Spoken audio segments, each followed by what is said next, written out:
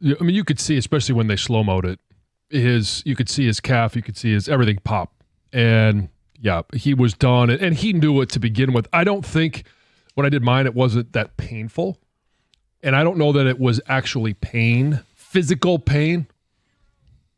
Actually, I don't necessarily know that it was the physical pain that why he looked so upset, but he knew it. Athletes know it when it happens because you got enough teammates, you got enough guys that you know that have done it, and for it to happen so early in the game, and for it to happen in Game 7, he knew his chance at being a part of that game and winning a championship was done. Now, that didn't mean that Indiana couldn't. It made it a lot harder, but he also knew next year. And it's just everything in that moment, you could tell it hit him all at once. And I feel so bad for him and the Pacers. Not that they would have won. I don't know. They might have. They might have. I mean, the idea that they were even in that Game 7 felt miraculous. And we know what Hallebertton can do late in a close game. Right. And you just feel for them and their fan base, and obviously for Hallebertton himself, because they were right there. They were on the precipice. They were on the cliff, ready to take a jump, and it was going to go one of two ways, and it didn't do him any favors. He definitely should have been playing. I've seen this narrative bubble up now, like, well, with that calf strain, we saw it with KD a few years ago, and this is going to throw him out a whole year of his career. It's Game 7 of the NBA Finals. If you can walk, you're going to play. I was not at all shocked that he went out there and gave it a real good effort. Yeah, I was finishing up my prep. I put that in there just as a little. I knew it would be a conversation for some people. Why was he playing? He was playing because it was a championship game. There was no more, there was no waking up today and thinking, well, we've got one more. No, that was it. That was their shot. And it might be, who knows what happens in the future. That's the problem, is it might be their only shot. It might be his only shot at winning an NBA championship. It's so hard to get there. It's so hard to get back. You got to take every bite at the apple, and I would have done the same thing as a player. Almost, I don't know of any of my teammates who I've ever played with, even the ones that I can't stand, that if you were in a Super Bowl, if you were in a Game 7 to win a championship, that they wouldn't have been out there. You might only get one of those in your entire career. A chance to win an NBA championship that night when you put your shoes on. When you get your sneakers on, you lace them up, and you go out there. You have to play. You have to. He had not yet torn his Achilles. Now, I get it. It's an injury that, especially for a basketball player, that suddenness, that explosiveness, it's a bitch to rehab. And you might never be the same again. But this was a chance to win an NBA championship, and we saw without Tyrese Halliburton how it went. Yeah. They fought like hell until halftime, and then in the second half, that third quarter, it was clear they weren't going to be able to pull this off. OKC locked in. They got their stops. They got their game on their floor. They went from 1 down to 12 up in a matter of, 2.5 minutes? Yeah. And it's going to be one of those what-ifs. I know if we say asterisk, it gets like a different connotation. So you just say what if. It's one of the great sports what-ifs. Yeah. It is. Because we'll end up remembering Oklahoma City as the champion and a team that was the 1 seed and won the home game. Did what they're supposed to do. But at the same time, the story of this playoffs as a whole in the NBA was, what the hell is going on with Hallebertton? Right? What is going on with these Indiana Pacers? How do they keep pulling this off? And he had so many great moments and great shots. And it's unfortunate that in the biggest moment, the final game, he doesn't get that shot because he's writhing in pain. And John, I think you're right. I think a lot of that is not just what's going on physically, but the mental anguish of I can't be out there for my guys and kind of having a feeling of how that's going to go. Oh, yeah. I mean, it's just such a miserable feeling because he knows the long path ahead. You're faced with that reality. At the same time, it's Game 7, and you can't be out there knowing what he meant to this team throughout the entire length of the playoffs. And it's, whether it's foot on the line and you're hitting a shot to go to overtime to ultimately win it in overtime, he had been so important for this team. And earlier in this series, when he didn't play well, they were saying that's the reason that Oklahoma City was able to win that game. Not because Oklahoma City was great, which they are. Well, think about it. Game 5, he was talking about he's hurt. Yeah. And then Game 6, suddenly he's playing like he's healthy again, and they win Game 6. So he had to give it a shot, and it sucks. It sucks for everybody watching. It sucks for the Pacers and Hallebertton. It might not suck for the Pistons. Look around the Eastern Conference now. Tatum's going to miss next season. Halliburton's going to miss next season. We're going to have that conversation today. 248-539-9797. I saw when the Thunder won last night. Did you see any of the celebration videos in the locker room? Oh, sure. You see the goggles, and to me, I'm like, why are you wearing goggles? Like, I don't think the champagne, the beer is going to affect your vision. Just enjoy the moment. Do it however you want. They would say part of the reason to wear those goggles is you want to avoid someone shooting a cork in your face. But it sounds like that those guys couldn't figure out how to pop champagne anyway. Yeah. So this is Hartenstein after the game. He was talking about this.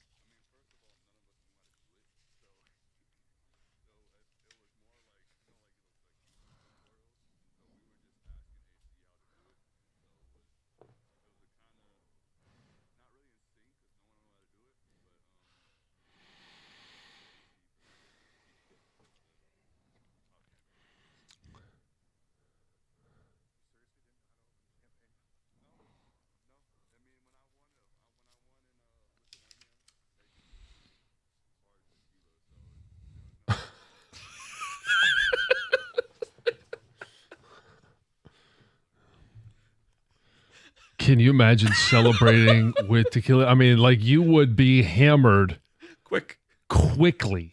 Just hard tequila. Yeah. No mixer. Yeah. Maybe that's when you do wear the goggles, because that's going to burn a little bit more. But yeah, what do you mean they couldn't open a champagne bottle? It's pretty self-explanatory. It's like 2 steps. You remove the little wrap and then pop. Yeah. Shake. Well, before you pop. if you need to. Sometimes it's just ready to go. Yeah. Shake, pop, and celebrate. Spray. Yeah. What do you mean they didn't know how to pop champagne?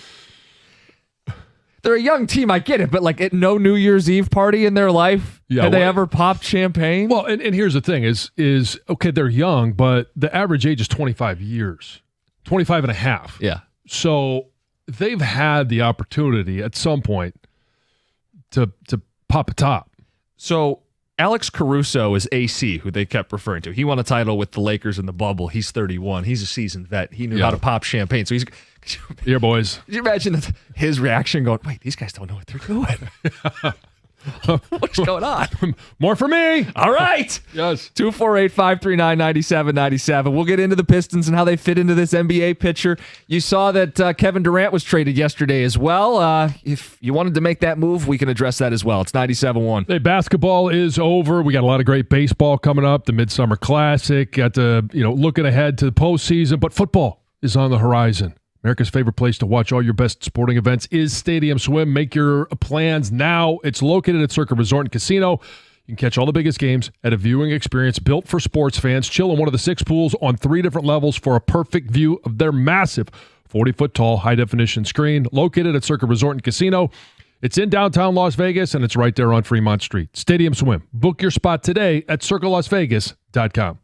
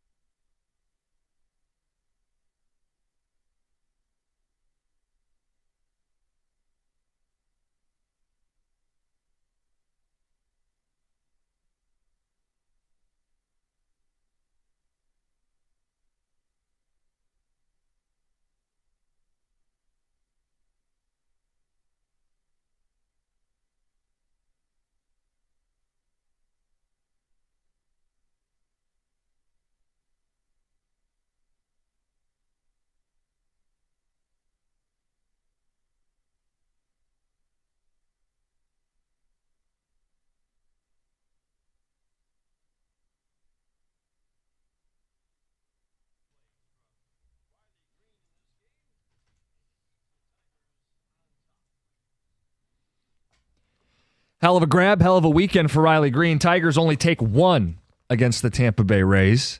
Yesterday's game. 97-1. We mentioned NBA Finals last night. Story is the Thunder win, but the story is also Tyrese Hallebertton and what could have been.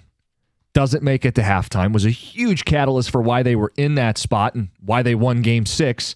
John, he was making some big-time threes before he got hurt. So people don't like when you say asterisk. We'll just call it a what-if. One of the sports what-ifs. If he finishes that game, are we talking about a different champion? And now the ramifications for the NBA's Eastern Conference. He's out next season, torn Achilles. And Jason Tatum out next season, torn Achilles. So I know there's a Pistons conversation we're going to get into here. 248-539-9797. Some ticket texts from the start of the show here.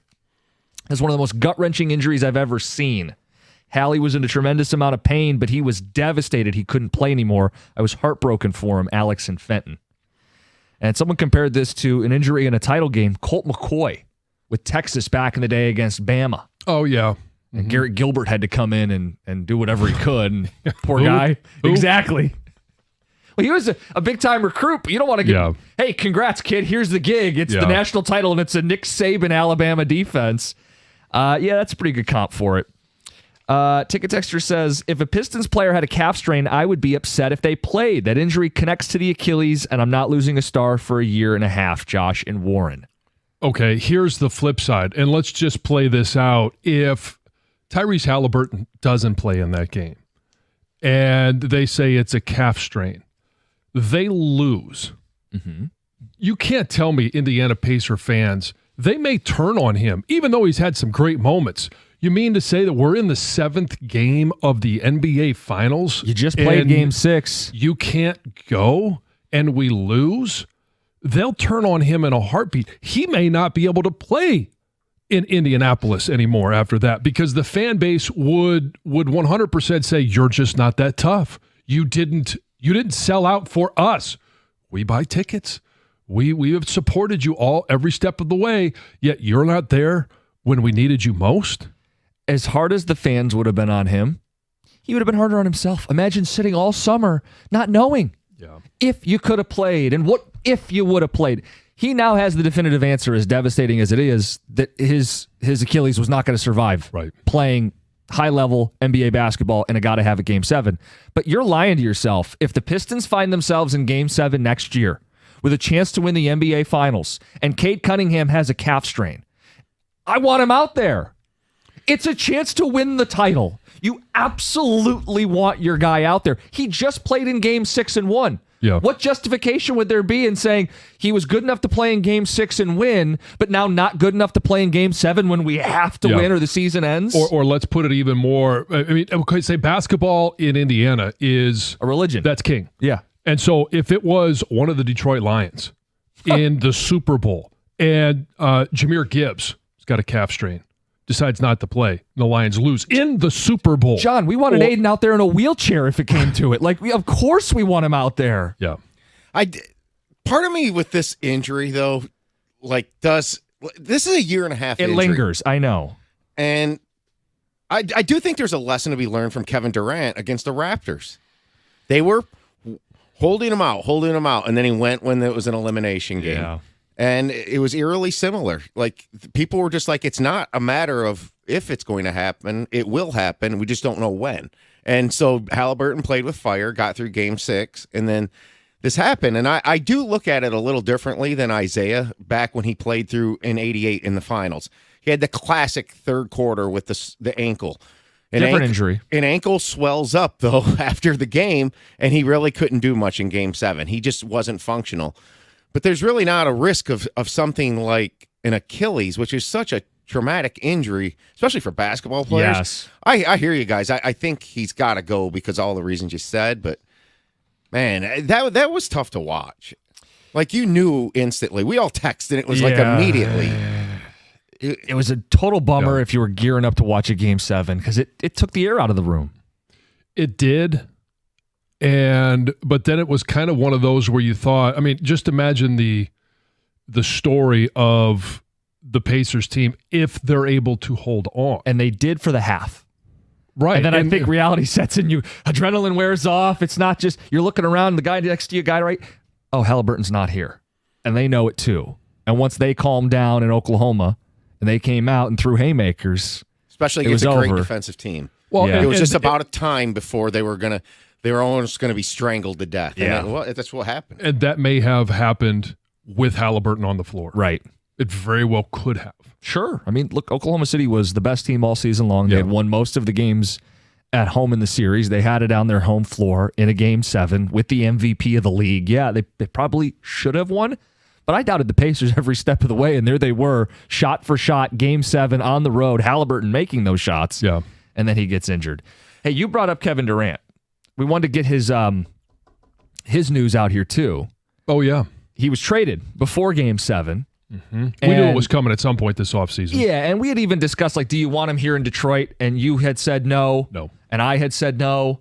And I think that was the general consensus. There's some pushback because Durant's a big name. Well, he's a big name. He's still a good player, but I'll kind of re-echo what I had said at the time. His timeline, where he is in his career, doesn't match up with where the Pistons are and where they should be, not just this year, but 2, 3, 4 years down the road.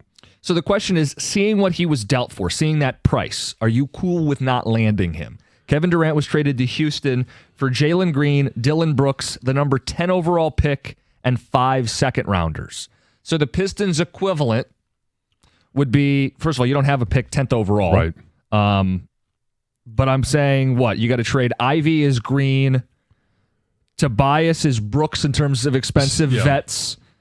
At least a first. It may have to be 2 because you're not giving him a top 10, and then 5 seconds. Would you have done that for Kevin Durant? No, because, and I don't care about the seconds. I don't really care about the draft picks. Would you sit there and say, well, it would be better to have Kevin Durant for 1 year or 2 years versus Jaden Ivey? Maybe. But I also think if you're going to make a move, a trade, there's better value in using Jaden Ivey if you're going to send him somewhere to get somebody else versus Kevin Durant. You add Durant, he's got 1 year left on his deal. And he may just simply retire in a year. You have no idea. 37 years old. And let's say you extend him. It's going to be on a max salary into his late 30s, early 40s. The guy's had multiple lower body injuries. The explosiveness as he gets older is a testament to him that it hasn't been more dramatic, but that's what you want to pay for? Diminishing returns? Look, you'd be in a great position for next season if Kevin Durant was in the front court, right? It'd be last year's team in the playoffs with Durant swap for Tobias. Sure, you make some noise in the East. It's your only chance to win a title. 1 year. Not great. Oklahoma City's geared up and loaded up to make a few runs at this. You got to be smart about how the Pistons approach this summer. There's real temptation. There's a wide open East. It's fun for us to talk about names, and I think you should be in those conversations, but you do not have to force it. I thought Durant would be forcing it for this team. Yeah, forcing it, and again, the timeline just doesn't match up.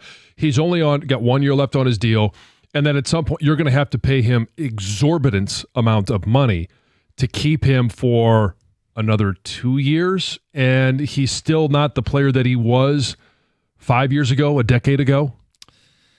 And he may be one of those guys that just says, you know what? I'm done.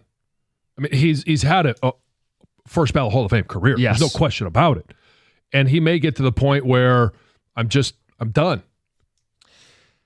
Ticket text on Did You Want Durant? You saw what he went for. Ben in Lake Orion says, I didn't want him at all. He hasn't worked out on any team except for the Warriors, who are, 73-win team when he showed up. Hard pass, did not want him.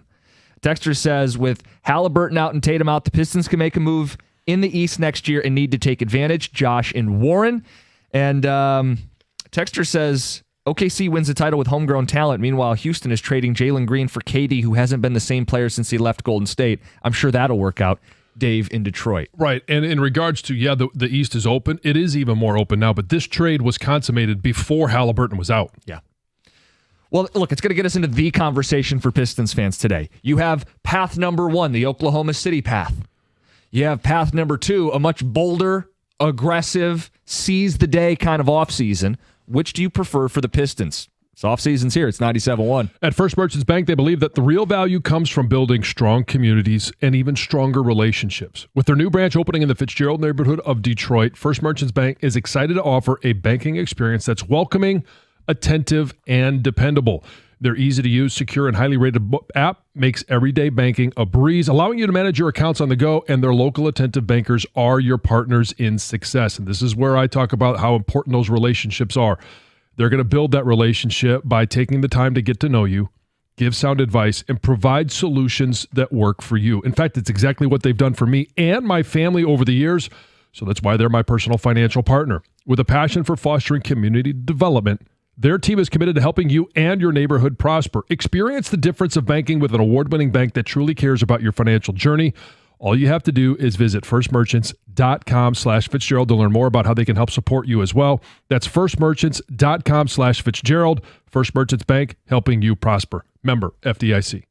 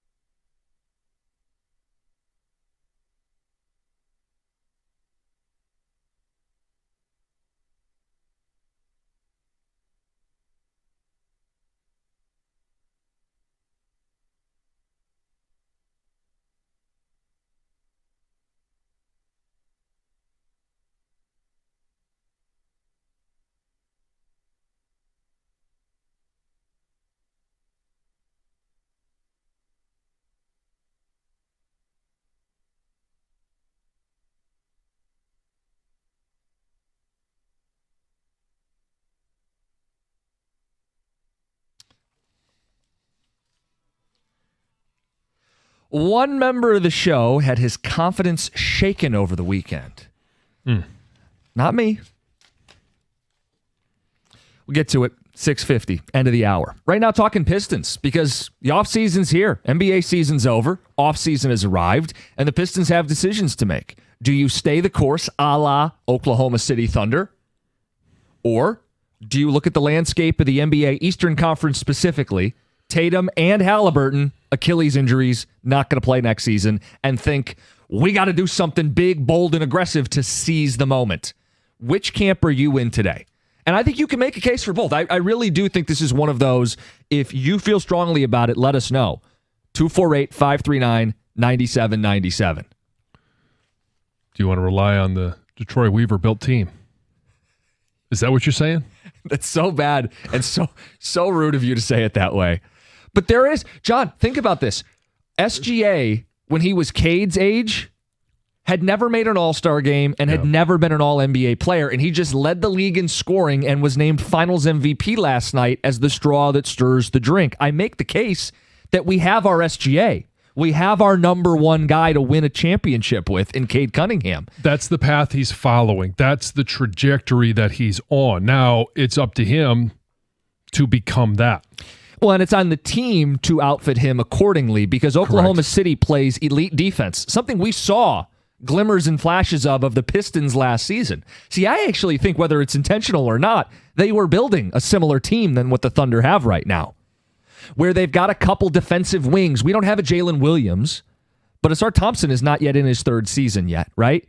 Jaden Ivey did not get to finish his third season. As a former top 5 pick, could he have a Chet Holmgren-like impact? Different type of player, but could he be a number 3, Jaden Ivey?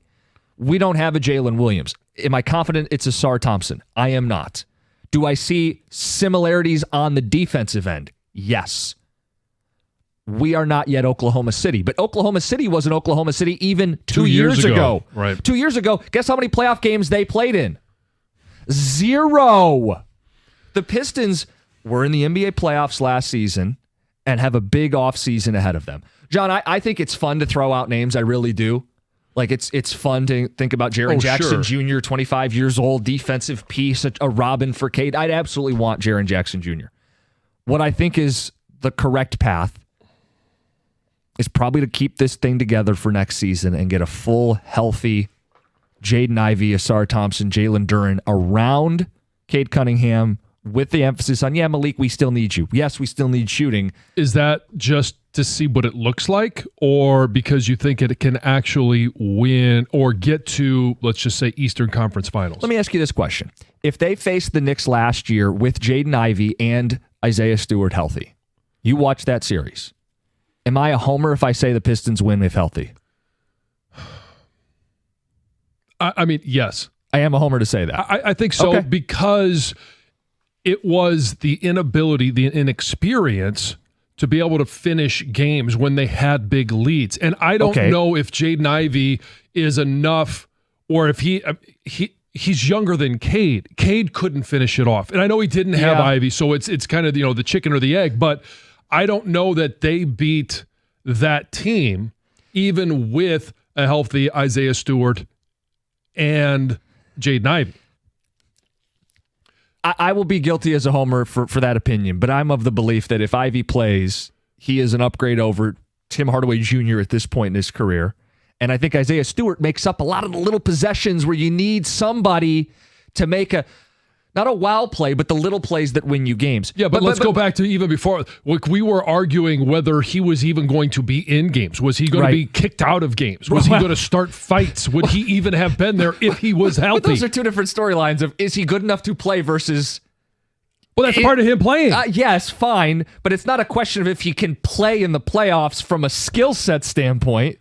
John, if they run back next year's team having experienced this, do you think they can beat the Knicks in a 7-game series? Because who else in the East right now is scaring you? The Cavaliers are having some crazy conversations right now because they keep falling short. The door is open even with the current group. It is possible because they have the experience now of what it takes to win a series. All right, so everything changed last night with the Hallebertton injury. You have Hallebertton and Tatum. With Hallebertton, we're guessing. They still hasn't been named official yet. Is this his dad came out and said it was Achilles. But Halleberton's not playing next year, and Tatum's not playing, right? Mm-hmm. You got to go. That was a game changer last night. Like, to me, this opened the door for you really need to push the envelope on Giannis. That's the guy. Booker's probably not getting dealt, right? I wouldn't think so. The Suns are, you look at trade lists, he's really not available. The Suns look like they're going to try to retool around him and win. That's what that move told me. That Right. He's 28. It may not be next year, but that's kind of what their plan is. But you do got to be careful. Like, you didn't want Durant, right? No. Okay. Yeah, but it's apples and oranges to me. No, I'm just saying, like, there has to be some level of, it's not just do something to do something, because, with Durant, well, that would have been the perfect 1 year capitalize on the East trade, right? You want to capitalize. Hallebertton will be back in 2 years. Tatum will be back in 2 years. Well, Durant would have let you capitalize this season, but you got to be careful. There's a reason why you don't want Kevin Durant. Look what happened when the Nets added him. Look what happened when the Suns had played for an NBA championship, added him, never got close again. Was it like 3 years ago, though, now, wasn't it? No, my point, though, exactly. He's not even that player anymore. Right. So you got to be the same since he was with the Warriors, in my mind. You got to be selective. So that's why there's a 2-player list in my mind. I want to see what you guys think about that. Giannis and Jaylen Brown. And that's it. So if you're not going to push the envelope, we go back to what the exercise that we went through last week, and I said Jaylen Brown was my number one, and I would, yes, whatever it takes, get it done. I think as long as Cade is still here, you're not going to give up Cade for him and bring him here. But yeah, if you could put Cade and Jaylen Brown on the same team and then fill in all the gaps, and I think as we saw Trajan Langdon do this year, he did the best he could to fill in gaps this year. And it was literally trying to fill in gaps so that you had something to sell at the trade deadline. And then all of a sudden they start winning. They make the postseason. So yeah, I have faith that he can fill in gaps with role players. Yes. But if you're able to put Jaylen Brown with Cade Cunningham, yes, I'm all for it. So are you more seize the moment, or are you more Oklahoma City Thunder do it that way? Even if it's a 51%. I'll let you do the Duggan Gator. Okay, you plant your flag. Where's your 51? Well, there's this kind of a cop-out. 51% gives you a chance to kind of scoot back over. Just today as you wake up. I won't hold you to it. It's so hard. It's much more fun to go out there, and it creates more excitement, more buzz to get a Jaylen Brown or to get a Giannis. All of a sudden, you're like, hey, we're going to the finals. I don't know that actually gets you to the finals. It makes your odds better, sure. But what is it? Or are you building for, hey, Tatum will be back in 2 years. But what does Boston look like in 2 years? Especially if Jaylen Brown isn't there. Well, they could look very... Because they could deal him to somewhere else. Yeah, they could look very different. Q in Detroit. What about you? What are you thinking? You're on 97.1. Good morning, guys. How you guys doing today? Good. So, look, I'm with you, gentlemen. I think Jared Jackson is the perfect piece for the Pistons. He fit our timeline. He spread the floor. He played defense. I would give up Jalen Duren for him. Jalen Duren, a couple first-round picks. And I'll throw Jay Ivey in that pick. I ain't going to lie to you guys. I think he's the perfect fit for our team. He's young. He spread the floor. And like I said, he played great defense. He fit our team perfectly. Yeah. I agree with you, Jim. 25 Defensive Player of the Year. The question is, so he says Duren, Ivy, and some picks. Yeah, that's what I said last week, I think, after the Bain You trade. think that gets it done? Maybe it doesn't. I mean, they claim they don't want to trade him. Now, I think Memphis is heading for a rebuild, whether they know it or not. But if I can't get Jaren Jackson Jr., I'm willing to pay through the nose to get him. If I can't get him, I don't think there's anything wrong with saying Ivy, Duren, Asar, Holland. Can one of those guys turn into a number two? I have next year to figure it out, while I still will be very much a threat in the East with them. Right. And then I can flip them if necessary. So, you're not forced. It's funny. You're of the mindset of let it play out. I think I've affected you. I wouldn't compliment yourself too much. But yeah, this is the one team in Detroit I don't feel a level of gotta do it with. Like with the Tigers, you know who I'm going to bring up, and we have a drop on the board for it. You know the pass rushers we've brought up for the Lions. And you know I want Steve Yzerman to get off his ass and do something in the next 2 weeks here. With the Pistons, I trust what Trajan has. I think there's a lot of pieces with upside, and I just watched it work with Oklahoma City. No, I don't feel a gotta do it. But maybe to Gov's point, the Hallebertton injury is going to push people a little more into the camp of seize the day, go and do something. But it seize the day in the Eastern Conference. What does that mean if you win the Eastern Conference? Who are you playing in the finals? Now, I know, okay, we're sitting here splitting hairs about, well, can you actually win it? Indiana showed that if you get there, you got yourself a chance. Exactly. A 50-win team nearly won the NBA championship last night. And they almost did it against really what you guys said, third highest win total ever, the Thunder.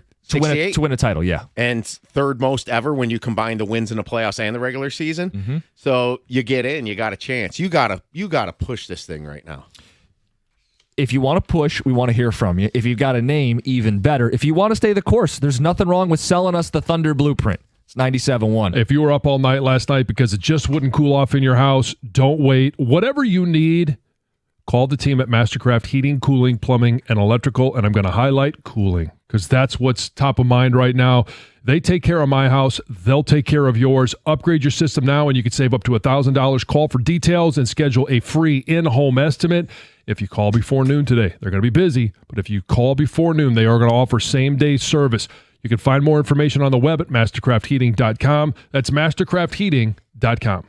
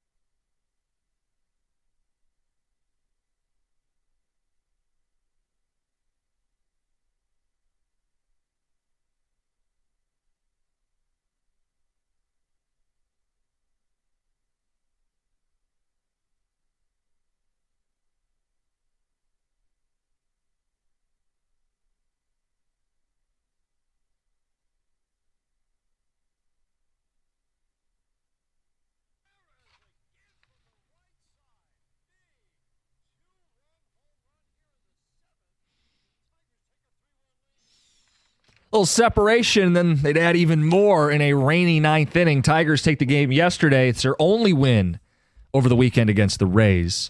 Remember, the show's confidence is shaken. We'll get to that. Wrap up some ticket texts on the Pistons. How does the offseason shape out now? Hallebertton's hurt. Achilles, not going to play next year. Tatum, you already know, not going to play next year. Is there a temptation to seize the moment, make a big, bold move? Or do you look at who won the NBA title and say, well, hold on. The Thunder did this, drafting and leaning on a young nucleus that came up together. They weren't in the playoffs 2 years ago. SGA was not Cade Cunningham at 24 or 23 years old. Ticket texters on this offseason. The time is now. Throw in Lillard being hurt as well. Maybe Giannis leaves the East. Yes. Trade Ivy, Holland, Stu, 4 firsts. Go get Jaren Jackson Jr. The Durant move to Houston as a win now is kind of ironic since he was traded to Phoenix as a win now move. And while that did not work out, Ishbia a little humbled after joining the NBA scene when he bought the Suns, Brian in Farmington Hills. Texter says, I don't want KD at all. He hasn't worked out on anybody but the Warriors who are ready built. Hard pass. Those are the ticket texts. All right, John, I want to clear out isolation for you here. You've got the ball top of the key. You have some feelings about the Tigers right now. Yeah, and okay, I know you've sold this as I have doubts. I'll preface it as I have doubts as the team is constructed right now. I have doubts do I have a doubt that they're going to win their division? Not at all. Do I think they'll win a playoff series? I have no doubt of that. Can they win a World Series? Can they get to a World Series? And the doubts that I have, and I know that the numbers to this point, or at least up until a couple of weeks ago, for the bullpen, for starting pitching, for everything, said yes, they have that ability. But I think things change. Injuries happen, and guys just don't simply pitch or hit or do the things that they've done to get you to this point. And I have doubts that this group of relievers, that this bullpen can be a bullpen that wins you a World Series. And I look at the Yankees lineup, and I say, can they get through the Yankees lineup?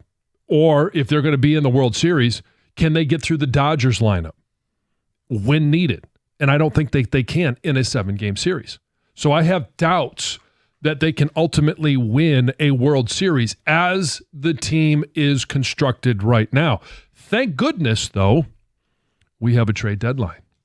We have momentum, and Scott Harris told us that they're planning on adding to this team.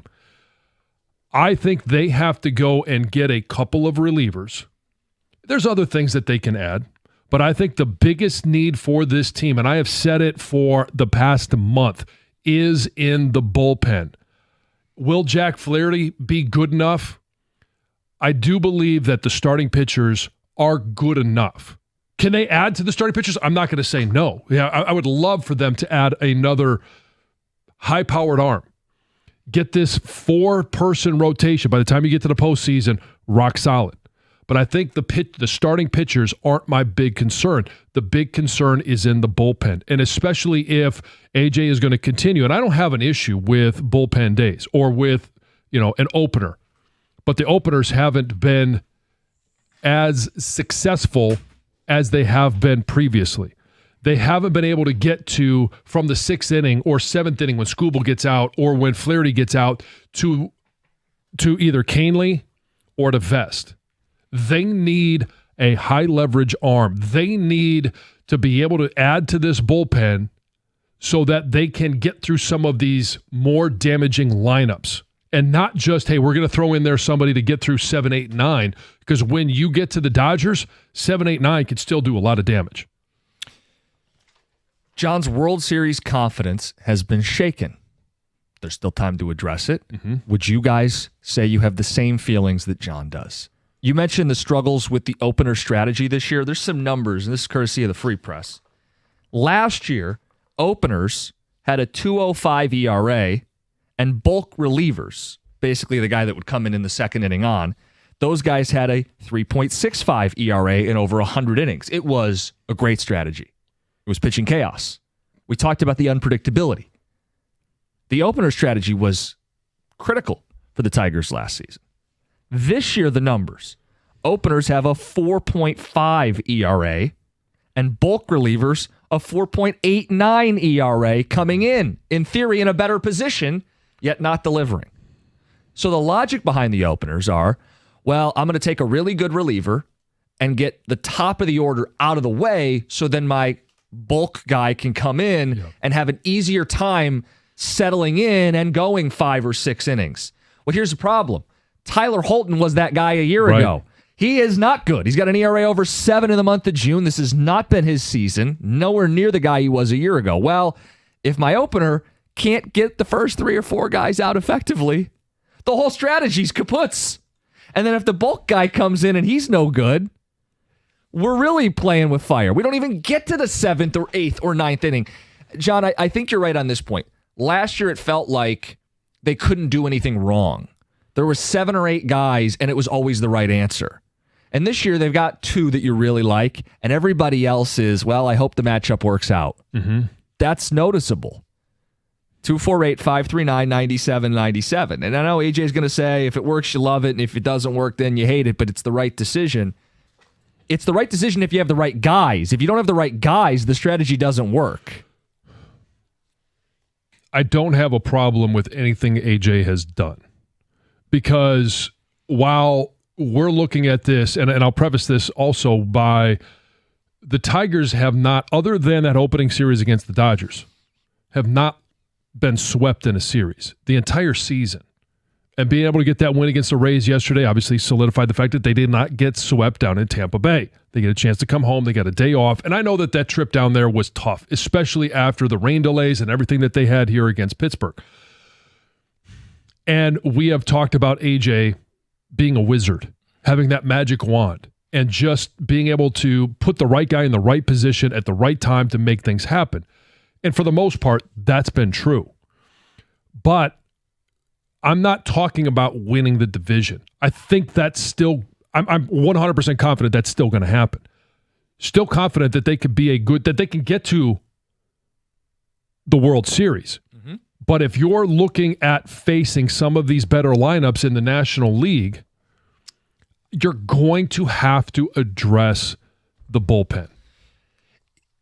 Okay, this is going to sound weird, but there's a case that this is a good thing. Right, because it highlights a need. Because then Scott Harris can't play pretend that they don't have needs, and I don't think he will. I mean, when we asked him about needs, he said, well, I got to see who's healthy. But, John, I think you could argue they need a bat, they need a starter, they need a reliever. The idea that we're seeing all of this now while maintaining the best record in baseball is a good thing, assuming Scott Harris acts on it. If he doesn't, then I'm with you. I think there's some things that could hurt this team come postseason. And I don't think they go out there and add 6 players. No. But you're going to have to add, I mean, can they add 4? Can they add 2 relievers, a starter, and a bat? I don't even know if that's possible. Well, so for me, they can. They have the best farm system in baseball. They can do all this. Will they? No. I think they're going to be more selective than that.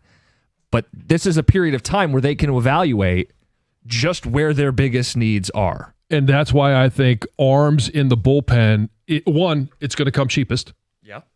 And you're not going to have to give up as much in terms of prospects. You're not going to have to give up as much. Bullpen relievers are the ones that move around the most at the trade deadline. Yeah. And it's what you have to give up the least for. So you could still do that. You could add a couple of arms in the bullpen and still add a bat. That's why I think the starting pitching, is it ideal? No. But who has an ideal rotation right now?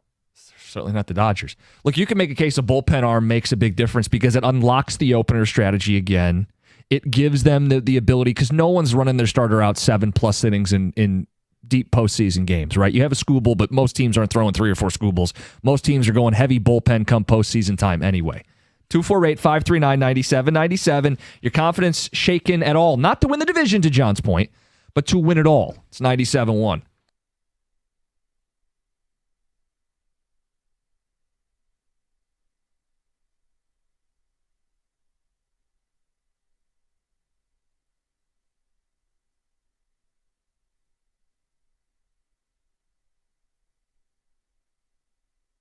Brought to you by National Benefit Plans. The Tigers beat the Rays 9-3. Parker Meadows did this for just the second time since making his debut this season after injury.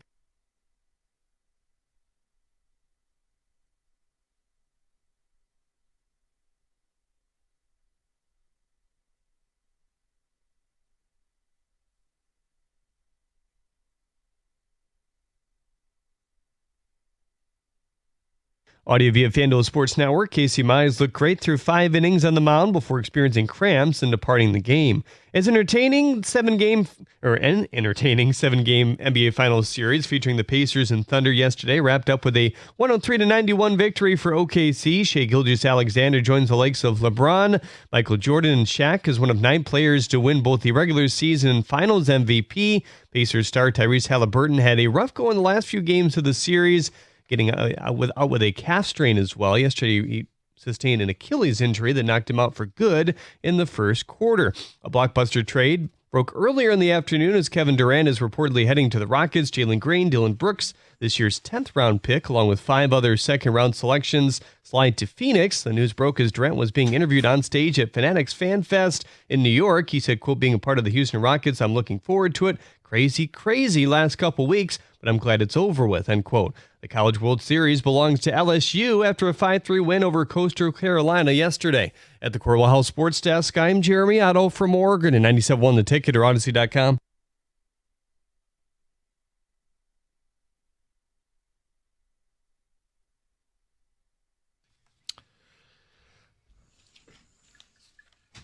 Good morning, 97.1. We're going to get to the Heat later this hour. I know it impacted everybody's weekend, and it's going to impact the day today as well. 7:35, we'll get to it. Jim Costa, John Jansen, no Heather Park today. Gov and Greg behind the glass, and Jeremy Otto on the updates. John, you brought it up, concern with the bullpen. Yep.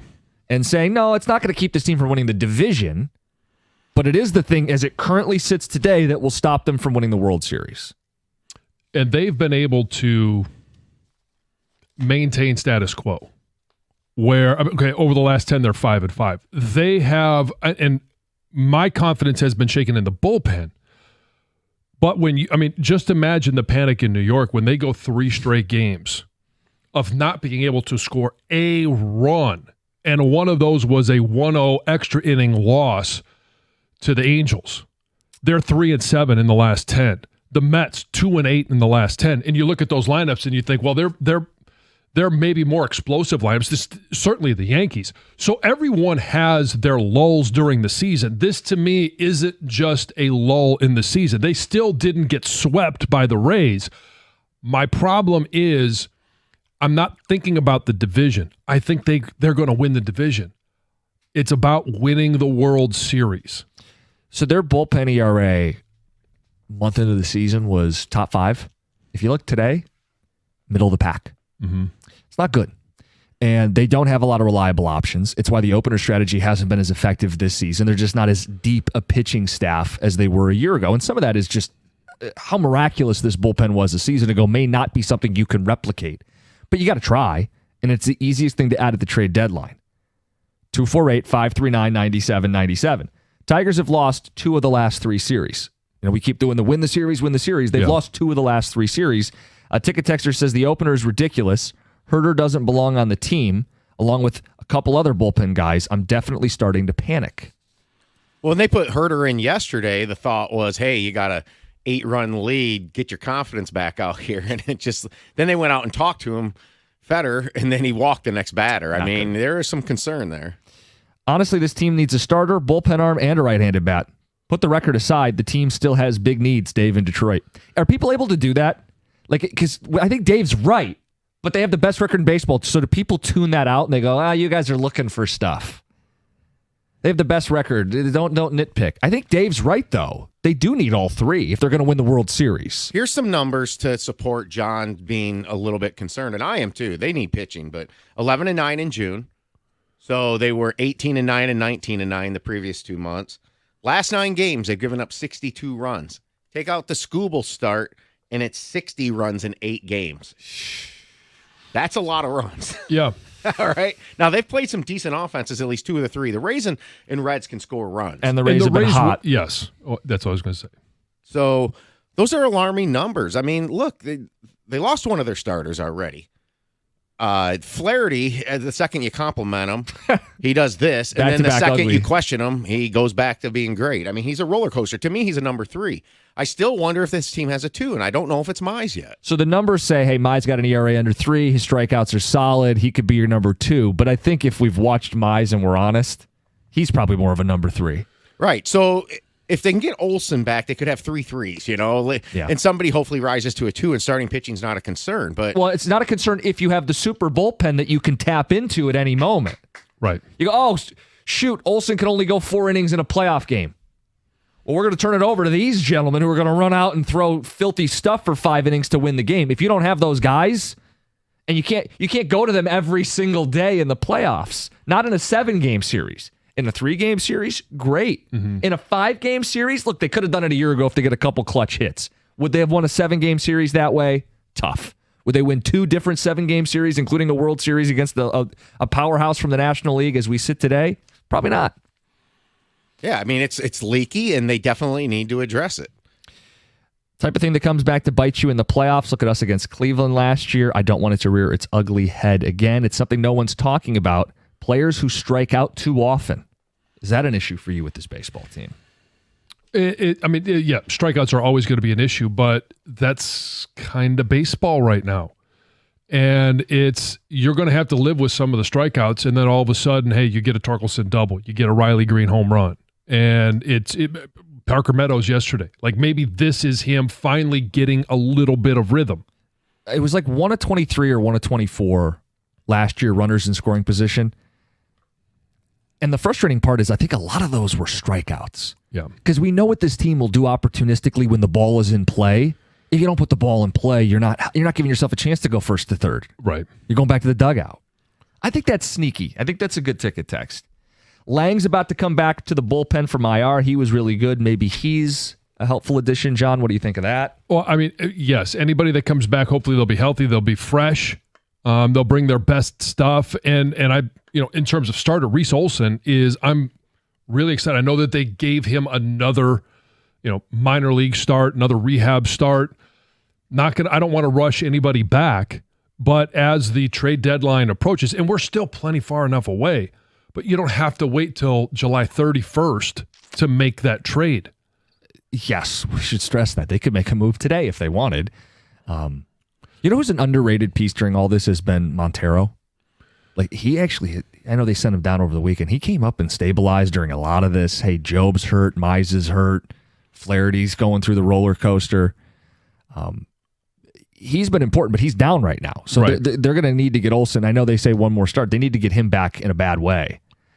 How about this text? Holton, Herter, Hannafy are done. Need multiple impact arms. All the guys with H's. Triple H. This weekend confirms what I already thought. I'm not sure this team wins a playoff series. Weekend confirmed they need multiple bullpen arms, starting pitcher, or 2, and a power righty at third base. Well, they're not going to add all those. Yeah. They're not going to add 4 pitchers and a silver slugger on the... So that's why I sit there and I talk about how many players are they going to actually add, impact players at the deadline. If it's 2 arms in the bullpen, then is it an impact bat? Yeah. Then do they actually are they able to add 4 a starter? Like at some point, there's 2. Everyone needs something at the deadline, and I believe the biggest impact that will make the starters better, that will lessen the need for that bat, is to be able to connect that starter to a closer.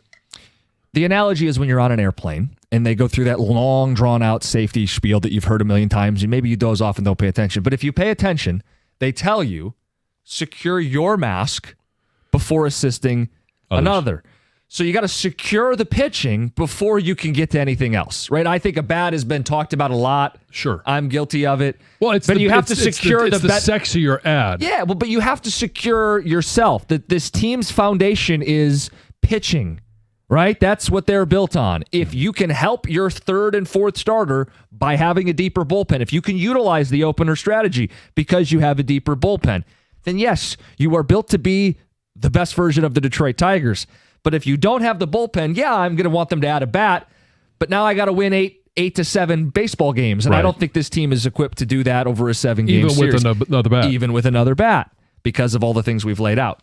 248-539-9797. We want some of your thoughts on the Tigers. They've lost 2 of the last 3 series. No one disputes they're winning the division, but do you have some doubts come postseason time that we've been seeing? Later in the hour, we'll talk about beating the Heat. I think it was a big story from over the weekend. Get to that. It's 97.1. All right, guys, I want to talk about your teeth. Brightside Dental. Get a brighter smile without breaking the bank. That's Brightside Dental. If you want a straighter smile without the metal braces, if you've been thinking about Invisalign even a little bit, stop in and they will work with you. Free Invisalign consultation, no pressure, just answers. And if it's right for you, we're talking about flexible payment plans that fit into any budget. Invisalign Journey could start as low as $59 a month. Straight teeth, straightforward pricing. Now that's something to smile about. Mention Jim Costa in the morning show so you can lock in that price. Call 1-800-PAINLESS. Go to BrightsideDental.com. That's Brightside Dental. No judgment, just care.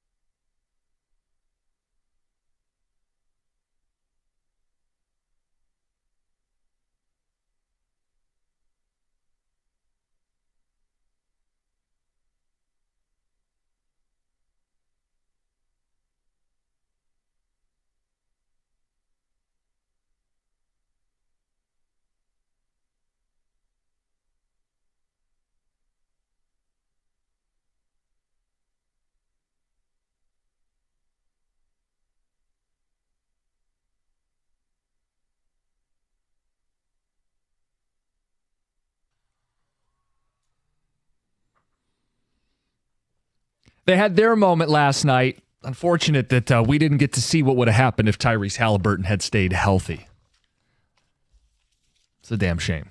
One of the great what-ifs. I know people don't like asterisk talk, so we'll just say it's one of the great what-ifs in the NBA. Because Hallebertton was rolling. He was a big reason why they won Game 6. Big reason why they were even in this position. And he doesn't make it to halftime.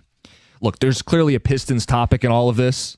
Because the East now doesn't have Hallebertton next year. Doesn't have Tatum next year. We'll get into that coming up in the 8 o'clock hour. We ought to get to with the Heat as well. 7:35, we're going to talk about beating the Heat and how this weekend was for us and you and everybody else in Metro Detroit. John, Shai Gilgeous-Alexander gets his moment last night. SGA, Finals MVP, puts together a year where he is the scoring title, Finals MVP, regular season MVP, one of the great seasons in NBA history. And we were messing around before the show. All-time great hyphenated names.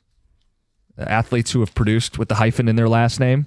Yeah. Who's on that list? Well, I mean, you've got a number of different athletes. I mean, just look at the ones that we have locally here right now. And I'm not going to sit there and say, well, great athletes, but we have some examples. Okay. Sawyer Gibson-Long. All right. A hyphenated name. And we want to know what's your favorite or the best hyphenated names that we have had. And I think if you look football-wise, there's a few good ones. There's a few good ones. You've got the former Alabama Crimson Tide. I believe he was in Green Bay for a little while. I'm not sure where he's at now, but Clinton Dix. Yes. Is a hyphenated name. And I dug a little deeper into some of the great hyphenated names. And out of the University of Miami, we have...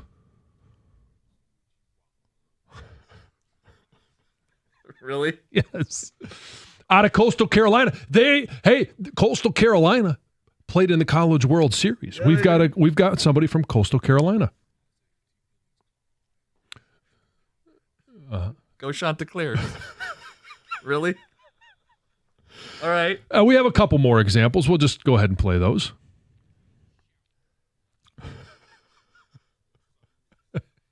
That's shower handle with a hyphen? Oh, God. Oh, we need to hear that one again because yeah.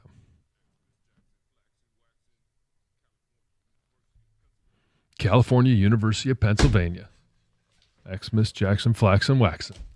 Okay. Some great examples of hyphenated names. I'm not mad at you because it's one of the great bits those guys have ever done. Not where I thought we were going with this. He goes, hey, let's do hyphenated names, something fun for a few minutes, SGA. Okay. There's a couple of hyphenated names for you just to set you up for the topic. See, I'm going like Maurice Jones-Drew. Sure. Probably one of the great ones, right? Yeah. Juju Smith-Schuster. A couple of nice ones. Maurice Jones-Drew. This one's a first name, and we know him from the Pistons playing against him. Karl Anthony Towns. And obviously, SGA, Shai Gilgeous-Alexander. SGA is the best of any of these guys we brought up. But he's not the best of all time with a hyphenated name. Well, Greg had the one. Yeah. Before the show, Kareem Abdul-Jabbar. Yeah. I mean, but he had to change his name to do it. So is that cheating? His name was Lou Alcindor. I don't know. No, I don't think it's cheating. It's his legal name. So one of my favorites ever. I don't know if he's on any all-time list, but KGB out of Green Bay. Yeah, well, go ahead and Kabir pronounce that one. Biamila. Right. That's pretty good. what a great name. Here's another one, Ben Jarvis Green Ellis. Yes. The law firm. Yes. One that was a little bit more recent, not a great player, but still, this is one I believe Doug spent a lot of time on. Chris Fuamatu Ma'afala. Careful with that one. I could picture Doug in front of a mirror just repeating that. Nickel Roby-Coleman. Okay. Mm-hmm. Yeah. We had one here in Detroit for a while on the hardwood. NBA champion, KCP, Kentavious Caldwell-Pope. Oh, sure. Mm-hmm. Willie Cauley-Stein in the NBA world, former Kentucky Wildcat. Michael Kidd-Gilchrist. There's a good one. There's not many of much. No, there's not. There's a new one in baseball. Oh, and he's taken the league by storm. Yeah. Crow Armstrong. Yes, Pete Crow Armstrong. Yeah. 2020 club. Yeah. Man, he's good. We got to see him. Well, he was here in Detroit. Mm-hmm. 248-539-9797. Mix that in today as well. There was one that I didn't know existed, and I was his teammate. What? London Fletcher. I think it's actually London Fletcher Baker, but he only goes by London Fletcher on his jersey. Just a little fun aside. Linebacker. I never knew that. Yeah. You're learning that now, today? I am learning it now today, yes. Okay. It's okay if you didn't know that. John didn't know that. Yeah. Right. Well, Yeah. he didn't want you to know it. He would have put it on the back of his jersey Right. if he wanted to be known as that. I mean, this is a relatively newer thing. I mean, this has got to be just the result of like children of divorce. Is that what this the biggest reason we have this? Not in all cases. Necessarily. I think when you have the grandparent as a parental figure, a more active parental figure, they want to take their name as well. Okay. And mix it in. I think that was Maurice Jones-Drew motivation. Right. And I think it was also the motivation. Who is the rush edge in Jacksonville? Yeah, he added Josh Hines Allen. Yeah, Josh Hines Allen. So he wouldn't. Well, this is the dual purpose. One, I know Yeah. he wanted to honor both, sides of the family. but also you don't have to be the other Josh Allen. Right. Yes. Yeah, and the Josh Allen for the Bills, he's going to go as a Josh Steinfeld Allen now. Ticket text 248-539-9797. Ryan Nugent Hopkins, former top pick for the Edmonton Oilers. Just saw him on the ice. Pete Crow Armstrong making a solid case that he is the best of this group. He and his name's pretty dope. How about Amon-Ra St. Brown, a rare hyphenated first name? Yeah, Amon-Ra. Sun God. Local guy that played in the Final Four for Memphis. Chris Douglas Roberts. They played with Derrick Rose. Mm-hmm. Jason Pierre-Paul. Yep. Remembered now as the guy who blew off his fingers with fireworks. Yes. But before that, hell of an edge rusher, Super Bowl champ, New York Giants. And the reason why Jim Costa gets mad at Jameson Williams. I just want him to have all 10 fingers, guys. Yep. It comes from a good place. Yep. Hayward Bay. Darius Hayward Bay, speedy out of Maryland. Mm-hmm. A classic Al Davis pick. Jalen Reeves-Maben. Yeah. How about Jalen Watts-Jackson, John? Jalen Watts-Jackson, yes. We'll never forget. And Donovan Peoples-Jones on the ticket text. And one that hasn't been mentioned, another wide receiver, Jackson Smith and Jigba. Yes. Anybody that goes by 3 letters as their nickname, that's a good candidate. That's a good way. Name. JSN. JSN. Mm-hmm. He had a big year last year with Seattle. I think he's having another big year this year. You guys didn't say Justin Henry Malloy, did you? No. Okay, there's one that we had. J-Hen, yeah.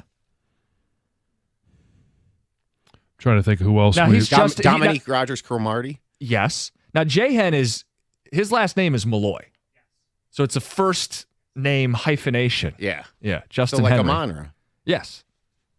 Sharif Abdur-Rahim. There you go. There we go. We're just dudes naming sports That sounds like a guys Key this and Peele morning. one. Yeah.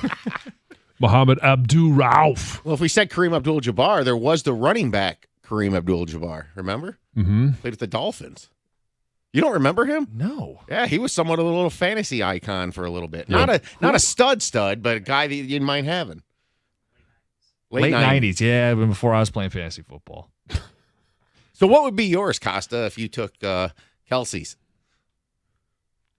What do you mean? Like if I took her last name? Yeah, because that's what some people do. It's like so funny. Like young their people wife's doing last that. name? They take it. They teach because their the wife own, wants but it. Yes, that happens. But I couldn't imagine. So it'd be either Costa would be first or last. So we've talked about this. I think off air. Like, and I think. So my wife and I don't share the same last name, and I think that's more and more common. Yes. And my thought on the whole deal is, I would not take her last name. I wouldn't assume that she would take mine. If she wanted to, great. If she didn't want to, I wasn't going to think twice about it.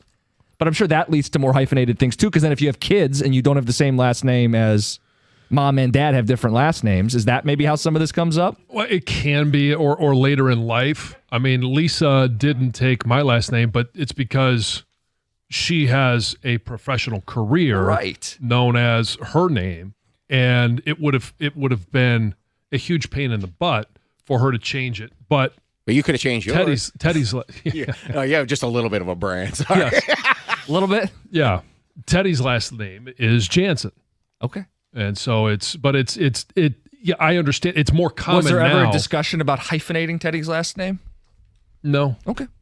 I just thought you might have taken Kelsey's so that people didn't mistake you for that either Jim Acosta or the representative for the United States, Jim Costa. Yes. Right, yes. Plenty of Costas growing up. People throw the S at the end because of Bob. Yeah. That Jim Costas guy. Yeah, the son of. Right. Son of Bob. A couple more. Guy that SOB. failed us. Oh, boy.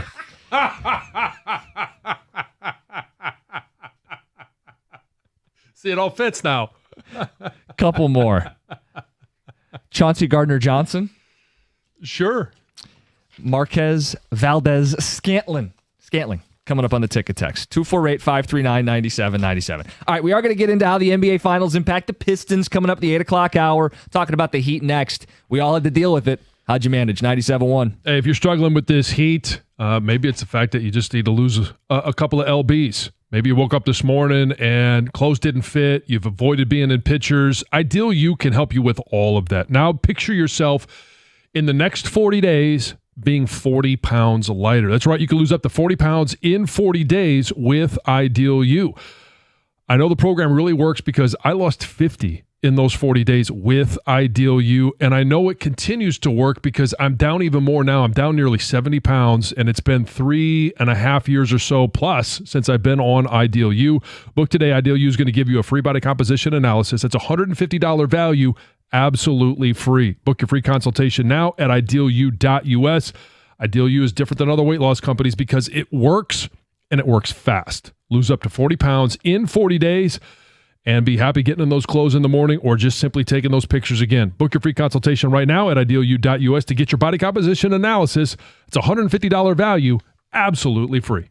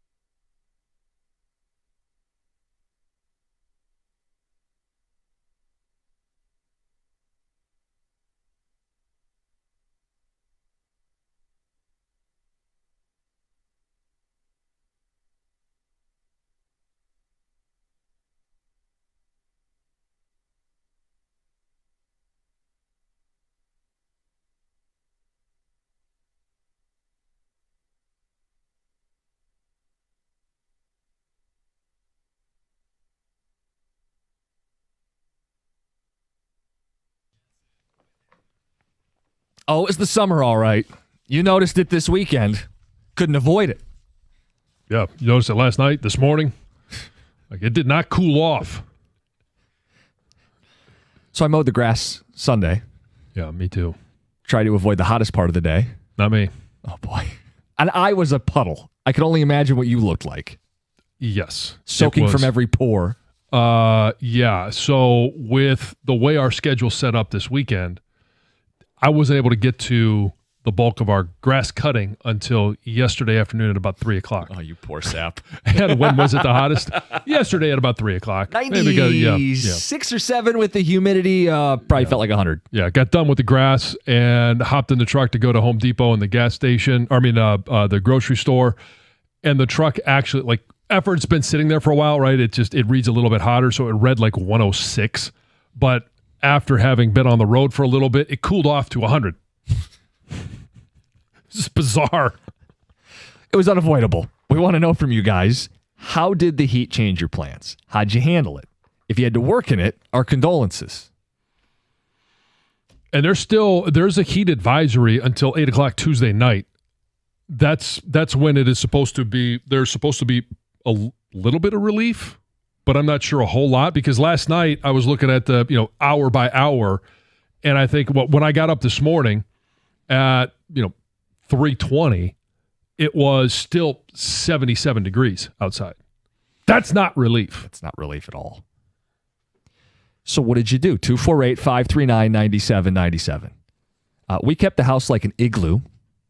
I think that's step one. Okay. I'm not budging on these. Well, you keep the house at 85 during this weather. I'm not doing that. I saw that. I think it was, I forget where I saw, maybe it was social media. It was like, hey, keep your thermostat during the day set to 85 and at night 78. Sorry. Nope. No way. I'll deal with the energy bill. I'll be in the igloo building a snowman indoors. Yeah. So that was part of it. Some of this is, we did movies one night. We went out and saw a comedy show another night. Like going indoor places so that you're not stuck in Friday night when we were walking out, we were swimming in this. You felt like you're swimming in the heat and humidity. Nobody wants to be outside during this.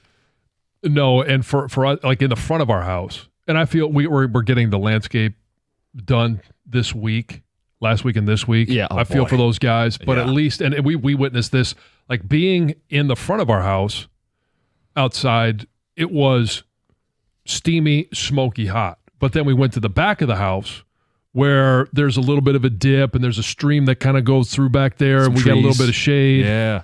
It literally felt like there was almost a 20-degree difference. So, for those that are doing landscape today, cutting grass, if you're working on a roof. What do you think the worst job is on days like today or yesterday? I think there's two that would be in competition for the worst job on a hot day, and that is laying asphalt or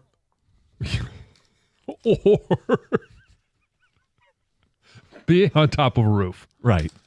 Those have to be by far the worst two. Direct sunlight beating down on you. And in the case of the asphalt, just heat going down and up. Yep. Outdoors. And correct me if I'm wrong, there's a little bit of road construction going on, right? Just a little bit right now. Yeah, just a little bit.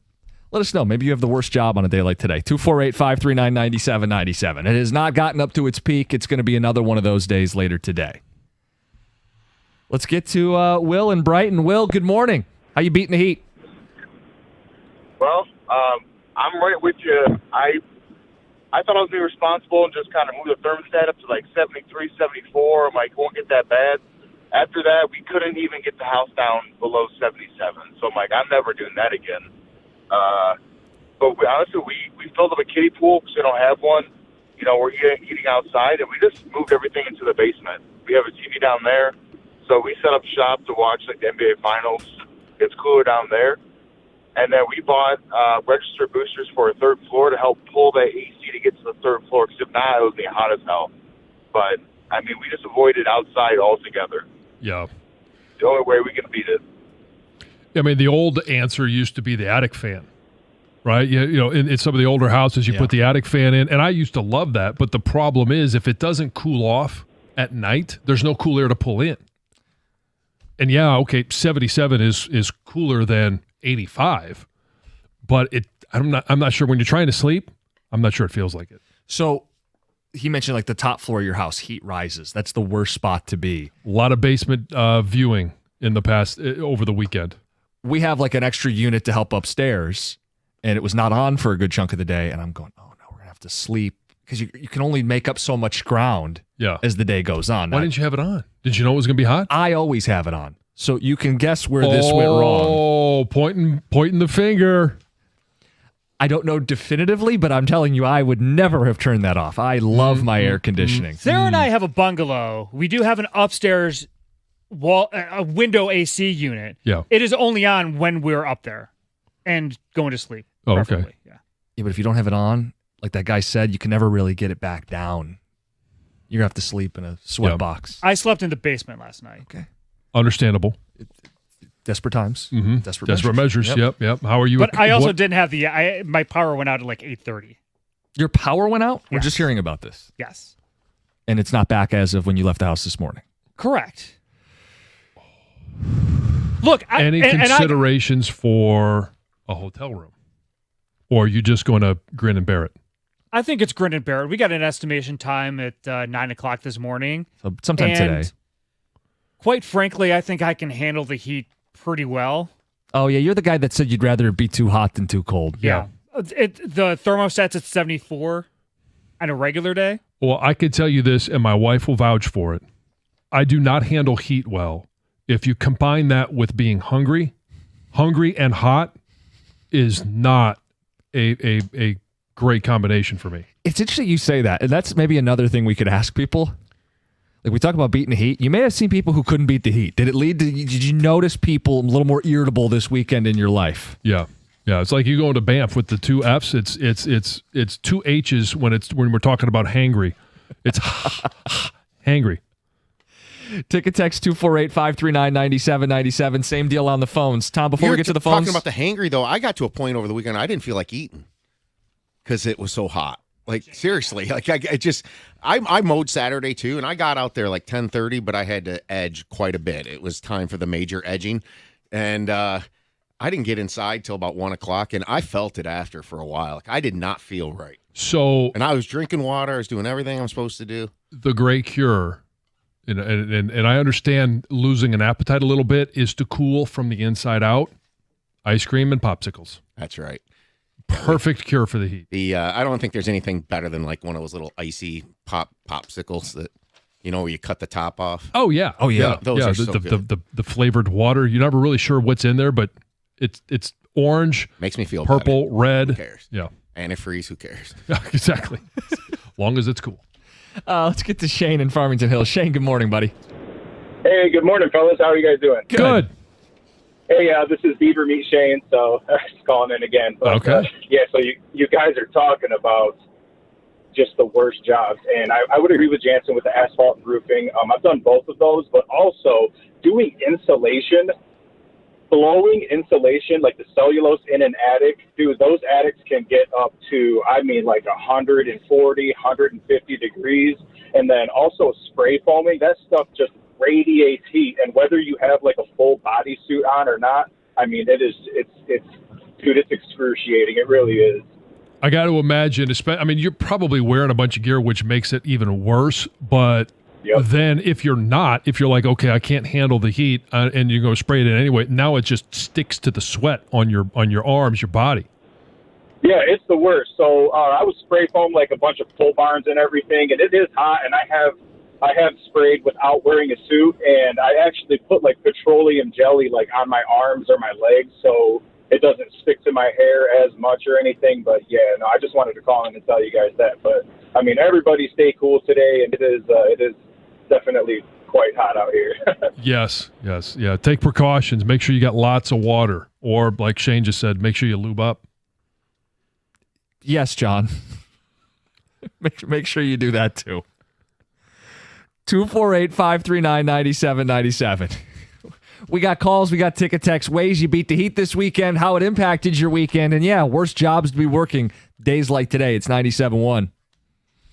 All right, people. You want to get on the road? You want to hit the road in style? Moran Chevrolet is the place to be. Michigan's #1 selling Chevy dealer in 2024. If you're looking to go electric, hit the road, skip the pump. The 2025 Blazer EV, you can lease that for $199 a month. That's 0 down, 24-month lease, low mileage. Only at Moran Chevrolet, where you always get the best price, period. Find your ride fast. You can shop online, moranexpress.com, or great folks in person. Go out and see the team out there. Brian Moran and company will take care of you. They're on Gratiot, just north of 15 Mile in Clinton Township. Chevrolet. Together, let's drive.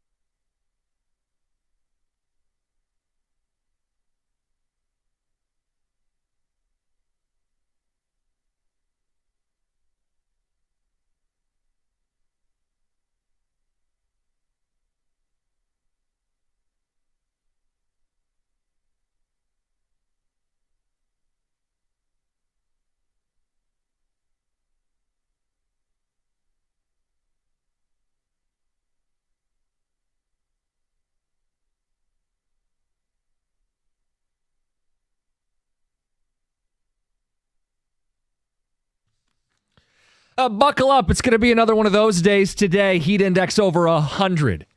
Not only hot, but humid. And if you're outside today, we're thinking of you. Swimming in it, just walking, let alone working in it. Talked about how you tried to beat the Heat this weekend. Mm-hmm. Tips for doing it. How it altered your plans. And yeah, talking about the worst jobs if you're one of those people today that's got to deal with it. Yeah, and what are some of the tricks that you have? If you're going to be out in the heat, how are you making it something that you could deal with? How are you dealing with the heat? Bearable. You outside this weekend, kids, sports and stuff? Oh, yeah. This weekend we had both, Jack was down in Northern Ohio for baseball. Ellie had softball locally, and Ruby had her graduation party. So it was, we were outside almost exclusively. A lot of sunburns. Oh, yeah. Over the weekend, but not me.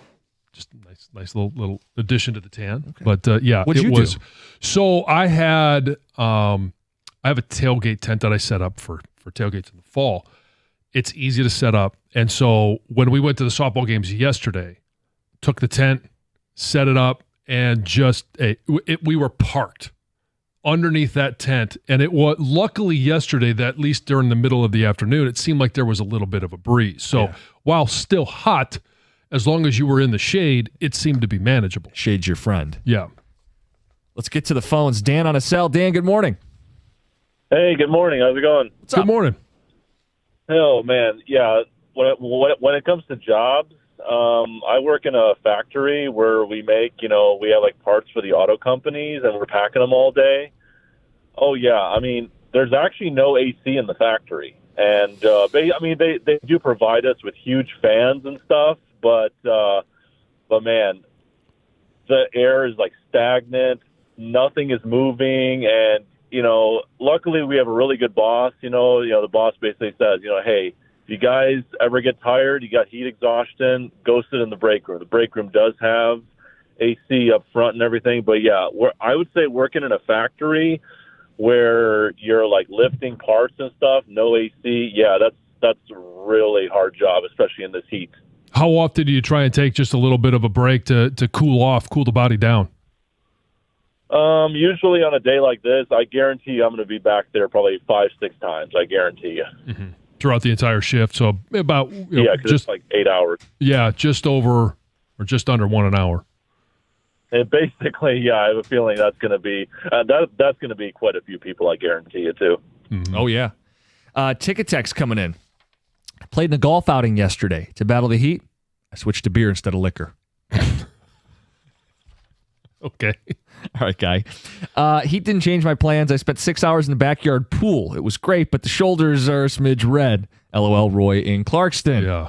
Plenty of that going around. Texter says, going to cancel 6 to 8 year olds baseball practice today. Hit the pools, not the field. Go Underdogs. How do you feel about sports today? It depends on the age group. If you have the ability, instead of practicing middle of the afternoon, if you can go at night when it's just a little bit cooler or the sun is lower on the horizon, make that change. And if you're a high school team, that's one thing. If you're 6 to 8 year olds, you don't need to be out here. Yeah, I mean, don't make it miserable for them. That's the whole thing. Is you want the kids to like it. Texter says, my girlfriend and I play in a co-ed softball league that wouldn't cancel games because of the heat. We found subs, didn't go. It's not high stakes. There's no reason to be out there dealing with the nonsense of yesterday or this weekend. I don't know if you agree with this decision. I can see you kind of going back and forth. Yeah, I mean, if you're an adult, like, you could take a cooler of water. But you're an adult. You don't have to play out. You don't have to unless you made the commitment. It's not competing for the state championship here. But you made a commitment to your team. It's still your league. Oh, come on. Come on. It's still a team. Your teammate showed up. Go to the pool. Go stay indoors in your igloo. Go watch a movie. We watched Wolves on Apple TV. Wolves. It's got Clooney and Brad Pitt. I think you'd like it. Watch movies. No. You don't like either of those guys? No, I like Brad Pitt. You don't like Clooney? No. That was a little bit too long with a little too many twists at the end. I appreciated it.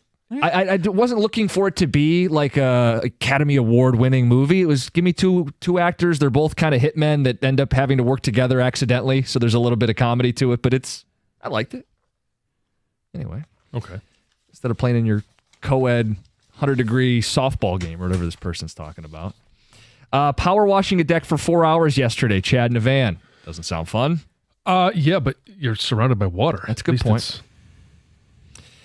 I thought AC at 73 was being nice. 85 is a joke and a perfect example why social media is full of bad ideas. Yeah, I agree. So that going around. Hey, be conscious. Keep it at 85. 80. I'm never going to get it back down. No.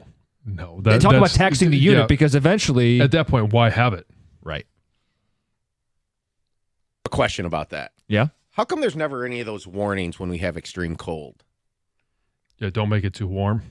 Like, yeah, you got to keep it 63 because you don't overtax the system. No, we get some. It happens that way too. I've seen it when we have like a real cold day. People are saying, don't jack up the heat because then it's going to go out and then the system's going to get stressed and we're all going to freeze to death.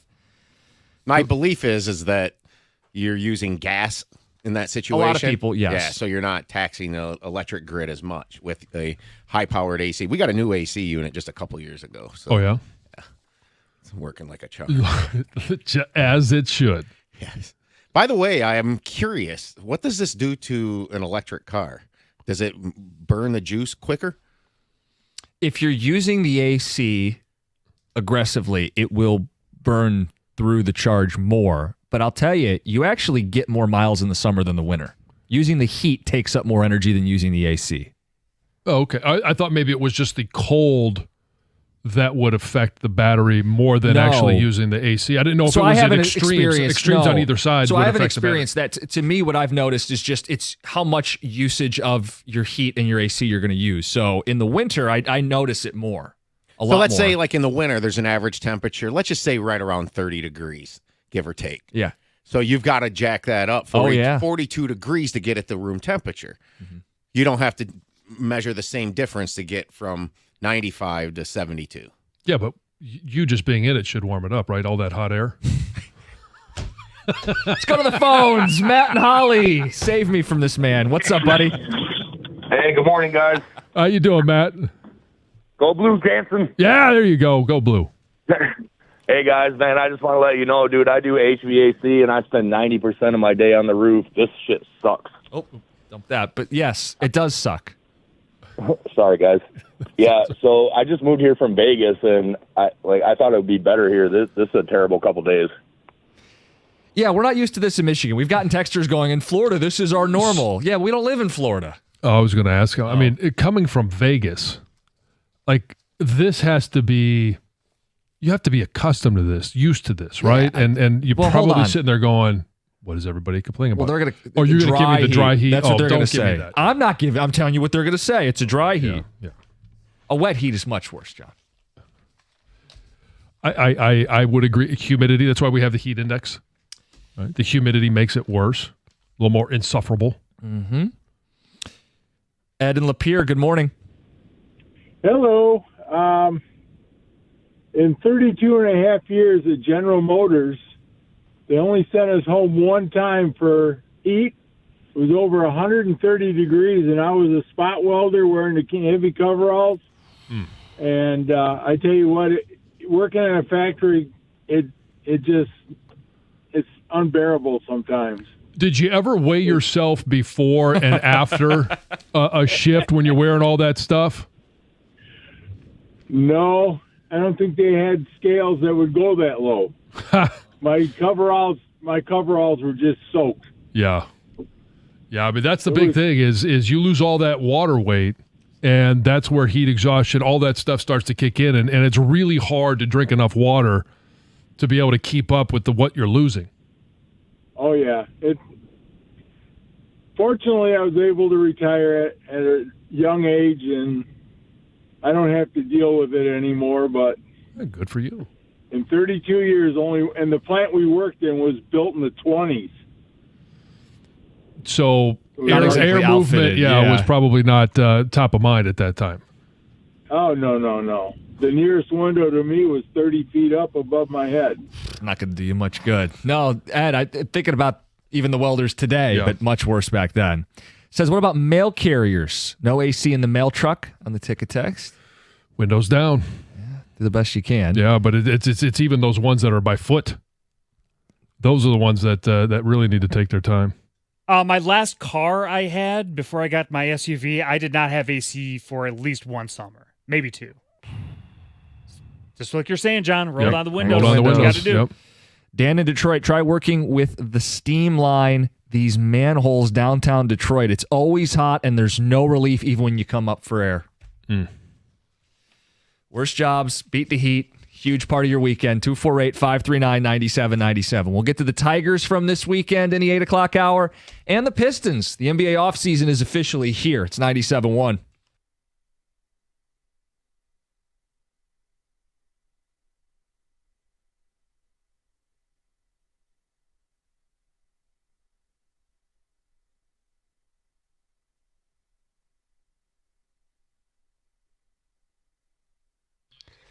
Brought to you by Mastercraft Heating and Cooling. The Tigers salvaged one game against the Rays. 9-3 the final. The game saw a little bit of everything, including a rain delay in the ninth, marking a week full of them for Detroit. There was the power shown by Wenzel Perez and Parker Meadows, accounting for 5 of the 9 runs they scored. An injury scare as well, which ended up just being a cramp for Casey Mize on the mound. He finished his day a tad early after tossing 5 innings of just 1-run ball.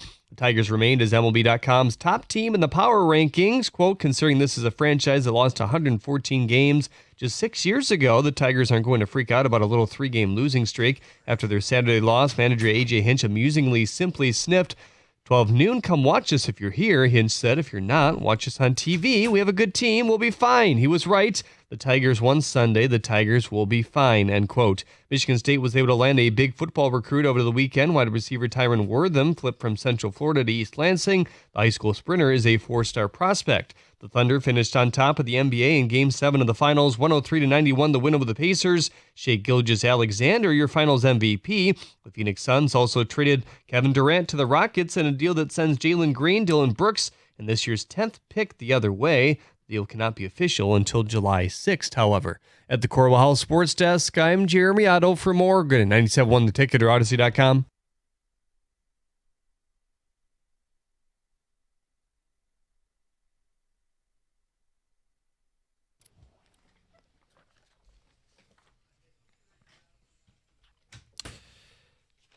NBA Finals are over. Off season's here. Big questions for the Pistons, especially with what happened last night. We'll get to it. 248-539-9797. Good morning. Happy Monday. Talking about the Heat as well. Ticket text pouring in about how you had to beat the Heat this weekend. Tips and the people who have it the worst today. Texter says, working at a golf course, we're closing at noon today. Golf course is closing? That's what this guy says. Huh. Weather is phenomenal. It's summer. Get out on a boat or a lake and enjoy it. We just suffered through the coldest, wettest spring coldest, wettest spring in 50 on more heat. Mike in Shelby Township. I don't enjoy 100-degree heat index. No.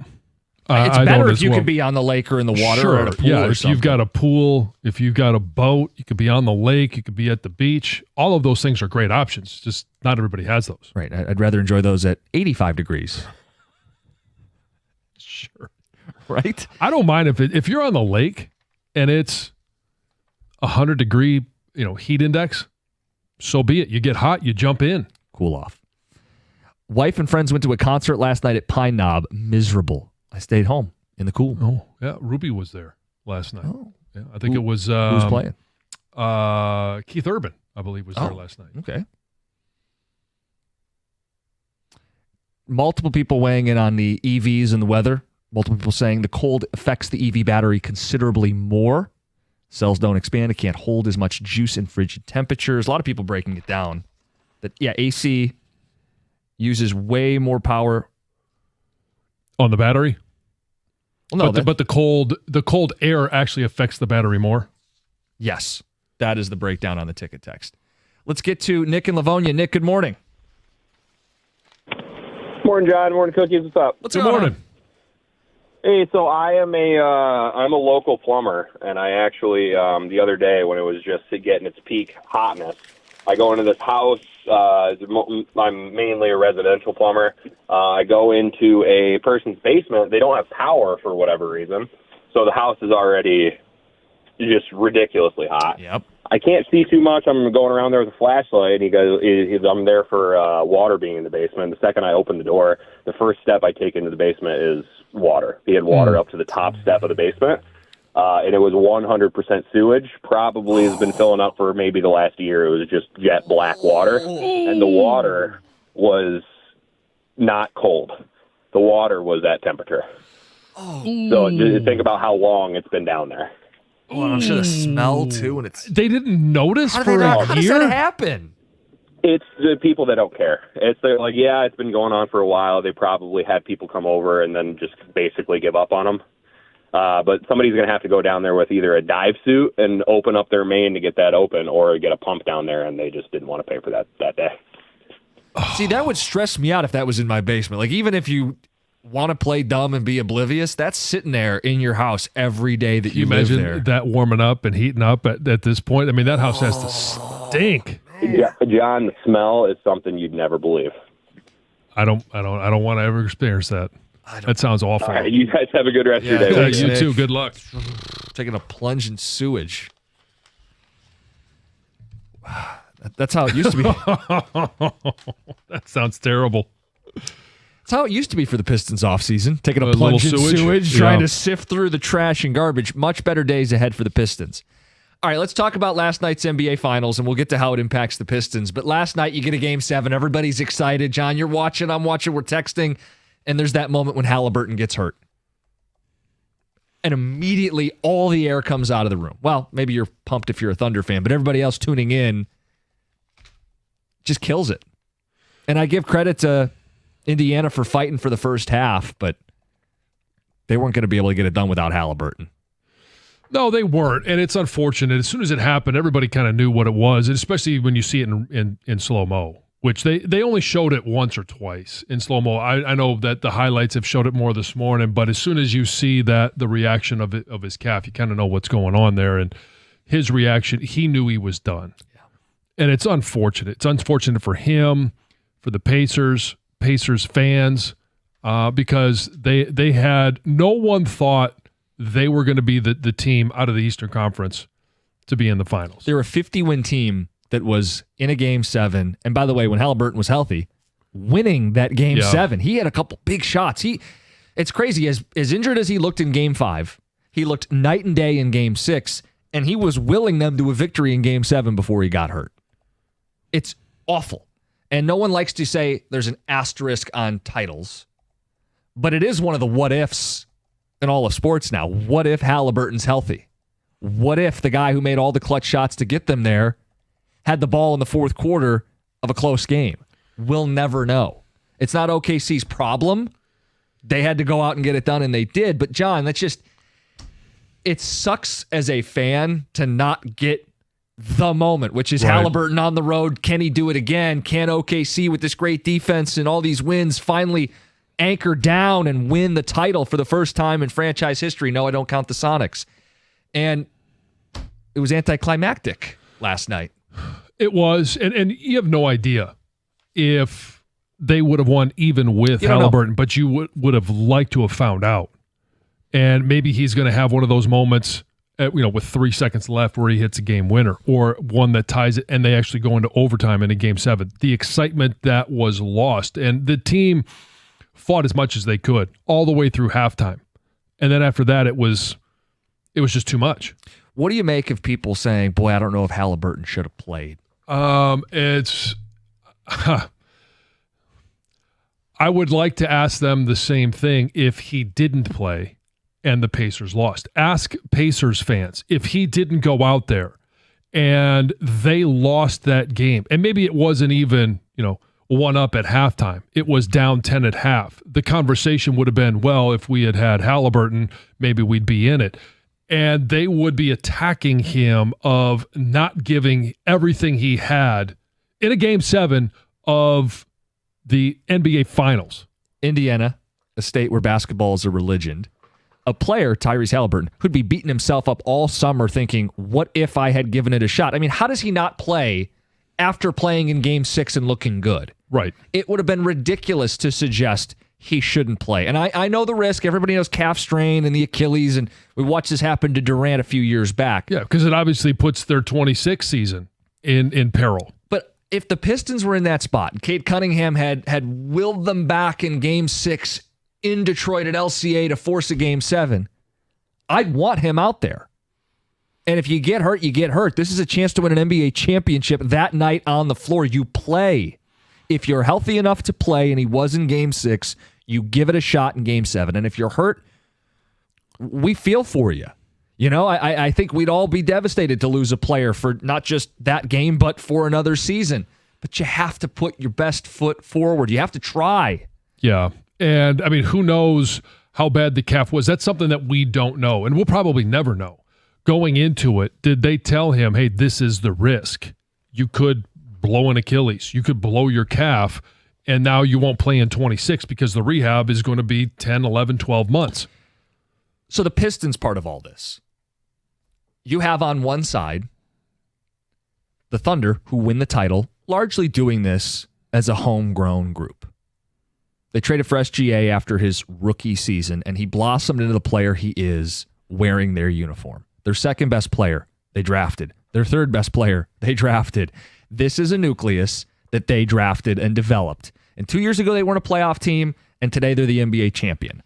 There is a case, if you're a Pistons fan, that is your blueprint. Get healthy with Ivy. Get healthy with Asar Thompson, no more blood clots. Isaiah Stewart. And say, hey, Cade right now is better than SGA was at 23 years old. That's the case.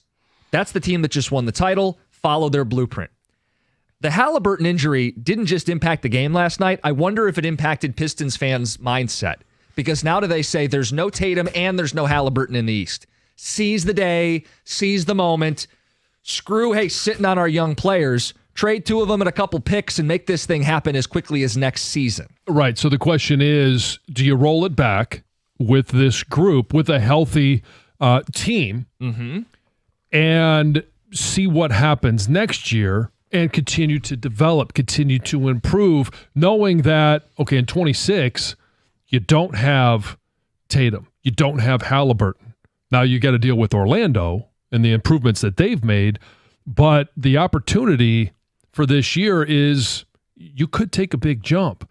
Or do you just simply roll it back and continue to get better? And then in 27, when Halliburton's back, when Tatum's back, is it much harder? Is this the year that you want to make a big move in free agency and go for the championship? The Hallebertton injury, the Thunder winning the title. Which motivated you more? Which pushed you into one plan over the other? 248-539-9797. I think you can make a compelling case for both, and we'll get to where we are coming up next, but we want you guys to feel like, hey, there's evidence on both sides. If you're feeling a particular way, you want the move, Halliburton's hurt, go for it. You saw the Thunder do it, don't go for it, stay the course. 248-539-9797. We'll get to that and more. It's 97.1. Hey, you need to be on FanDuel because nothing says summer fun like adding some excitement to the game while your friends are getting sunburned at the beach. Summer sports are calling your name. Baseball under the stadium lights, golf on pristine green fairways, soccer matches with world-class goals, and all the action-packed moments in between. If you are going to spend all day following your favorite sports on your phone anyways, you might as well make it more thrilling with FanDuel. Open the app today to see what daily promotions they have going. And if you're new to FanDuel, new customers can bet just $5 and get $150 in bonus bets if your first bet wins. Open the FanDuel app today or visit FanDuel.com/971 Detroit. That's FanDuel.com/971 Detroit to get started. Must be 21 or over and present in Michigan. First online real money wager only. $5 first deposit required. Bonus issued is now withdrawable bonus bets that expire 7 days after receipt. Restrictions apply. See terms at sportsbook.fanduel.com. If you have a gambling problem, call 1-800-GAMBLER.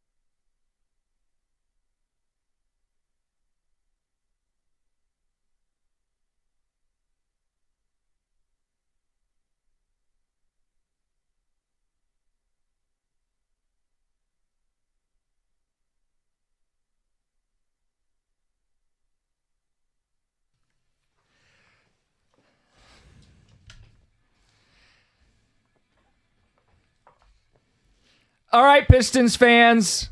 You watch the Thunder win a championship. Youngest to do it in 40 years. Is that the blueprint? Or you watch Hallebertton get hurt.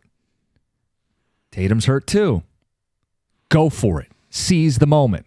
Is that the plan this offseason? Which camp are you in? 248-539-9797. And I'm not going to shame you because I think you can make a compelling case for either side. Mm-hmm. I think the Pistons have a pivotal offseason in front of them for those reasons. Where are you at? I think it's all about, and here's where we look at what Trajan Langdon did last year. He finally gave Cade some tools that make his game better, that allowed him to grow, to blossom, to become the player that he was, to become the all-star that he was.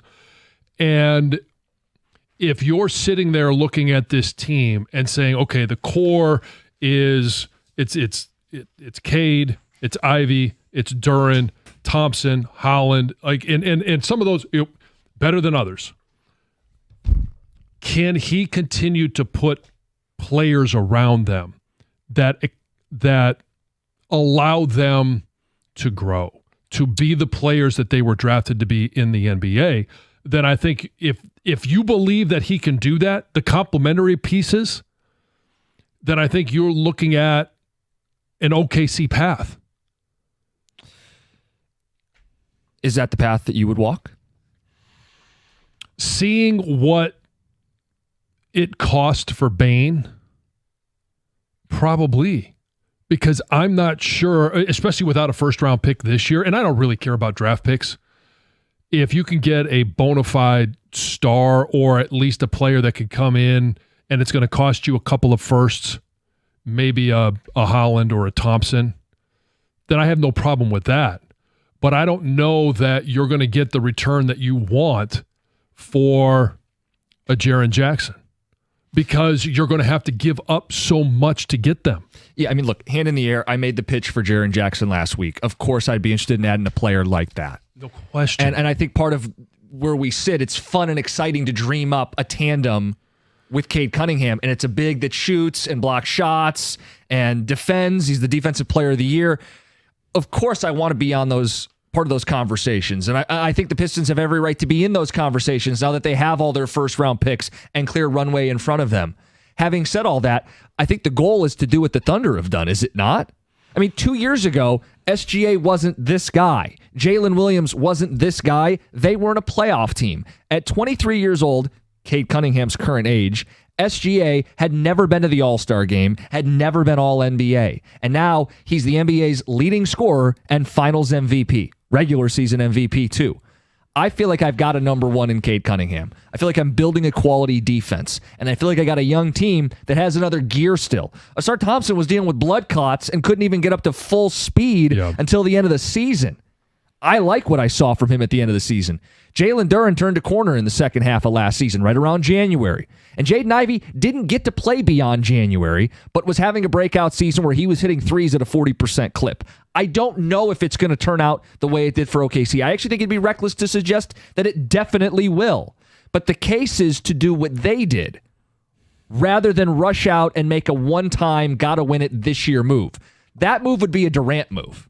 I'm happy they weren't in on Durant yesterday. Durant joined Phoenix after they'd already made a title. Didn't get back. What did Durant do post-Golden State? He's a great player, but it did not immediately lead to wins, and now he's 37 years old, and you'd be burning. In the case of the Rockets, a top 10 pick, we don't have one, so it'd be multiple firsts.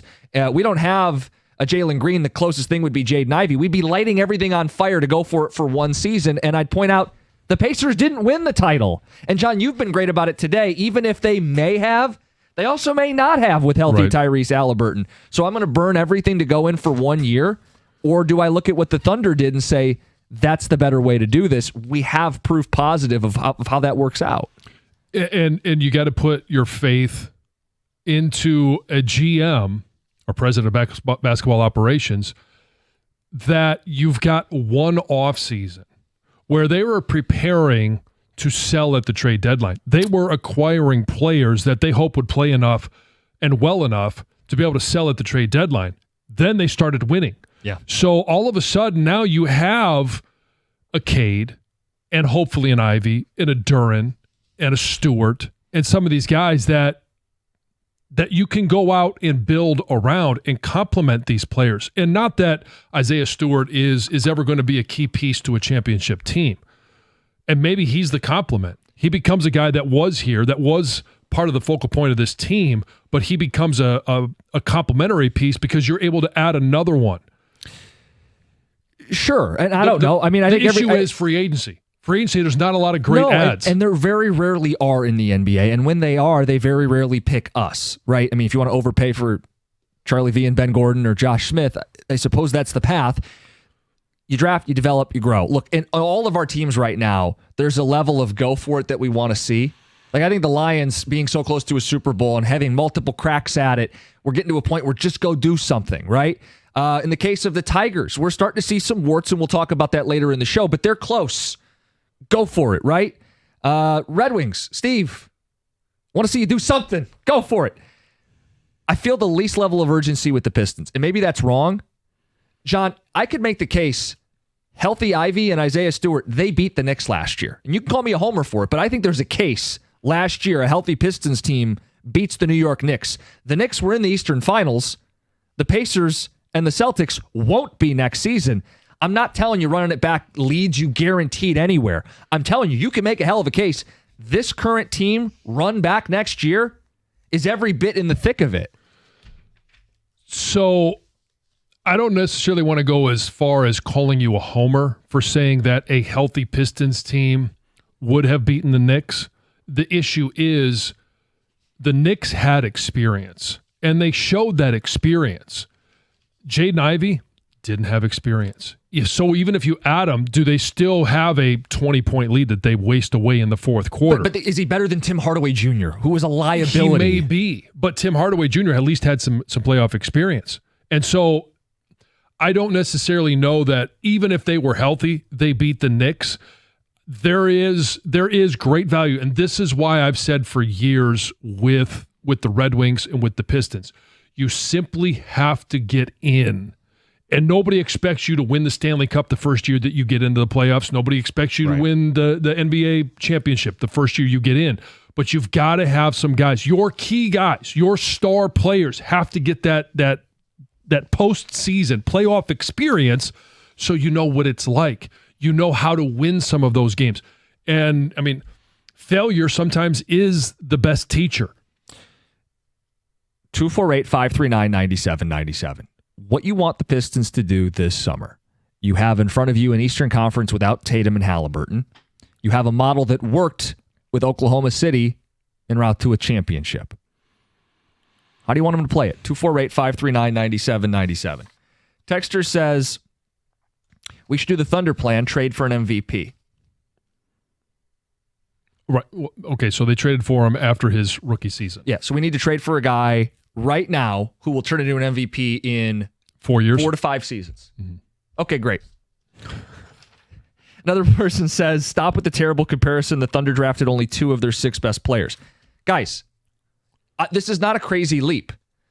They have their best player, SGA. Yes, they traded for him.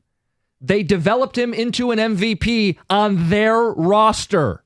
We have our MVP candidate in Cade Cunningham. Both teams got their lead guard, however they acquired them, with MVP upside, right? Cade's all-NBA. Cade's an all-star. He did it much younger than SGA. He was a number 1 pick. There's a pedigree. I can make that claim. How do we get everybody else? Well, the Thunder's second best player they drafted, and their third best player they drafted. So that's the case is, sure, we can add Hartenstein and Caruso down the line, but their team is built on who they have developed. Well, just a quick note about Caruso. Remember how they acquired him. They traded Josh Giddey, who was a lottery pick, 14, 6, and 7 guy, and traded him to get Alex Caruso. They're not popping champagne last night without Alex Caruso, in more ways than one. Yep. Well, they're not really popping champagne at all without last night. Caruso. Yeah. They had no idea. For people who missed that, should we tell that story next? Absolutely. All right, a little fun. Pistons and the Thunder and the Pacers and what we learned from this. It's 97.1. Been telling you about KG Law. If you find yourself injured in a car accident, you need a law firm that cares about you. It's KG Law. It's Lawrence KG. That's his team. They go above and beyond to deliver for you. And they're not your stuffy, slimy lawyer types. They're down-to-earth, approachable people, and you can see that translates in the way they win. 98% success. They get it done. Phone number is 877-KG-CARES, online at kgcares.com. That's K-A-J-Y. If you or a loved one has been injured in a car accident, call KG Law now. That's kgcares.com, kgcares.com.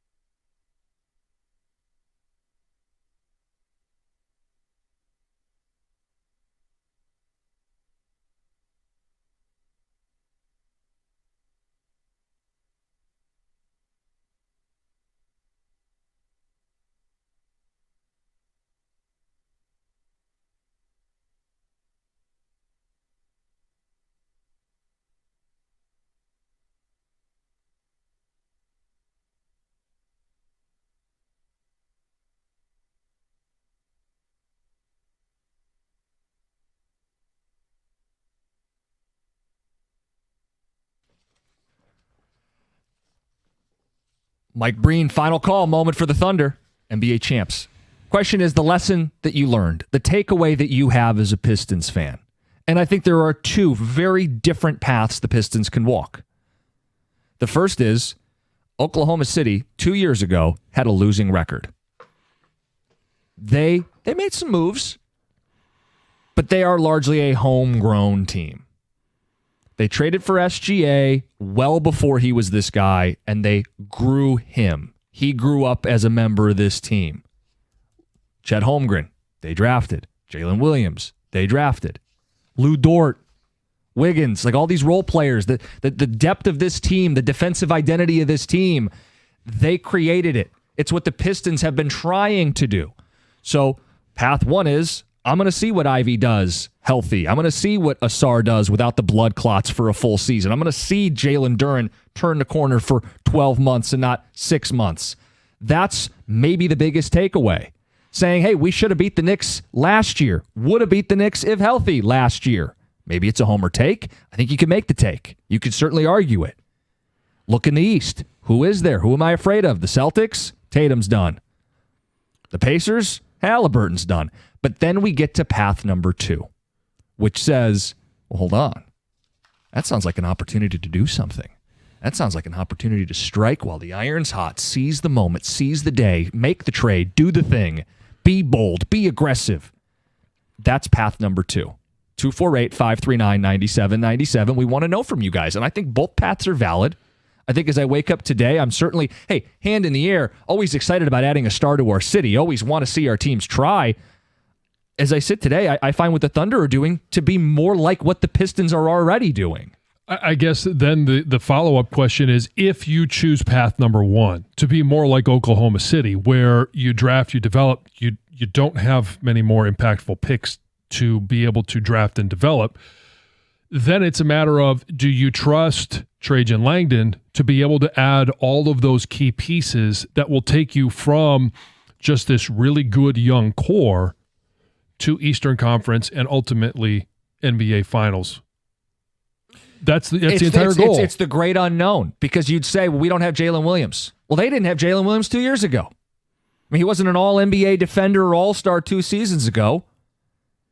They didn't have SGA like this 2 years ago. He wasn't an MVP. He wasn't a, this caliber of ball player. It is the great unknown, and that's what makes this such a fun conversation. 248-539-9797. So you have the 2 seed, the 4 seed, and the 5 seed who all suffered significant injuries in the playoffs. All 3 Achilles, Tatum, Hallebertton, and Lillard. Yeah. Giannis might be moved. Right. I mean, have they, as is, are the Pistons the 3rd best team going into next season in the East? So you'd say Knicks, Cavs, and I'd probably put Orlando ahead of them right now. You would? So 4. So think about that. You're a top 4 seed with home court advantage. As is. You should win a series, and you should be, making noise. Don't you push that envelope? So again, it's last year they added Beasley, Tobias Harris, Tim Hardaway Jr. At the deadline, they added Schroeder. Are you just running it back with those guys as well? Like, because couldn't you say though that the Thunder would have been accused of, well, all you're going to do is add Alex Caruso and Isaiah Hartenstein? That's all you're going to add? You're a 2nd-round team.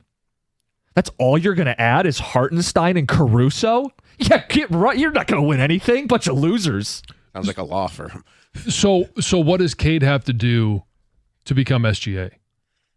Well, there's a lot, right? I mean, that's a big leap. But if that's the big leap that Oklahoma City took, is the fact that SGA went from being a non-all-star into 2 years being a league MVP. You know what my answer is, and it's kind of smarmy, but he's just going to have to bait for more fouls. Nobody wants to hear that. You need to get to the line 7-8 more times a game. I mean, that's another 5-6 points a game. Now you're a 30-point scorer. Does he get that respect now that he's an all-star, now that he's one of the top 15 players in the NBA? Without having debate, does he get some of that respect and get some of those calls? Well, yes, some of it will come naturally. My point is you have to be unapologetic about it. Go be an unethical hooper and win an NBA championship. Right? I mean, Brunson does it. They're in the Eastern Conference Finals. Nobody wants to hear that, so I guess just put your head down and work harder. Is there a world where you just see what you have, you run it back, and then you make an in-season trade? Potentially. I mean, this thing is so crazy with Ivy. Yeah. They were robbed of seeing how that would have worked. Right, but they played better when he didn't play. It's just a fact. Well, the results were better. Asar Thompson also played more. Jalen Durant got considerably better. I mean, I would have liked to see Ivy shooting 40%, which he was, with those other guys on the ascent before I would definitively say he couldn't. But it also needs to be at a better rate. Like, okay, at 40%, but he needs to be able to shoot more and hit 40% at that rate. And flow within the offense. Right. I mean, we don't know. It'd be great to know, but it's a great unknown. Would they have beaten the Knicks if they had him? What do they look like? Does he keep that shooting percentage up? Because I'm like thinking here, what if they just added another 3-point shooter? Well, wait a minute. They might already have him. Or what if their 3-point shooter Beasley showed up for most of the series? Right. They were very much in it with the Knicks, who were in the Eastern Conference Finals. I know that makes people say, well, then just go for it. There's also a case that says you're right there. You don't have to burn through all your assets to chase the title next season because you may be there already. Right. Look at the Thunder. Speaking of the Thunder, young team. No better example of how young the Thunder are than after the game. So you're familiar with how this works, John. Team wins a championship. They go inside the locker room, and it's a mess. They've got, the walls are all... they got the Bisqueen up. They got the tarps. And they've got, the goggles on. And they're spraying champagne and beer, and it's a crazy scene. If you see some videos, you'll notice that wasn't the scene last night, at least not initially, in Oklahoma City's locker room. The explanation after the game from Isaiah Hartenstein about... what about the champagne?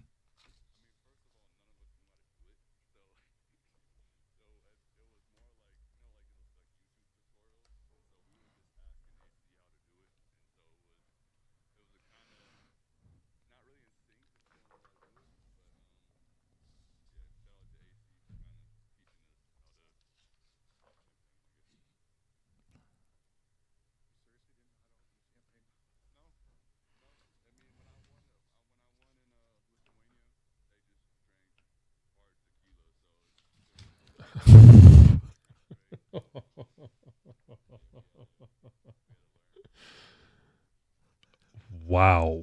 You think the Pistons are the same way? Just straight tequila. Be Fontecchio that would have to show them how to... That's why you got to keep them around. Designated champagne popper. I mean, they're a young team, but nobody at a New Year's Eve party ever... I mean, it's not hard. No. I mean, it's two steps. You take off that little wire thing that holds the cork on and the foil. And you shake it and you pop it. Yep. They couldn't solve this puzzle after the game. Someone help, pull up YouTube.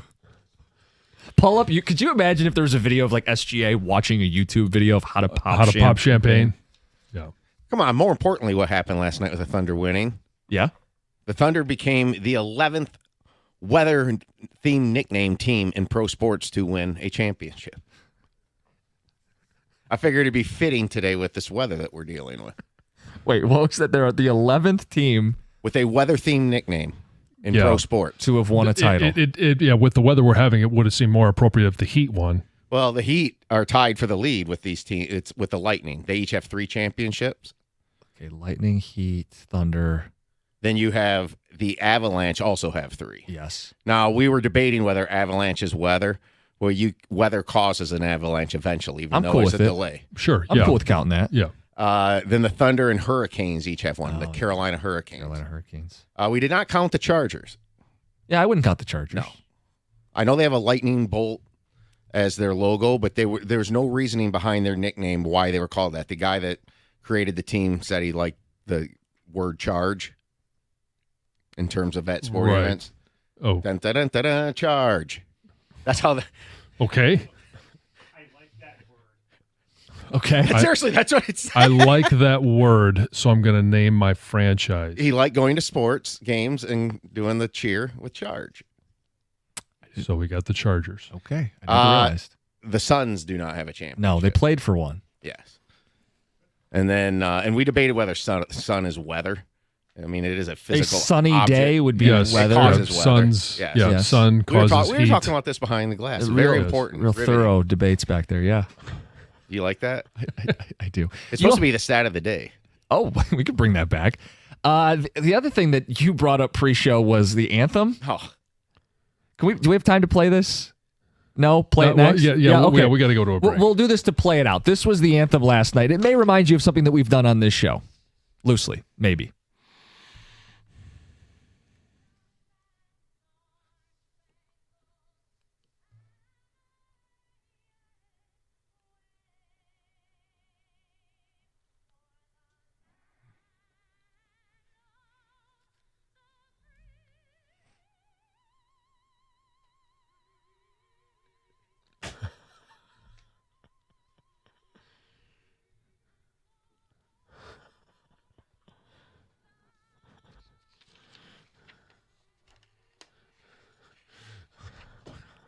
That's just dirty.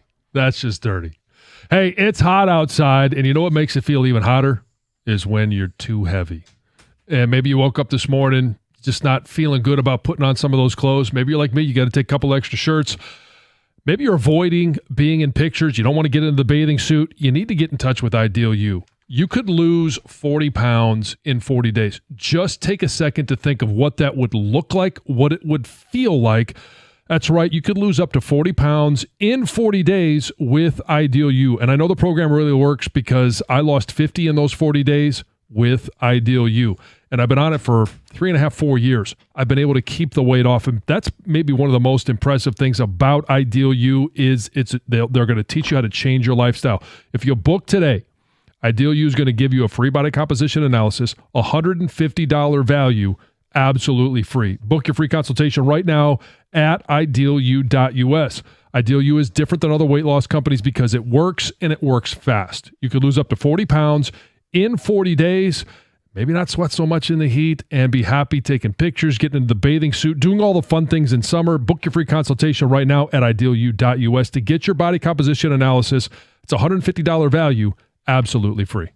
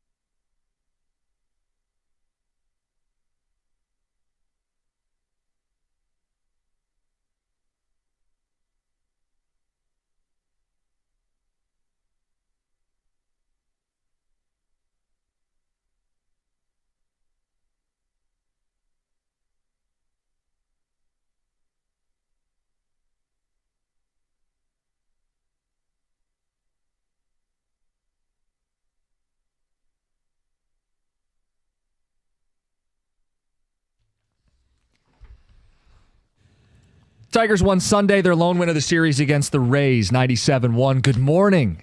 Been talking a lot about the NBA last night. Thunder win a championship. Been talking about the Heat. Mm-hmm. How about we talk about the Tigers for a little bit here? Yeah. I mean, heat's on them. Well, you've put some heat on them.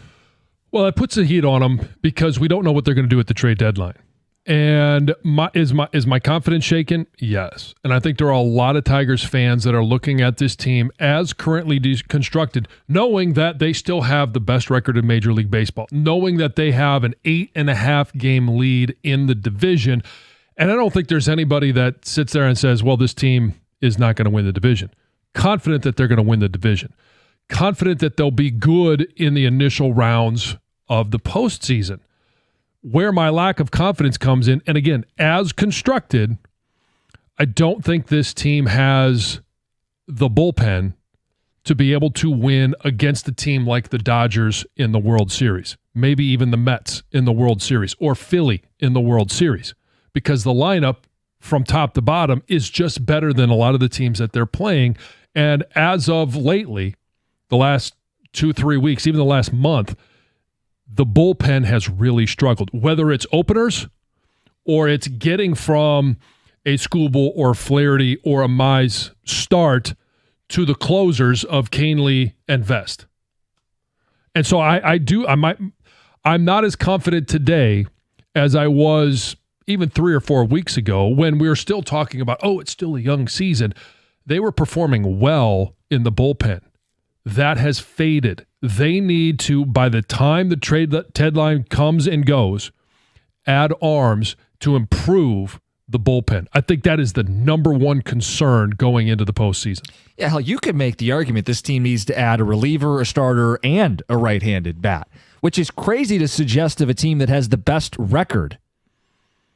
But if we're allowed to have honest conversations here on the radio, John, you have every right to express this concern. The bullpen that was a strength a year ago is now middle of the pack. It started very strong. Mm-hmm. It's middle of the pack today. Well, what do you think has had to happen between now and then? It's been a tough 3 to 4 weeks. They've lost 2 of the last 3 series, and it doesn't mean the season's canceled or anything. It just means we're allowed to have a conversation here, right? AJ loves the opener strategy, and the logic checks out, right? If you put a good reliever in the game to face 1, 2, 3, 4, then the next guy who comes in gets a softer landing and is better positioned to go 5 innings. The opener strategy makes sense, but I said you start with a good reliever. Tyler Holton's not who he was a year ago. Brant Herter is not who he was a year ago. Hannafy, or even at the beginning of the year. Right. So the idea of chaos works when you have a great bullpen. It lessens the need for 4 horses in the rotation come playoff time if you have a good bullpen. John, they do not have a good bullpen right now. And that's my major concern and I think that's the number one thing this team needs to add before they get to the trade deadline is arms in the bullpen. Solidify that bullpen. And I know everybody looks at the starters and says, well, he's had a roller coaster of a season. And same with Casey Mize. Reese Olson is currently out. I think that this starting rotation will be good enough to win. But because there's a 100-pitch limit or it's a 7 innings or you don't want to see a lineup go through 3 times, how are you going to get from starter to closer? Guys, that's the dirty secret. Postseason baseball is bullpen baseball. For everything John is saying. Pitch limits, matchups, third time through. It's not just what the Tigers did well at the end of last year. It's largely how playoff baseball is played. If your starter can give you 5, great. Anybody not named Skubal, that's a win in playoff baseball. How are you getting the next 4 innings the next 4 days? It's got to be your bullpen. And I could sit and scream that they need a bat, and I've done it. We've got the little button here, and I could, right. And I think they do need a bat, but it's the whole airplane analogy. You have to secure your mask before helping another. This team is built through pitching and defense and running the bases and taking the extra bag. Mm-hmm. If they cannot secure the pitching, I don't think they're built to win 8 to 7 ball games, whether they add the bat or not. Pitching's the biggest thing. Yeah, and so, I mean, the question is, who else? Am I the only one that has this concern about winning a World Series? Not about getting to the postseason, not about winning the division. I think they're good enough to do all of those things. But ultimately, the goal is to win a World Series. Can they beat the Yankees in the postseason with their lineup? Now, I know this is on the heels of them, I think, whether they 3-7 in the last 10, and they spent 3 games where they couldn't score a run. Yeah. So it's not like we're the only team that has deficiency. You look at the Dodgers. Their lineup is great. Yeah. Their pitching has been suspect at best. Look, you're getting a real glimpse into it right now in real time, well before the trade deadline. So the Scott Harris, there's no excuses. You'll know your issues. You've got the farm system to fix it. Bullpen, John, I guess the silver lining here, easiest thing to add, cheapest thing to add. Yep. No excuses. But you're right, it's a huge issue, and I know people were complaining about the opener, and A.J. Hinch defended it a little bit this weekend. Free Press had a great stat side-by-side. In 2024, openers had an ERA of 2.05, and bulk relievers had a 3.65 ERA in over 100 innings. It was a winning strategy. We hailed it. This year, it hasn't worked out as well. Openers have a 4.5 ERA, and bulk relievers are even worse at 4.89. It's not that the strategy doesn't work. You don't have the horses to execute it this year that you did a year ago. And the numbers line up that when they get to the 8th inning with the lead, they get to the 9th inning with the lead. Hey, they're able to close out those games and win them at an extremely high rate. The issue is getting to that 8th and the 9th with the lead. 248-539-9797. Don't leave John on an island. Some of you have concerns too. This bullpen, biggest concern. Not good enough to win the World Series. It's 97-1.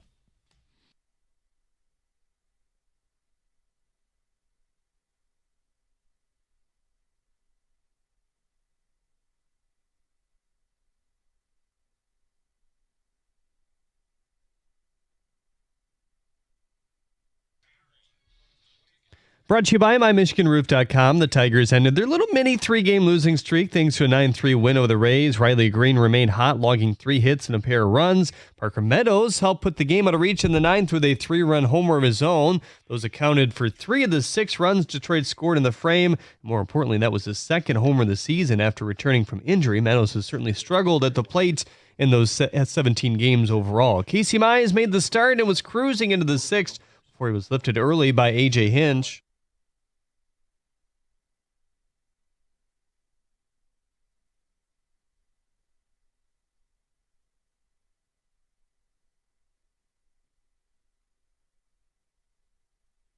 UD Jesuit grad Joe Hooks earned his first opportunity to play on the PGA Tour by capturing the John Shippen Men's Invitational at Detroit Golf Club yesterday.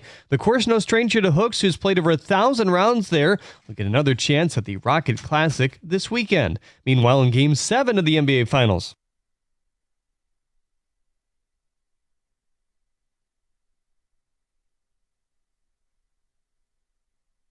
Mike Breen on the call for ABC, 103-91. The final, Shai Gilgeous-Alexander was named Finals MVP. He's one of 10 players in history to take home the regular season and Finals MVP honors in the same season. He netted 29 points and 12 assists and commented after, quote, "It's hard to believe that I'm a part of that group.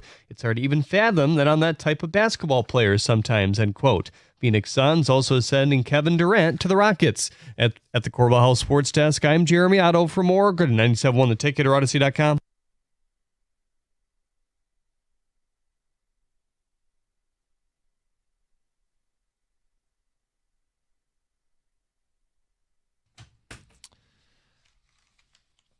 John let it slip. He's got some concern. Your confidence is shaken in the Tigers' ability to win the World Series.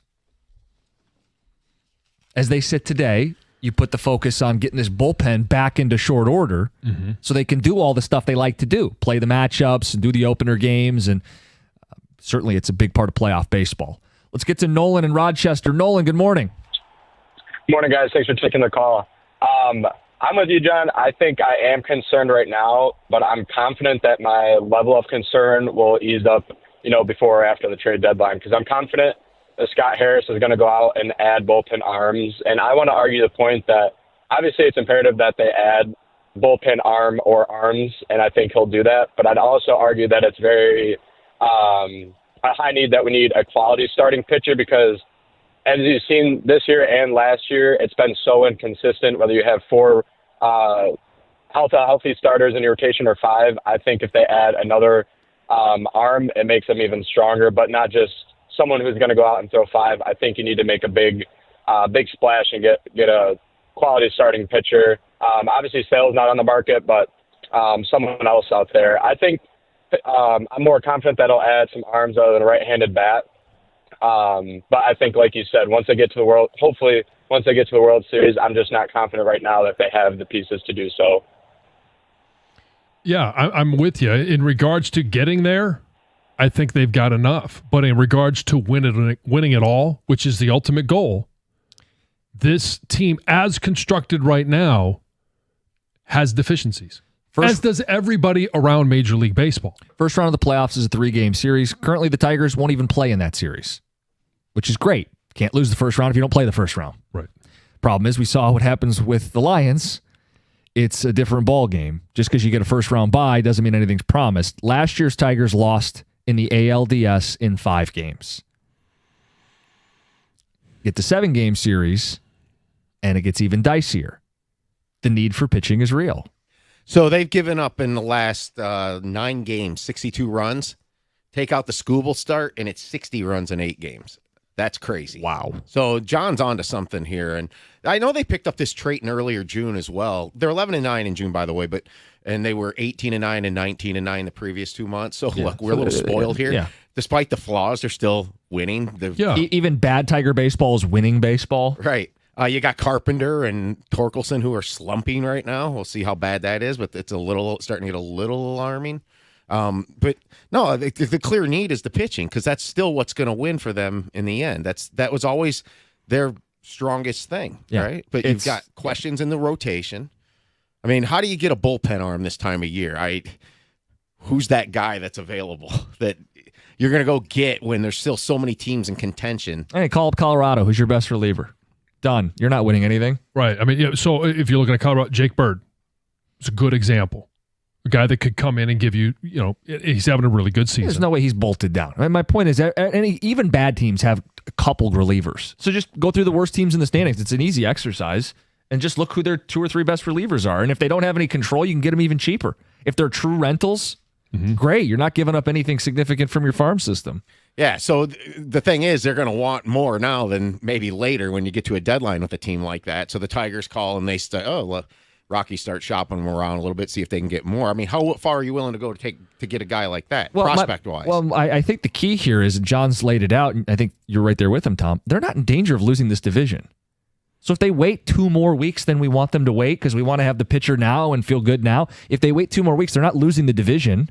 And all that matters is getting that guy for the postseason. Well, and more guys might become better options. Aroldis Chapman.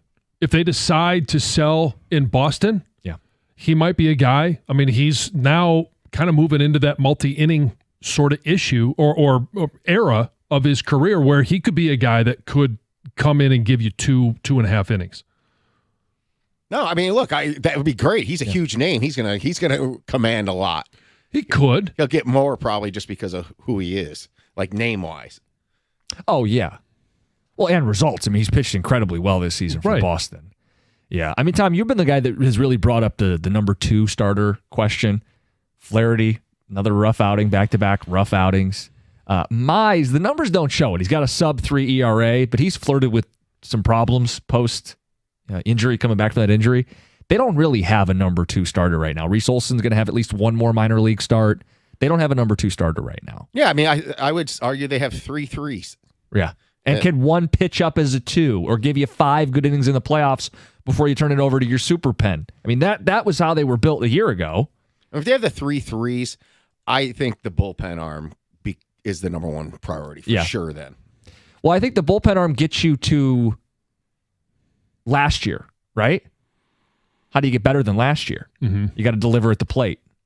I mean, both are needs. I just think the first thing is, hey, lock down your foundation, get back to who you are, and then, you still got to add a bat at some point. It's a crazy conversation to have. Like, we have one of the best teams in baseball, and yet they have clear, glaring needs that they need to address if they're going to win a World Series.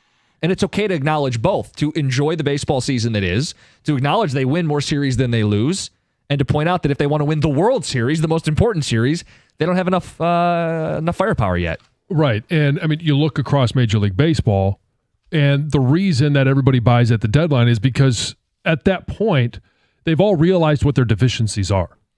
And the Dodgers are going to be selling a lot to try and get better starting pitching. The Yankees are kind of interesting because they've got a lineup and a pretty loaded lineup, yet they've gone 3 games in the past 10 where they couldn't score a run. So this is the middle of the season.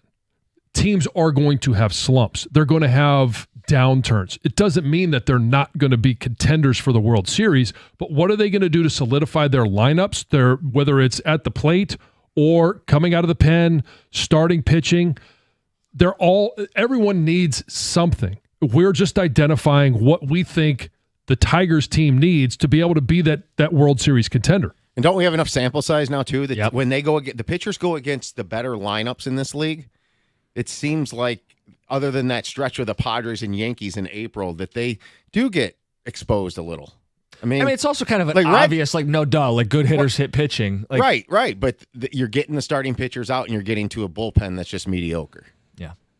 248-539-9797. Tigers took 1 over the weekend. We're not used to coming in on a Monday talking about losing a series, but this is back-to-back Mondays. We've come in from a weekend talking about losing a series. Yeah, and what do we have? We've got a day off and then homestand. A Scooble start. A Scooble start to settle things down. Mm-hmm. Yesterday was helpful too. Stop the skid. Yeah. Now, Scooble, you start a new one. New routine here. New run. What they got, A's and Twins. Yeah. And I think, and I should have double-checked this, whatever, I'll just say it. I think Scooble's throwing Sunday Night Baseball. I could tell you right here. If it stays on track, he would throw Sunday Night Baseball. Sunday Night Baseball. How fun is that? Oh, especially against a division rival. Division foe, Comerica Park. Sunday Night Baseball, it's been forever. I mean, last year was the Little League World Series, if that counts. It counts. But, yeah, we don't really get Sunday Night Baseball. I mean, Comerica Park, I'm sure we'll get the stat between now and then. Last time Comerica Park hosted Sunday Night Baseball, it's been a while. And to have Scooble on the mound for it, it's perfect. Yeah. Anyway, 248-539-9797. What do we got here? It says, ticket texters, I hope you guys enjoyed the season. They've showed their true colors. They're not going to do anything of substance in the postseason, even if they make it. Texters, I'm with you, John. As constructed, I don't think they win anything. But that's why they have the ability to add. And Scott Harris came on this show and said, we are prepared to add to this team. I do believe that they will. It's just we have no idea what route they're going to go. Are they going to go with the bat? Because, as he said, we want to make our team really hard to pitch against. Or are they going to add somebody in the bullpen? Are they going to add a starter? I think the starter for me is probably third on the list. I'd like to see two arms added in the bullpen. Texture says Mize is pitching like a number 2. If you put his numbers under Flaherty's name, you'd be talking about how amazing of a pickup it was bringing him back. It's about consistency with Casey Mize. You also got to watch some of these starts. Like yesterday was fine, right? Yesterday's fine. He went 5 innings left because of some cramps in the heat, and they're extra cautious. But he's had some games where if you look at his box score, he gave up 2 runs. But like we've watched those games and go, boy, there's a lot of traffic. Oh, what was it with the I think it was the White Sox? I can't remember which team he was playing, but it was a first inning, bases loaded, and he gets out of it. Second inning, bases loaded, and he gets out of it with no runs. Like You're flirting with fire. And you deserve credit for dealing with the adversity, but you can't be putting yourself in those positions because baseball's a game where you're going to get burned. Yeah, I think he has the potential to be a number 2. I'm big on the revamped Casey Mize with the slurve and the harder splitter and the velo. He's 2 years removed from Tommy John. I am a believer in his upside, but we got to be careful about. I mean, his ERA is I think 2.8. His FIP is almost a run higher. So there's a reason for that, guys. I agree with you that there's a world where that's who he is, and he is the 2. I'm going to treat it like Torque a little bit. I need to see more. Because Torque's coming down to earth too, okay? And he was the guy that, hey, everybody kind of wrote off just sort of like Mize. We had a topic earlier this year where it was Torque, Mize, and Baez, buy, sell, and hold. I mean, look at Torkelson since then. Mm-hmm. I mean, his OPS has dropped under 800. Yep. I think does he have 1 home run in June? Yeah. And 2 maybe? Yeah. And what about this Keith experiment at third? Looked good the first couple games. Yesterday he bobbled the ball. he should have had. And he also was fielding when they were trying to get the ball in, let one get behind him. I think Saturday night. It's going to be a work in progress with him. They are using it as a chance to get his bat in the lineup. AJ's been batting him leadoff. Right. Texter says there's no reason to freak out. Tigers went through a stretch where they played 4 games in 48 hours with a flight sandwiched in. It's a grind. They're humans. They'll be fine. That's part of the equation, is the way that Pittsburgh series ended with the rain delays, with the doubleheader. They get into Tampa at, 3 o'clock in the morning, and then they've got to start off the series with them. No surprise. I wasn't shocked that they lost that first game. The second one I was a little bit more concerned about. And this bullpen thing is not a 4-game sample size, guys. Right. The bullpen thing is a multiple months thing, and you're looking around looking for guys you can count on. It's just not as many guys as last year. It's 97-1. Hey, in sports, when you're sidelined by an injury, it's personal. And the same goes for life. That's where personal injury attorney David Femininio steps in. And trust me, after an accident, you need an attorney who's going to make it personal. That someone is David Femininio. He uses the slogan, "Get David, get paid." And it's not just a slogan to him. It's a promise to take care of you. So if you or someone you know has been injured, you need to tell him to call David Femininio at 855-65-CRASH, or you can always go to his website, getdavidgetpaid.com. That number again, 855-65-CRASH, or on the web at getdavidgetpaid.com.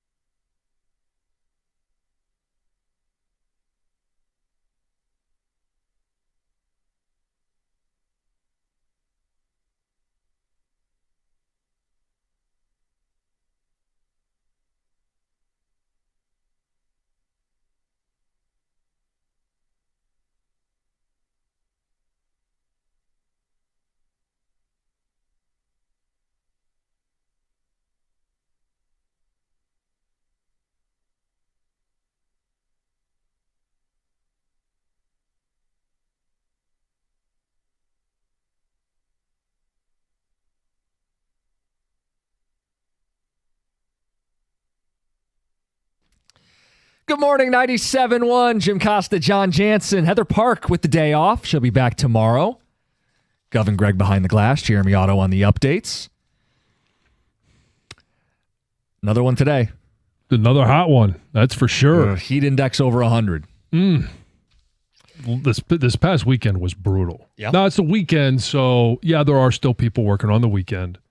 But it felt like it was your choice if you were going to be outside, what you were going to be doing, how you were going to deal with it. Now everybody's back to work today, and they're forced to deal with what looks like could be record heat. And it's not just that it's hot, okay? Yeah, we all can see, like on the dash of your car driving, 95, 100 degrees. Like over the weekend, that's what I saw when I got in the car. It's the fact that you're swimming in this when you get outside. It's a little humid. It is more than a little humid, and it's miserable to be outside. So we're thinking of you if you're working outside today. We want to know about the worst jobs to have when the weather's like this. Yeah. And how you're planning to deal with it. Yeah, how you beat the heat. Maybe that was this weekend. You just opted out of things. You changed your plans. You got creative if you were outside. But we've got open lines, 248-539-9797. Yeah, not everybody can opt out of their job for a day until it cools off, because even tomorrow it's not going to be that much cooler, and it doesn't feel like it's going to break. Even if it breaks a little bit, Wednesday's still going to be warm. So how are you dealing with the heat? Like, just an example, okay? I typically cut the grass closer to our trash pickup day. But last week we had that rain, thunderstorm, tornado, random weather, and it just kept getting pushed back. So I cut it this weekend. And it doesn't take me a long time to cut my grass, especially when the neighbor's doing some of the front yard from time to time, John. You're familiar with that dynamic. But when I get to work on the yard, you got to start baking cookies. Yeah, exactly. But when I'm getting to mow in the yard this weekend, I wasn't out there for about a half hour, give or take, maybe a little more. I came inside and I'm just a puddle. And if anybody was outside for more than an hour, you had to have some kind of cheat. You had to have some kind of workaround, because it just wasn't going to be it to sit in that, stand in it, and bake in it. Yeah, I the way my weekend set up, mowing the grass, which takes me a lot longer than it used to with the new house, about an hour and a half, and I didn't start until 3 o'clock yesterday. It was brutal. So the peak of the day. Yes. And way to go. Yeah. Hey, well, it was, you know what?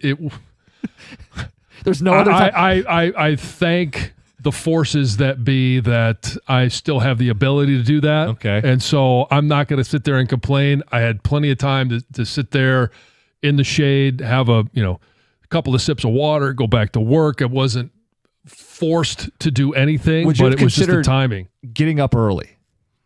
Well, that's what I do in the mornings now. Yeah. Is because I did this. You got to take the good with the bad, right? I get my workout in before I come in the morning, because the rest of the day is crazy, especially now where the heat. Like if you don't do it before the sun comes up, you're probably not going to do it today, because there's a lot of different ways you're going to talk your way out of it. But you can't mow at 6 in the morning. I was going to ask you, is it more acceptable given what the heat was going to be? Like, I wouldn't be happy if I was woke up by my neighbor doing yard work, but I kind of get it. I'd go, well, it's now or you're not going to be out there. So I did start at about 8, which I normally would wait until probably 9:30. Yeah. So I did get the front yard done before we left for softball, and that was nice. But you couldn't avoid later in the day. You couldn't avoid later in the day. I mean, it was either that or you go another week, and then it becomes unmanageable. No, I mean, what we did is we kept our home in igloo, and when we left the house, we went and did things indoors. I mean, I wasn't trying to be outside in this, and I got a kick out of like social media's. There's like, keep your home to 85 degrees. Yeah. There's no chance I'm keeping my home at 85 degrees today. No. It's going to sit in the low 70s. One of the things we do to help try and keep the heat out of the house is when we have days like this, we'll cook everything on the grill outside. So we don't turn the oven on. We don't have the cooktop going. Yeah, but do you want to be grilling in this weather? Oh, I'm grilling anything. I know who I'm talking to, but do you want to be sitting over the grill when it's... Yeah, this is a nice juicy steak on there. I don't care what the temperature is. Okay. Yeah, I mean, I can tolerate that. I think the people like overexerting themselves today and working. The one thing about the heat so far is it was Saturday and Sunday. A lot of people don't work. I know people still do stuff, but it's not the volume. I expect to hear a lot of heat exhaustion type things. You got to watch it, because I'll tell you what, Saturday, I did not feel right for a few hours after I was done. Yeah. And that's nothing to mess with. I mean, we had Ellie De La Cruz puked on the field Saturday because of the then heat. He comes back and hits a home run. There was a Mariner. Of course he did. Legend. And then, what was it, Trent Thompson with the Mariners. He had to be helped off. He was on the mound, and they had to take him into the clubhouse. Casey Mize is having cramps. Yep. Yeah, got him out of the game. Yeah, I think there's a lot now that today is an actual business day. It's not a weekend day. There's a lot of people that are going to have to work. They're going to have to do things. Yeah, you can't stay in an igloo. You're going to be forced to go out and deal with this in some way. Worst jobs are probably like if you're on a roof. Oh, asphalt or on a roof. Baking in the sun. Well, yeah, so I guess if you're doing like potholes. Yeah. You're dealing with the asphalt. That wouldn't be very fun either. 248-539-9797. That, yes. Scott, you're next up. You're on 97.1. Hey, guys. Good morning. Good morning. So I manage a Bell Tire in Rochester. The boys in the shop are having a rough go of it. Shop doesn't circulate air. We do oil changes, tire repairs, all that kind of stuff to keep life moving for everybody. Yep. You come in with your car after you're driving, and the car's super hot. You got to change oil, and people want stuff done in 25, 30 minutes to get oil change or even brake service, flat. Just everybody that's coming will get you done. We just ask for some patience because the boys are smoking back there. Mm-hmm. I get it. It's hot, and there's no way. There's probably no way to cool off back there. No, not at all. I stopped at Costco yesterday and got 5 cases of water, and we'll probably be burned through that by 1 o'clock. It's just excruciatingly hot. And in the shop, the way they're designed, airflow just doesn't go there. Got fans, stuff of that nature, trying to keep everybody cool, but we'll get them done. We just ask for some patience. The irony is yes, you guys, you want a little patience. When people get hot, they get cranky. They don't want to give you any. That's the other thing. If you noticed anybody this weekend in your life, was it unbearable because of the heat, the crankiness of the people around you? Me. Oh, you were the cranky one? Yes, and if it gets close to mealtime, hot and hungry, not a great combo. Hangry? Yes. Just, let the grill cook, and we'll talk to Dad when dinner's over. Jordan in Westland. Jordan. Oh. All right. Ooh, a little bass in that one. Let's get to, we got Zach. You're on 97.1. Good morning, Zach. Hey, morning, guys. How are you? Good. How you doing? Good. Hot. HVAC tech. It's one of those things where nobody really calls until their AC's not working, and we are up on roofs.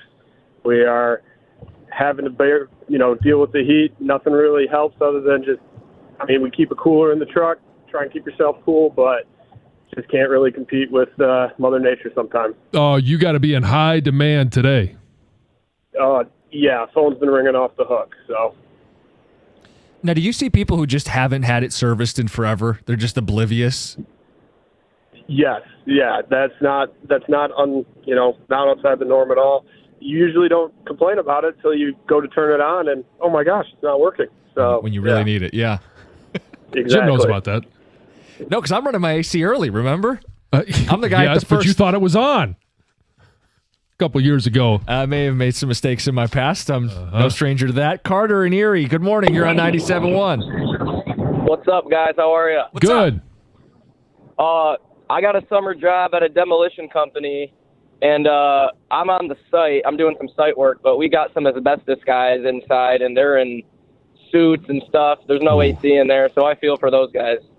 Oof. Yeah, because they can't breathe that in, can't get the skin contact. They've got to be in full garb, eh?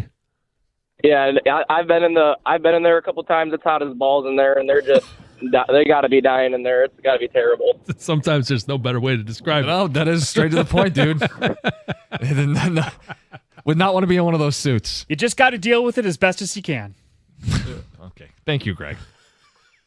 That's awesome. Well done. Great dad joke. Great dad joke. 248-539-9797. We got some good ticket texts. I just took a little peruse of those. We got a bunch of phone calls to hit up. How you beating the heat? How you dealing with it? Because you can't avoid it today. It's 97.1.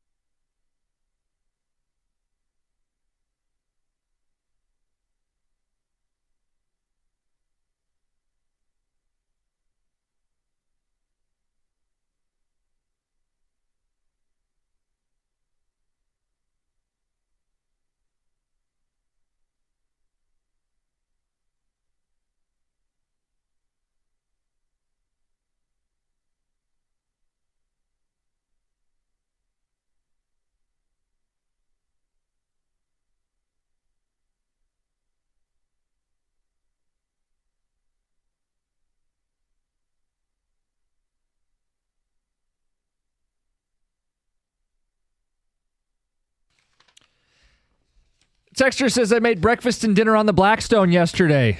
Sweat my boys off, but it was great. Roy and Clarkston. You guys that are grilling in this. Oh, yeah. It's... Hey, let's make more heat. Yeah, but all that heat stays outside. That's the whole point. Yeah, where you are while you're grilling it. Again, I get to come in and be cool. If you're not into grilling, then I suppose, yeah. That's what this is. No, you're not into grilling if you're not going to grill on a 100-degree index. Is that what this is, John? If it's 0, I'm grilling. If it's 100, I'm grilling. And it's even more important in at this time if corn on the cob. I was just talking to Jimmy. Yeah. Georgia Jimmy. And I'll grill the corn so that I don't have to have the pot of steaming hot water on top of the stove, which is just going to generate more heat. Vegetables in the oven, it just generates more heat inside your house. So you keep all of that outside. Yeah, I mean, what'd you eat yesterday? What'd you make? Big pot of bolognese and ordered it, or bolognese lasagna in the oven and warm up the house. Deliver it for me. DoorDash. First of all, if you do use your oven, your home is still going to stay cool. It's just going to be an energy cost. But we've discussed this. You're willing to pay up right now. It's a premium. It's hot as hell outside. Anyway, Texter says grilling has nothing to do with the weather. Says I do it all year round. Mm-hmm. Okay, tough guy. 365. You won't grill in the winter? I have. It's not a preference. I wouldn't be like, it's a badge of honor. Look at me freezing my ass off out here. I'm tougher than everybody. That's not the reason I do it, because I want to have a steak. Right. Well, no, this guy texted it in because he's tougher than everybody. Well, he might be tougher than you. Let's get to the phones. 248-539-9797. I get so offended. I'm not offended.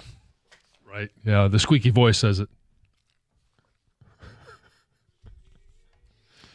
Darius in Westland, buddy, what's up? Hello? Darius, good morning. Hey, good morning, man. Thanks for taking my call. First time caller, man. Long time listener. Thanks for calling.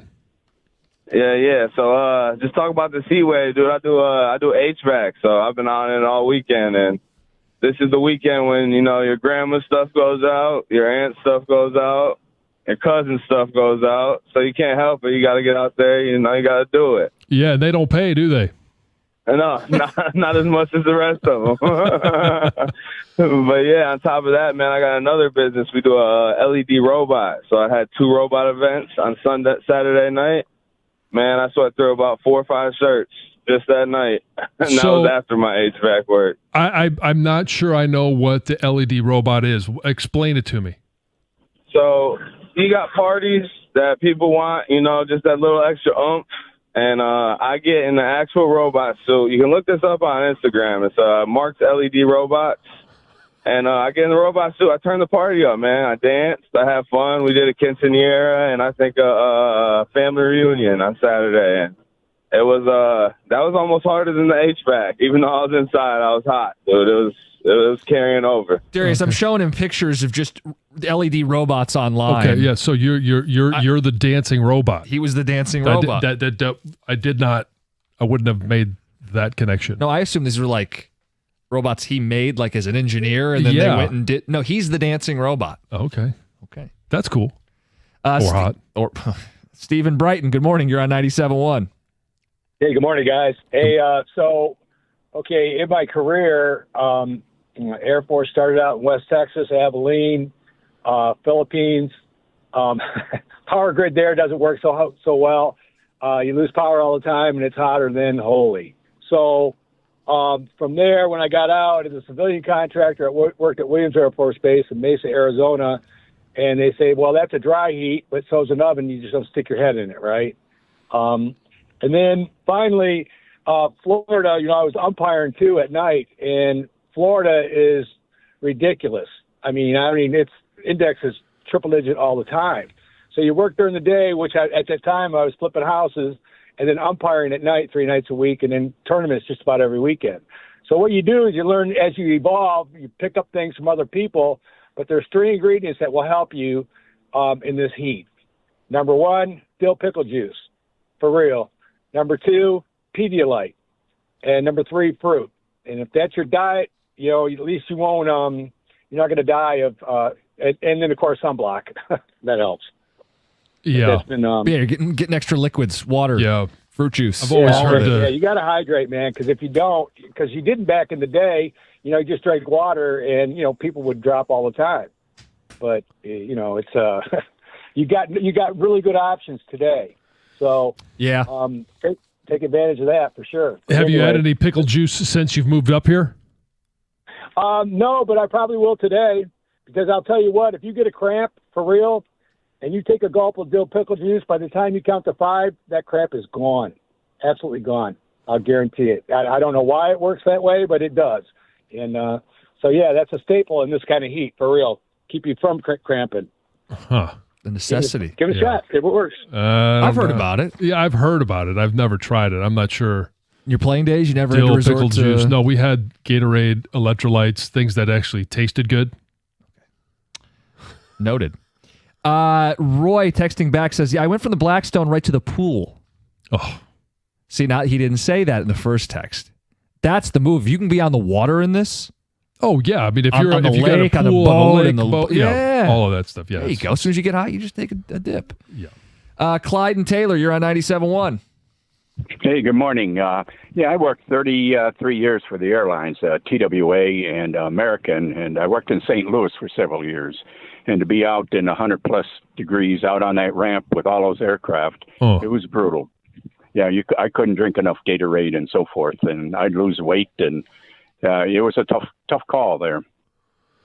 Yeah, that's got to be hot. When one of those aircraft go by, it's just got to be blowing even more heat on you. Oh, yeah, it was brutal. And then in the winter, you have just the opposite. You go out there and you freeze to death. And you can't just stop and say, I got to cool down. I mean, because people are breathing down your neck. You got to get this plane out. It has to. And you can understand the passengers got to make their connections and get to their destinations. But it's a tough job. Was there ever a perfect day for that job, or was it just one or the other? I guess in the fall was the best.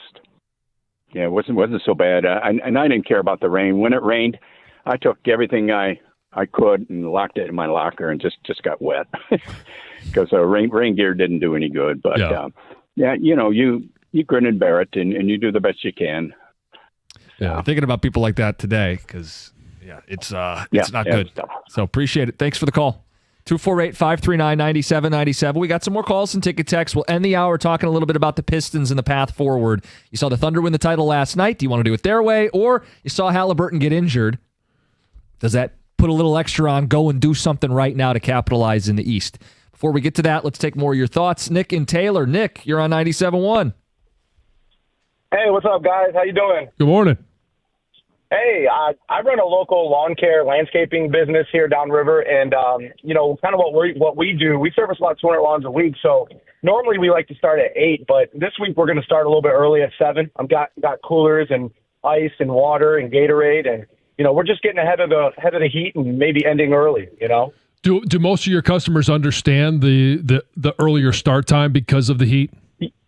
Yeah, I know you were talking about cutting your grass early, but yeah, I mean, like I said, ordinances are usually 8. But a lot of our customers are really cool about it. We'll send an email out to them and let them know. The neighbors are the ones that we have to worry about, But another tip real quick for the guys out there, because I know in this industry, a lot of guys survive off energy drinks, and I would really advise them to lay off of those today and really try to switch over to that Gatorade water, you know what I mean? Because a lot of those guys, that can dehydrate you quick. Yeah, with all the caffeine and all the other, stuff that they have in them. Absolutely, man. But be safe, guys. I really appreciate you taking my call. I'm out here right now. I got to get back. I appreciate it, and I love the show. Thanks, Nick. Glad to give him an excuse to step away for a second. Yeah, maybe get in the truck, get a little cool. Evan in Detroit, what are you dealing with? You're on 97.1. John, Jim, what's going on, guys? What's up, bud? Good morning, Evan. Hey, so I used to be a Amazon delivery driver, and we were just out in that heat all day. And some of these vans that we used to drive in didn't have AC. So the best you could do was just roll the windows down, but even that sometimes would not help at all. And we had to load our own vans. So we're out there, loading up in this heat, and that's when your sweat begins. You're literally in a full drench before you're even out there to begin your route. Did you have extra uniforms that you would switch in and out throughout the day, or you just figured, hey, this one's drenched, I'm going to stay in this one all day? Yeah, I didn't. I mean, you could bring extra pair, but then that's just going to get drenched as well. So yeah, I stayed in whatever I had for the full day, and I tried. I would bring a cooler. It had like one of those I don't know what they're called. Look at those towels that cool down. I just wrapped that around my neck like a scarf all day and just tried my best with that. But yeah, it was, your arms are glistening. It was bad. Glistening. It's one way to put it. Putting a positive spin on Uh-huh. it. They're glistening. People swearing by the pickle juice. John says, second the pickle juice, keep a jar in the cooler for the girls and our travel softball team. Instantly works on muscle cramps. Huh. Shot of pickle juice is real. Must be rich in electrolytes or something. It's popular in professional tennis. You see players drinking pickle juice on the changeovers. It's an for anything outdoors. Adam in Brighton. I'm just not a big fan of pickles to begin with. I'm not either. It says it's the salt in the pickle juice. It replenishes what you sweat away. That's the key. A lot of sweating. Ticket Extra points out this is, I believe, a formal term for this type of weather, John. It is boob sweat weather. Boob sweat, yes. And what else? Ticket Texter says that they picked the wrong day to change the brakes in the driveway yesterday. Ooh. It's a bad idea, but it is done. Signed, Dan. Sometimes you got to do it. Do it. All right, beat the Heat. 248-539-9797. Pistons try to beat the Thunder. Try to win the NBA championship. Best way to do it, we'll get to it next. 97.1.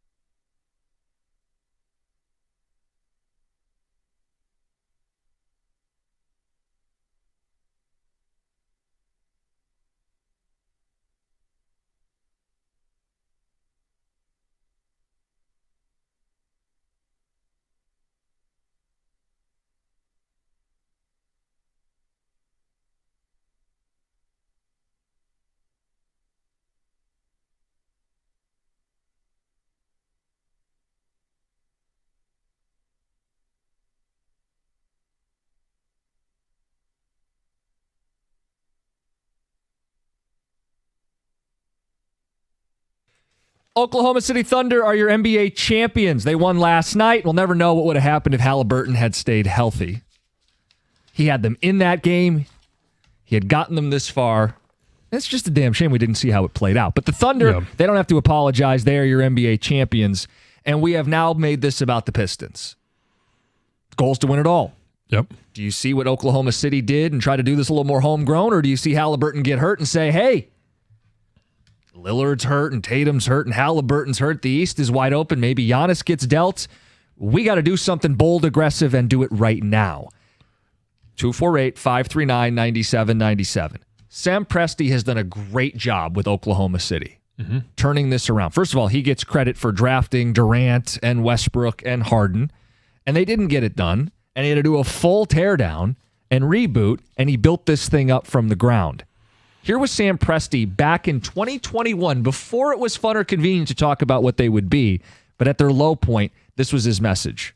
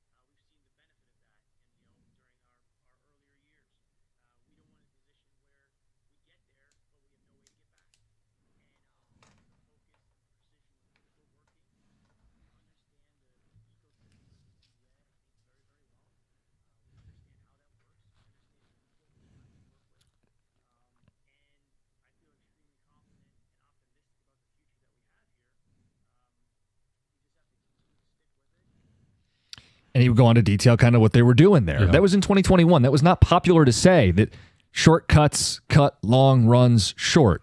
And they didn't want to make an appearance. They wanted to arrive.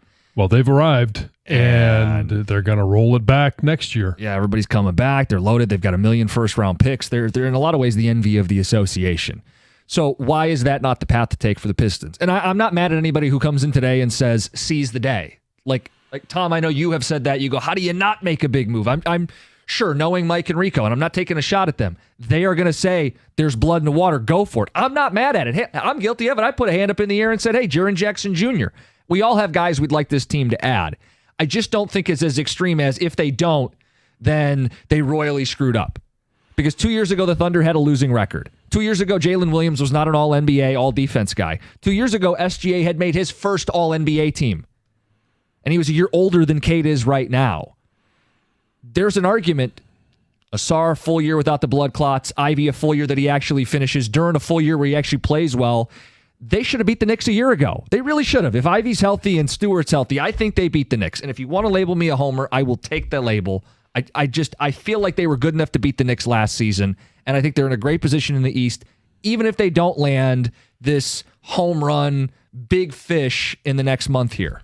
Right, in trade, because that big fish is not available in free agency. Right, and you got to give to get, which is where people get nervous. Right, and people are going to get really nervous if you start talking about, and how did Oklahoma City, but there's a couple of ways you can do it. You can go out and sign free agents. You can go out and trade and try and win one next year, or you could do what Oklahoma City has done, and that is piece together a team through the draft and through bits and pieces of trade or free agency, complementary pieces. Yeah, of course. Hartenstein and Caruso are. The Pistons could make those kind of moves, but SGA's their best player. They traded for him well before he was a star. They didn't trade knowing they were getting an MVP. They traded for he was a piece in the Paul George trade. He was a lottery chip for them when they got him back, and they developed him. Their second best player is Jalen Williams. They drafted and developed him. Their third best player is Chet Holmgren. They drafted and developed him. Sure, Caruso and Hartenstein were quality vets they added along the way. Lou Dort is a draft and developed guy.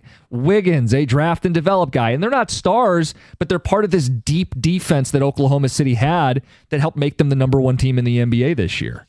Ken Thompson, Ken Holland, guys that you drafted, can they develop into maybe not stars like Cade is, but can they develop into guys that can be your Wiggins, your Dort? Yeah, the little pieces that make you an 8, 9, 10 person deep basketball team. I think the big question is you feel like you have an SGA in Cade Cunningham. You don't know if you have a Jalen Williams or a Chet Holmgren. Do you think his ceiling is league MVP? If you're the number 1 overall pick, making an all-NBA team at 23 years old, playing at the caliber Cade already is, yes, the expectation is he may have to play a little more unethically, but he can get to 30 points a game. He can be the engine of your offense. He can be the best player on an NBA championship team. I think he has an MVP ceiling too. I mean, I think it's there. We talked about this a few months ago. The problem is what does Wemby become? Because if Wemby becomes what he's supposed to be, he's going to start winning some MVPs. But we've seen, there'll be a year there where Cade can win it if he elevates his play a little bit more. I'm not so concerned about whether or not he wins an MVP, but if he could play at that level, right, then that makes all the difference in the world, because then it's about all the pieces that you could put around him. It's just like SGA was in the Jokic era, and Jokic and Giannis, and there's a case to be made that Jokic should have won it again this year. I mean, Steve Nash won 2 MVPs in this league, so it can be won. Absolutely. But you don't know who your 2 or your 3 is at this point. Right. See, and that's the great unknown. This is honestly, I don't think someone's wrong to have either opinion today. I think it's a fascinating, fair conversation for the Pistons. Which path do you walk down? My thing is like, I think what you're fighting here is we're fully not sure what Langdon's philosophy is. And there's a ton of big names potentially available in trades. Do you go against whatever your philosophy is because of the landscape of the East? Your 2, 4, 5 seeds all have lost players for next year with Achilles injuries. So if you add something right now, you're probably on level playing field with the Knicks as is. Maybe, it can be debated. Sure. Not with the Cavs on paper. Yeah, but that conversation is you want to be good enough to win the East. What happens if you face Wemby in the finals? What happens if you face OKC again in the finals? Yeah, I think that's a really good point here is the East is open. But the goal isn't to win the East. The goal is to win it all. And the other thing is, do you let outside circumstances dictate what your philosophy is? You would think no. If you're a strong principled person who thinks they're doing it the right way, you shouldn't let an injury to somebody else fundamentally change the way you're running your basketball team. But we're all human. And pressure's there and opportunity's there. So I think it's going to be something to watch. I think everyone will have opinions today on the station, that's for sure. Yeah, but I don't think Trajan Langdon right now is under a lot of pressure. No. Not in pressure of terms of his job. It's just pressure in terms of making the right decisions to win now and in the coming years. Well, we've talked about it with Scott Harris. Like, he's not, again, same thing. No one's calling for his job. He's not under any pressure that he's going to lose his job. But there's always pressure to capitalize, right? Mm-hmm. There's pressure if you have the best record in baseball and you go, I can't let this bullpen be the bugaboo that holds us back. Or if we need a stick at the end of July, let's do something about it. Yeah. That's where the pressure comes from. And it's a healthy pressure that's something that we've wanted from our teams for a long time. Gator's in the studio. Gator, what's up? Hi, everybody. Hey. Good morning. Good morning. So that was a little disappointing last night. Yeah. When Hallebertton went down, there go the hopes of the Pacers. I mean, they played valiantly throughout the first half without him, and they just couldn't keep it together when things moved on. But that's okay. It's all right. Curious to see what's going to happen. Next few weeks are really interesting for basketball and for hockey. You got the drafts coming up for both this week, and then you have free agency beginning next week. I think it's Monday for the NBA, and then it's Tuesday for the NHL. We'll see billions of dollars spent. Yeah, going to be a ton of cash. But what does it mean for our teams? Mm-hmm. You know, what happened yesterday in the world of the NBA beyond, OKC won. That doesn't really have an effect on the Pistons, but the trade the Phoenix Suns made certainly has an effect. Unfortunately, that stayed in-house in the Western Conference, so it's going to be interesting to see how teams decide to fortify their positions going into the upcoming season. Imagine something you guys will talk about today? Yep, that and a Love Island recap. Oh, I heard there was supposed to be a big episode yesterday. Yeah, well, with respect to spoilers, we won't spoil anything. Okay. Yes. Well, I wouldn't be able to spoil it because I heard that there was going to be a big episode, but I didn't watch John, it. you're not a regular watcher? No. But I have you women wait. in the house. Just you wait, John Jansen. Just you wait. All right, Carson Anderson next, 97.1.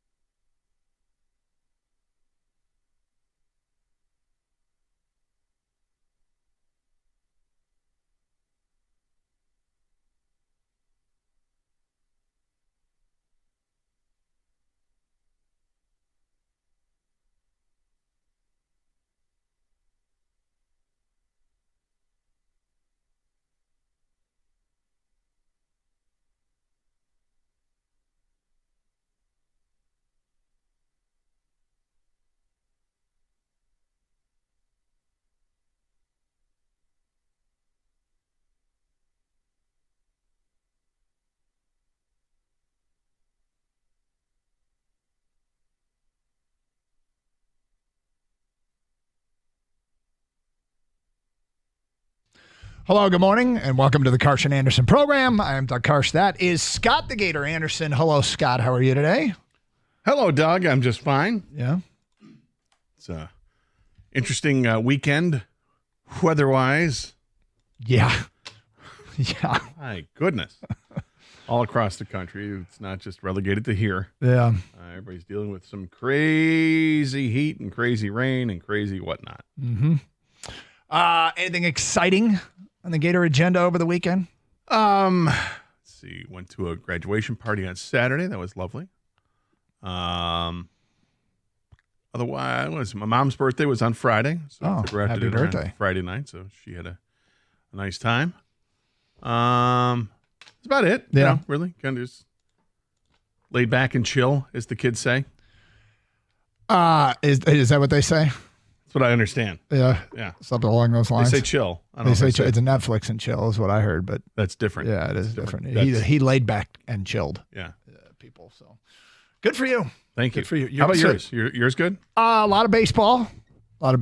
Still going on, huh? Oh, it's a few more weeks. But yes, on the field baking.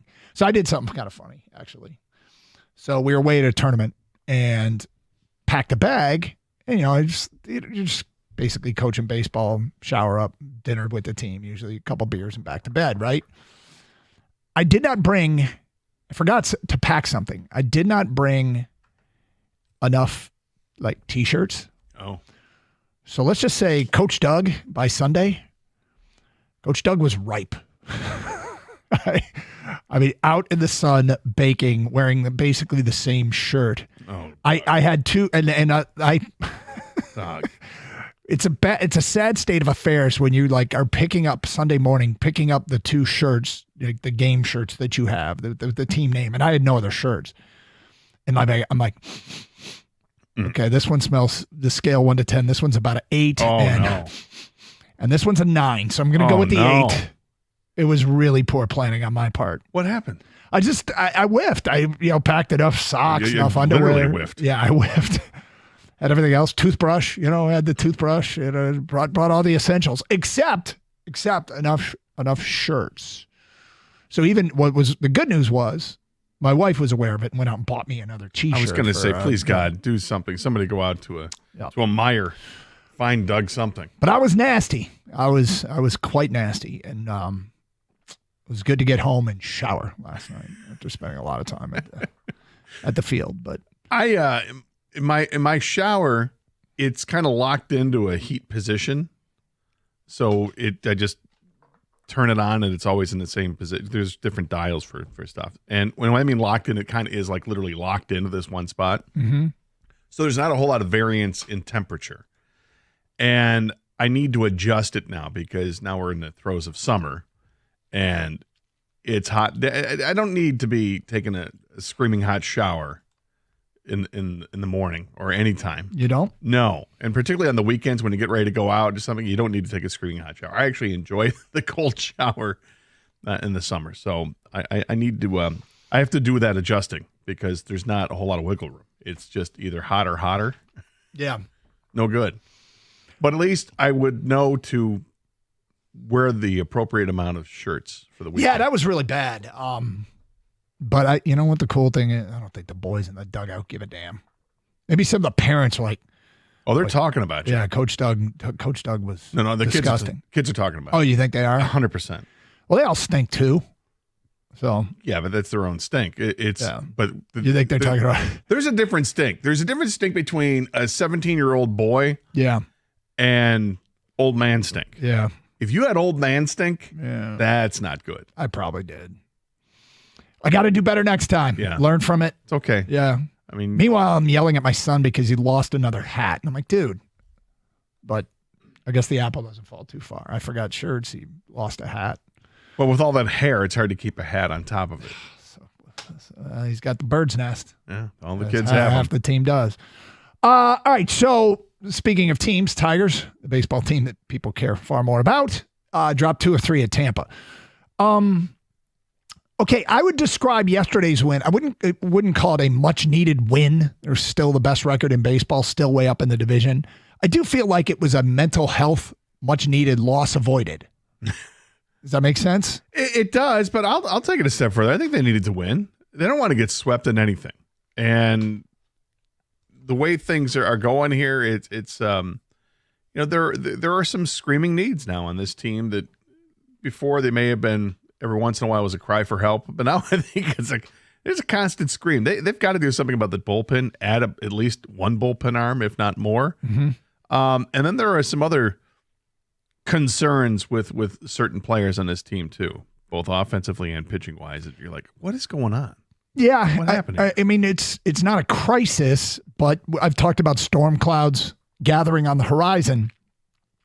And you watch that storm in some ways move closer and closer towards us because, each passing day that they are 8 games up and like 19 games, 20 games over 500, they've been hovering around there for a while.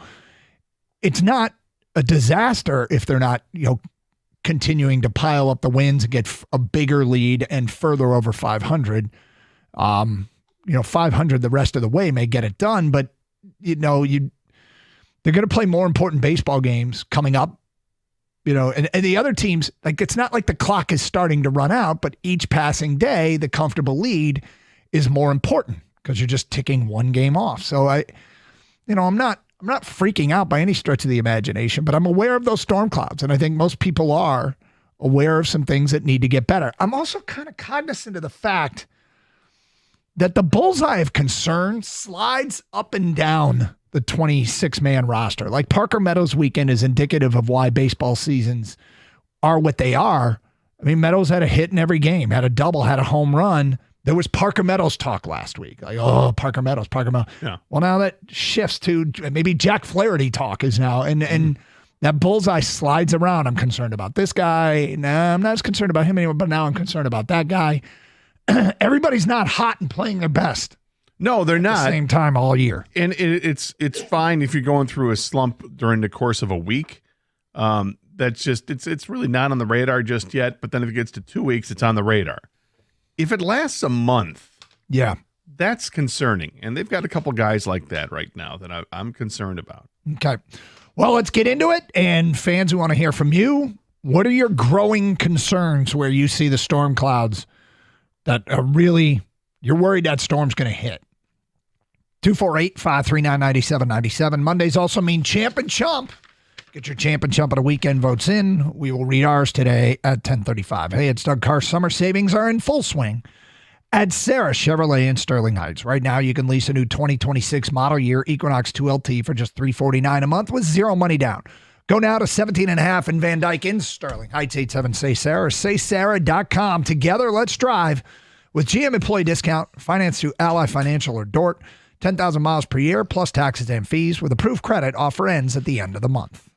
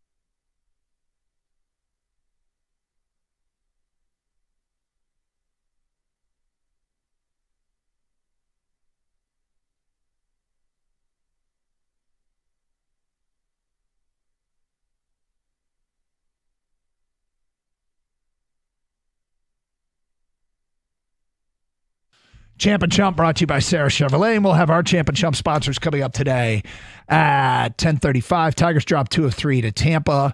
And I mean, whether or not it was a big win or a much-needed loss avoided, whatever you want to call it. But, you know, I think what's cool is everybody's engaged, right? Everybody's engaged with this team. So any wobbling people, they get concerned, and that's fine because we all want the same thing. We all want this team to be really, really successful and win a World Series. And you strive for perfection. The bullseye of worry moves up and down and all around the roster, and it changes from game to game and week to week. But here we are. And there are things that whether or not it's a growing storm that's going to hit or a passing front, I don't know, because sometimes you think something's going to be really, really bad and it's not. I want to start with the bullpen days. They've lost their last 3. They did it with Herter and SGL on Saturday, and it was not really effective again. This is not a strategy that is employed by choice, right? I mean, they could call up starters from the minors, but they've had success with it in the past.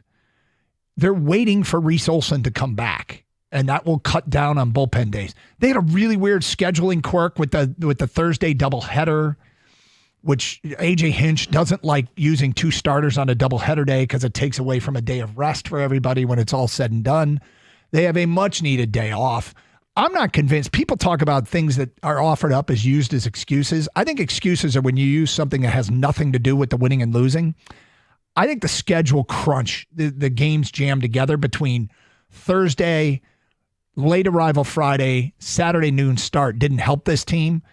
And that still doesn't mean you can't overcome it. But I think today is a much-needed reset, day off, decompression, lay in bed all day, bounce back, and start fresh tomorrow. That's where I'm at. Well, I think it is, and understanding what's happening here. You got 3 games against Oakland, who's one of the 5 worst teams in baseball. Or whomever they are. Right, the Ocramento A's, whatever they are. But those are 3 games that you should feel pretty good about, at least winning the series. Hopefully they can get that done and then potentially sweep. That'd be awesome. So that makes you feel a little bit better. There's still 19 games above 500. They haven't really lost any ground. They're 8.5 games above Cleveland in the division. But when you look at a game, okay, you look at when you play good teams, they're like measuring stick things, right? And you go against Tampa, and it's another measuring stick game. And it's you don't like to see how they pitched in the first 2 games because it wasn't good. Nope. Whether it's an open or you got a bona fide starter in Jack Flaherty, it wasn't good. And I have some real concerns now with a couple of players. And I'll start with Flaherty and looking what he's done. Since May, he has made 9 starts. And in those starts, his earned run average is 5.87.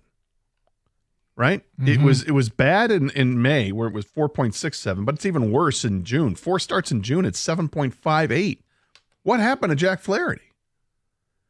And that's with having, by the way, that ERA is with having 2 starts where he had 6 shutout innings. So the other starts were just abysmal. I think it's a little concerning there to see because it's becoming more of a pattern. It's a 2-month thing now.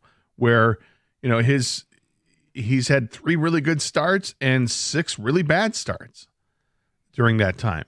I'm concerned about that. The other area where I have concern is Kerry Carpenter. And with Kerry Carpenter, this is another instance of coming around and is this affecting something for just a week or is this longer than that? And it's longer than that. With Kerry Carpenter, you look in the month of June, and in 54 at-bats, he's hitting 167. His OPS is 585. He has not drawn a walk in the month of June. He's been hit twice, so that moved his on-base percentage to just below 200, but that's not good. He's driven in only 5 runs in the month of June, and he's been dealing with this little hamstring tweak that's there that you're not sure is it going to come up and bite him or not. They're playing him plenty, and it's just it hasn't gone well for him. And he played all series long against Tampa, and he went 1 for 12. He had that double. Looked like it could have been a home run. It wasn't. He ends up on second base, and he's mired in a pretty rough stretch here. when you're 9 for your last 54. Yeah. So those are two guys I'm concerned about, because these are two guys that you expect in the everyday. One guy's an everyday lineup guy in Kerry Carpenter, and the other guy is supposed to be your second best pitcher on the roster that is not pitching like it. Of the two of them, I'm more concerned about Flaherty. And it's because I think one of the requirements of them winning a World Series is elite 1-2 punch. And Jack Flaherty is trending far from elite. And we know he can be very good. He has been very good. But if this team is going to win a World Series, it's behind Skubal and who I thought was clearly Robin Flaherty, right? I mean, Flaherty, how good is your good? Jack Flaherty's good is really, really good. And, if you look at his career, he's gone through stretches like this where he's just not as dominant for long stretches of time. I mean, and, his career ERA is 3.74, right? Mm-hmm. In Detroit last year, he was under 3 when they traded him. Just under, yeah. Yeah, but he was being the best version of himself. And we've seen it recently. Yeah. I mean, he actually he had 3 great starts. One start at the end of May, where he pitched 6 shutout innings against San Francisco. Followed that up with 6 innings against the White Sox, who gave up 1 run. Followed by 6 shutout innings against the Cubs. That's awesome. We're all thinking, here we go. Jack's got it. He's dropped his ERA down to 3.41 on the season. Here we go. And then he follows that up with going against Cincinnati, giving up 7 runs in less than 5 innings, and then 8 runs in less than 3 innings against Tampa. So all that good that he did in those 3 starts to lower things and get back to being that number 2 guy, all gone away in the next 2 starts. Now, hopefully he can get it back. I'm not writing him off by any means. No. And I would agree with you that of the 2 guys, the one that's more concerning is Flaherty, because he's a starter and the Tigers are having problems with starting pitching right now to keep him healthy. Let alone yesterday seeing Casey Mize leave after 80 pitches. Like, oh crap, what just happened? Now he says it's just a cramp. AJ says it's just a cramp. Hopefully he's not going to miss any time and it's just a cramp. But that's what they said last year, and he missed like 7 weeks of baseball because it wasn't just a cramp, it was a hammy issue. So let's hope that's all it is, and he'll be back and make his next start. But the reason that I agree that it's that over Carpenter, even though I'm concerned about Carpenter, is the Tigers do have bats that are doing fine. Wencel Perez has really stepped in and done an amazing job. And what an important part of the roster he's become. He came up last year and had some pretty good games. Had a pretty good run with the Tigers. Now his overall stats they're not terribly impressive from last year. He didn't have a above 700 OPS. But this year, it's limited at bats, but boy, it's just like it's a 2-week run where he's been really, really good for this team. And it comes at a time where if you need to give Kerry Carpenter some time off because he's dealing with a hamstring injury that he's been dealing with for a while here, that maybe you can't.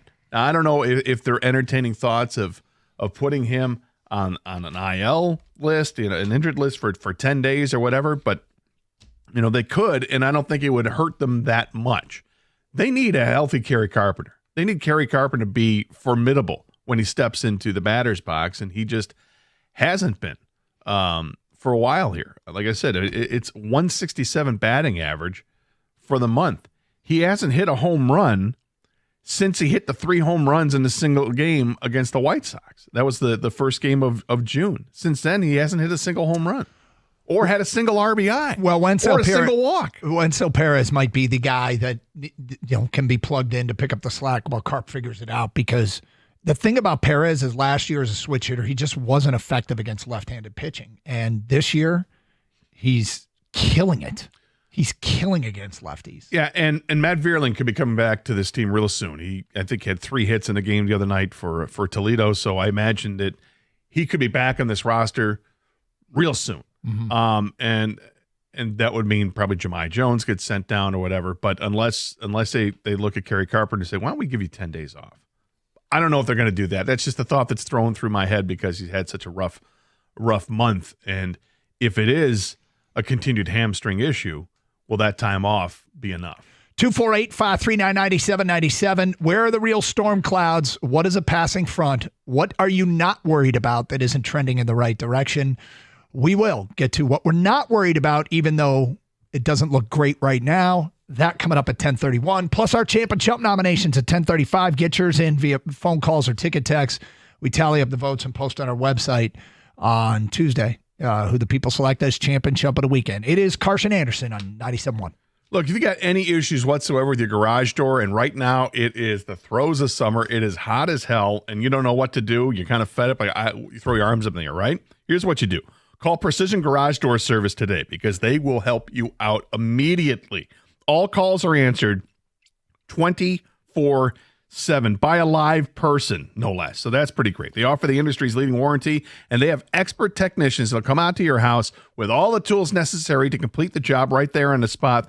They're going to hook you up for sure. Give them a call today at 1-800-DOOR-REPAIR. It's something I did years ago, and I was so glad that I did.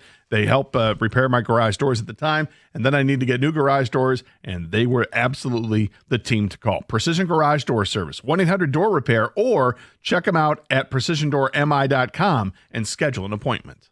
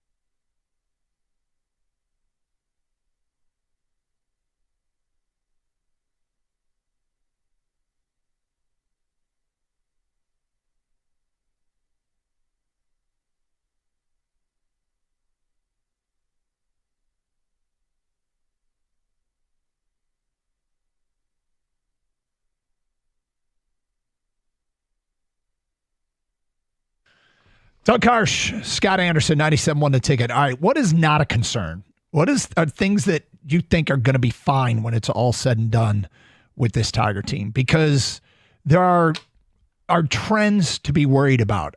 I want to see them add bullpen arms, but I'm less I feel like the bullpen, a lot has been asked of them because of the starting pitching failures and because of the injuries. I feel like they're getting spread thin. I want them to add arm, don't get me wrong, but as far as the overall totality of the bullpen, I have a feeling it's going to be better when they get Reese Olson back.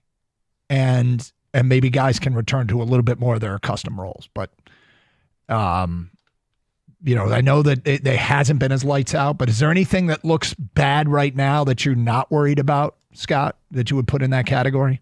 I'm sorry, are there any things that are concerning, but you think it'll be fine in the end? Well, I've long held that everybody keeps talking about having the right hand bat. Got to add another bat. I don't think You're that's not worried about the offense. I'm not worried about the offense at all. Okay. I'm just not. I mean, I'm not opposed to adding a piece if it comes up and it makes sense. Sure, go ahead and do it. But that's not pressing. What's pressing is what's coming out of the bullpen. And I'm starting to get a little concerned about the rotation as well because of what's the inconsistency with Flaherty. But Reese Olson is going to come back. He's going to make at least one more rehab start with Toledo. He pitched the other day. Looked like he was fine. So we'll see how he does his next start out there. He's ramped up from 40-something pitches to 58 pitches. So it's just the right trajectory and progression for him. Threw a lot more changeups, and that was the thing that sent him on the IL in the first place. That he was having this weird feeling in his pinky when he was throwing the changeup. So if he's ready to go, that's great. That'll be a big lift for this team. And Casey Mize coming out yesterday and having a nice outing, even though he left after 5+ innings with the cramping. I suppose looking back at it, you can totally understand, given that people were dropping like flies all over the place because of heat and whatnot. So you get that when it comes to this time of the year. But Mize pitches well, Scooble, and it'd be great if Reese Olson steps in the mix and does what he can do because they need to have more consistency. Yeah, and the other thing about the bullpen I just want to mention real quick is Alex Lang is probably going to be back, and Alex Lang can be an important part of this bullpen. He's already pitching in rehab starts. Yep, so stints. That's good to see, and hopefully we will see him relatively soon, and he can return to form relatively quickly. Weird lat injury, so we'll see. 248-539-9797. Gator, let's give our champ a chump before we get to the calls. My champ of the weekend is the MLB schedule makers. I've been bitching about days off, and now I'm actually glad that they have one. This Monday day is a day that the Tigers need. Jam-packed schedule, impacted by the rain and the delays and all that. A noon start, which was, I think, an unfortunate noon start, the timing of it. But bottom line is I'm glad they have a day off. I think it's a good time for a reset and kickstart getting back to good play on Tuesday. I'm going to give it up to the Oklahoma City Thunder fans. They deserve it. They've had great players in the past, but now they have a great team and also a great player, and now they have a championship to boot. The all-blue look in the arena was spectacular. I mean, that is as impressive as any whiteout you'll see or any other out you want to see with team fans going with a certain color. They all wore that blue, and it was amazing to see. It was a great visual on TV. My chump is, unfortunately, Tyrese Halliburton's Achilles. You get fired up for a Game 7, and Indiana, God bless them, they tried, but you just kind of knew, well, this is over, and most of the drama was gone. They battled, but the beginning of the second half, OKC pulled away, and we all kind of felt like it was inevitable. So, man, that sucks. But it sucks for watching the game last night. It doesn't suck as much for the Pistons. And we'll get into that a little bit later on. My chump is baseball weather around the country. It affected almost every Tigers game last week, dating back to the games here in Detroit with the rain, and then obviously what happened Friday, Saturday, and Sunday with the rain in Tampa. But the Heat took down players in multiple cities. If you saw what happened in Chicago at Wrigley Field, there were players that had to leave because of heat exhaustion, had to be helped off the field. They had an umpire that left after 5 innings. You had an employee that was on the field, presumably along one of the baselines, and he had to go.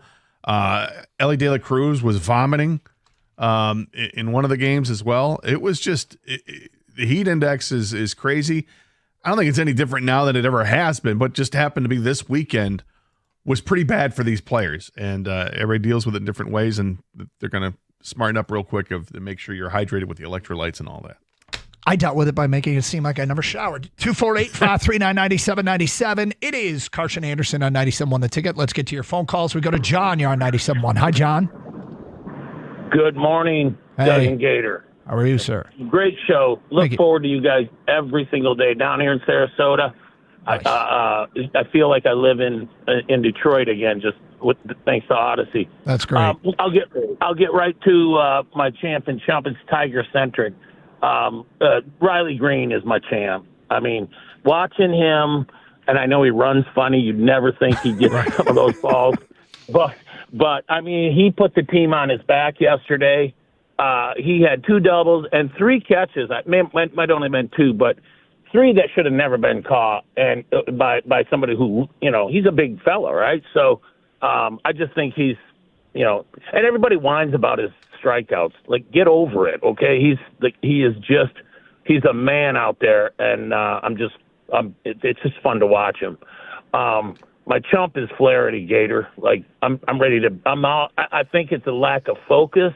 I don't know. I'm just shooting from the hip here, but he just doesn't. He has no intensity before or after the game. So I do not consider him a number 2 starter. And well, he's not pitching like one right now. But I mentioned earlier, he had those 3 starts in a row, 2 against the Chicago teams, and the other one against San Francisco.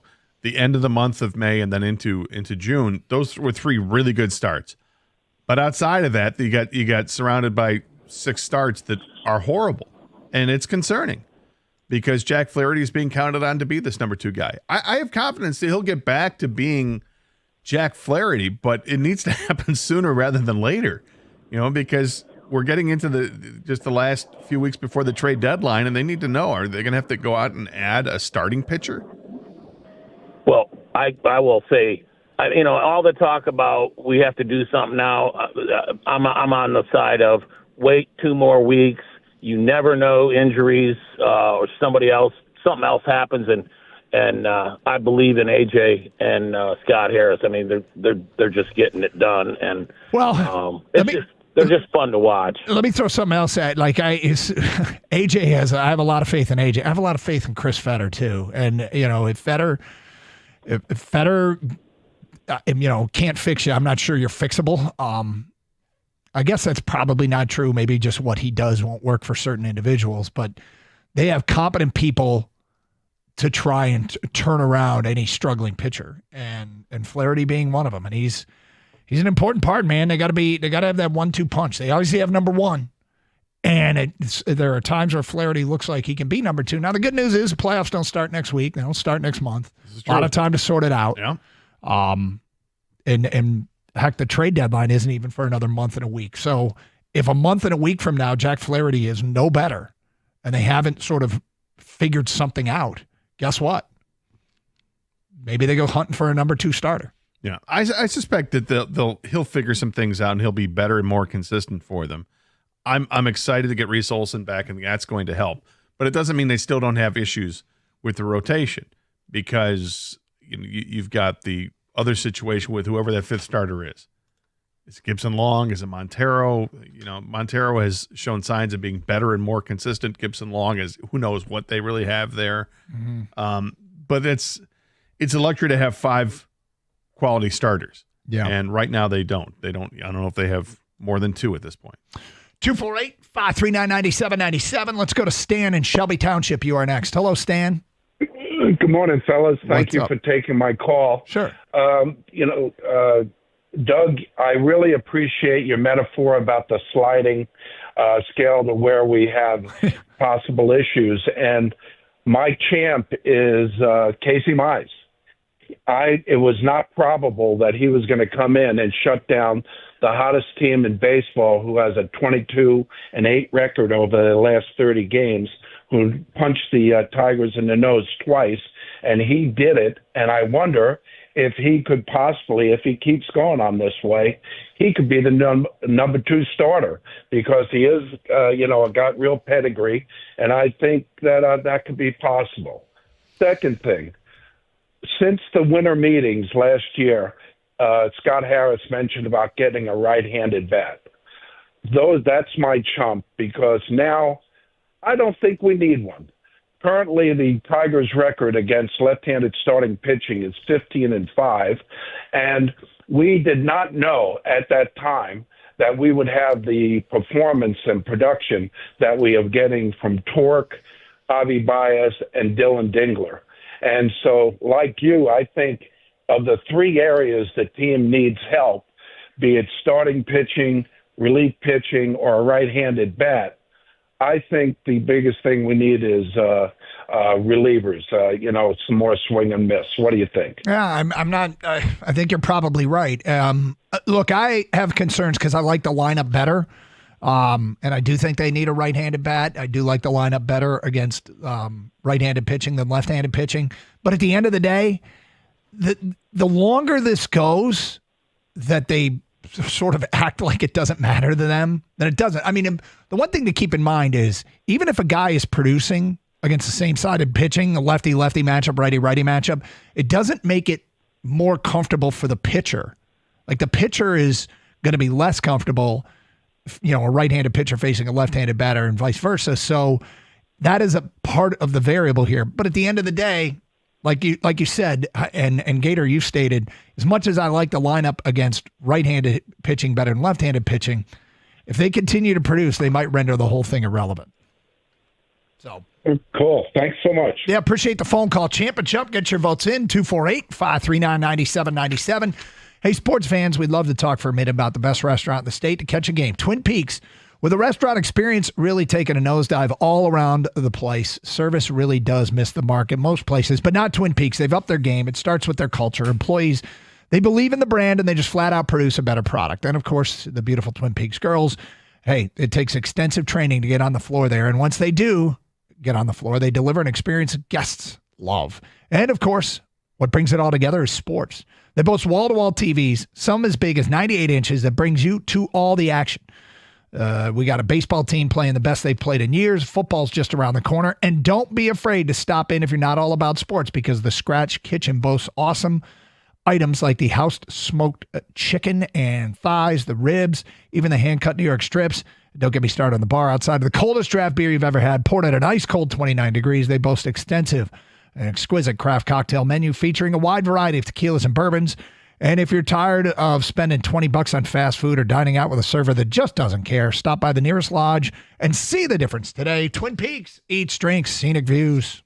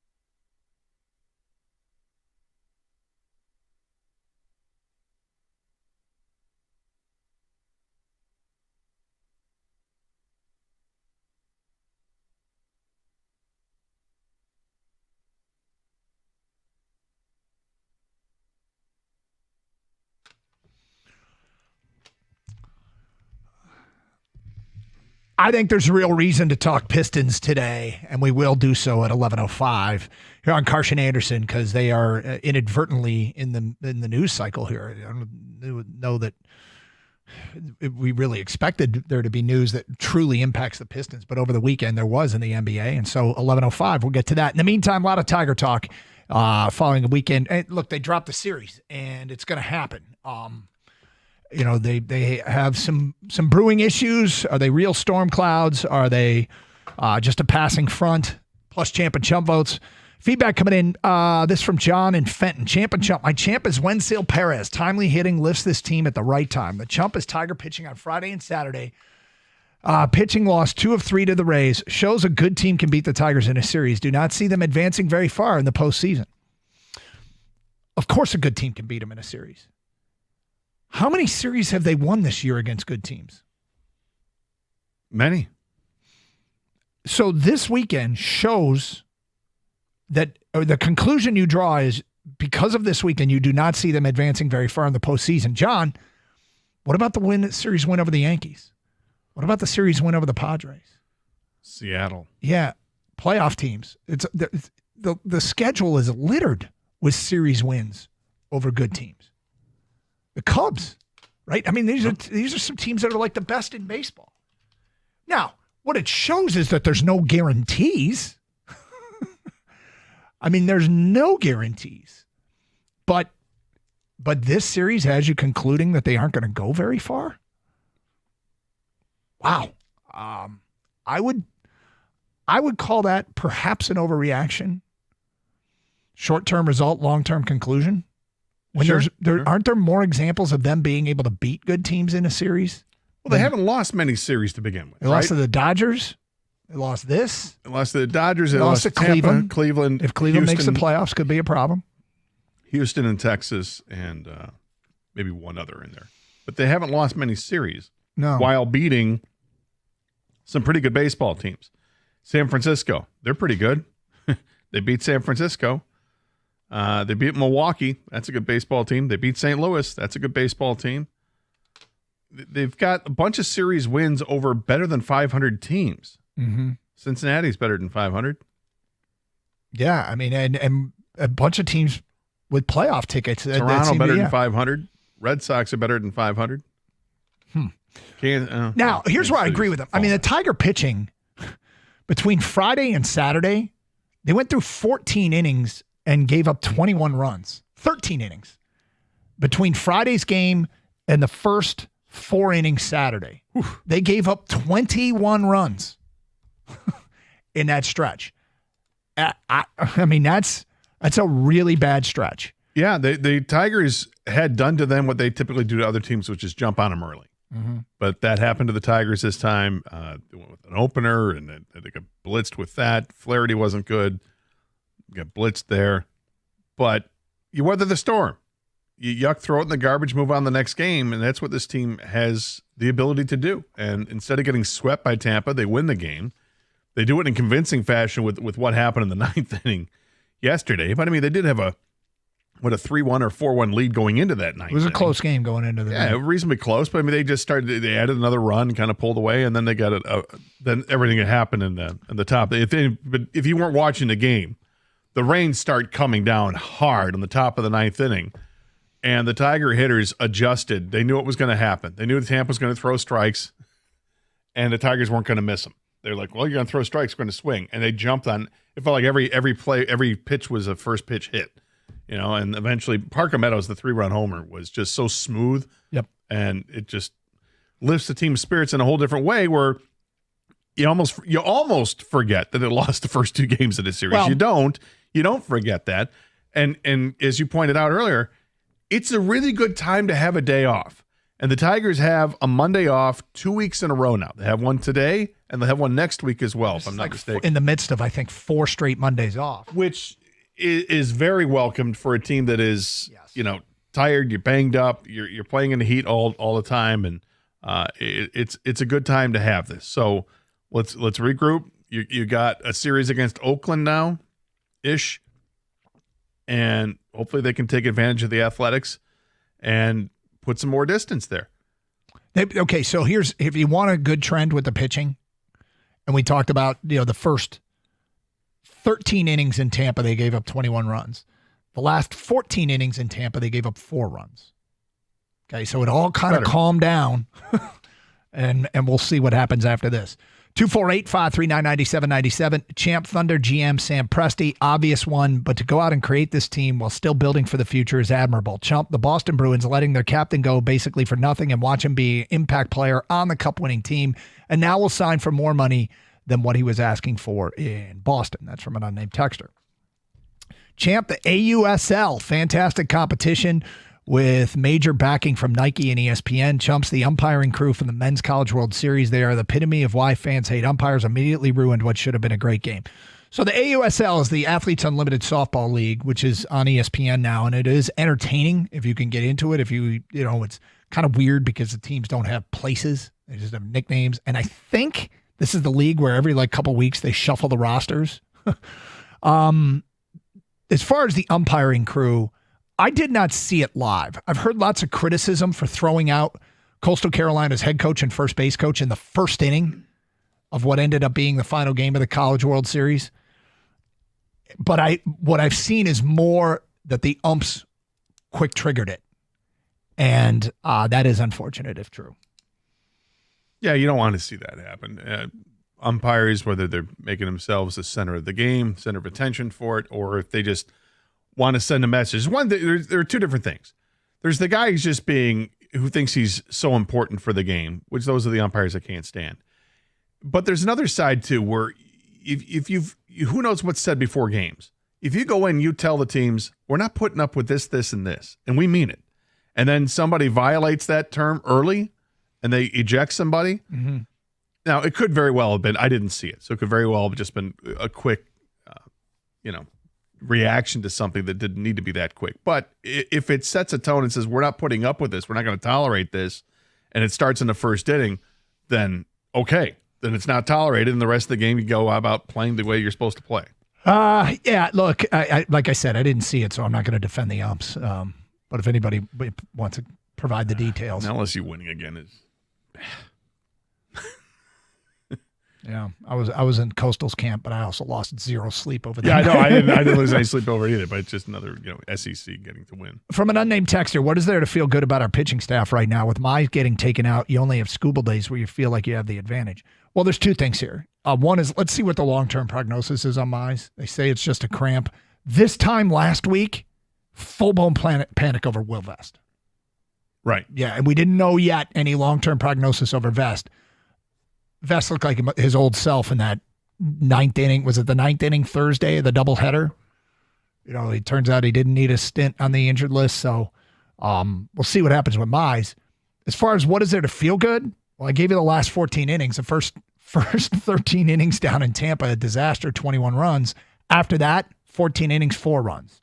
That's more like it. I'm not doing victory laps over that, but it is more of what we're accustomed to, and let's just see if that was a little blip on the radar the Friday and first 4 innings on Saturday. AJ is making managing look easy. He is a real difference maker, but they need another starter arm for sure. That's from an unnamed texter.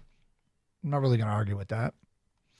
I would say the for sure part I would argue just yet. I'm not at that point just yet. Let Reese Olson come back to this rotation, and we'll see where the team looks, or how the team looks and where they're at that point. But if he's unable to come back, but it doesn't seem that's the case, sounds like he's going to come back after one more rehab start, then there would be reason to panic. From an unnamed texter, can't really diagnose what's going on with Flaherty. He will start a game, pitch well, and then just keep killed on multiple home runs given up in a game. I mean, yeah, it feels like the bad outings are starting to outnumber the good outings. And I'm concerned about Flaherty. There's a lot riding on his success. 248-539-9797. Tons of feedback coming in, and we will continue to get to it. We will also talk some Pistons basketball and what happened over the weekend, because it does impact us. That at 11:05 here on 97.1 The Ticket.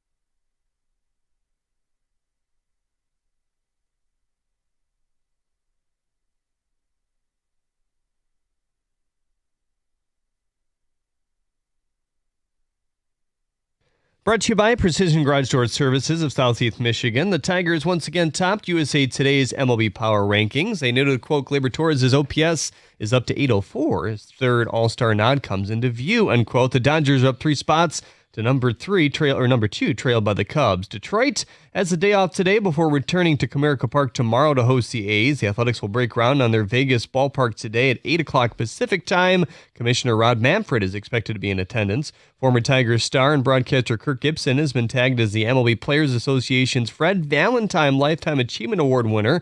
The award recognizes former Major League players who exemplify the same integrity, passion, and dedication to service that Valentine, a founding member of the Players Union, embodied throughout his life. He'll be presented with an award during this Wednesday's game at Comerica Park. Eagles quarterback Jalen Hurts announced today he's releasing a children's book titled Better Than a Touchdown. At the Corwell Health Sports Desk, I'm Jeremy Otto. For more, go to 97.1 The Ticket or Odyssey.com.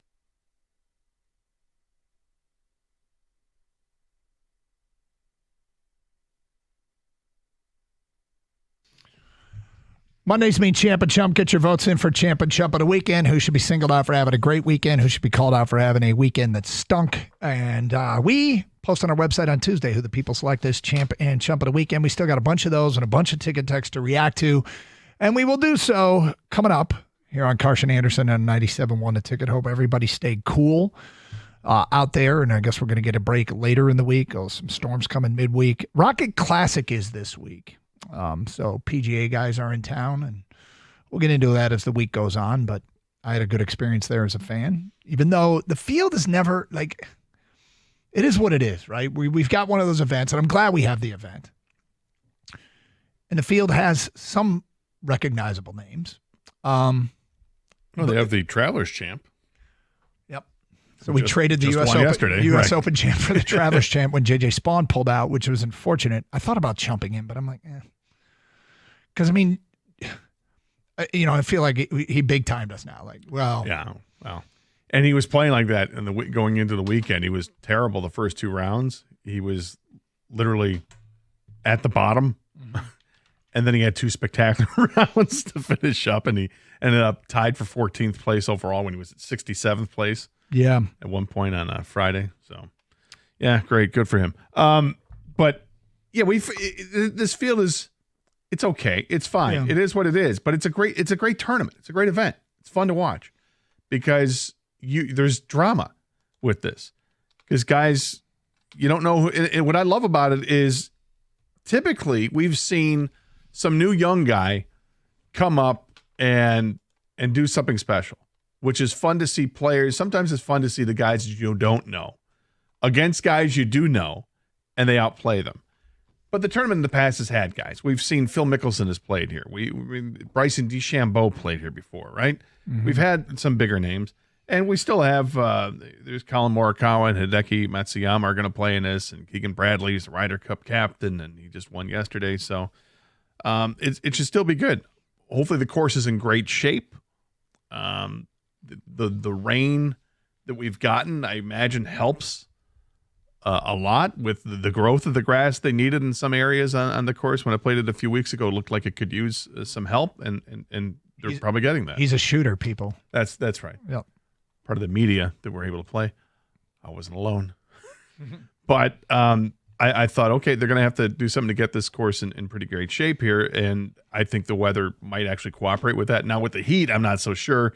They're going to have to water the hell out of it this week, but they're looking forward to getting it fast, to have the fast track. Yeah, and the runouts and the drives could be special. So I'm looking forward to it. Well, hopefully people get out there and have those that go. I hope you have a good time. I had a good time, and we'll see. The field didn't matter to me in the moment in time that I was there. I'll just say that, because there was a lot of good golf played and it was exciting. But Champ and Chump, get those votes in. All right, Scott. So Game 7 last night, it felt like we were robbed of the typical Game 7 experience when Tyrese Halliburton went down.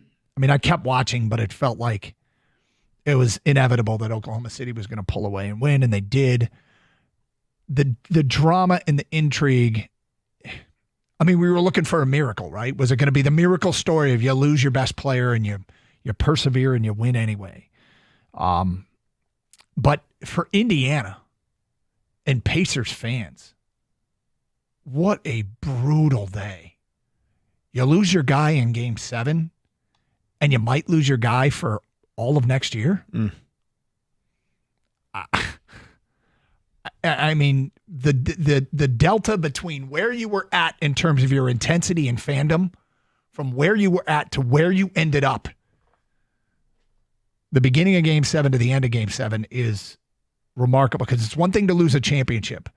It's another thing to lose a championship and probably lose your chance at a championship the next season. Yeah, that hurts. For them, it definitely hurts. And I was thinking about this too, because Oklahoma City, great story for them to win their first championship. And remember, this is a team that had at one point had an amazing triumvirate of players with James Harden and Kevin Durant and Westbrook that was really special. But they didn't win. Yeah. Didn't win at all. So for them to kind of rebuild themselves again, and now they've got another superstar in Gilgeous-Alexander, it's a good story for them. But as bad as Indiana fans feel right now, how do you think Seattle fans feel? Stoney brought it up last week. He thinks they have to be amongst the most tortured fans in sports. And see their team, for those who don't know, Yep. Seattle moved to OKC. Yep. I think it's probably worse for Browns fans that lost their team, and they won a Super Bowl pretty shortly thereafter. When they moved to Baltimore and beat Yeah. the Ravens.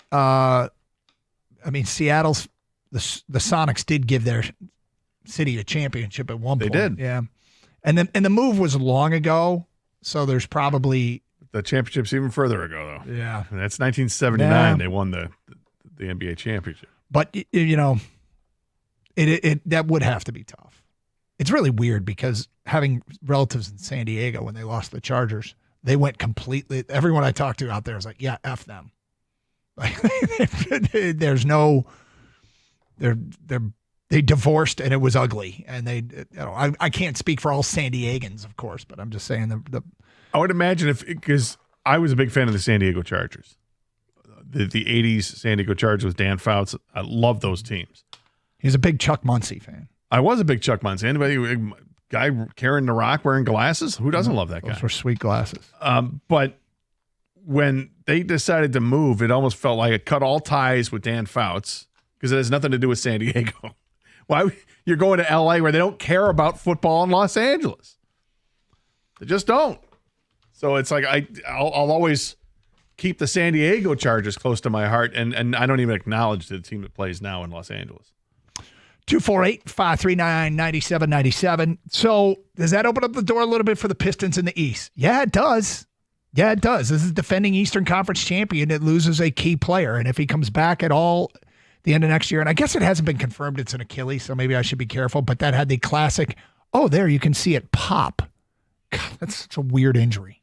What was strange is when they showed the other game where he was playing on the same court in the same spot, and that's where he re-aggravated the calf. Yep. So it's the same move. Like he goes down the exact same spot in the exact same way, only this time pounding the floor because he knows it's bad. And then his dad said it was an Achilles injury. So, yeah. But without a doubt, without Hallebertton, this will hamper the Pacers' chances of repeating as Eastern Conference champions. They're still going to be competitive, but this thing is wide open.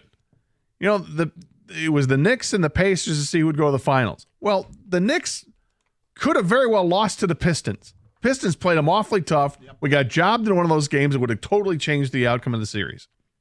Could have totally, I should say. Yep. Boston looks like they're going to detonate that team. So what? Who's going to reign supreme out there? Is Giannis going to get traded? If he gets traded, there goes Milwaukee. So it is wide open. KD stays in the West? Exactly. Yeah, Durant's not going to come to Eastern Conference. Okay, here we go. This is really intriguing to see what's going to happen now. And, Trajan Langdon, okay, put your big boy pants on and let's see what you're going to do. And yet he might not do much of anything. It might be, we're going to bring back Malik Beasley. Maybe we'll bring back somebody else and maybe make another signing of somebody that comes off the bench. But if you're expecting some big move, it doesn't necessarily have to happen because, I, for one, am damned intrigued to see what happens when Jaden Ivey comes back to this team. So I saw a little reporting on what this did to Indiana's odds. Indiana went from 10-1 to win the NBA next year to 16-1 to win the NBA next year. The Pistons are 50-1. So, but to win the East next year, Indiana on FanDuel is now 14-1. Detroit is 19-1. Now there's 3 or 4 teams ahead of Indiana in terms of odds winning the Eastern Conference, which means there's obviously more in front of Detroit. But I feel like the door is open enough that maybe it's time for Trajan Langdon to get a little bit more aggressive than otherwise expected. Well, the rosters are going to change for a lot of teams, and Boston is certainly one of them. And if the Pistons decide to get involved and maybe try to get one of those players that could be moved, it is going to be interesting. And again, even if the Pistons just re-sign their own guys, you're having that team that got to the playoffs this past season, that played so well in the last 50 games of the year, and you're going to get a healthy Jaden Ivey to boot. I'm excited about that. 248-539-9797. Piston fans, does this change your approach to the offseason? With all that happened over the weekend, with KD staying in the West, Hallebertton out and maybe out into deep into next year or done completely, it feels like this thing is wide open, and I'm thinking it might be time for Trajan Langdon to say, yeah, we were thinking slow and steady, but with the door open, let's get aggressive. Could be on the horizon. It's Carson Anderson, Champ and Chump. Get those votes in. 97-1 the ticket.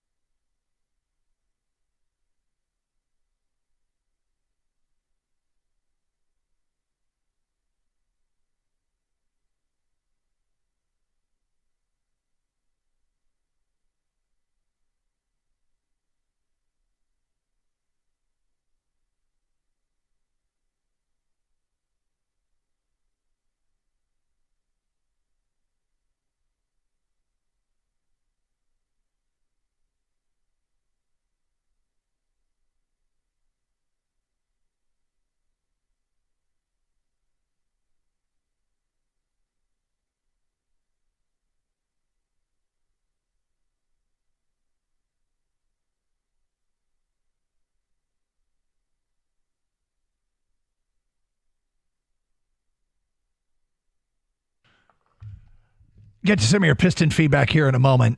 Gator, I don't know if you've caught this. It's led to some people to some speculation and wondering what's going on. Have you looked at the Red Wings Twitter page today or recently? I have not. Go look at the Detroit Red Wings Twitter page. It's got the bio photo is like a please stand by test pattern.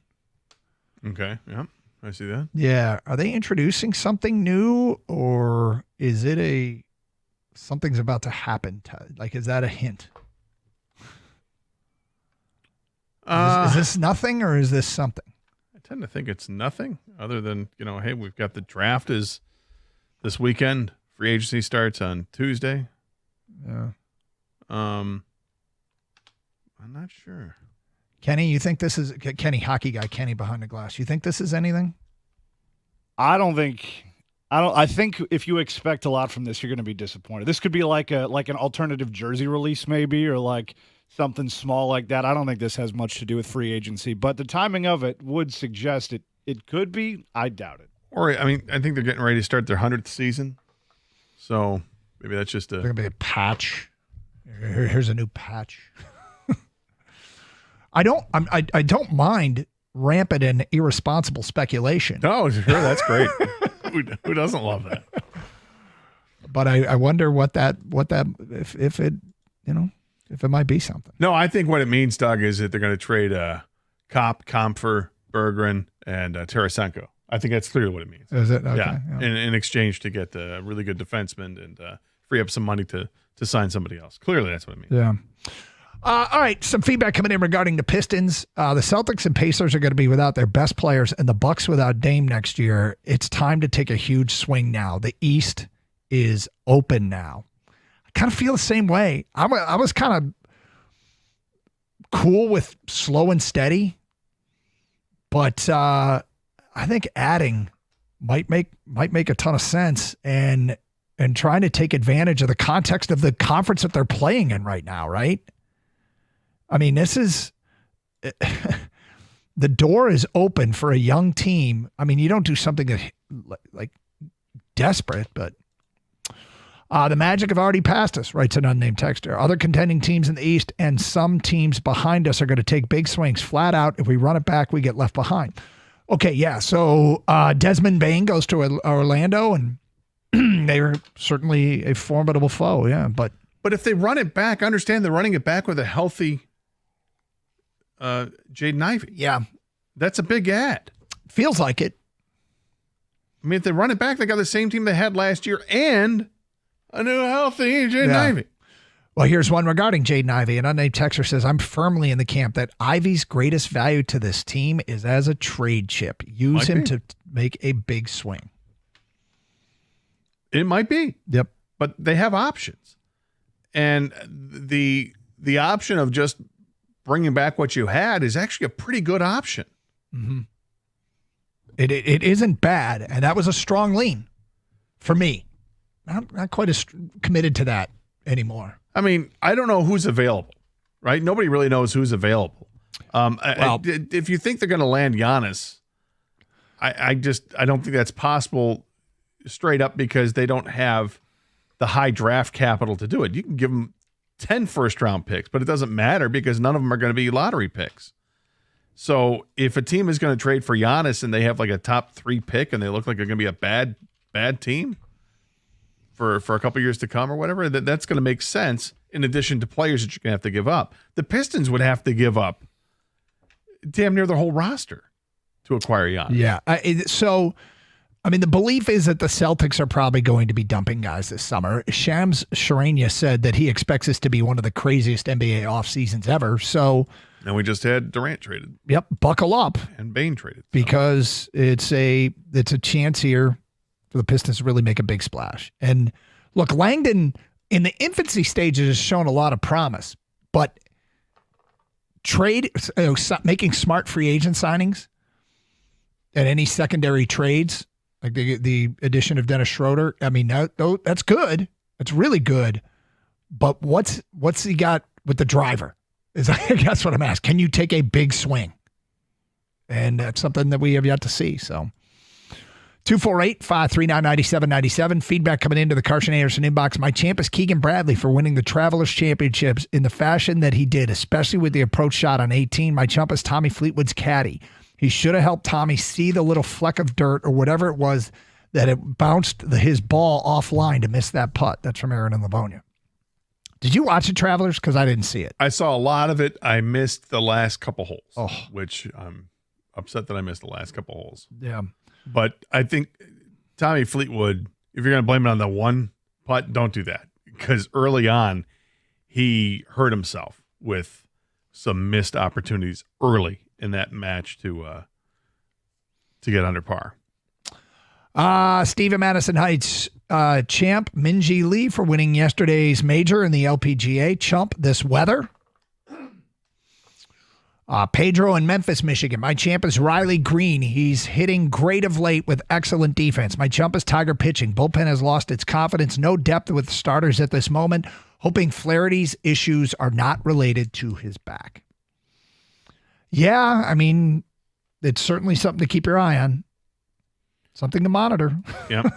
So I'm just taking a look at the weather. It's really supposed to ramp up over the next 5 hours. What do you mean? It's going to get into the low 90s in the next hour, and then by 5 o'clock, it's going to be up to like 97, 98. Mm-hmm. So be careful out there. Stay hydrated. Drink your electrolytes. Use sunblock if you're outside. Take time, breaks, whatnot. Mm-hmm. My champ is SGA. Historical year by winning the MVP in everything this season. Chump the Pacers trainers and coaches for not knowing Hallebertton was injured or allowing him to get injured and protect him from himself. So, look, there's some speculation that these calf strains make you more vulnerable to Achilles injuries. And I guess Kendrick Perkins said as much last week. And the question becomes, is taking that risk in Game 7, do you take the risk? And I don't know what's, like, are we getting into ethics here? A player that is vulnerable to Achilles, a serious Achilles injury, who you're asking to play one more game, rolling the dice that he could hurt himself significantly. Do you do it for a Game 7 of the NBA championship? And it's a tough one, right? I mean, I'm not in the world of, I'm not a doctor, but if you're ever going to do it and say, okay, you are maybe more vulnerable to this, but it's Game 7. It's up to you. Because this guy said that they should have protected him from himself and said, you can't play. If the player wanted to play and say it's worth it for me, I will take that chance because this is Game 7 of the NBA championship. Right. I mean, that's the thing. It's Game 7. Good luck holding anybody back in that situation unless they really can't go out there. If this guy's walking, he's taking part in the shoot around, he feels good enough to play, then you're going to let him play 10 times out of 10. I think most people will. And I think if before the game you say you got a player that's vulnerable to this injury, and it's a serious injury, but it's Game 7, and it's, can he get through one game without hurting it? You think that you can, but I mean, I feel a little bit bad for the trainers and doctors because I don't know that there's an athlete in the league that would accept that. Well, no, and particularly when he's coming out publicly and saying, I'm playing no matter what. I'm playing no matter what. So, you give your recommendations as best and you offer your advice, and that's all you can do. And what happens if he doesn't play and they lose? Do the Pacers get annihilated for being overly cautious? Probably not. Okay. Well, probably not. See, I don't think maybe in the reporter world and the media they don't. But do fans? I think even most fans would. There'd be some fans be pissed about it, but I think that most fans would understand. Wow, he must have really been hurt if he couldn't go for Game 7. then he must really be hurt, is what the reaction would be. Is how do you stay out of a Game 7? Well, if you can't play, you can't play. He tried to play. He knocked down 3 3-pointers early in that game. He was rolling. Mm-hmm. And then he went to drive, going to the left, and fell down and was done. 248-539-9797. All right, straight ahead. One fan's seen enough of this Tiger team and has drawn a conclusion and sent us a text, and we will get to it today at 11:31 here on 97.1 The Ticket. Looking to upgrade your outdoor space? Builders First Source has you covered. With 4 Metro Detroit locations, they specialize in top-quality composite decking. Brands that you trust, like Trex, TimberTech, and AZEK. So whether you're a DIY enthusiast or you need a certified installer, their expert team will help you build the perfect deck that stands the test of time. Visit one of their locations today in Lapeer, Auburn Hills, Clinton Township, or Shelby Township, and discover why Builders First Source is your go-to for decking. Quality, service, and unbeatable value, that's the Builders First Source promise. Search buildersfirstsource.com.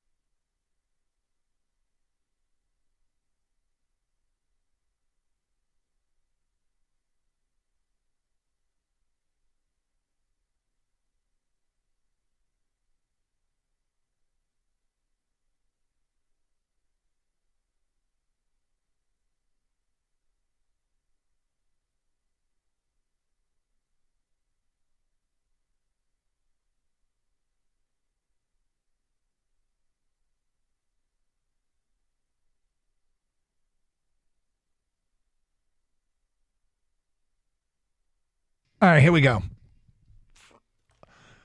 All caps guy. Oh, all caps. Texting us. Yep. He's serious and he's loud. Yep. Tigers are not winning the World Series with this pitching staff. Come on, man.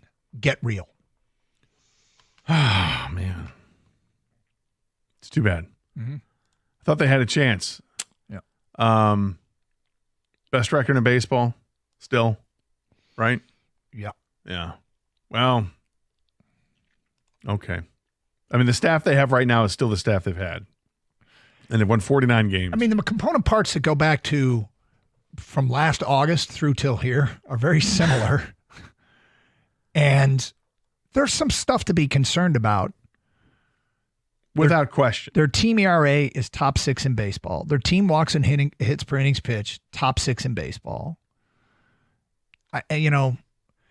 Look, there's some guys that need to be better, but he's done. On June 23rd, this guy's done. Now, you don't turn down a trade that can help. I don't think this team is going to stand pat. I don't either. I don't think they're going to stand pat. Now, we can have fun and be sarcastic and condescending to this and all that. But the truth is, I think they need to add to the pitching staff. The pitching staff right now, as a whole, has been good enough to give them the best record in baseball, along with the offense that comes with it. But that being said, the biggest difference this year from last year, there's two. Flaherty is not pitching like he did last year. And Tyler Holton is not pitching like he did last year. There's some other pieces there too, but those are the two big ones that stand out to me. Because they were off the charts good. We were really, really. Flaherty was pretty much the best version of himself his entire career when he was in Detroit. And at times this year, he's looked like that guy.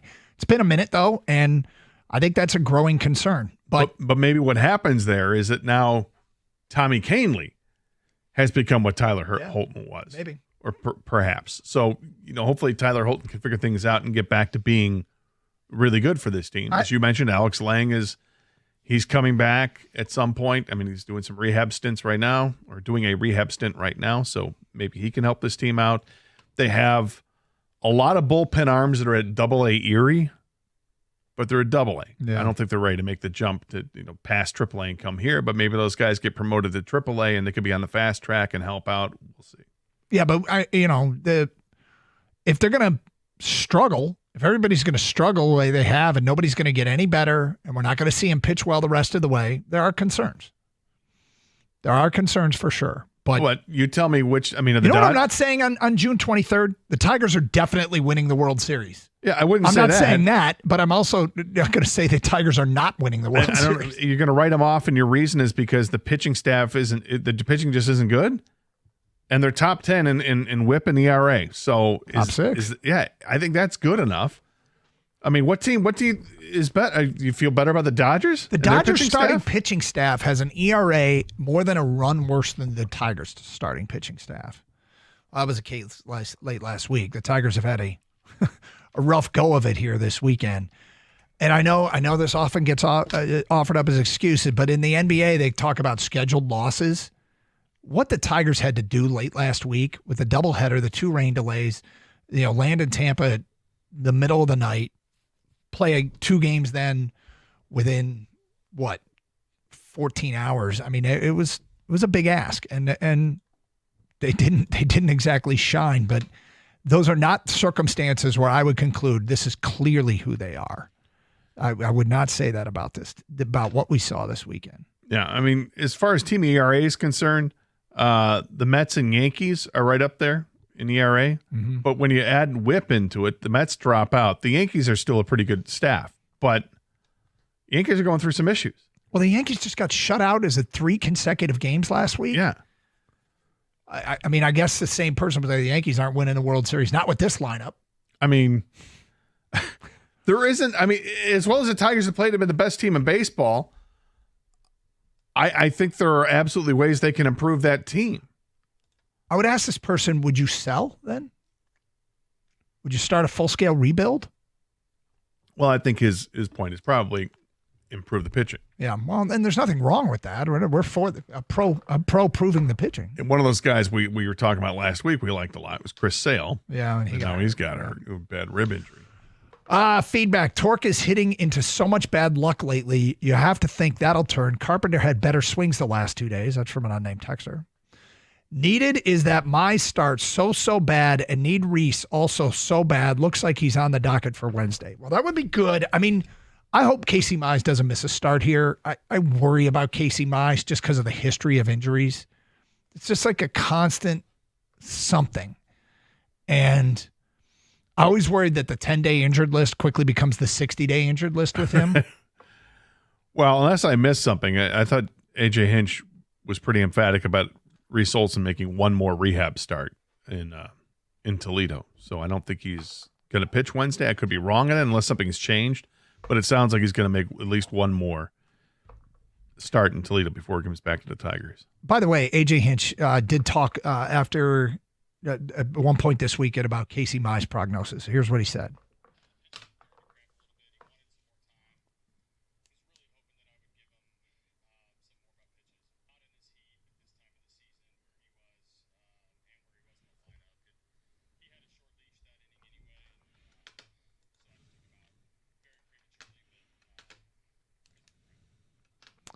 I mean, he doesn't sound panicked.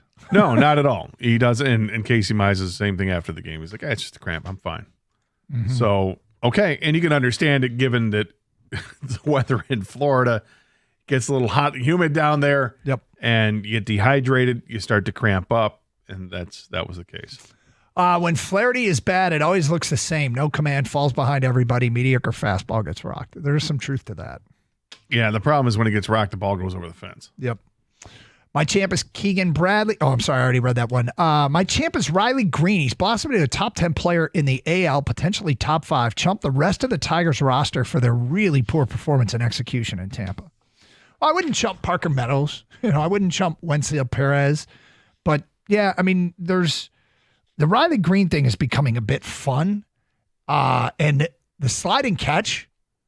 The sliding catch. He had the sliding catch. He had one where he went over the fence in foul territory and pulled one back. It was actually legit. He didn't fall over the wall. He didn't fall over the wall, which is, I know what the rule is. The rule says if you catch a ball and fall over the wall, it counts as an out. I don't think it should. Nor do I. I think if the ball's in your glove, but the momentum for making the catch carries you over the wall, I feel like you've carried the ball over the wall. I think that should be a home run. Rule says otherwise. But in the case of what Riley Green did, it was foul territory. He caught it, anticipated, hitting the wall. He had to jump and kind of got his body halfway over and then came back into land in foul territory, but back inside the confines of the park. For the last couple of weeks, the word superstar has been brought up a lot with the Tigers. And when we describe this team, we say outside of Skubal, they don't really have that superstar. Riley Green is walking towards superstar territory right now. Mm-hmm. He's top 10 in the American League in numerous categories, including being third in RBI. He's just 2 behind Aaron Judge. This incredible season Aaron Judge is having, everybody's talking about. Yep. Riley Green has 2 fewer RBIs in the same amount of games as Aaron Judge. So what he's done lately has been incredible. He's in the top 10 in home runs and OPS. His batting average now is up to 291, which is very impressive. He's playing an outstanding outfield like we know he does. He runs the bases funny, but he runs them well. All this is great news, and he's trending in that direction where, hey, he actually might be a superstar. See what the numbers are when all is said and done at the end of the year. But, I mean, he's trending towards having this 30 home run, 110 RBI, 290 season, which would, yes, catapult you towards that category. And then you start the discussion. They need to lock him up. Yeah, maybe. Everyday lineup guy. Hi, guys. I'm going to start by saying Color Frank is my chump of the weekend for saying that AJ was doing a bad job. That's from Paul. As the guy called last week. Yep. Champ, the Oklahoma City Thunder. Chump, Tommy Fleetwood. A lot of votes for the Thunder. A lot of votes for Fleetwood coming in on this Monday. Fleetwood, the collapse. My champ is Keegan Bradley, a comeback to win for the Ryder Cup captain. Chump is the son. Kicked my butt golfing this weekend. That's from Durf in a truck. Oh. Sorry, Durf. Yeah, you got to be ready for that. Mm-hmm. Get the towel, iced towel. Dude. That's key. I had 3 of them in a ice bucket over the weekend. Coaching. At one point, I just had one draped over my head. It was so hot. Don't you know the season is over, boys? It was a good run, but it's over. Champ, Wenzel Perez, chump Tiger fans that think the season is over. Sarcasm is strong with this one. Mm-hmm. And good vote for Perez. 248-539-9797. More of your phone calls and feedback coming up. Champ and Chump, get them in. Tiger fans, look, I mean, the state of the Tigers right now, it wasn't a great weekend. But there is some panic in Detroit. That is clear, and it's coming through. It's Carson Anderson, 97.1 The Ticket.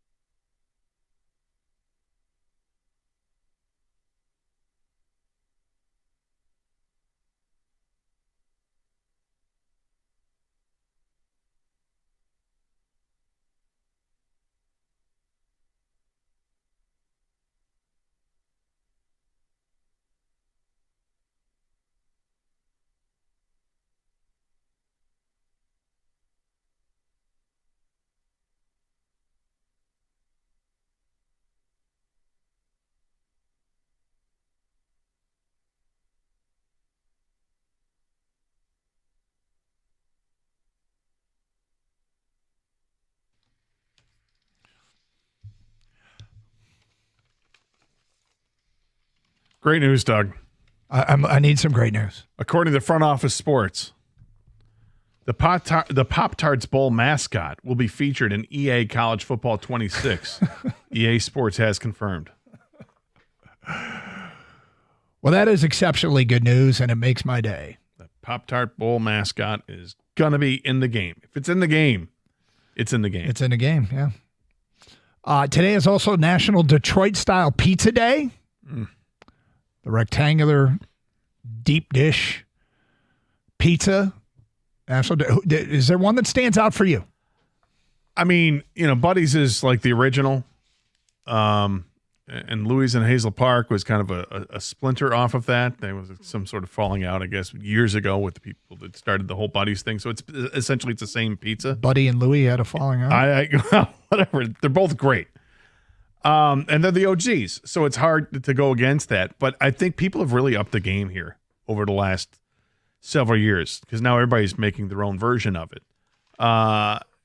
in varying degrees of success, but by and large, it's all great. Jets is mass produced and it's really freaking good. Pizza Pop List has a Detroit style pizza. All the places basically do. Little Caesars does, and their square I think is very good. Green Lantern has a really good one. And then you get to is Shields, is their square pizza really Detroit style, or is it just a square pizza? It's a little bit different. I love Shields pizza. Shields is probably my favorite of all the square pizzas. But Buddy's is acknowledged. Unfortunately, I really have nothing to add to this topic. Not being a huge pizza guy, I've only had Buddy's Detroit style pizza, and it's You've never had Jets? I've never had Jets. Wow. As you might imagine, we don't order a ton of pizza in the Karsh household. But kids love pizza. Your kids don't love pizza? Yes, but we don't order from Jets. So. Okay. Should I? Yeah. Okay. I think I had one Jets pizza years ago, and I was not impressed. Okay. But you think I should give it another chance? I think you should. I mean, there's ways to whatever you like. I like it with light sauce. Yeah. Evan taught me that trick a couple years ago, and Kenny subscribes to it too. Light sauce on the Jets pizza.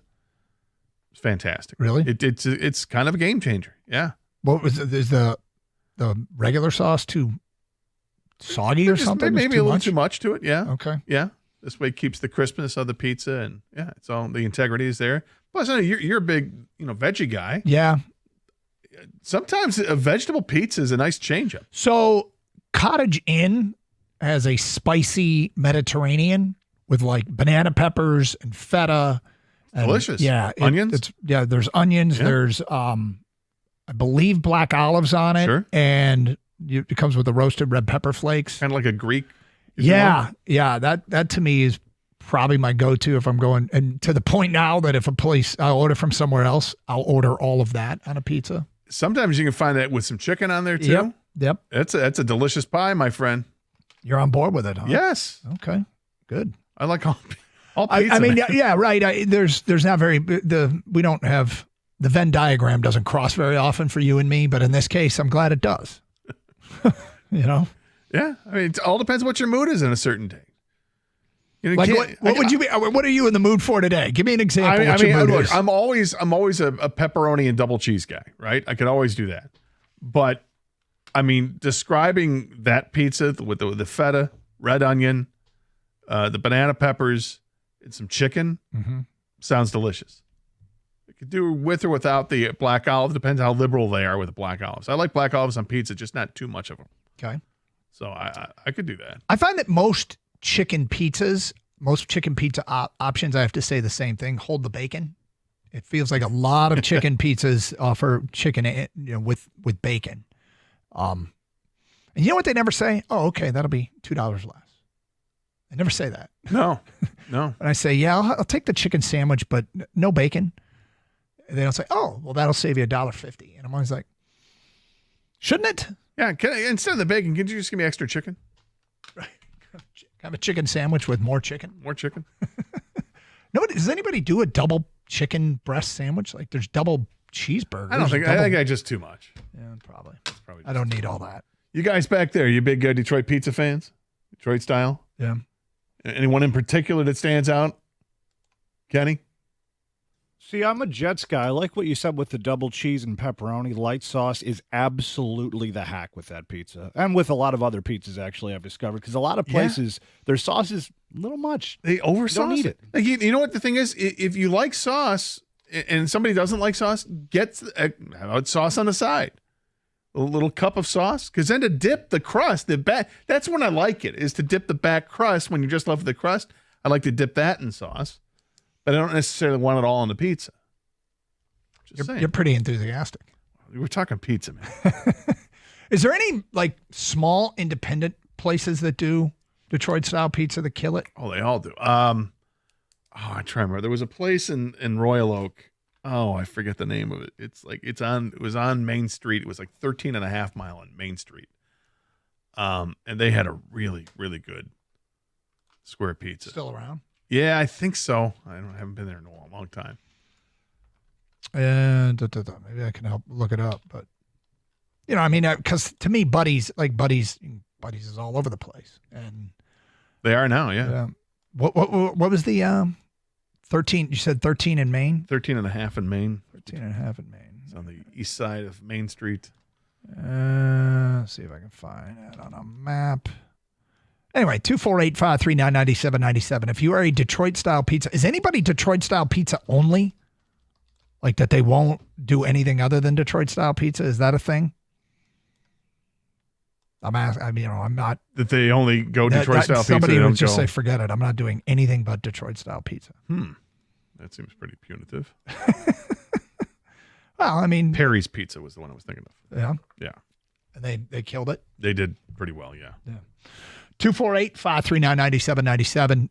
Look, and Buddies is good when I do get pizza. It's crispy, crunchy. Yep. That caramelized cheese right up to the edge. Delicious. And you say Louis is exactly the same. Louis is the same thing. Yeah. Yep. Okay. Just in Hazel Park.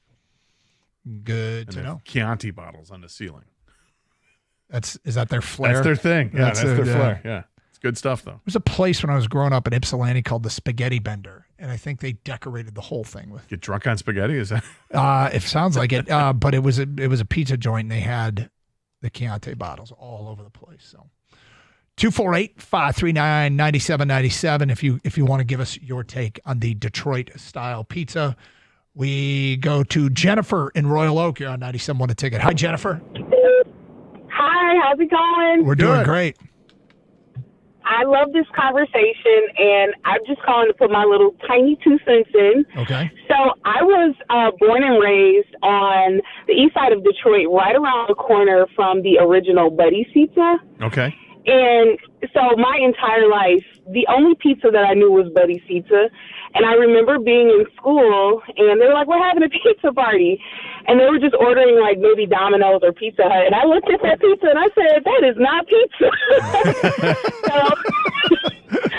So I have always been a Detroit-style pizza girl. It's my absolute favorite. And I agree, go light on the sauce, get it on the side so you can dip the crust in afterwards. So for you, it's Detroit-style pizza only. It is. Yep. It's my favorite. Yeah. And how did people react when you said, that is not pizza? I don't really remember. I just remember coming home telling my parents, like, we had this pizza that looks like the pizza in the movies, and I told them that's not the pizza we eat at home. The real pizza should be a square. And they just laughed at me. It was hilarious. Jennifer does not eat movie pizza. No movie pizza. Yeah, not open here. That's just props. Right. Let's go to Jay in White Lake. You're next on 97.1. Hi, Jay. Hey, boys. How's it going? All right, Doing Jay. good. So I own a restaurant in White Lake, and we're the furthest thing from a pizza joint. We're a southern joint. We specialize in, like, fried chicken and fried chicken sandwiches, shrimp po' boys, that kind of stuff. But we're closed on Mondays, and on Mondays I go get pizza, and I'm a huge fan of Detroit style pizza. And there's a little joint. They got 2 locations. There's one in Howell and one in Waterford, and it's called Guido's Pizza. Oh, I know. And I've gotten pizza them from probably 30, 40 times. Every time. It is unbelievable. They got 2 different sauces you can get, too. They got a spicier one and a standard. But they slightly overcook their pizza, and I'm a fan of that. I don't like underdone cheese. And I get the exact same thing you guys were talking about, pepperoni and double cheese. And when you get double cheese, they leave it in the oven a little bit longer, so it's got a little brown bubble on it. The stuff is unbelievable. So I just, honestly, I'm calling because it's another restaurant. I want to give a shout-out to another person in the business. Yeah, they have Guido's actually. is the best. They have a bunch of locations, actually. They have one in Auburn Hills, Davison, Bloomfield Hills, Pontiac area, Brighton, Clarkston, Grand Blanc, Heartland, Novi. I've had it many a time. Actually, my dad used to love Guido's Pizza. Get with the breadsticks and get the cheese dip that comes with it. That's the key right there. That cheese dip, the cheese garlic spread. Oh, Today is National Detroit Style Pizza Day. Who has the best Detroit style pizza? Let's go to Paul and Wixom. You're next on 97.1 A Ticket. What's up, Paul? Hey guys, how you doing? Great. So I was calling about Crispelli's. Have you ever had Crispelli's? I have, but not a Detroit style pizza. So I actually work there, but we have spectacular Detroit style. But when you walk in, you see our ovens, and everyone thinks hand tossed. So, but we do have Detroit style, and we take a lot of pride in it. And yeah, there are some characteristics that are key to doing it. But if you haven't tried our Detroit style, I highly recommend it. It is something that is spectacular. What are the characteristics? Well, you talked about buddies and everything. The pans are very important. Yep. What type of pans you're using. They were actually, in the old days, they were automotive pans, which was, if you look at the history, is what started it. Specific cheeses to make sure it caramelizes up against the side. They have to be seasoned, and your dough has to be risen properly to give it a light, fluffy crunch. And your last caller talked about double cheese and keeping it in longer. And yeah, and if you do, it will caramelize more and give you a little bit more of that rich flavor with the cheese against the pan, against the crust with the oil. I got to tell you, Paul, I'm glad you called in to let me know about this and let us know about this, because every time I go to, and I like Crispelli's a lot. Their pizza, the round pizza, I love the round pizza. But now I went to the website, I see a picture of the square, and it looks delicious. And now I really want to try a Crispelli's square pizza, Detroit style. Well, we get off the show at 2, yeah. All right. Get to more of your phone calls and feedback. Champ and Chump on Mondays, 97.1 The Ticket. FanDuel, because nothing says summer fun like adding excitement to the game while your friends are getting sunburned at the beach. Summer sports are calling your name. Baseball under stadium lights, golf on pristine greens and fairways, soccer matches with world-class goals, and all the action-packed moments in between. You're going to spend all day following your favorite sports teams on your phone anyway. You might as well make it more thrilling with FanDuel. Open the app today and see the daily promotions. If you're new to FanDuel, new customers can bet just $5 and get $150 in bonus bets if your first bet wins. Open the FanDuel app today or visit FanDuel.com/Doug to get started. Must be 21 or over and present in Michigan. First online real money wager only. $5 first deposit required. Bonus issued as non-withdrawable bonus bets, which expire 7 days after receipt. Restrictions apply. See terms at sportsbook.fanduel.com. Gambling problem? Call 1-800-GAMBLER.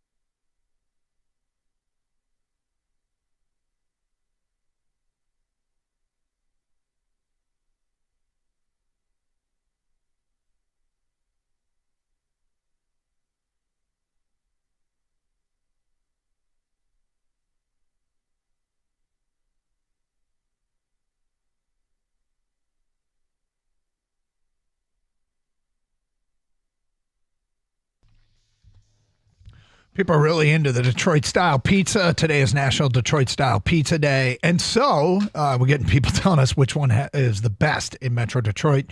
248-539-9797. A lot of Tiger talk to open the show. And we'll get back to the Tigers. If you want to hear our evaluation on the weekend, you can check it out if you use the Rewind app, Rewind feature on the Odyssey app, go back to the beginning of the show and take it all in. But, of course, we'll circle back to the Tigers coming up. A big story in Detroit all summer long. 248-539-9797. Mondays also mean Champ and Chump here on the program. Get your Champ and Chump of the weekend in. Who should be singled out for having the greatest weekend and who should be called out for having a weekend that stunk? My champ of the weekend was the Major League Baseball schedule makers because Tigers, due to weather, they had to jam pack like 4 games into 48 hours. It was. I think it took its toll, and I think this is a much needed day off today. I used to hate. I've got most of the summer. I hated the off days, Scott, but now I'm like they need this one, so I'm going to give them the champ of the weekend. Yeah, I think getting the off day would be nice. I don't mind that. My champ is if you watch the Game 7 last night. Yeah. The way that the Thunder crowd showed up, everybody wearing the blue, the royal blue shirts out there. Yep. It was awesome. And when they were clinching at the end, they had this big crowd shot, and everyone's wearing blue, with the exception of a handful of Pacer fans are out there, so the yellow would stand out. But it stood out only because how blue it was. Mm-hmm. It was pretty great. They really do comply there. Yes. My chump of the weekend is Hallebertton's Achilles. Not Hallebertton. Just the fact that the Achilles snapped, very selfishly for me, kind of ruined Game 7. I was fired up for this, and at that moment it was over, and I felt like we were robbed of potentially a classic. So anyway, that sucked. Yeah, it did suck. My chump is I mean, it's the weather for baseball. I mean, the Tigers had to deal with rain every day for I don't know how many days in a row it was where it affected games. Certainly affected all 3 games over the weekend with delays of some kind. And the heat also played a major role in disrupting games. Ellie De La Cruz, I think it was Ellie De La Cruz or was it O'Neill Cruz? One of the Cruz guys was vomiting. I think it was Ellie. I think it was Ellie. It was vomiting on the field because he drank too much water to try to hydrate. You need to be careful with that, but he just drank too much at one time, and now he's puking. You got people in Chicago at Wrigley Field that are having to be helped off the field. An umpire had to call it after five innings, saying he can't do anymore. Then the second base umpire has to come over and call balls and strikes. And they had workers that were falling ill as well. I mean, heat exhaustion is a real thing. And today here in Detroit, Metro Detroit, it's supposed to be up in the high 90s, like 98 degrees. So everybody be careful out there. 248-539-9797. Let's get back to your open line calls. Oh, just before we do, a ticket texter had asked about the Mexican-style lager that I loved when I found it up north. It's from Old Nation. I don't know how it's pronounced correctly, but I'm going to go with Tranquilas. Tranquilas. Tranquilas. Tranquilas? Yeah. It's got a cactus on the label. Oh, it's got a cactus. It's got a cactus on the label. And I'm a big fan. A little salt taste to it, or? Yeah, cold glass, kind of perfect for the summer for me. For Doug likes it. Doug approved. So a lot of people like to rim the beer glasses with salt if they're going to have a Mexican lager. You know what else I like with a Mexican lager is tahini. Have you ever had tahini on the rim? No. Might want to give it a shot. All right, let's go. Bill in Detroit, you're on 97 on the ticket. What's up, Bill? Hey, what's going on, guys? How you doing? Hey, doing well. I was calling about the Detroit-style pizza. I live in Corktown in Southwest, just right down the road. They got a place called Sicily's, and it's probably about the best Detroit-style pizza I've ever had. Sicily's? Yeah, it's called Sicily's. It's on Verner. It's on West Verner, kind of right by the 75 Service Drive, just right off it. It's and all the pizzas that you guys have talked about, the buddies and all that, excellent pizzas. But if anybody's in the area, you definitely got to try Sicily's if you're a Detroit-style pizza guy. And what makes it special? Just everything, how it's made. They go really light on the sauce because I heard you mention that too, and so kind of just the flavor, the seasoning. I mean, it's really good. It's not overly cheesy. It's not overly saucy. It's just, it's really just cooked to perfection, in my opinion. Thank you, Bill. 248-539-9797. Ryan in Royal Oak, you're next. Hello, Ryan. Hey, I heard you guys talking about the Detroit-style pizza. I don't know if this place got mentioned yet, but there's a place in Royal Oak on 11 Mile, just on the south side going towards Campbell Road, and it's called Palazzo de Pizza. Yeah, I've had that. It's delicious. Yeah, Portnoy came and did the one bite and said it was like he rated it the best in Michigan. Wow. For Detroit style, I guess. All right. It's really good. But, very quickly, my champ and chump of the weekend, my champ would be Minjee Lee for coming back in the women's PGA on Saturday and then finishing off the deal on Sunday. And then my chump would be probably Tommy Fleetwood on 18 yesterday, getting behind Keegan Bradley and giving him a read on number 18 to lose the tournament. He just keeps losing tournaments over and over. Thank you for the phone call. Champ and Chump noted, 248-539-9797. Yeah, Fleetwood's had something like 43 tournaments where he's finished in the top 10 and has never won. Wow. It's a lot. Next up is Rich in his car. You're on 97 on the ticket. What's up, Rich? What's happening, guys? Hey. Go ahead, Rich. Go ahead. Yeah, we got you. Go ahead. Oh, okay. Gator. You said Buddies and Louis are the exact same thing? They're pretty much the same, yeah. They're both great. Come on, brother. They're both great. The atmosphere is different, that's all. Oh, everything's different. The cheese is different. The sauce is different. It's the same thing. It's literally the same thing, and it's great. It's great at both locations. Well, No, I should say there's more Buddies I agree, locations. but- There's only one Louis, but it's all great. But Buddies is comparable to Jets, and Louis is the king. Yeah, Buddies and Louis are the same. We apparently have a difference of opinion here.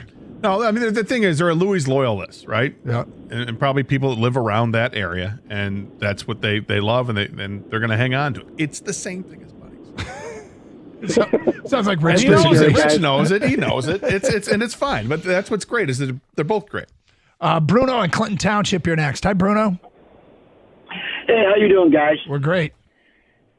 Hey, here's the real story about Buddies and Louis. The original cook for Buddies, his name is Louis. Matter of fact, he's French. His last name is Louis Tourtois. He passed away a few years ago. He had a falling out with Buddies. He left Buddies. He went on Shields and Davison. There was a shot and beer joint called the Shields Bar. He opened up the pizzeria there and started selling the Buddies recipe pizza on Shields. Well, they franchised that. He left that and opened up Louis. So all three have the same recipe. And matter of fact, the same recipe is also with Cloverleaf Pizza in East Point. It's all great. And for your Jets, light sauce and well done is excellent. Yes. There's a lot of light sauce people Telling out you. there. 248-539-9797. We'll get to more of your phone calls and feedback coming up. Did you ever have to do what this player had to do? That at 12:20 here on Carson Anderson on 97.1 The Ticket. Do you know your home's water score? Telltale signs like water spots, dingy laundry, or dry skin indicate your water score needs to get better. Improve your water score by calling CGC Water at 855-339-4242. This month, get a free Kinetico reverse osmosis system with the purchase of a Kinetico Premier Softener.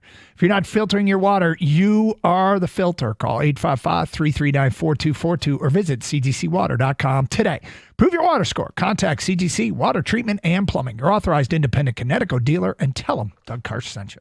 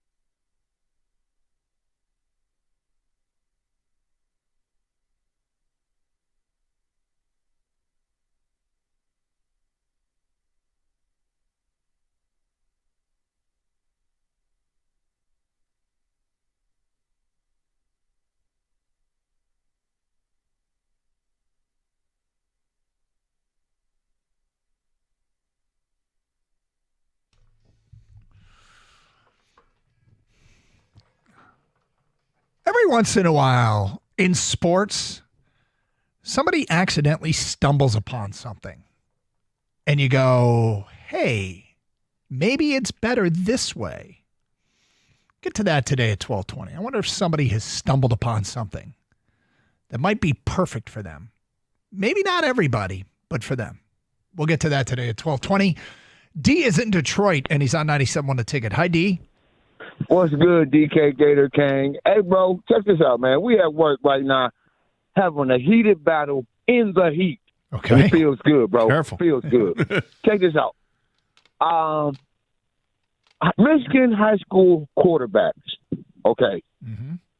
I told my man, Kirk Cousins is the only one that has played high school football in this beautiful state, went on to the college, and came to the NFL and did anything out the whole state of Michigan. Kirk Cousins.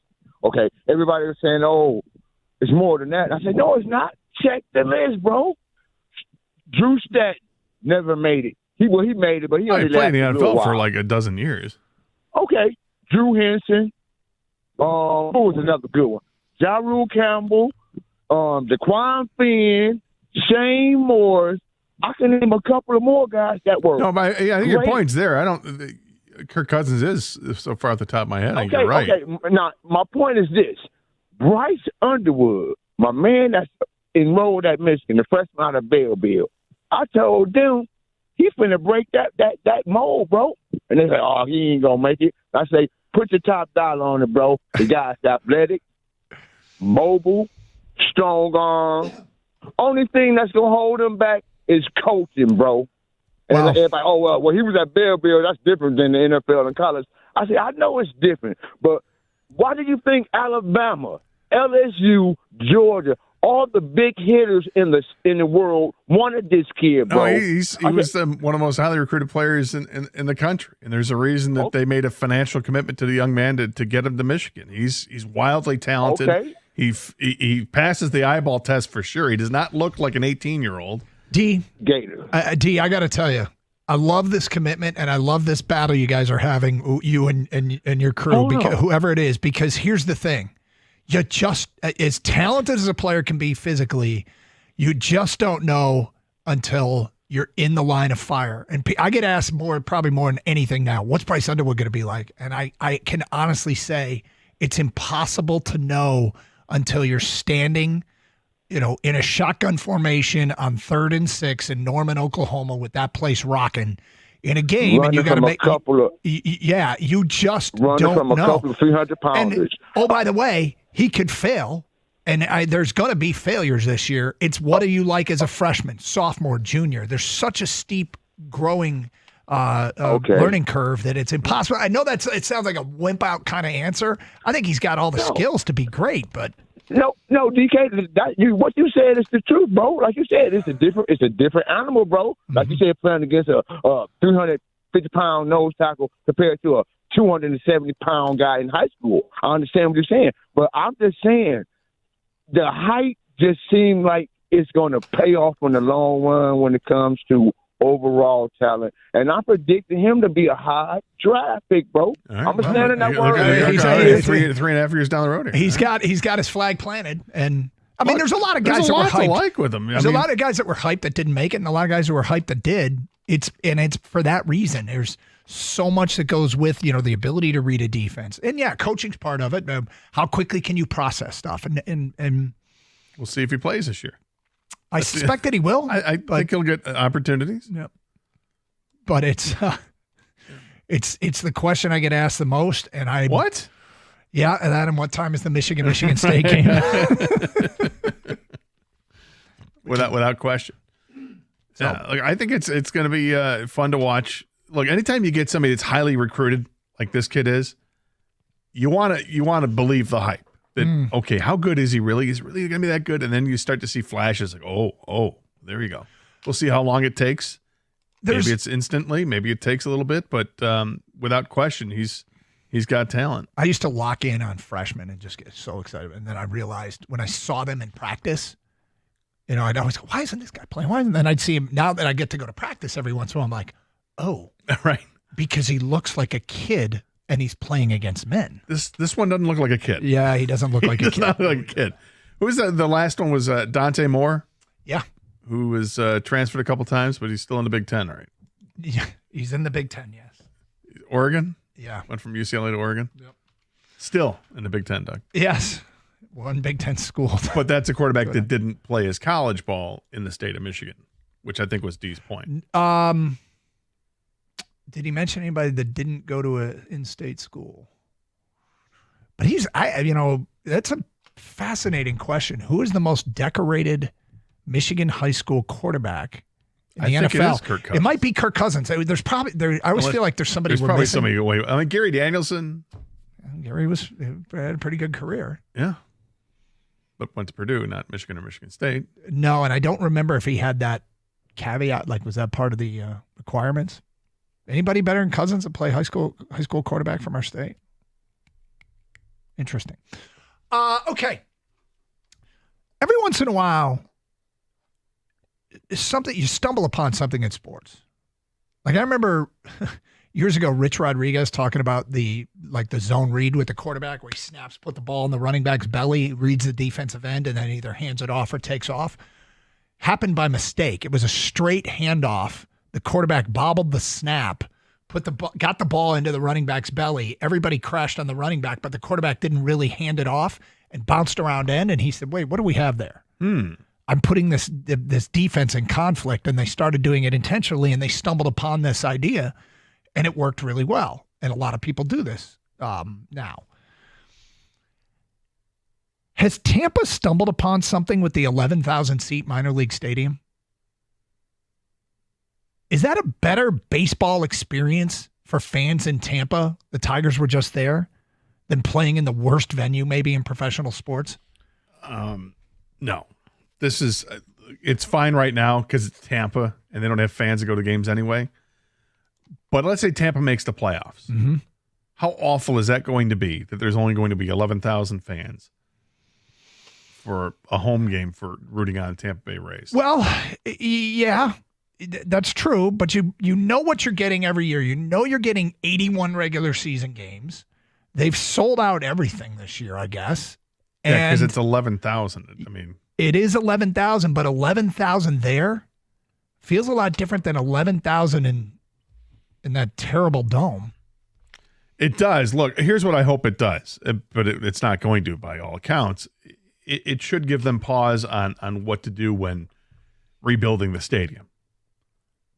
But by all accounts, they're just going to redo what they have, which is dumb. Bad location, sterile stadium. They got sold though, right? Or they're getting sold, and then you never know what's going to happen. Either way, I'm just curious to see, because I bet fans that are going to games, just speculation on my part, are thinking this is way better than Tropicana Field. Oh, I'm sure people will say it's better than Tropicana Field. That's not hard to beat. The problem is you're limited to 11,000 There's definitely limitations. And that's got to suck. And they probably want more sweet money than they get. But the other thing is you get all these games that have rain. You know, it'd be interesting to see how many games are affected by rain during the course of the season because they're not playing indoors. Because they don't have a retractable roof. Yeah, just scrolling through their schedule. I don't see any postponements next to any games, but that doesn't mean they weren't. No, but all switched. 3 were affected this weekend. Yeah, there was rain. There certainly was rain. But so that's gonna. I mean, I don't think a fan base loves to sit through that. I'm a big believer. I've turned into smaller is better when it comes to stadiums. That there's very few places that can be massive that pack. I mean, smaller is better in Detroit with the Lions.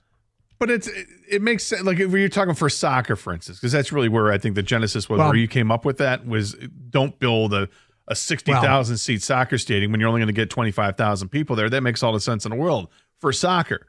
For baseball, you have to have 40,000 seats or at least 35. I mean, some of the older stadiums that are around, they're like 35,000, whether it's Fenway or Wrigley. The older ones are there, but Comerica Park seats like 42. That's a good number for baseball. And then if your bigger markets, maybe Yankee Stadium has more seating, whatever. That's fine. Football, the Lions are probably in the bottom third, I would imagine, with attendance possibilities with 65. But it's great. It sells out. 65 is a lot of people. In another professional life, Doug Karsh of 97 won the ticket in Tampa would be pushing stay in this stadium. I would be pushing that. Wow. I would not. I would be pushing, let's build a new stadium, retractable roof, and let's make it, 45,000 people. And let's build it in Orlando. or actually in Tampa Bay and not in St. Petersburg. There's a lot that's wrong with that. But yeah, I mean, I think it looks so much better. So much better than the Tropicana Field experience. Well, it looks better than Tropicana Field because Tropicana Field sucks. But if you're going to redo it, you're not going to let's build a brand new state-of-the-art 11,000 seat stadium. And that's not the lesson learned. Just stay there. Don't have to spend one dime. 248. Yeah, you probably have to do some upgrades. You should probably move the franchise if you can only get 11,000 people to come to a baseball. That's also a fair conclusion. 248-539-9797. All right, we're going to ask you a question. What is your trick? We'll explain at 12:35 here on 97.1 The Ticket.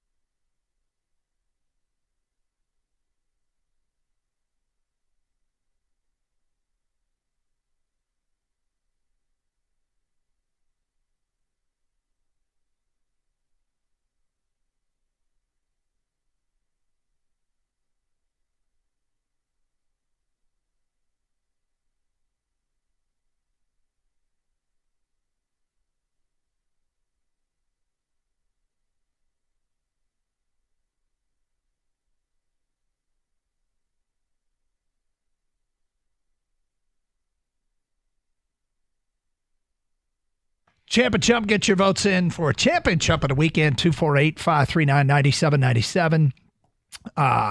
Did you see Savvy Sliders has introduced the Kerry Bonds combo meal, Scott? I did see that. What do you think? Hey, I'm about, value. I like Savvy Sliders. It's good stuff. Usually get them about once a month or so. Do you really? Yeah. Between the sliders and the chicken strips they have, they're delicious. Yeah, we did. We had to provide a meal for a baseball team once. We did the Savvy Sliders thing. The kids loved it.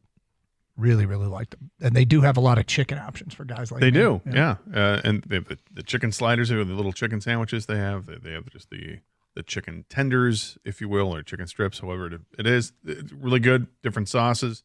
It's all very good. So I don't love the Kerry Bonds moniker. Yeah. And I think it's interesting timing of this. Right.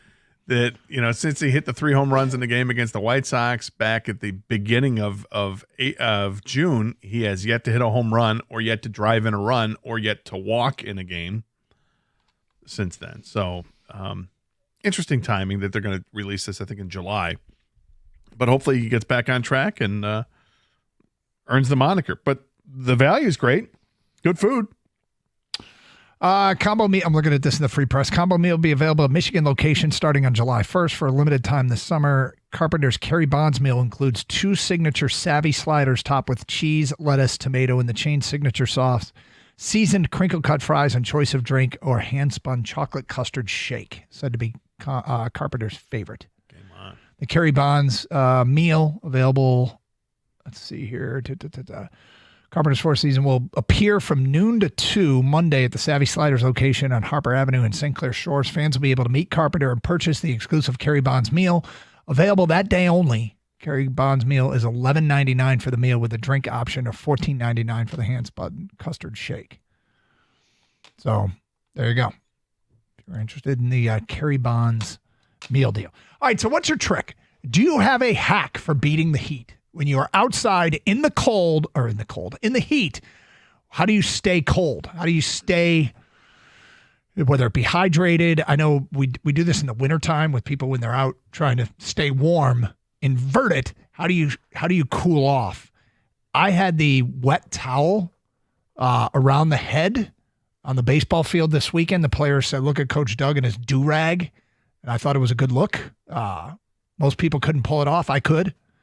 But it was an ice bucket with these light towels inside that I was able to just wrap around the head, and it definitely worked.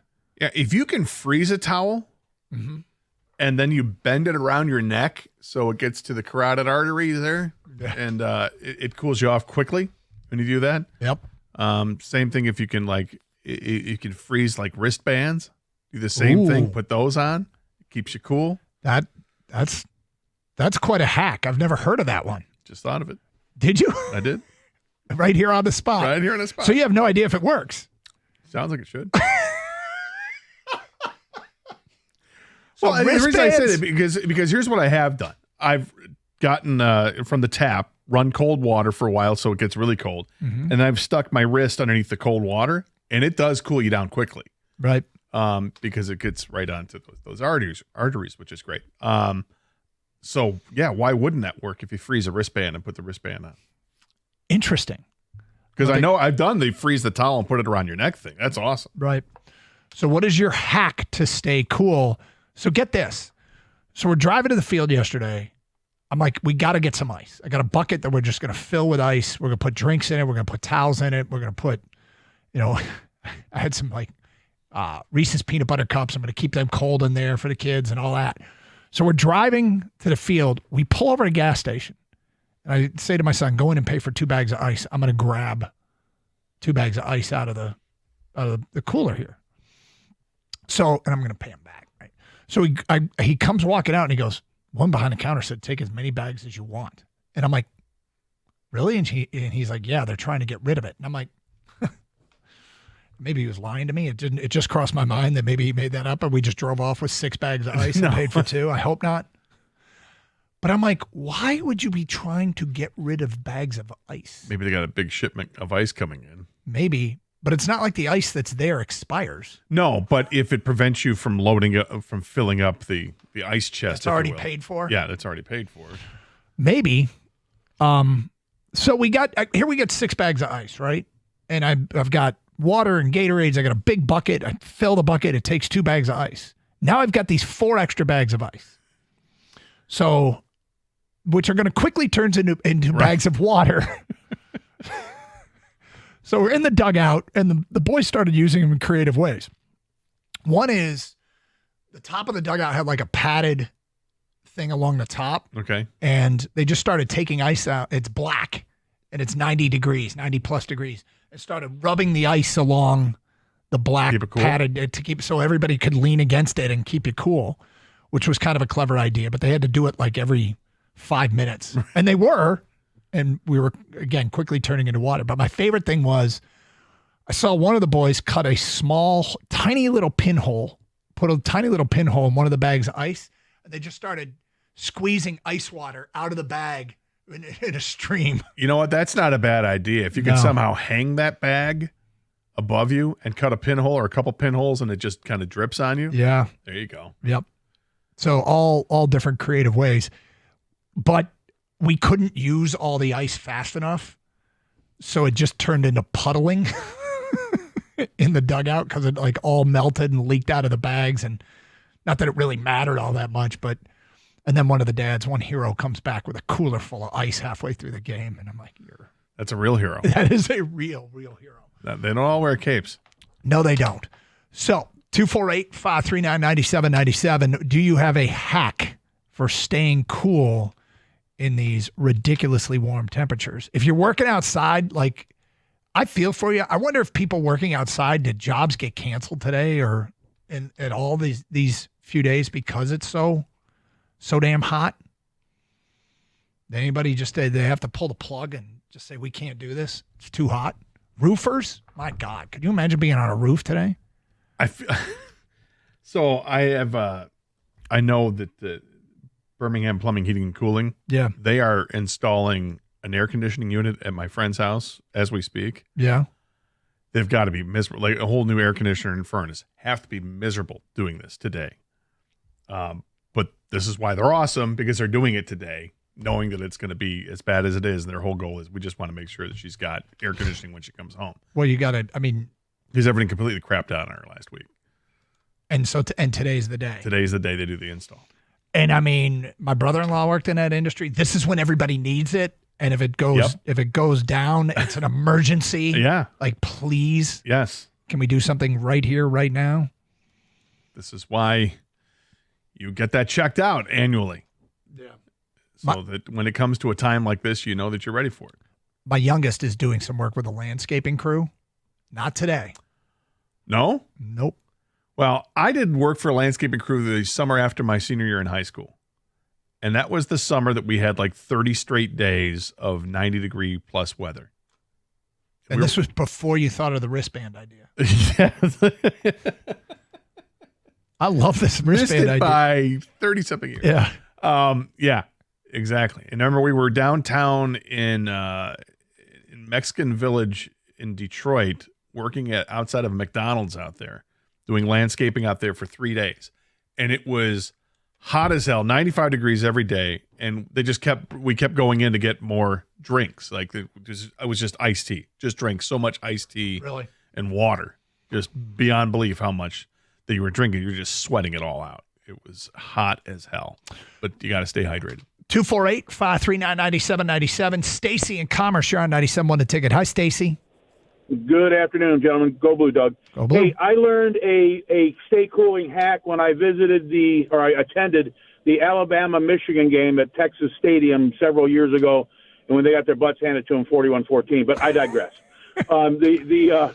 What they did down there, we have bonfires up here to keep us warm. They freeze their hand-rolled apricot-scented towels, and they freeze them in squares and put them in their coolers. And then they just have a towel recycling thing, and they just keep using them over and over.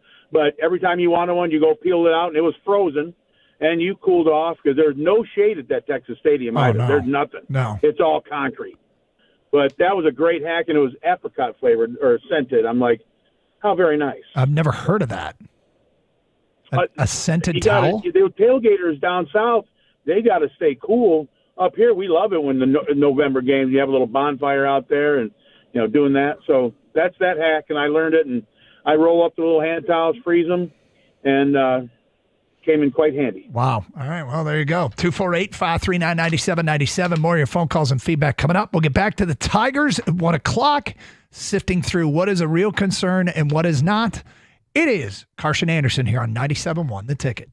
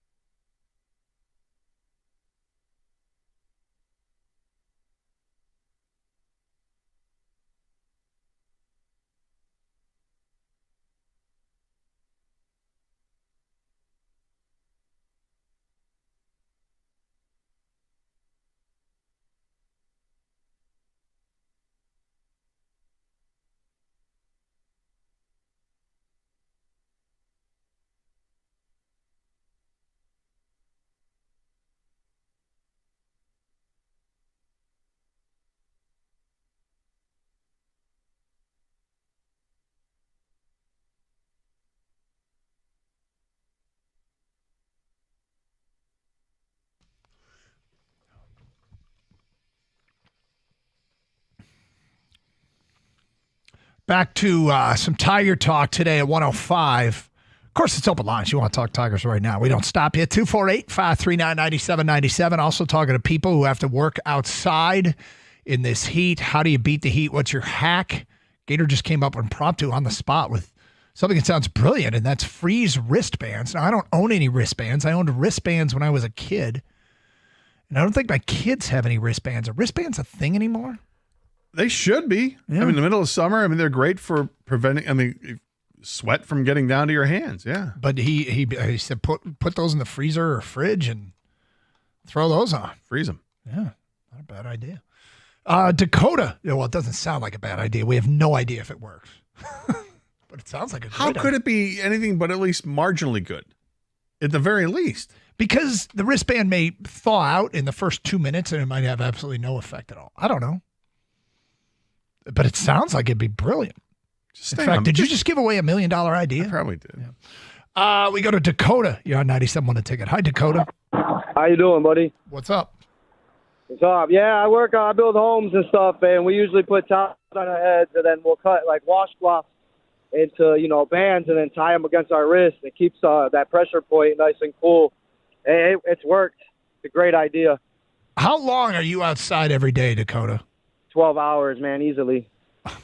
So yesterday we were out in Bloomfield Hills. We had to dig a 50-foot trench 4 feet deep, and that's what we did. Wow! And was it close to 12 hours? Yeah, we did about 10 hours yesterday. I hope it pays well. Oh yeah, it does. Stay cool, my friend. I love it too, man. I like waking up going to something I love. Bud. Oh, that's awesome. Stay cool. All right, buddy. Thank you. We'll see you, Dakota. 248-539-9797. Mike on a cell. You're next. Hi, Mike. Yeah, this is Mike. Hi, Mike. Hey, had you guys ever heard of an ice vest? Ice vest? No. Yeah. I had one on about 20 years ago. I just bought my wife one for this week. She's in a warehouse checking in equipment. There's about 100 different styles, and they come in 100 different price range. You can get one at Granger's for $400. You get them at Home Depot. We got Amazon, and this vest is supposed to keep it down below 30 degrees ambient temperature for just putting water in it. It was $40. So it's like a vest that has like pockets where you put ice packs in it? Yes. Okay. Yes. And they come with the high vis. I got her a high visible vest. Yeah, I know. I look them out online. I can see they're like an optic yellow or whatever if you're working outside. There's 100 different styles. Yeah. No, I think it's a great idea. Them. Oh, it works great. I had to take mine off. It was too cold for me. All right. I'm telling you, it was 150 under the VA hospital with broken steam lines. And it was so hot down there, you couldn't stand it. I bet. But I had to keep taking that vest off because it was too cold. Well, so that's effective. That works. What kind of accent do you think that was? There's a little bit of Pittsburgh in that. A little bit. It was a little all over there. Yeah. There's some stuff going on Something there. there. I guess we could Ohio, maybe Eastern Ohio? Maybe. There's definitely an Ohio accent. Yeah. But I have an ice pack that works for my elbow, that it's like this contraption. It almost looks like you strap it onto your elbow. So it's almost like an elbow pad, but it has strategic pockets in it for 4 different ice packs that surround it. It helps for a golfer's elbow. It really does. It gets cold as hell, but these things are great. So they're little gel packs that you put in the freezer. And then when you get done playing golf, you throw them in this, this strap, and then you put that on and leave it on there for a half an hour or 20 minutes or whatever you're supposed to do. And it cools it down quickly. I imagine this ice vest is probably a lot of that same technology, that you just have pockets in there that you put the ice gel packs in there. Sounds brilliant.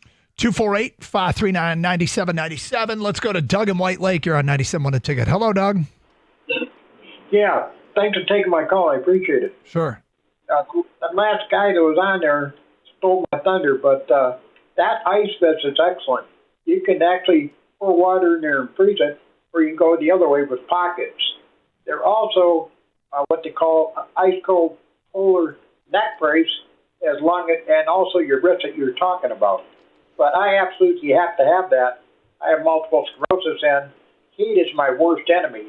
It exacerbates my condition. So, yeah, that ice vest is the best. You guys need to check that out. All right. Hey, appreciate it. And certainly there are workers out there listening that perhaps they will.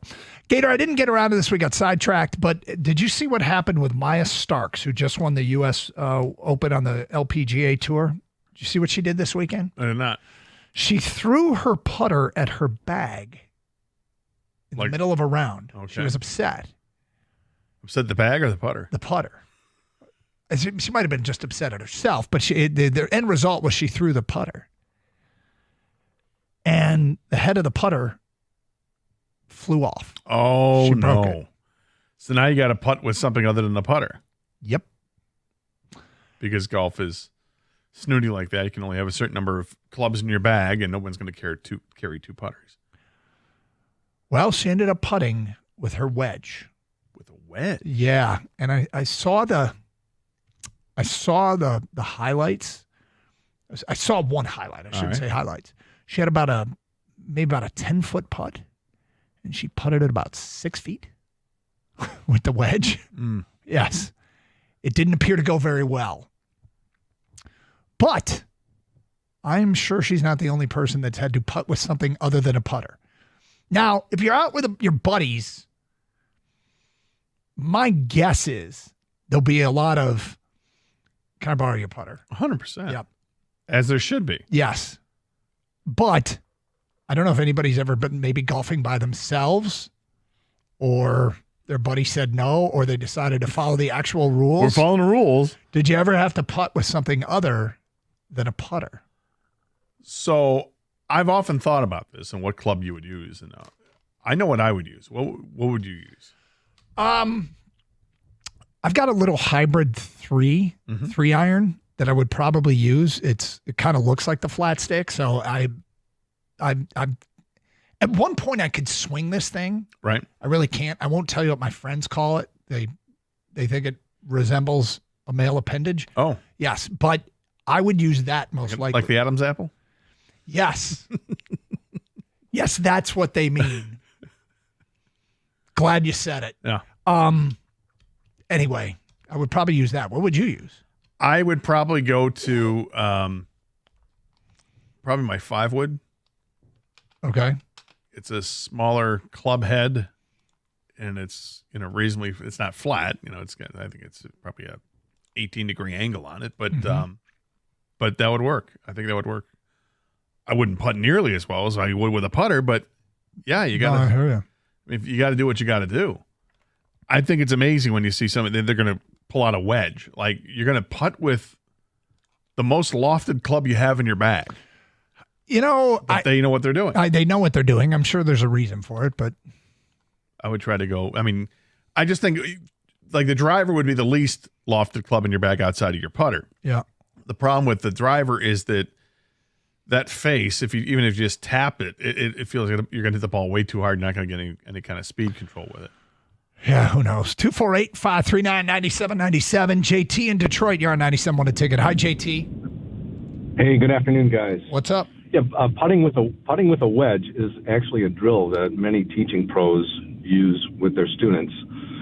Putter grip, the leading edge of the club is directed at the equator of the ball, the center of the ball, and it's a putting stroke. So it's not that unusual. So as long as the leading edge. Go ahead. That's what you would choose, and you say others do. Yes, pitching wedge or a sand wedge, absolutely. Okay. And I've done it. I've done that drill for years. And how good are you at it? Very. Oh, look at you. Look at that. Yeah, confidence. I love it. Get there. Did you see what Maya Starks, did you see her putt, her effort? I saw the replays. I didn't see it live, no. Yeah. She did not appear to be very good.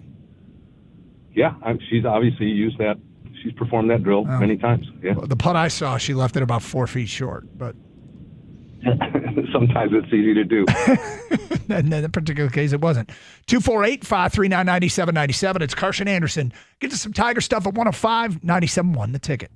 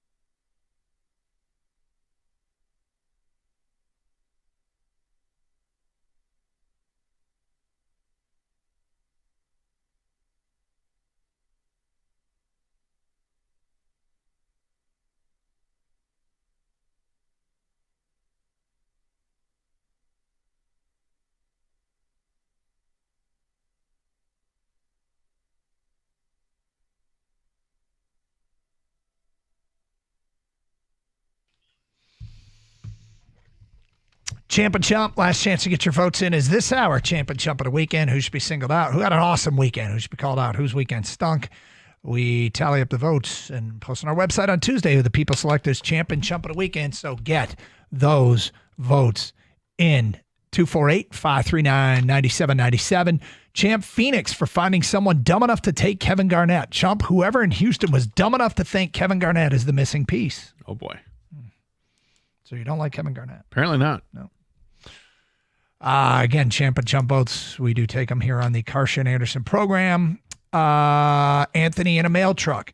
Champ Riley Green. He is a superstar. Third in the American League in RBIs and probably a top 3 fielder in left. Chump as a mailman. The USPS trucks we have no AC, just a little desk fan. Drink water, carriers. That's unfortunate.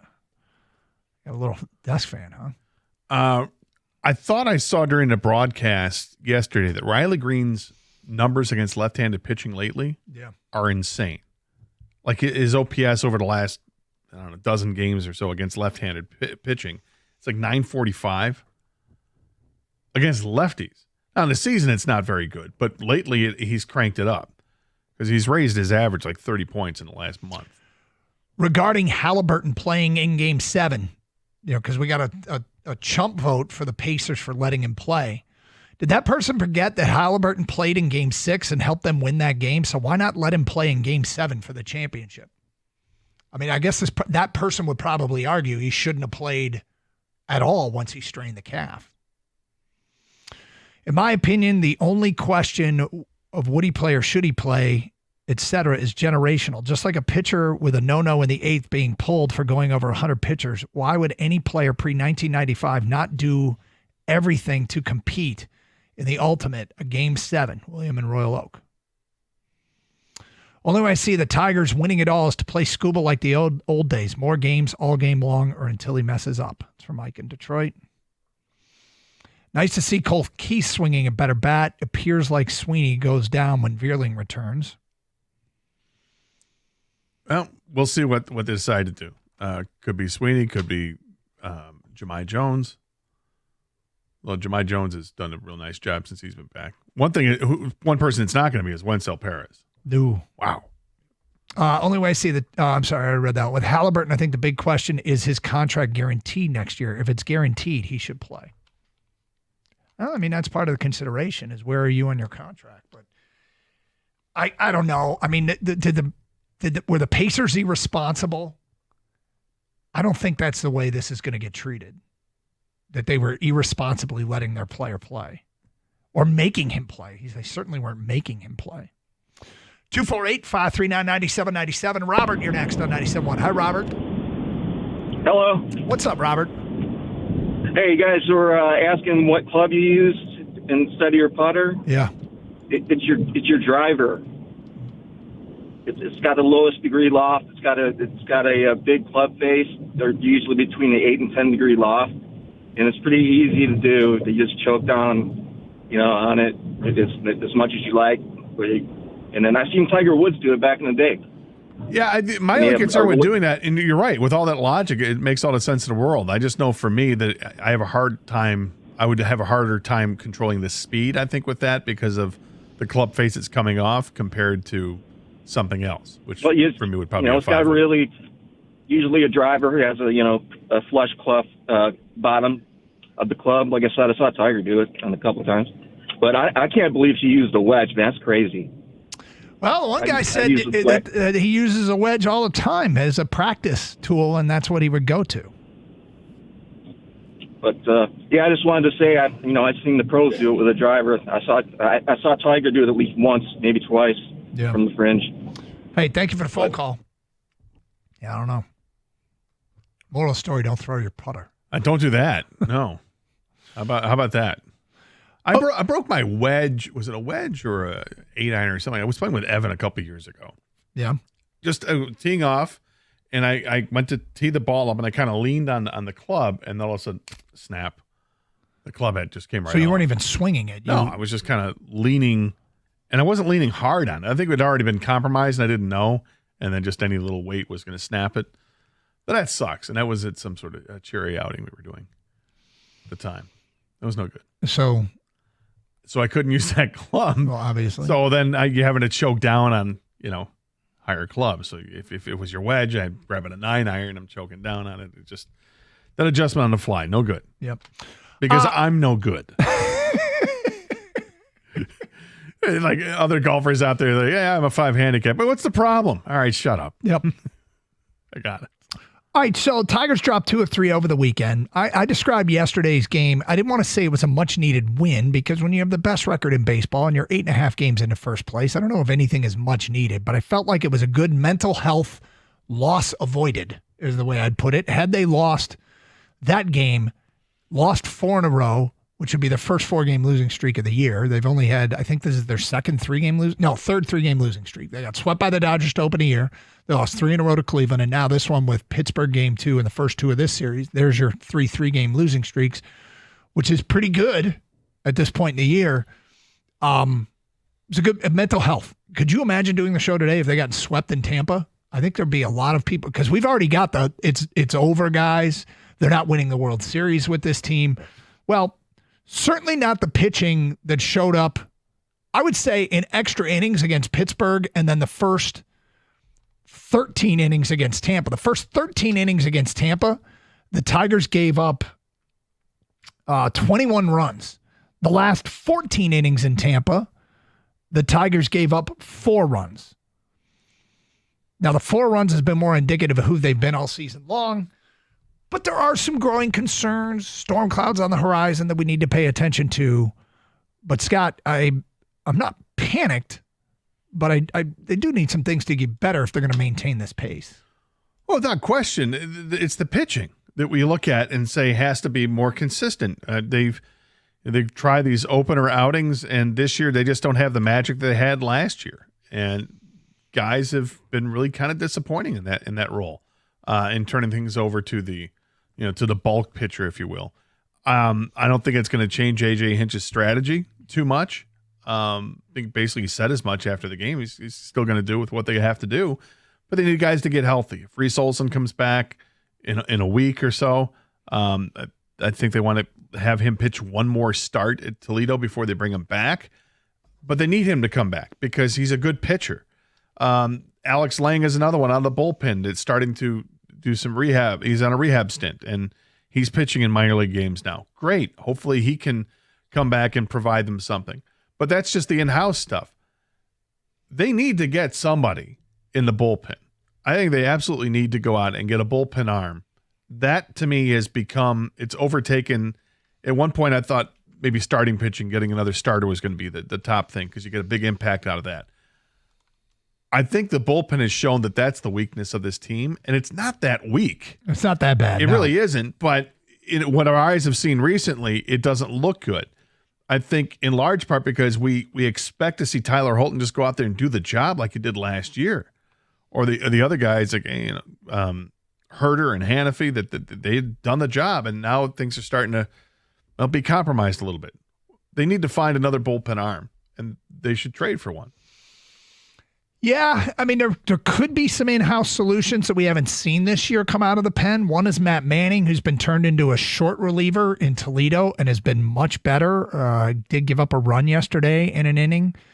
The other one might be Alex Lang, as we've talked about, who working his way back from a lat injury, who now making rehab appearances at Single A. So, look, man, it seems true. This goes back to when the midst of the Leland Verlander Tigers come trade deadline, we were always talking about getting bullpen arms. Now that team had real bullpen issues.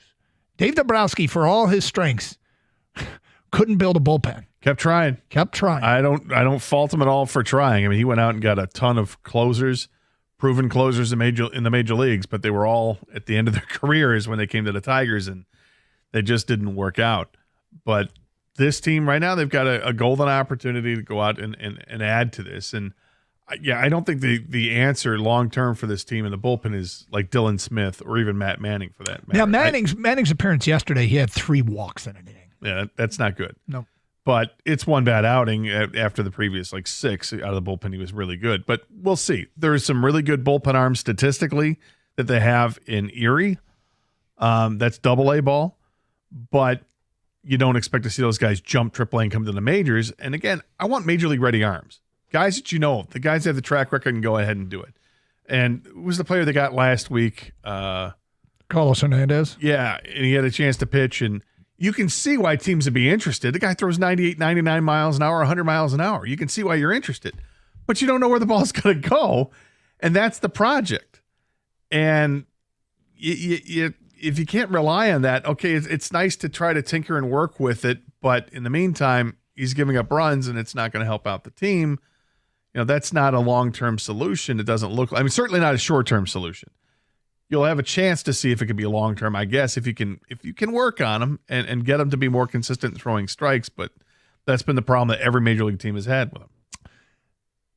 Over 162 games, the bullseye of criticism slides up and down the roster, back and forth. There was Parker Meadows talk last week. Parker Meadows had a hit in every game, had a double, had a home run. And now it's like sliding off of Parker Meadows, and who's next? Who gets them? Like Kerry Carpenter. People worried about Kerry Carpenter. People worried about Jack Flaherty. Colt Keith. And yet, at one point the bullseye criticism was on Colt Keith and it slid off. Now it's slid back. I mean, this is what seasons are like. And that's why it's up to the front office. You have to really dig deep and go, okay, what are the real problems? Or where can we get better? And what players do we have accessibility to? And when you start evaluating at that level, you end up to be able to figure out what your true issues are and how you make yourself better. 248-539-9797. Hey, Michigan Auto Law, auto accident attorneys. They specialize only in auto and truck accidents. Many law firms don't do that. They focus on many different areas of the law, and it hurts them. But Michigan Auto Law, they've got their specialty. You've been in a truck or car accident, give them a call. Then let's get to the customer service. They will call you back. Many clients call Michigan Auto Law because they can't get a call back from their current law firm. Proactive communication is super important to them. Michigan Auto Law returns all phone calls within 24 hours. You will get a call back. They call it white glove service. It's led by our guy Steve and his crew over there at Michigan Auto Law. Give them a call. Michigan Auto Law, the law firm that puts people over everything. Visit autolaw.com. That's autolaw.com.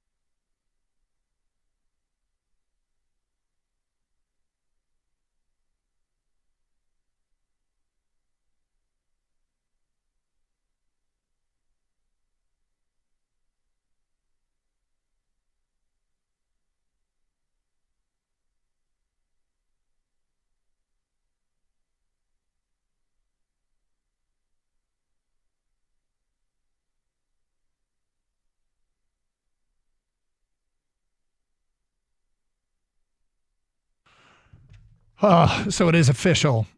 Torn right Achilles for Tyrese Hallebertton, which there are Achilles injuries that you don't see, but it now feels like when anyone injures their Achilles, the network that's carrying the game has a super slow-mo where you can see pop, and then it almost like reverberates through the entire calf. It's terrible looking. And there are the Achilles. Was it Kalen Lucas from Michigan State that did it in the NCAA tournament or Big Ten tournament? I think it was the NCAA tournament. Am I right or wrong on that? I think you're right. I think it was an NCAA tournament. He did the classic turnaround to look like, did somebody just kick me? Which people say it feels like you've been kicked in the back of your calf. Hallebertton just went down and knew right away. And look, it happened in Boston. Now it's happened in Indiana. And look, I don't want to celebrate these injuries, but the door did kind of creep open in the East here a little bit, didn't it? I think it has. I mean, everybody wants to talk about what Orlando did. And they should. Last week, and sure, that's there. But Hallebertton gone for probably most of the season next year. That's going to severely hinder what Indiana does. Boston looks like they're going to blow things up. Yeah, that's going to be troublesome for them. Tatum being their Achilles injury. The Knicks they're going to have to hire a new coach. Despite making it to the conference finals, they fired their coach. So we'll see how that works out. And here come the Pistons, and if they re-sign Malik Beasley, they basically have the same team coming back next year, but now they'll have a healthy Jaden Ivey, which is pretty great to add to that team. Or if they want to trade, they could trade, and we'll see what they put up in terms of trade capital to land somebody. But they've got lots of options. It's good to be Trajan Langdon right now. I imagine he's kind of feeling it a little bit. Okay, here's my opportunity. What am I going to do? Who's available from other teams? I mean, this is where you're really working the phones. Free agency starts next Monday in the NBA. They've got the draft is on Wednesday in the NBA. The Pistons have the 37th overall pick. Interesting, depending which mock draft you look at, who's available to them. But they've seen some interesting names, people that we've seen, with the kid from Wisconsin being there, and among others. But decent-sized players that maybe they can make an impact, maybe not. Who knows? The second-round picks usually takes a while. But look, there's a lot to do for Trajan Langdon right now, and it might simply just be bringing some guys back and still makes this team stronger. So I got a couple of questions here and comments based upon that. First of all, we do a bit on the show called Warning Gator Graphic, and it's because you don't like watching grotesque injuries. No. What about the Achilles injury? Does that one gross you out? In a different way. I mean, it's not. It's fine. It doesn't really. I don't have much to. I might go, ooh, that's too bad. Mm-hmm. Yeah, okay. Because I saw it yesterday and I went, ooh, that's too bad. Yep. But you could see the snap and the reverberation. I mean, yeah, it's too bad. But it's not like I'm seeing a bone stick out or the leg go in the wrong direction. That's what gets you, huh? Yeah. Don't like that. So the NBA draft, and you just mentioned the NBA draft, just real quick. First round is Wednesday. The second round is Thursday. Did anyone ask for this? Did anyone say, let's split it and make it a 2-day event? I didn't know it was a 2-day event. Yeah. Really? Yeah. Why? I have no idea. You have to draft literally, 60 players? Yeah. What are we doing? I don't know. Did anyone ask for this? And the NHL has their draft on Friday and Saturday, but the NHL has, 7 rounds of drafting? Yeah. So they'll do the first round on Friday. I don't know if they do the first two. I think it's just the first round. I mean, they did it last year too, and I forgot about it. And then I'm like, I have no interest in a 2-day NBA draft. And that's where the Pistons pick on Thursday. Right. They could trade back in, I suppose. Sure, I suppose they could. But it's TV. So TV probably made that decision, which is good because I'm concerned about the health of the networks. Well, the one thing that we have seen is lots of movement in the NBA. There is tons of trade movement in the NBA. on draft day. So, I mean, the Pistons could be involved with free agency taking place, just getting underway right before that, a couple days before that. Everything becomes really interesting here. And with some big names being thrown out there as possible trades, even if it's not the Pistons, it's fascinating to see what's going to happen with Giannis Antetokounmpo and others. Mm-hmm. You mentioned earlier that Shams Charania has said that he thinks this is going to be the craziest offseason in the NBA. I mean, we've already seen a couple of big-time moves, including Kevin Durant yesterday. So buckle up. It could be fun. Feedback coming in, Champ. Ethan Gardulski, who suffers from a debilitating anxiety, and Phil Scott, who has Asperger's syndrome, both from Michigan, killing it on American Ninja Warriors. They support each other and train together. Chump the weather. My gosh, it's heavy hot. That's from Pam. It's heavy hot. Have you ever heard that term? It's heavy hot. I have not, but I can feel it. Yeah, it's one of the. It's oppressive. You can feel like it's weighting you down. It's so hot. Yep. Champ Gage, the pitcher from Arkansas, the no-hitter at the CWS. Chump this heat. A lot of votes for the kid from Arkansas was unbelievable. Arkansas's blown game in the College World Series last week was unbelievable. I mean, I guess the College World Series doesn't move the needle all that much. If we were doing this show in Little Rock, their last inning, they were playing a game against LSU to close them out. They were up 5-3 in the ninth. Runners on first and second, one out. Ground ball to short. Arkansas just needs to get out of this inning, and they got to play the if necessary game to go to the College World Series final. Ground ball to short, first and second, one out in the ninth, 2-run lead. Shortstop picks it up, throws to third. Next guy hits a line drive right at the left fielder, who slips, hits his shoulder, rolls into the corner. 2-run score, tie game. Next batter hits a line drive with 2 outs right at the second baseman. He has to jump off his glove into center field. Arkansas chokes away the game. Oh, it was terrible.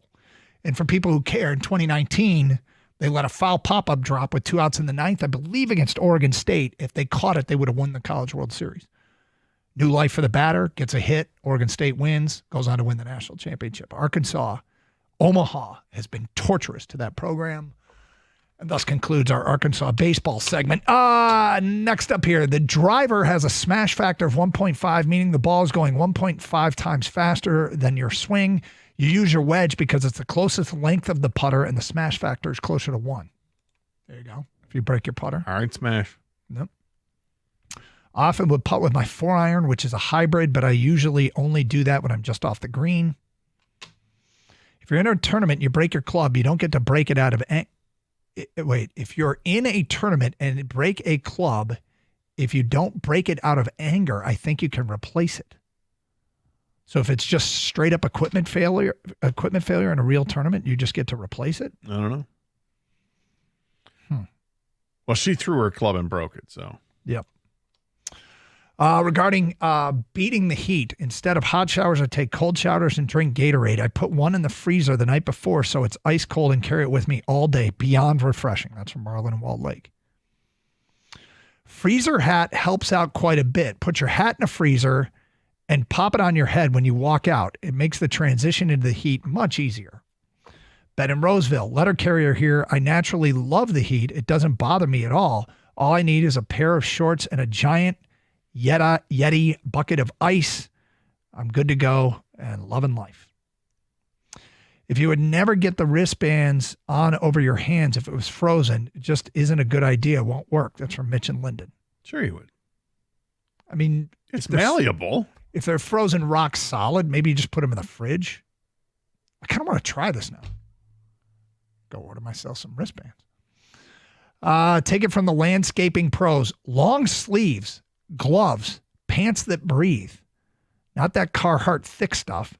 A Lycra is best. Watermelon juice is water. It hydrates way better than H2O. And a brimmed hat and some shade. Gotta love it. Yeah, if you can drink water with electrolytes, that's great. John, I heard somebody this morning call into the morning show talking about drinking lots of Pedialyte. Yeah. Certainly Gatorade, but if you can do Pedialyte, that's even better. Mm-hmm.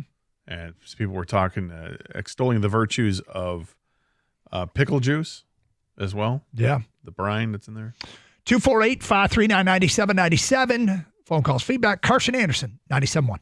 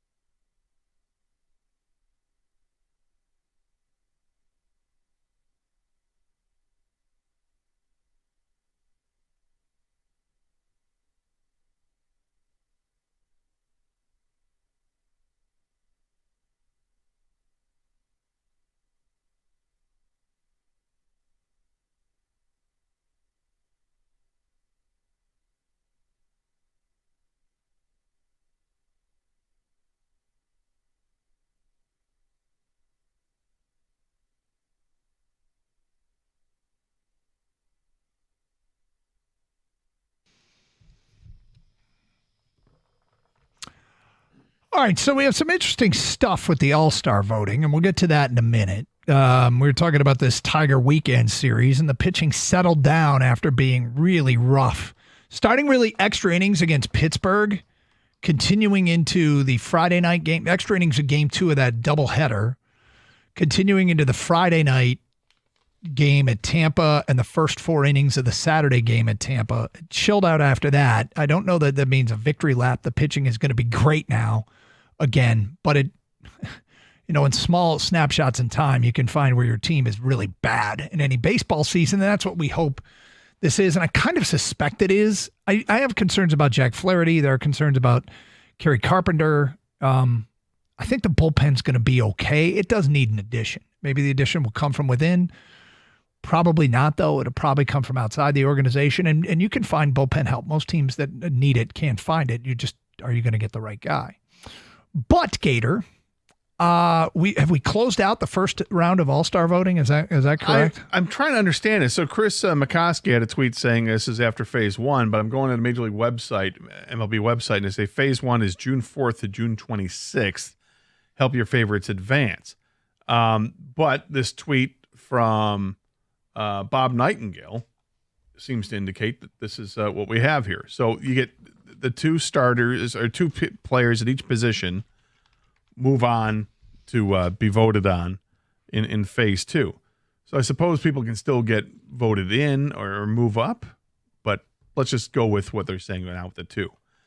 So catchers, they're starting, the people that we're voting on in the American League are Cal Raleigh and Alejandro Kirk. Cal Raleigh, obviously, is having an amazing season, 31 home runs. Dylan Dingler was third, so he just missed. Second baseman, Gleyber Torres is number 1 for the Detroit Tigers with 1.13 million votes. Okay, so just to be clear here, the top 2 in Phase 1 of the voting will advance to another vote to see who gets the start. So to zero out and 2 people are going to get voted. I think right now you're able to vote up to like 5 times or something like that.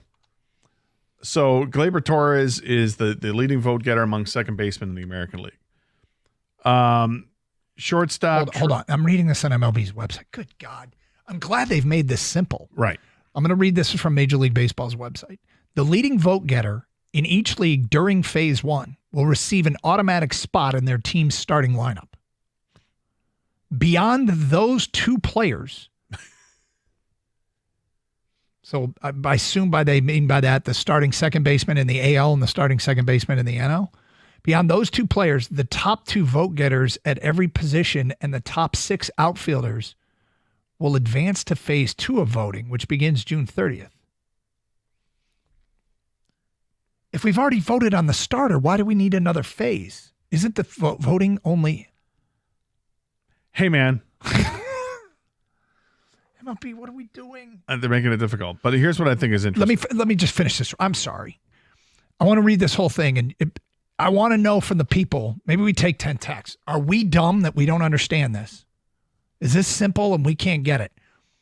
The leading vote getter in each league during Phase 1 will receive an automatic spot in their team's starting lineup. Beyond those 2 players, the top 2 vote getters at every position and the top 6 outfielders will advance to Phase 2 of the voting, which begins June 30th. If an outfielder is the leading vote getter, only the next 4 outfielder finalists will move on to Phase 2 to determine who starts at the 2 remaining spots. That doesn't help me at all. But so if this is closing Phase 1 and you're leading, you're the starter, right? Isn't that the way that reads? It's kind of how it reads, but there's still a few more days, which is why this is all very strange. All right, well, what do we got here? Where are we? So the Tigers, Dylan Dingler was third after going into today. Second baseman Gleyber Torres is first among AL second basemen, so that's cool. First base, Spencer Torkelson is fourth and quite a distance behind. Third baseman, Zach McKinstry was third, about 150,000 votes behind Alex Bregman. At shortstop, Trey Sweeney is fifth. DH, Colt Keith is fourth, and really kind of close for DH. He's like 40,000 votes behind second. Outfielders, number 1 outfielder in the American League, no surprise, Aaron Judge. Number 2 outfielder in the American League, Riley Green. Number 3 outfielder in the American League, Javi Baez. Javi Baez has more votes than Mike Trout. Whoever would have thought we'd have seen the day. So then he gets moved down to 6th place is Cody Bellinger, and just outside the top 6, Kerry Carpenter is 7th. And he is about 50,000 votes behind Cody Bellinger. Okay, so Baez, does that mean Baez is a starter? That's the way I read it. Javi Baez. Or at least he gets to advance to the next phase. To get voted on more? To be more of a starter? To be more of, yeah. He's a starter by getting more votes. I don't know. I don't understand how this works. I'm confused. If anybody understands, are we dumb? Are we dumb for not understanding this? 248-539-9797. Let us know if you get it. But it sounds to me like Gleyber Torres will be a starter if he keeps his current spot. Yep. Javi Baez will be a starter. Yep. And Riley Green will be a starter. And let's face it, Scuba will probably be a starter. Right? Yeah. So when the All-Star game takes place, there could be 4 Tigers on the field at the beginning of the game. Dude, that's crazy. Because, I mean, look, God bless the Tiger fans for getting out there and vote, but you also have to get some support from outside your own town too, right? That's correct. 248-539-9797. Carson Anderson, if we got that right, if the voting closes here in phase 1 and you get a starting spot, that really bodes well for a few of our guys, to say the least. And the fact that Javi Baez might be an all-star might go down as one of the most unlikely things that we have ever seen happen in Detroit sports. That Javi Baez could start the all-star game at his not position. Right? I mean, well, if you have Aaron Judge, Riley Green, and Javi Baez as your starters, Javi would start in center. Yeah. Yep. Michael, you're on 97 on the ticket. Hi, Michael. Hey. Hey. How you guys doing? We're good. We're trying to figure this out. Okay, who is the absolute leading vote getter in the American League? I think Aaron Judge. Not at any specific position. I think Aaron Judge. Okay, Aaron Judge, if he's the top vote getter, period, he gets a starting spot. Who's the top vote getter in the National League? I probably Shohei Ohtani. Okay, then Ohtani gets a starting spot. Everybody else in running for every position will go down from there. What do you mean go down from there? Well, so how many right fielders do they take? 2? Oh, they just do outfield. Yeah, they're doing. Yeah, use another position. All right, if Baez was the absolute number 1 vote getter of all American League players, he is guaranteed a spot at center field if that was his position. Okay, at the end of phase 1 is what you're saying. The top vote getter in each league is a starter no matter what. Correct. Regardless of position. Okay, regardless of position. Okay, Correct. That's helpful. Correct. And so what happens to everybody else? They go into phase 2 for starters and relievers or second position. So do we zero it out or we just keep voting? Well, the only thing you zero out are the 2 leading vote getters. I think they still keep adding up for phase. Maybe you zeroed out. That I don't know, but all the rest of the players don't get a chance to get a starting spot until they're voted top at that position. And so we just keep voting on the rest of them. Phase 1 only stops it and say whoever's leading at this point, you're guaranteed a starting spot. Everybody else, we just keep voting. Correct. I don't know why they're doing this, but okay. Bo, you're next on 97 on the ticket. Hi, Bo. How's it going? Good. Yeah, I was just calling. He pretty much explained the same way I was gonna. It's just the top 2, they are automatic starters, and then the other positions, they vote again to see who the starter is going to be.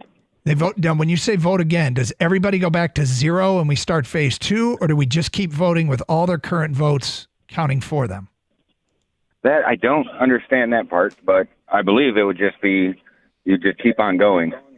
It's just the top 2 vote getters at every position, and the top 6 outfielders will advance to phase 2, which begins June 30th. Okay, so if an outfielder is the league's leading vote getter, only the next 4 outfield finalists will move on to phase 2 to determine who starts the 2 remaining positions. So it looks like, because Aaron Judge will be the top and he's an outfielder, that when phase 2 begins, it'll be the next they'll only have 4 finalists. Okay, and every other position now we're only voting amongst the 2 leaders at the end of phase 1. Yeah. Correct. So they just released this latest vote total, with 3 days to go. And this is where we have the interesting, voting right now for Tigers. Is this making the All-Star game voting process better? No. No, it's just all confusing as hell. I mean, honestly, talk about fixing a system that isn't broken. I mean, is anybody going, this is way better? Way better. Now, I'm not a great mathematical mind, as you know. But because Aaron Judge is the outfielder, and you remove him from that, so now the outfield loses a spot. So why were they voting for the next 5? Why is it down to 4? Because it's 4 for 2 spots. Just like an infield position is 2 for 1 spot. Now it's 4 for 2 spots. All right. That does make sense. Now I got it. Thank you. That cleared that up for me because I was feeling really dumb. Why are we doing 6? I don't know. This entire conversation has made me feel really dumb. And well, I'm sure our audience really appreciates us bringing this up. Yeah. My bad. I thought it was going to be I thought it was interesting with the way that the voting was coming out with Gleyber Torres, Javi Baez, and Riley Green. We've accomplished something. We've embarrassed ourselves. Once again. Carson Anderson, 97, won the ticket. Hey, it's great to see our teams in the D back to their winning ways, just like the team over at Sarah Chevrolet Southfield. Sarah Chevrolet Southfield is making sure that the customers win on every deal. The deals at Sarah Chevrolet Southfield are unbeatable. Starting with the Equinox EV or the Blazer EV, it's only $248 a month. Chevy Trax is only $289 a month. The Chevy Trailblazer is only $290 a month and $299 a month. And all these unbeatable payments are with just $999 down. Now that's taxes and fees included because there's no games or gimmicks. Just great winning deals for their customers. If you need more money for your trade-in, Sarah Chevrolet Southfield has you covered. They treat trade-ins like a highly sought-after free agent. Big money. That's right, huge money for your trade, up to $2,000 more. And if you're paying too much for your service, only to feel like you're left in the cheap seats, Sarah Chevrolet Southfield will have you feeling like you're sitting right behind a dugout. Service is open every Saturday. Free loaner vehicles are available. No appointments necessary. Sarah Chevrolet Southfield will get you in and out quickly. Sarah Chevrolet Southfield at 696 and Telegraph, or check them out at sarahchevrolet.com. Together, let's drive.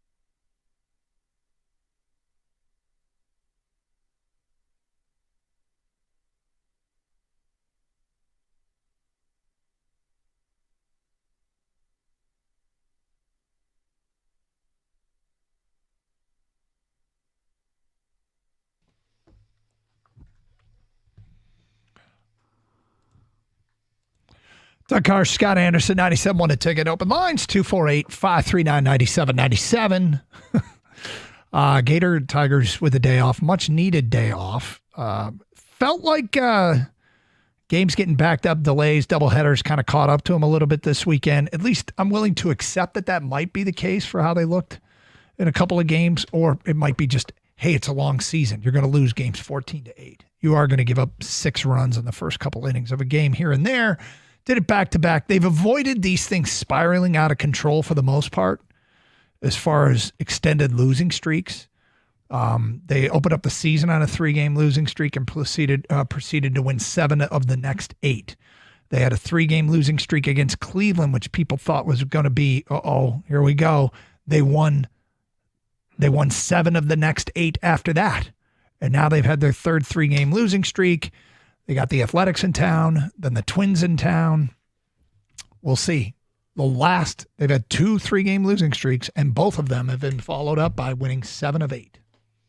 3 3-game losing streaks. 3. The 2 prior to this, yes. Prior to this, they won 7 of 8. This one they haven't.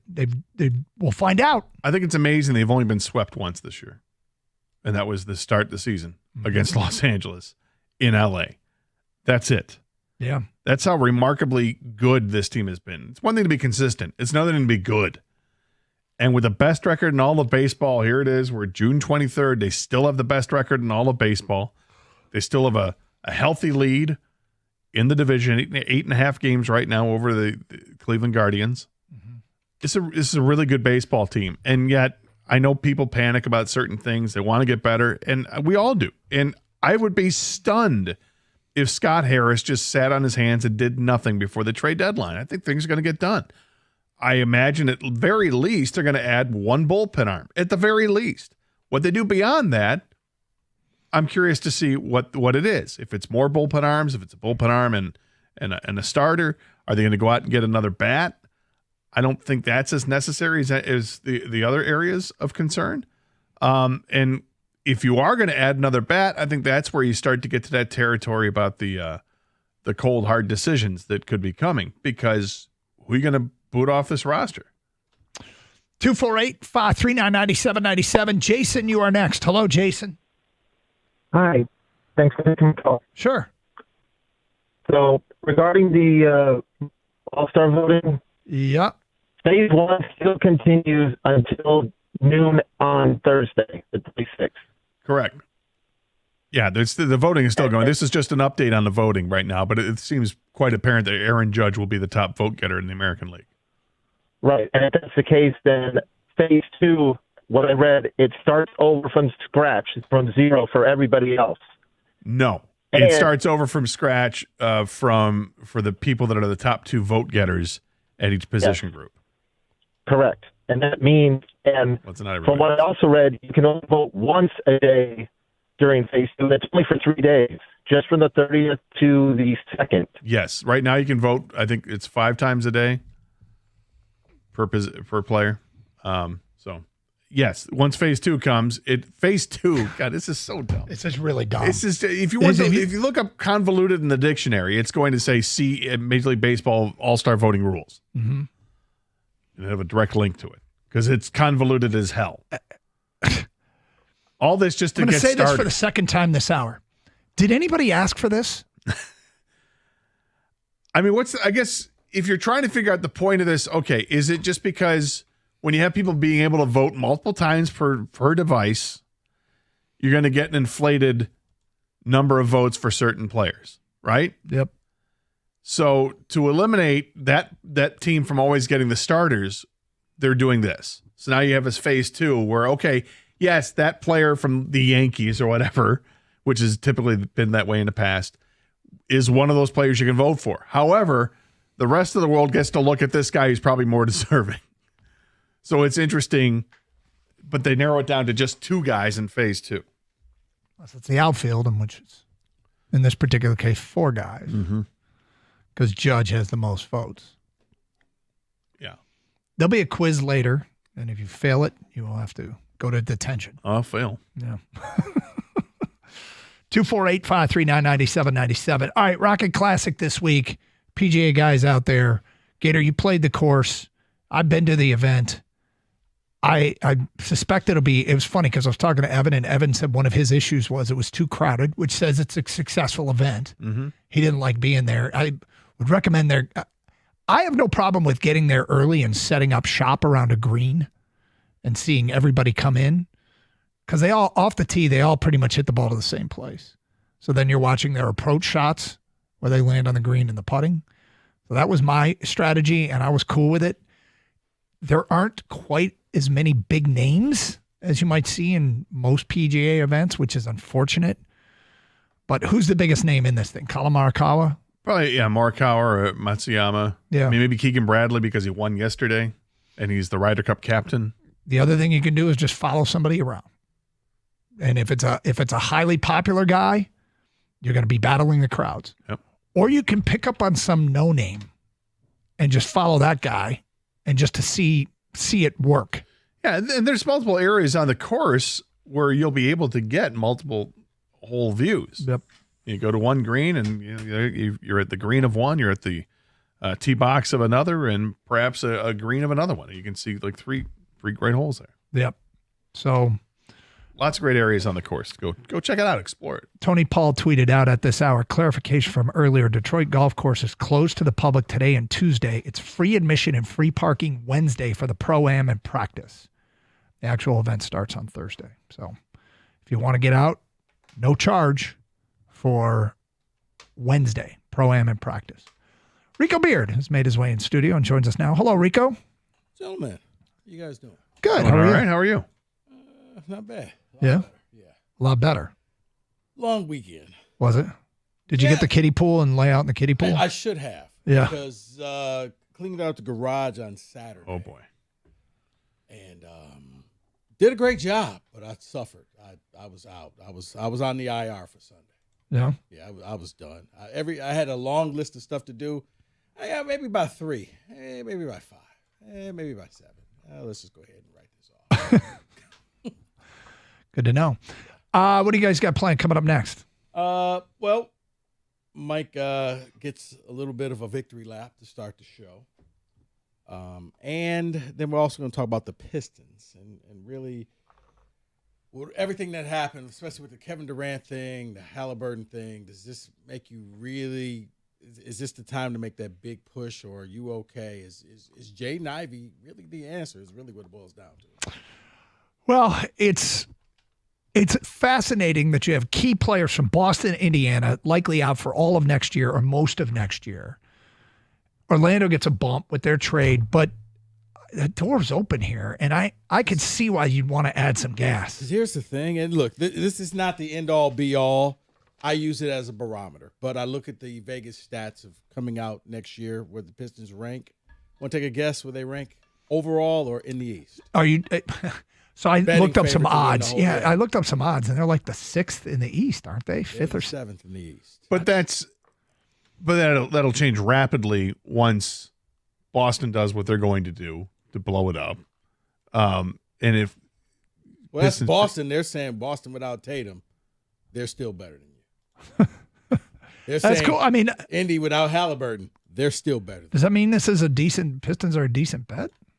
I mean, if you want that Jim Costa value, yeah, they're like plus 6,500. Yeah. All right, well, have a great show, and stay safe, everybody. Please treat each other with respect. 97.1.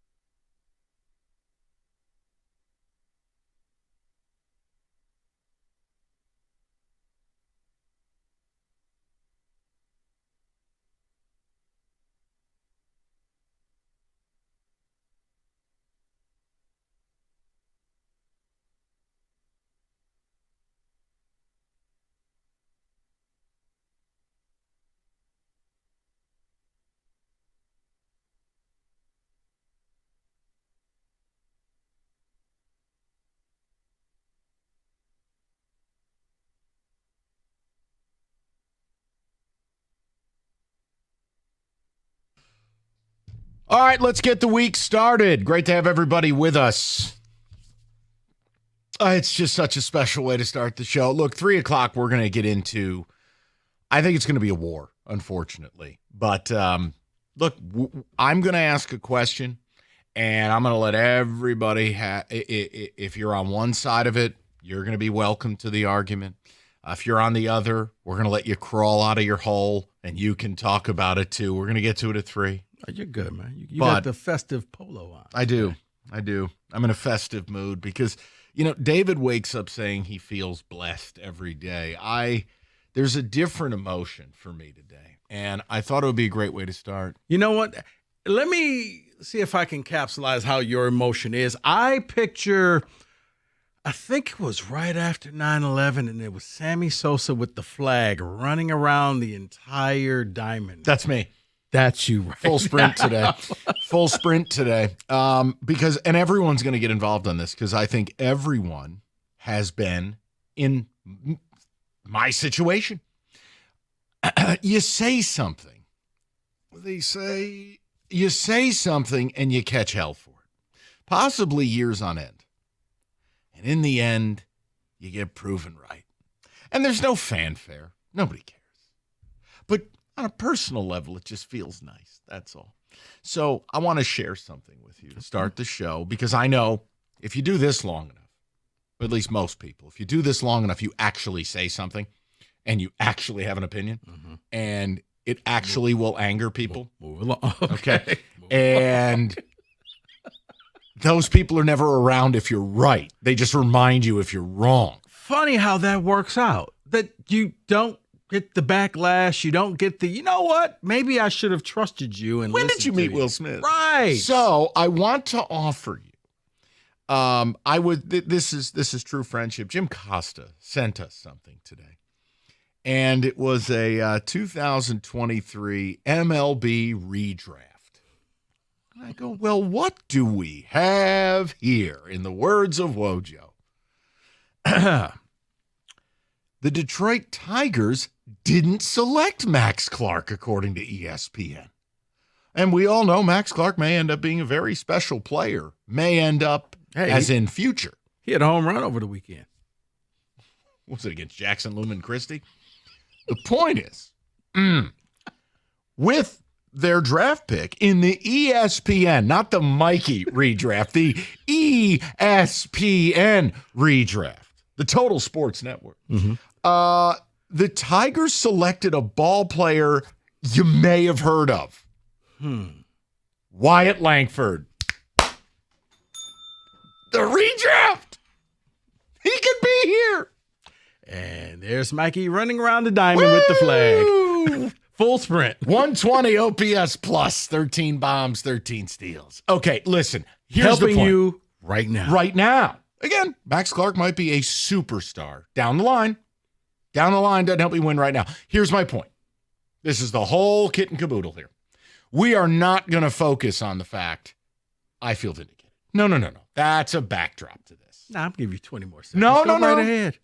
I mean, it's just nice. That's all.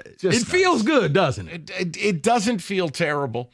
And then you wait for people to tell you how, you know what, maybe you were right. Hold on. Yeah, let's get to those calls. They're coming up half past never.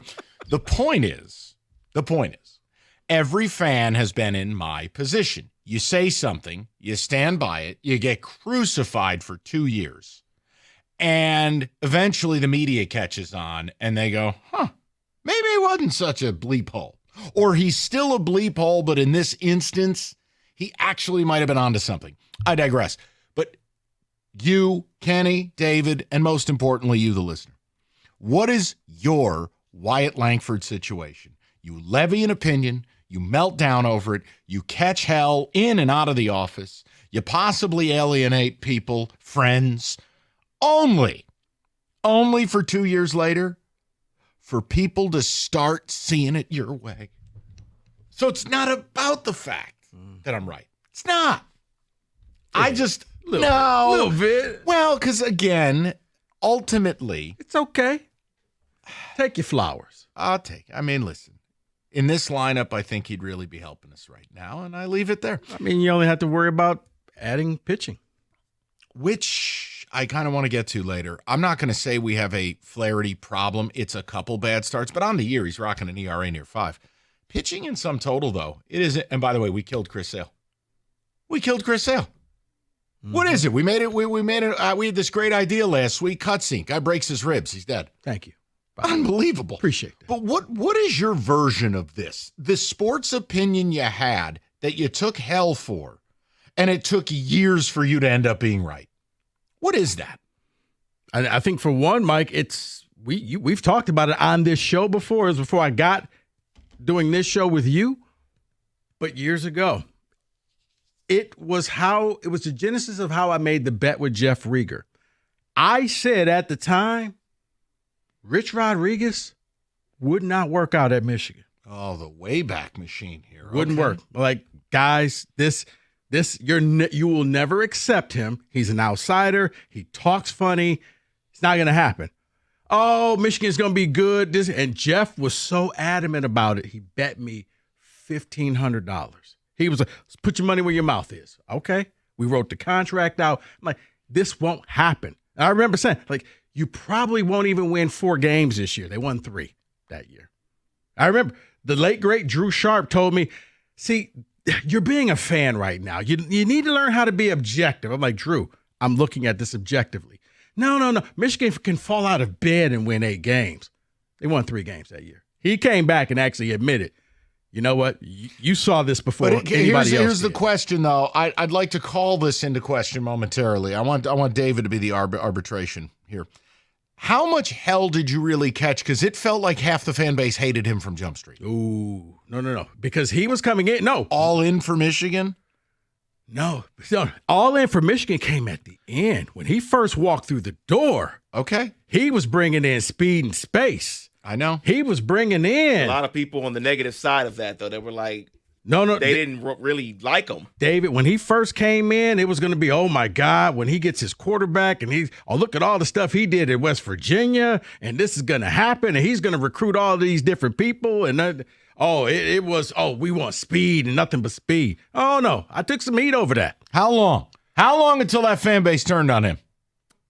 When they had the rally with the towels, all in for Rich Rod.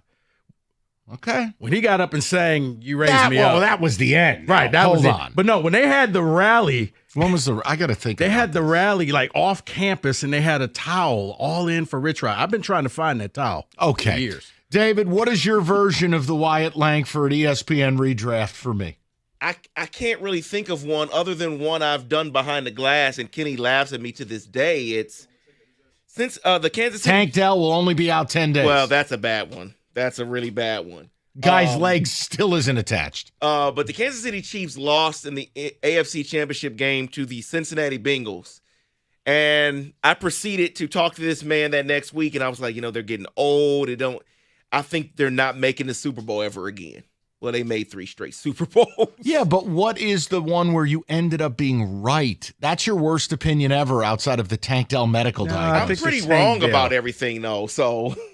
You're not playing the game right, exactly. Literally. I'm saying. Oh, you're right, Kenny. It's Michigan last year when I said they were going to win 6 games. You did. Yes, and everyone went against me. You're wrong. You're wrong. You're wrong. playing the game you right. were not a Michigan fan. And I was like, I'll be damned. David may have actually pulled this thing off. So, yes, David, but this is what happens. When you go against Michigan and you say they're going to have a subpar year, fans come out because it can never be that bad. Bad is 8 wins, 8-9 wins. David was like 6-6, and they were kind of leaning that way if Ryan Day wasn't a complete idiot. Again. Or USC. Oh, yeah, 4th and 93. Just throwing it out there. 248-539-9797. David, do we have early ticket texts on the redraft Wyatt Langford thing in your world? I am not the only one, but I was adamant that Quinn Hughes should have been the pick. Not that bum Zadina. That is Tom in Flat Rock. Someone else says, I've been telling people for years that Kevin Durant is overrated and you can't win with him as your number one. And lo and behold, he's traded again. Yeah, but Phoenix is a disaster. They needed to get assets. They gave up almost 10 first-round picks in sum total to put this team together. He wasn't the problem in Phoenix. Look, I don't know if it'll good work. News is they got a bunch of shooting guards. They got a team full. Okay. I told my friends that Matt Patricia was not a good fit after 3 games. They told me I was crazy and give him time. Turns out I was right. I told you in training camp. Really? Sure did. We were on the air, and I'm just like, I'm telling you right now, this guy's mistreating veterans. This is a bad scene. I'm worried this is going off a cliff. And that was in training camp. This was pre-Moo. Oh, yeah, I got killed. And then quickly you recognized, wait, uh-oh. Yes, Kenneth. I had just about the same one. As I said when he got hired in, and people crucified me for saying it, but I said, I'm not so confident just because he's a rocket scientist and he was under the Belichick tree that you can't guarantee me that actually wins you anything. That's all I said, by the way. It wasn't like I was calling him a bad coach, a bad guy, a bad anything. I got killed for that, and I was right about it. You ended up being right? Yeah. That's your Wyatt Langford, isn't it? Yes. How do you feel about the Wyatt Langford redraft? You've been on this journey with me from the start. I'm just happy you finally get your sweet, sweet vindication. Listen, and again, that's a terrible lineup in Texas. Imagine him here. I mean, the vindication is always good. I feel that way every time I go and buy a croissant and a certain ex-Piston sells it to me. What just took place? What just happened? No. Killian Hayes. Oh, I'm like, oh my God, did Charlie V fall on hard times? Ben Gordon selling you breakfast? Yeah. Killian Hayes. My God. Jonas Jerebko's Bistro. I didn't know it opened. Like, what the hell is Rico talking about? Now I understand it. 248-539-9797. We'll get to your calls. Now I understand. All right, if you've been injured in an auto accident, you're drowning in medical bills, you're dealing with insurance companies who just don't care about you, David Feminino, the call you got to make. Bottom line, Get David, Get Paid isn't a phrase, it's a promise. If you or someone you know has been injured, don't just sit there and hope things get better. Hope's not a strategy. Call David Feminino at 855-65-CRASH, or you can go to that website anytime. GetDavidGetPaid.com. That's GetDavidGetPaid.com.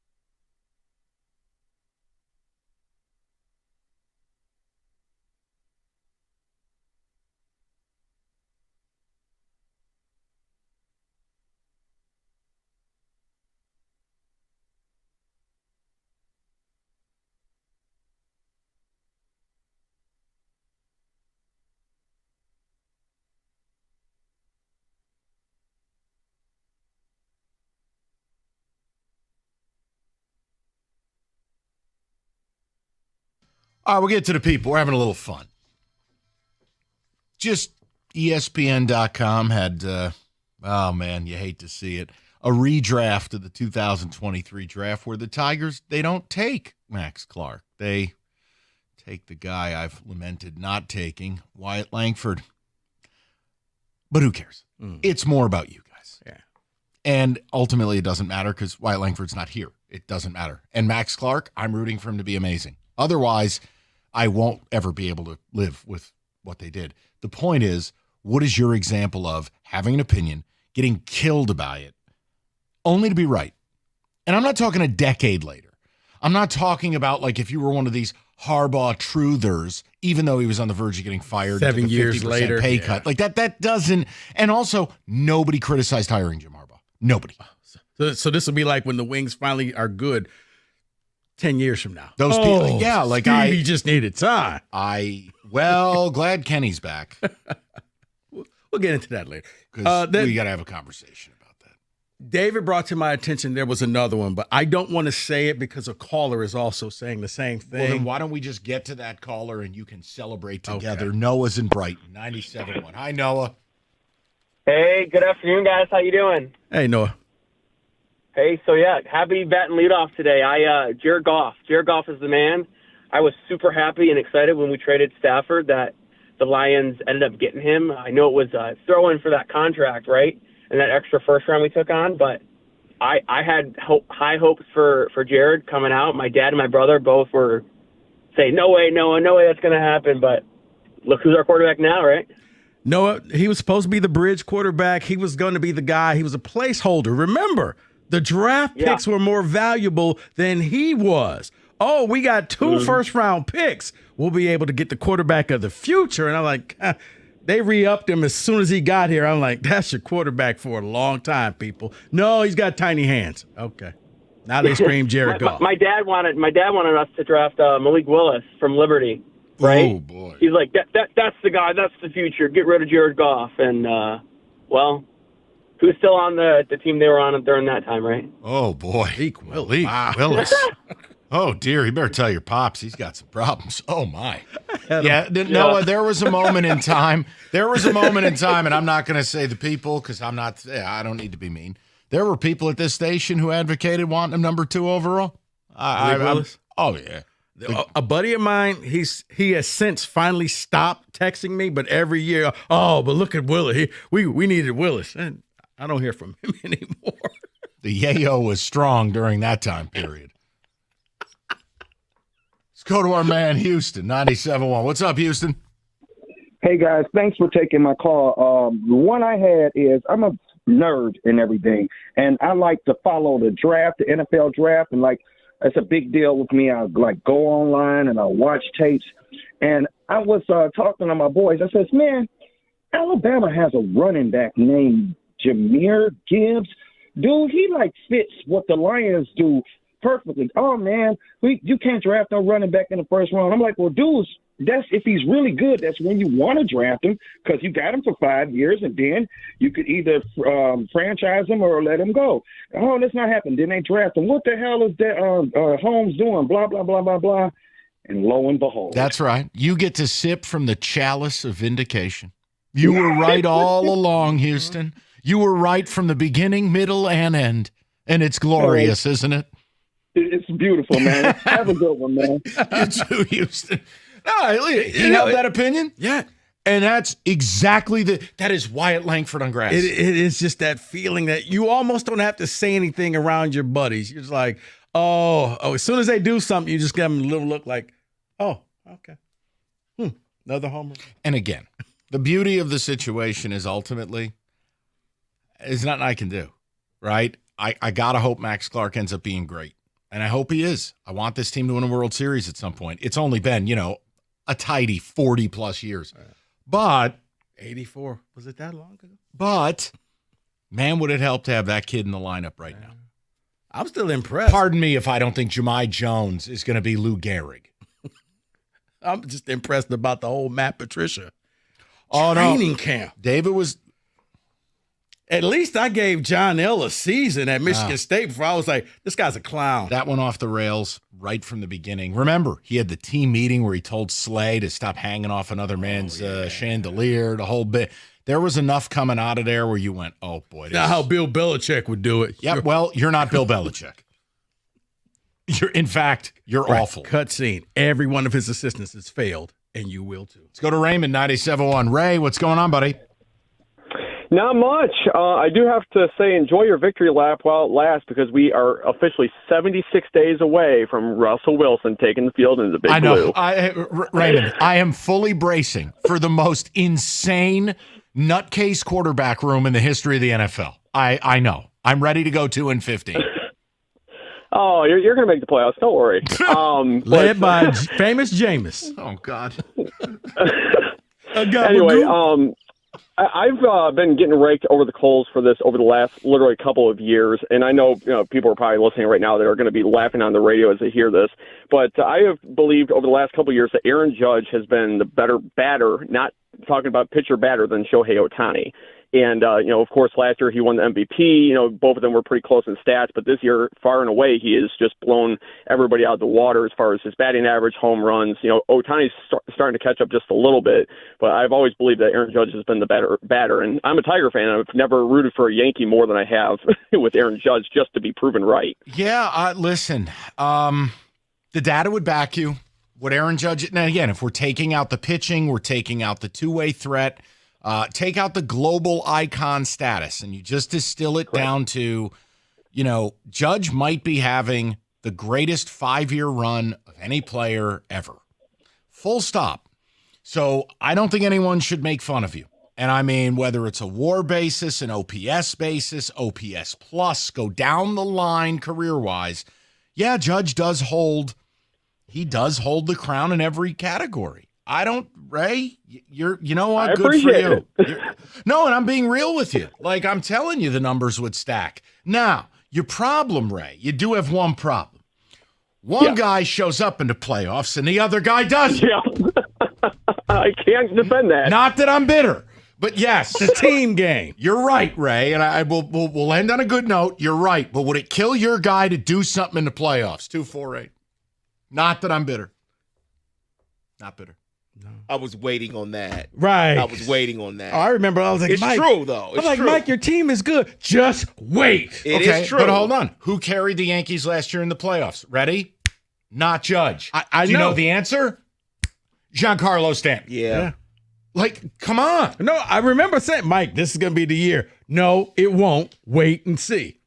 You're right. The only thing Ohtani has over Judge would be, I believe he has 3 MVPs. Judge has 2, but Judge is a lie. He's minus 6,000 right now to get the MVP this year. And I think for Ohtani, it was just the pitching and hitting, and it was the novelty, and it was like, oh my goodness, yeah. That was a good call. By the way, you know what? I didn't catch hell other than Rico rolling his eyes when I said it, but we're just going to enter this into the chat. I told you the Yankees stink. It's not over yet. It sure looks it. All right. Hey, if we can't crown a champion in this town yet, you're fair. You can't bury a team. Listen, it's all going to come down to the shopping spree. Right. You know my feelings on the Tiger stuff. The start's been incredible. It's been wonderful. They have work to do. Oh, I got you. Hey, this Flaherty thing, I know it's a couple of bad starts, but he hasn't been great this year. It's been very touch and go to me. I really hope he turns it around because I don't want to be doing shows about acquiring pitchers again. Oh, I got you. No. But just a little faith. Why, like have the faith that I have in Justin Fields. It will happen, bro. You know what's going to go on your headstone? This is the year Justin Fields gets it right. Or we do this topic in another year. Vindicated. Okay. I think there's a statute of limitation on vindication. You've been hanging on that Justin Fields been thing in the league for 5 years. Has it been 5? Buddy, I think it was the pandemic draft. He's still waiting for him to show up so he can be vindicated. Wasn't he getting virtually dapped up while Goodell was getting blasted in his Barca lounger? Yes, he was. Wasn't that the draft? Yes. Okay, we'll just move to Michael Penix. Go ahead, Dave. That's fine. Guys, I swear to God, Todd Blackledge is going to be great. Dude, it's a little late. He's a pretty good announcer. Just wait. Ryan Leaf is going to get there. Well, we're going to take the L on that one. 248-539-9797. David, a couple of texts, please.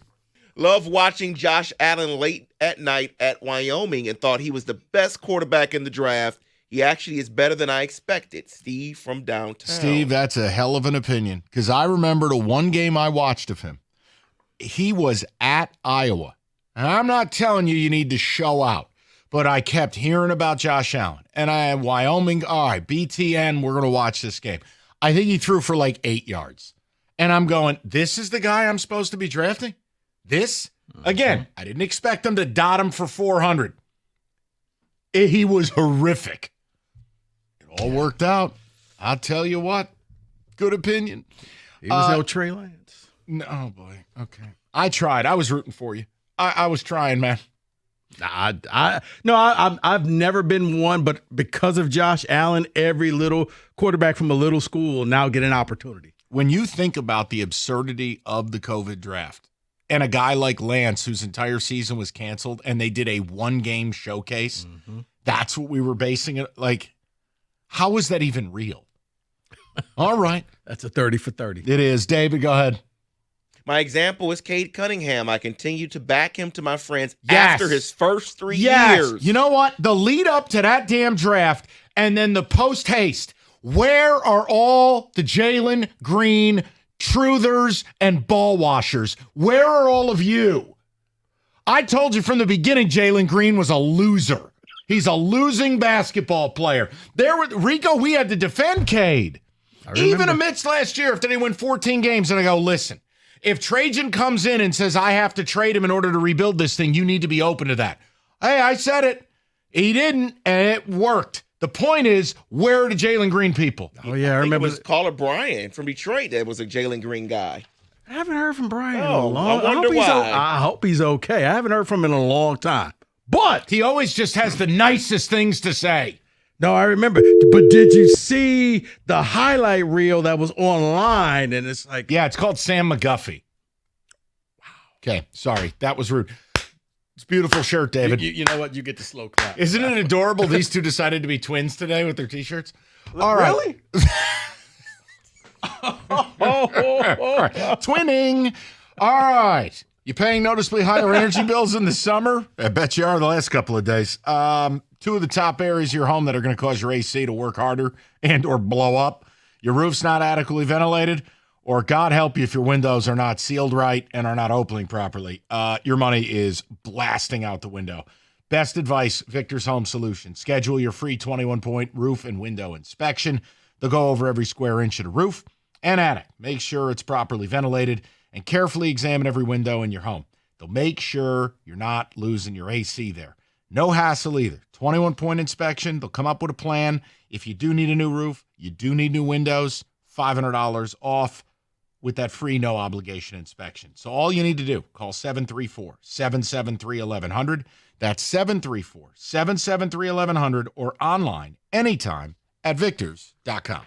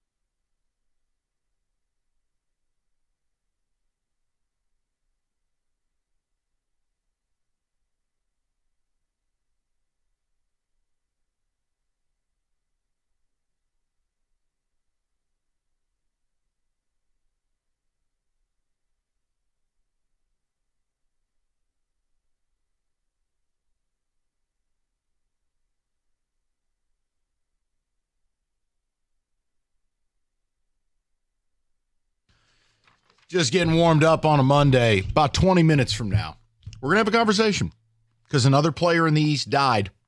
The odds for next year's NBA championship are out.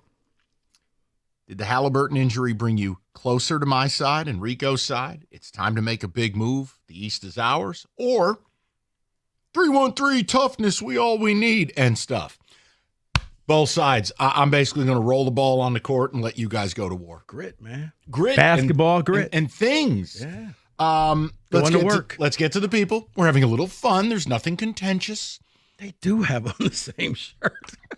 They're twinning. It's gorgeous. But listen, ESPN MLB redraft from 2023 is out. Oh, man. They didn't take Cuban Links. They took Wyatt Langford. Oh, no.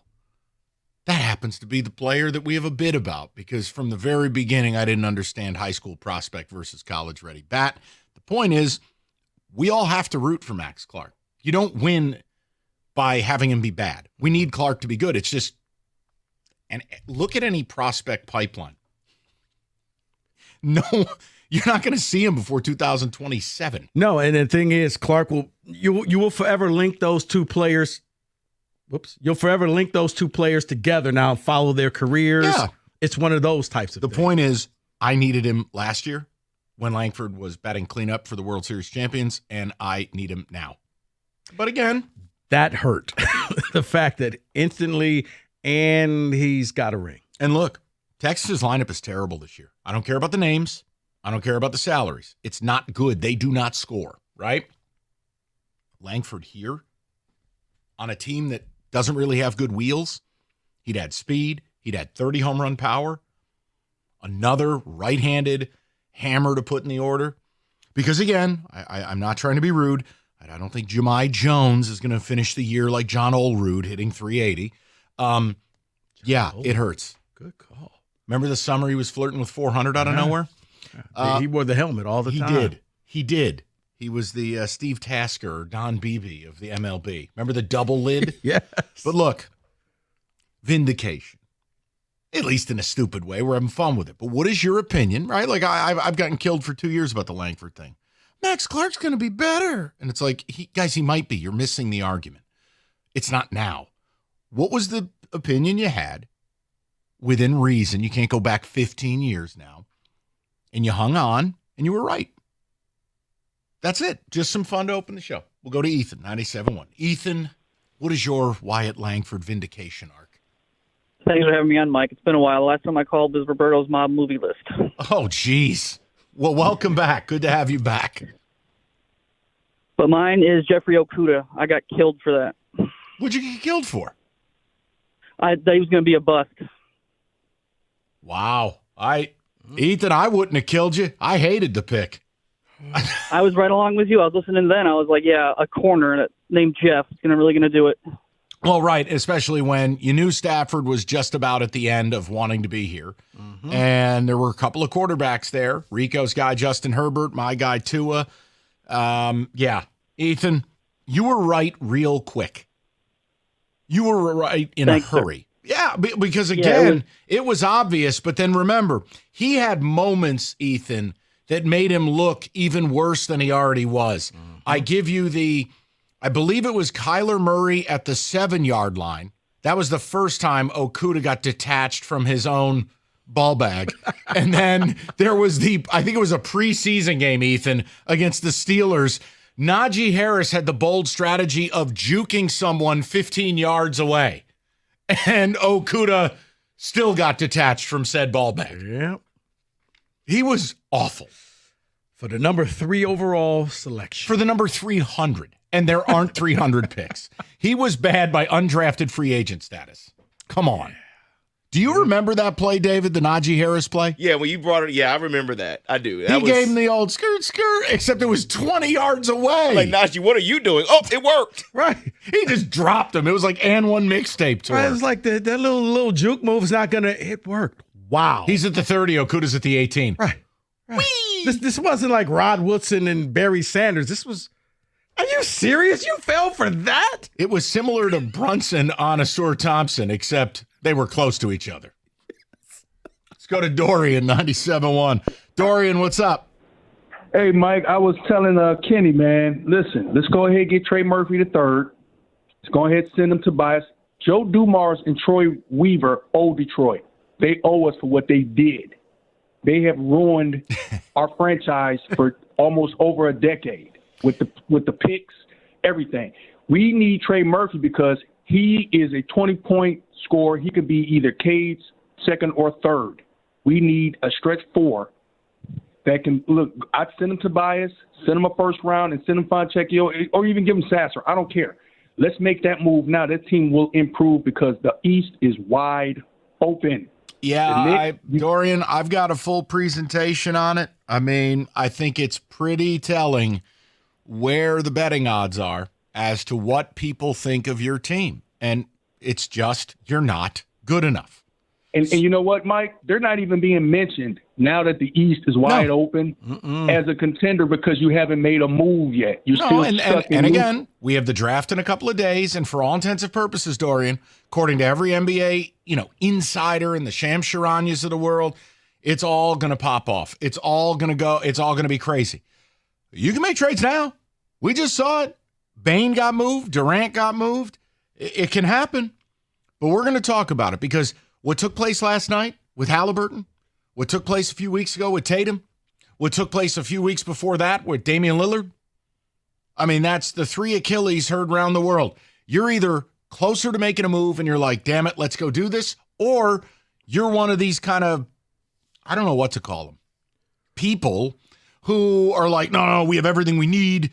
Those injuries open it up. They're actually Jim Costas. I think it's the people who actually believe, as I told David, it's like the Lions who believe, you know what, we got all our injured players back. We're going to be okay. We don't need to add. It's the Jaden Ivey will fix all of these problems. And it's not to pile on Jaden Ivey because I think he could be a fine player.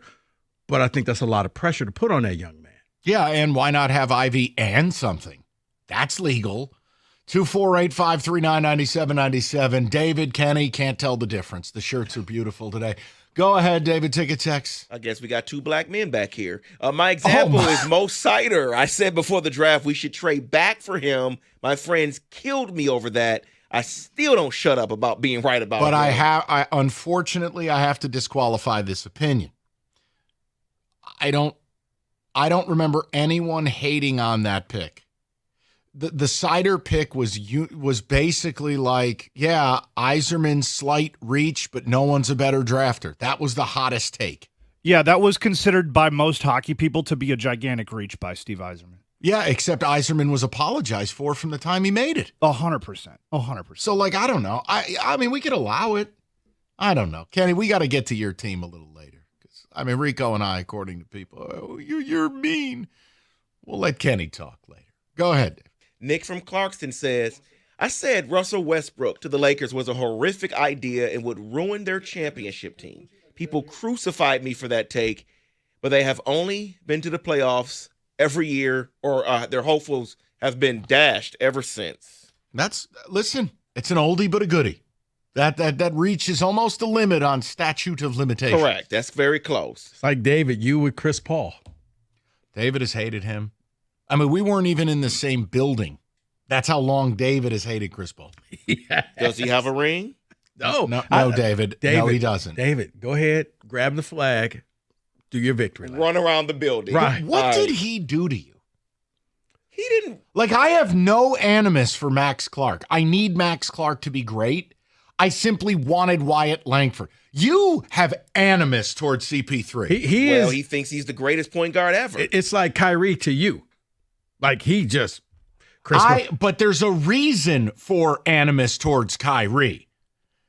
What has CP3 done to him? I don't know. My way out of New Orleans because I'm just that great. Oh, I'm sorry. Are you from St. Charles Parish? What are we doing? No, were you born in Metairie? It's everything I'm about give you him. points because you called it parish and not county. Go ahead. I got you. Steph Curry jumped in front of us. It was our turn. I'm sorry. Is that how the NBA works? I've never understood it either. It's but bizarre. You bring up Chris Paul, and you see the anger come out of that man. Red. We got to get a little football, and then we are going to dive into this Pistons issue. FanDuel, nothing says summer like the excitement of Well, trying to add excitement to baseball. Let's face it, difficult sport to follow. You follow your team, you don't pay attention to a lot of others. Bottom line, betting markets, home run bets, all the different stuff FanDuel has. Bet 5, get 150 in bonus bets if your first bet wins. Open the FanDuel app. Visit FanDuel.com/ticket to get started. 21 and up, present in Michigan. First online real money wager only. $5 first deposit required. Bonus issued as non-withdrawable bonus bets that expire 7 days after receipt. Restrictions apply. See terms, sportsbook.fanduel.com. And if you have a gambling problem, call 1-800-GAMBLER.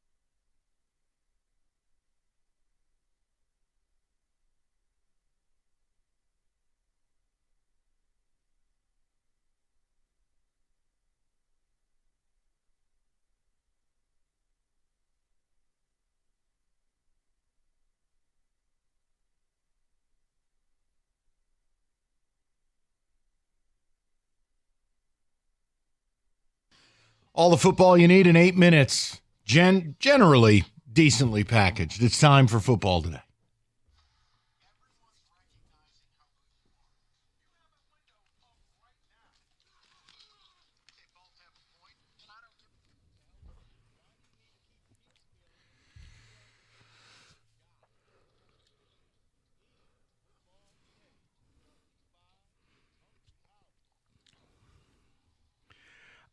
All right, gentlemen, I'm going to steal a page from what David has done.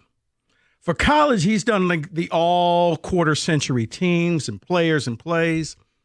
How about we do a little NFL all-quarter century team? Let's start with the offense. Guys, I'm going to let you pick between the quarterbacks, running backs, wide receivers, and tight ends. Who do you think made the ESPN all-quarter NFL century team from 2000 to 2025? The quarterback, Tom Brady. I was going to say Peyton Manning, but what just what to be planet different. do you live on? No. It's an all team, so it's a 53-man roster is what they did. So there's multiple quarterbacks. You both are correct. Okay. There's one more quarterback that's still out there. Mahomes. Okay. That feels pretty on point, right? Like, I don't think who would be the honorable mention if we miss some? I would think Drew Brees would be honorable mention. David's on fire. Not a bad one. That's not bad. Mike, can you match? There's one other quarterback that they technically put on the practice squad. In a quarter of a century, practice squad. Okay. Based on his effect, he had a disappearance from the league with some legal stuff. Would Michael Vick be on this? He is not on this. Good call, though. Just from a difference-making standpoint, I'd never seen anything like him. No. Okay, who is it? It's Aaron Rodgers. Absolutely not. Pittsburgh Steeler, Aaron Rodgers. Banned from the list, fake married. Can't do it. Next. All right, guys. How about the running backs? This one's going to be a little more difficult. Quarterbacks was easy. Yeah. Running backs, 3 running backs made the team, plus they have 1 on the practice squad. All right. David, may I? Or sure, go ahead. I would go Derrick Henry. All right. Got 1. Okay, this is just way too easy. No, it's not. Well, how about just saying, Mike and David, you're not terrible people. David in the Kenny Cott edition T-shirt. Then I'm going to go LaDainian Tomlinson. LaDainian Tomlinson made the practice squad. Whoa. Okay. Okay. Yeah. That's telling you something. Yeah, it is. All right. Quarter of a century. David, here's the thing. This has to include now the Marshall Falks, the Priest Holmes. That's what I was wondering. Because Marshall Falk technically started before 2000. Well, and that's just it. If their career started before 2000, no. They're out. They're this out. Is after Okay. 2000? Yeah. Okay. How does LT not make are that? they going to put Saquon on this Probably. list inappropriately? Probably. I would take LT over Saquon. Yes. But I'll tell you what. I'll lay on the grenade. Saquon Barkley. No. Excellent. I like this list more. Good. Go ahead, David. Quarter of a century. Derrick Henry. I already used Derrick Henry. Thanks for listening. My God. Priest Holmes. Let's do Priest Holmes then. Yes. Yeah. And by the way, it is production since 2000 years. So Was he the ultimate fantasy football god? Yes, he was. He was like the first of his kind. Him and Sean Falk. Alexander. Oh, that's another good one. All right. David, go ahead. You got another one for running back? I'm going to go Sean Alexander. Did I just give you a hint? Sean Alexander. It is not Sean Alexander. Oh, crap. Go ahead.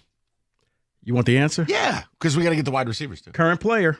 I'll give you one more guess. Current, and he's a running back. Mm-hmm. Quarter of a century team. David, who's late stages career? It's not Saquon. CMC? Oh, come on. I lied. This list sucks. Not me. I mean, he's good, but come on. Really? CMC over some of the guesses? All right. Come on. So be it. Well, let's go to the tight ends before we get to the wide receivers. Okay. Jeremy Shockey. I'm kidding. It'll be Kelsey. You know they'll put him on there. Kelsey's on there, but he wasn't number 1. Tony Gonzalez. Gonzalez is on there. He was not number 1. Rob Gronkowski. There you go. That's number 1. There you go. He's half an idiot, but he's absolutely was a fabulous player. Would you guys like to guess the practice squad? Eric Ebron. Okay, you're done. Okay, you guys don't want to take this seriously. I am taking it seriously. Hold on now. Let's just think for a second. No love for Antonio Gates. Is he practice squad? All right. Oh, there you go. Kenneth. Just from the 3-point line. Excellent. All right. Why couldn't his kid be good like him? He is. He's just smaller. Yeah. Where is he? Playing football. Yeah, in Tecumseh. All right, go ahead. Wasn't blessed. He wasn't. I saw Antonio Gates this weekend. He wasn't blessed to be 6'6". It happens. Okay, next. Wide receiver. Larry Fitzgerald. Larry Fitzgerald did not. This is blasphemous. Make the list. Come on. That's a Hall of Famer. I understand. Go ahead, David. This is the I'm ESPN afraid list. to even suggest this because he may not be on the list. Calvin Johnson. Calvin made it. 6 wide receivers made it. But Larry Fitzgerald was not one. Career started before 2000, so I can't use T.O. No. It's career. No. It's not career before 2000. It's what you did 2000 and beyond. So if you want to use T.O.? I love T.O. I think he's absolutely on the list. T.O. is on the list. Okay. David. Well, then Randy Moss should be on the list. Oh, there it is right yes. there. Yeah. How about? That's wide receiver 1. Now, do they factor character into this? Can the player be a complete scumbag but still be on the list? Yes. Is there a scumbag in the wide receivers? Yes. How about Antonio Brown? Yeah. Good guess. Currently riding a bike in the Middle East as he's up on attempted murder charges in America. Antonio Brown is on the practice squad. Okay, so I wasn't off base. There was a couple years he was absolutely the best player in the NFL, or borderline. Mm-hmm. And then Vontez Burfict happened. Go ahead. If we're talking about stats, Marvin Harrison probably on the list, right? Kenny is 3 Great job. for 3. Great job, He Kenneth came Scott. back recharged. They say, how about Andre Johnson? Andre Johnson, Michael, is Yes. on the practice squad. All right. Okay, Okay. but he's there. David? Jamar Chase. No. Oh, It okay. hasn't done enough Okay. yet. Hasn't done enough. Tyreek Hill? Tyreek Hill is not on there. Okay, who is? Did Kenny- anybody say Julio? I feel like he was a fantasy stud for a long time. Julio made it, huh? Yeah. Well, Kenny's recharged. Kenny is recharged. There's still one left. Give us a hint. You got to give us something in the name of time. I'm surprised David has not said this name. That's your hint. I mean, it wouldn't be. No, it's not saying no. It's Antonio Holmes? No. What are you on No. crack? David talks about this guy all the time. Justin Jefferson. Already? All right, Okay. all right. Okay. Yeah, already. He's Listen, if you're still productive with a ginger idiot at quarterback, you are truly first ballot. See, I thought when Chase wasn't on there that he wouldn't be. So All right, we got a little bit of time here. What do you got? We all know who's going to be the coach of this team, correct? Bill Belichick. Yes. All right, you guys want to have a little fun? Who's the offensive and defensive coordinators? Oh, for God's sakes. All right. Dick LeBeau. I have a DC who's been the DC for multiple teams and won multiple Super Bowls. Can I go Steve Spagnuolo? No. You can, but he's won it not with there. the Giants and he won it with the Chiefs. He's an outstanding defensive coordinator. He was a terrible head coach. All right, what do you got? Come on. Guys, want to guess? I'm good. One is currently a head coach. Kyle Shanahan? He's the offensive Oh, really? coordinator. Why don't we pop on the tape at a fourth quarter up to the Super Bowl? He should not be The other offensive has coordinator. been a head coach for the Bills and Cowboys. Bills and Cowboys head coach. Why am I spacing here? Why am I Son of spacing a famous here? coach. Yeah, it's one of those. Yeah. Son of a famous coach. Ryan. No. No bum. Phillips? Yeah. Wade? Okay. Wade All right, Phillips. I guess. So, all right. I'll give you the defense later. Oh, great. Great. My brain melts. That was actually fun. And it makes me feel really old. It Thanks does. for that. All right. 97.1.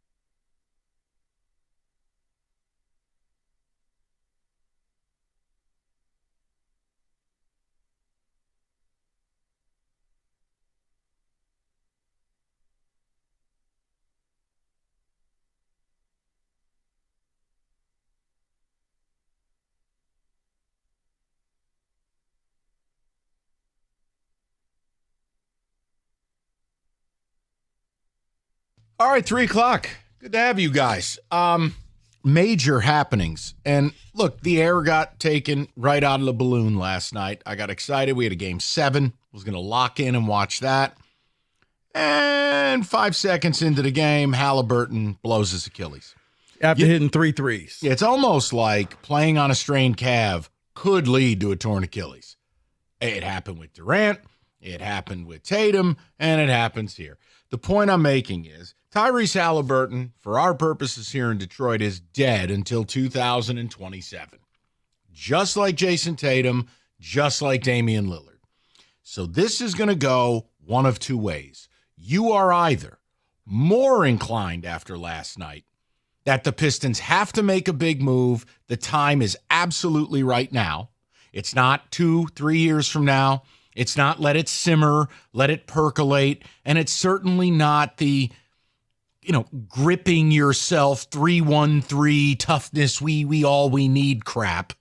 Or you're even more emboldened that the fact that the East is this open, you believe the Pistons have everything they need. And it is 3-1-3 and toughness and things. Right.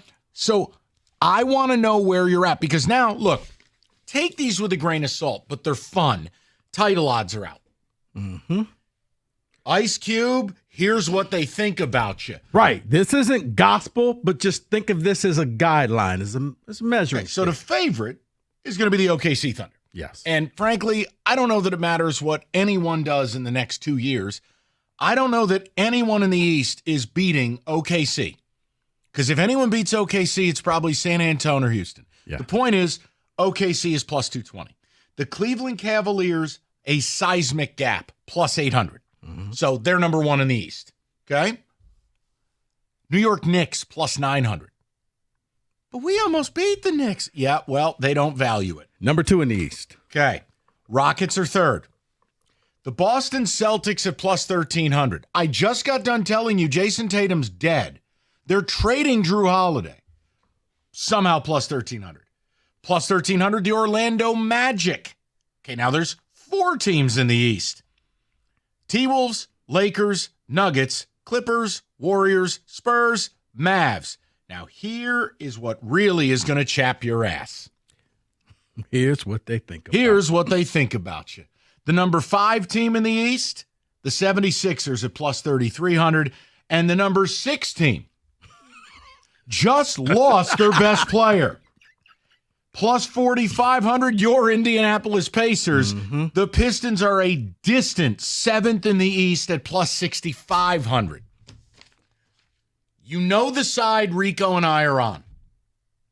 This is the basketball gods sitting on Trajan's shoulder and tapping him going, gonna make a move now? All right, I'll kill another superstar. Gonna make a move now? Guys, what side are you at? Look, draft is this week. What do you want to do? Because Durant, I didn't want him, and he went to the West. It doesn't impact me. Desmond Bane, you know how I feel. Major move by Orlando. I think Orlando should be higher on this list in the hierarchy of the East, but so be it. I am team move. If you're not, tell us why. Because if you're, look, they are saying you and the Bucks are the same thing. Yeah. That's a problem. And the Bucks don't have Dame. He's injured. He's dead. Yeah, I think his career's over. I'm just saying between him and Tatum and now Hallebertton, right, all in the East. So does it draw you into a move? Or does it make you recoil more? No, let's hang on to all our pieces. We're going to do this ourselves. 248-539-9797 because the offseason is started. The big trades are starting. Draft night is supposed to be explosive. Believe it when I see it. But it's supposed to be explosive. I mean, if this is a sample, the Kevin Durant trade, then maybe. But okay. David, closer to a blockbuster, further away, based on what took place with Hallebertton, amongst others. I am personally closer to a blockbuster. Last night, when the minute that happened, the light bulb just went off. It's like, oh my gosh, look at the East now. Yes, you have Cleveland. Yes, you have the Knicks. But if you make that move, you could be right there with those teams because I don't right now see anyone else that could be right there. So, yes, I am closer to a blockbuster. But what I am afraid of is that they see it as the Lions see it. There it is. We get healthy with everyone else not being healthy and we'll be just fine. That concerns me 1,000%. You know what we should do near the new signage they put up for the draft is underneath the Detroit sign, we should put in cursive, Detroit, we love our guys. That's all this city is. Yeah.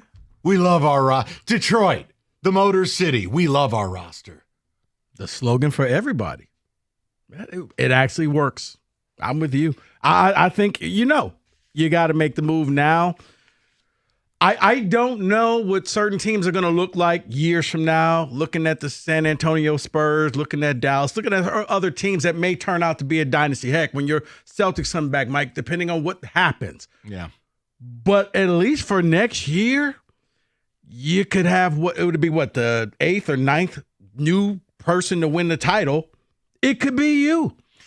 I just think you sell your soul to the devil, basically. If your backcourt is Ivy and Cunningham, you need to sell your soul to the devil to add a wing to this mix. But I think for a lot of people, it is Ivy is that person that we're missing. It's like for the Lions.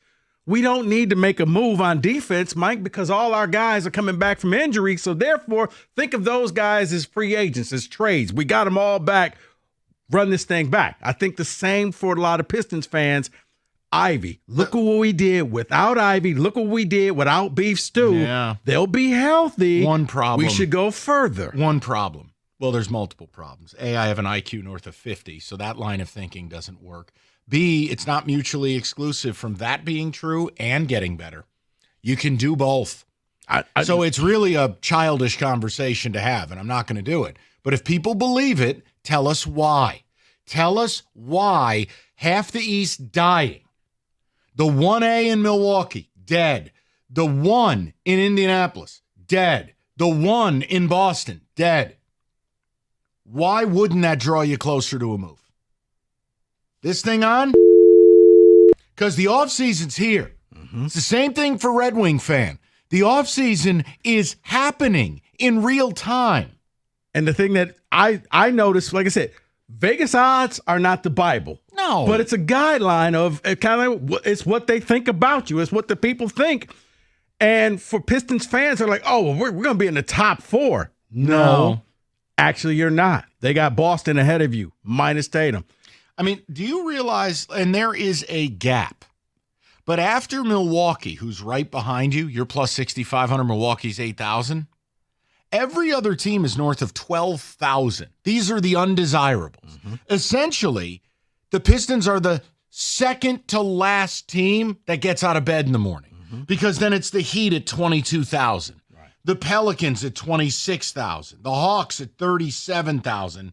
And then, by the way, nice league, NBA. Oh. There are 8 teams at plus 50,000 or worse. Well, put it like this, Mike. You're probably going to be the last team because after Milwaukee gets rid of Giannis, their numbers are going to drop. And that's going to make you or if they decide, if he decides to stay and they build around him, they'll go ahead of you. They'll jump you. Yep. I want to know what side of it you're on because the moves are happening. This idea, let's wait and see. Well, look, Orlando didn't wait and see. No. Houston didn't wait and see. And we've already talked about this. There's nothing for you in free agency. A trade is what needs to commence. So if you look at Indy stepping back, Boston stepping back, and Milwaukee stepping back, Rico and I argue you're being invited. Make a move. Mm-hmm. But if you don't, if you recoil further, why? Tell us the why. Maybe that's why you're not calling. You can't form sentences other than 3x5s with tired-ass Detroit cliche. I don't know. Going to work, lunch pail, like our guys. See, and I'm going to say, give us a call at 248-539-9797. Just don't give us that, but tell us why. Like, is your no judgment here. We're not going to yell at you. No, but is your belief in Asur Thompson the reason? Is it, Jalen Duran's going to walk in and hit 73 three-pointers next year? What is it that you think you will have that will win the East? Because here's the thing. Tom Gore's comment irked me, and I don't like being irked. But the idea of, we're going to win a playoff series. I don't care about winning a playoff series. I want to go to the NBA Finals. Can't wait for that banner to go up. Right, the "We sure tried" banner. We won a series. Be right up in the rafters with a framed shadow box of Kelser's specs.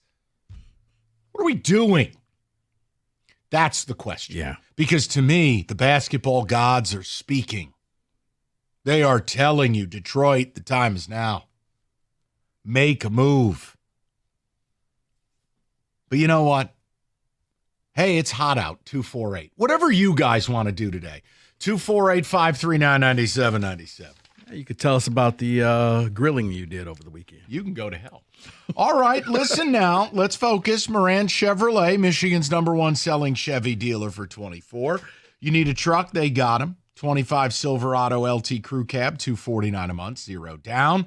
They also have the 25 Blazer EV. You can lease it for just $199 a month, 0 down, both 24 months, both low mileage leases, and both only at Moran Chevrolet, where you always get the best price, period. It's MoranExpress.com or stop in on Gratiot, just north of 15 Mile in Clinton Township. Chevrolet, together, let's drive.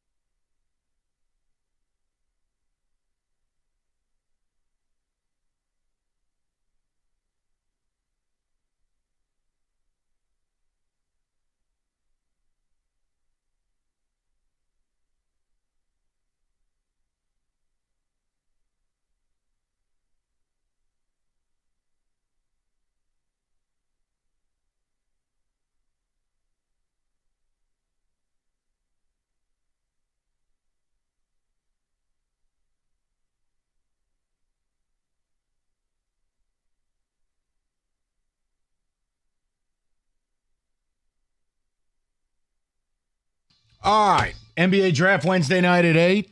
To trade or not to trade? That is the question. Hallebertton, blown Achilles. Add him to the scrap heap of stars in the East that won't be playing next year. Rico and I are on the trade list. It's time. And look, before we get to the people, let's just take a quick look. Now, I did not want Kevin Durant here. I did not think that was the move for this franchise. But look at the cost of acquisition.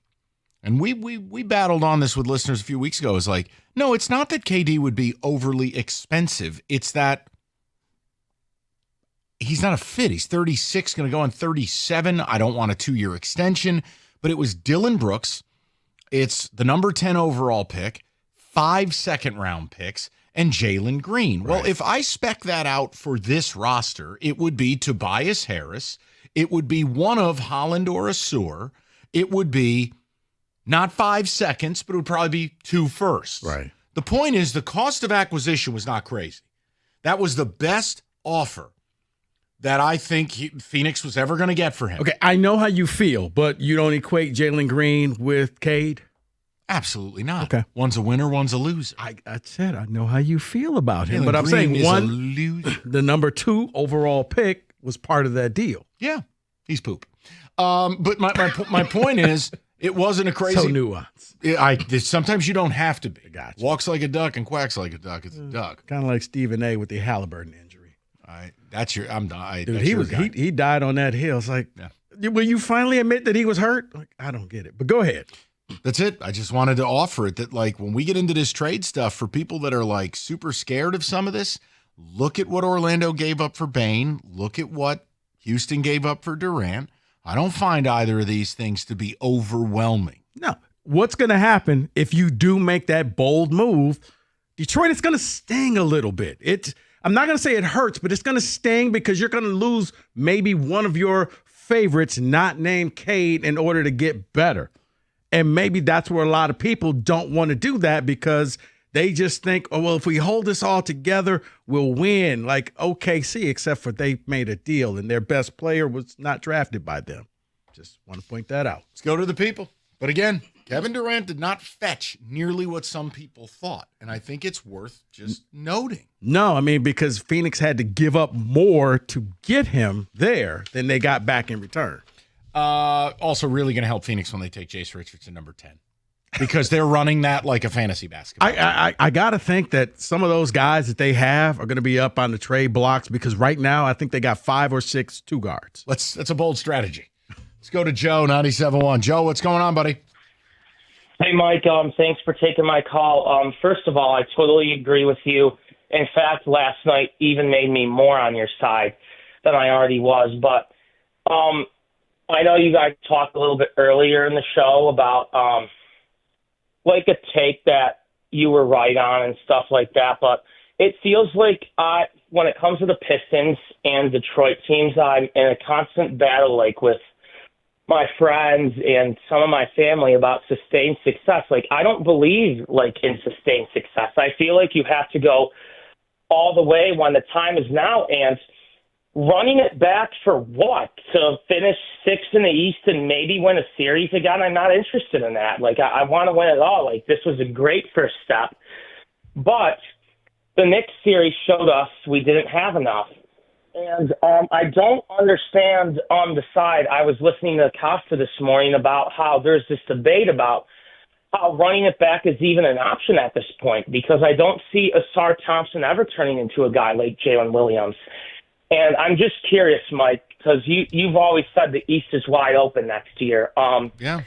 Do you think with Tatum and Hallebertton being out, it will affect the playoff chances for both of those teams? Like, could you see a path where both teams miss the playoffs? And my other question is, what are, like, your big trade targets now for the Pistons? Like, what do you think is the most realistic trade target that could get us to the finals next year against a team like OKC? Well, it depends. Okay, let's. There's a lot in there. So, right. One, let's just get the Indiana and Boston thing out of the way. I don't think Indiana misses the playoffs. I think they have good structure. They'll make it. The Celtics are not going to look the way they look today. I absolutely question whether the Celtics make the playoffs. If they trade Holiday, KP, Hauser, hell, if they trade Jaylen Brown. And what happened with Tatum? What was his injury again? Blown Achilles. Okay. So he could come back. He's just rubbing salt. No. I couldn't know. This guy's unbelievable. I was like, was it the ACL or was it the Achilles? So whatever. Nice Superman commercial. The point is, Joe, I've said it from the beginning. I think one of the most interesting targets would be Zion. Cost of acquisition blended with upside. 3-year deal, not a 5-year deal.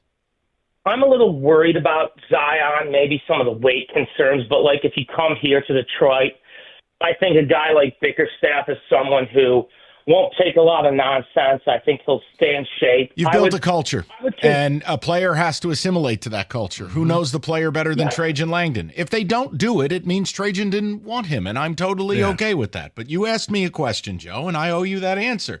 That, to me, is still the most fascinating guy that could elevate you to be a team that could win the East. If he comes here, it'll be the first time Zion has real structure. Think about that. And I don't think you got to break the bank to get him either. I think it may just be a couple of moves. I think you're going to be like, wow, that's all it took? Yeah. What was Costa's case for keeping it, Joe? I need to hear this again. Well, he talked about like how the Thunder did it a certain way and how the Thunder model, they were the youngest team ever to win it. And if some guys on the Pistons could take a leap, like a guy like a Jalen Williams. Oh, yeah. You mean Jalen Williams, who walked in the league and was second in Rookie of the Year and immediately a superstar? Yeah. You mean that type of leap? Oh, okay. Yeah, more so. Yeah. Okay. It was Ivy the coming league back. A lot more than I do. Yeah, I don't understand Jim's take there, but that's okay. Look, bottom line, I think comping it to OKC is faulty. They got Jalen and SGA in a trade.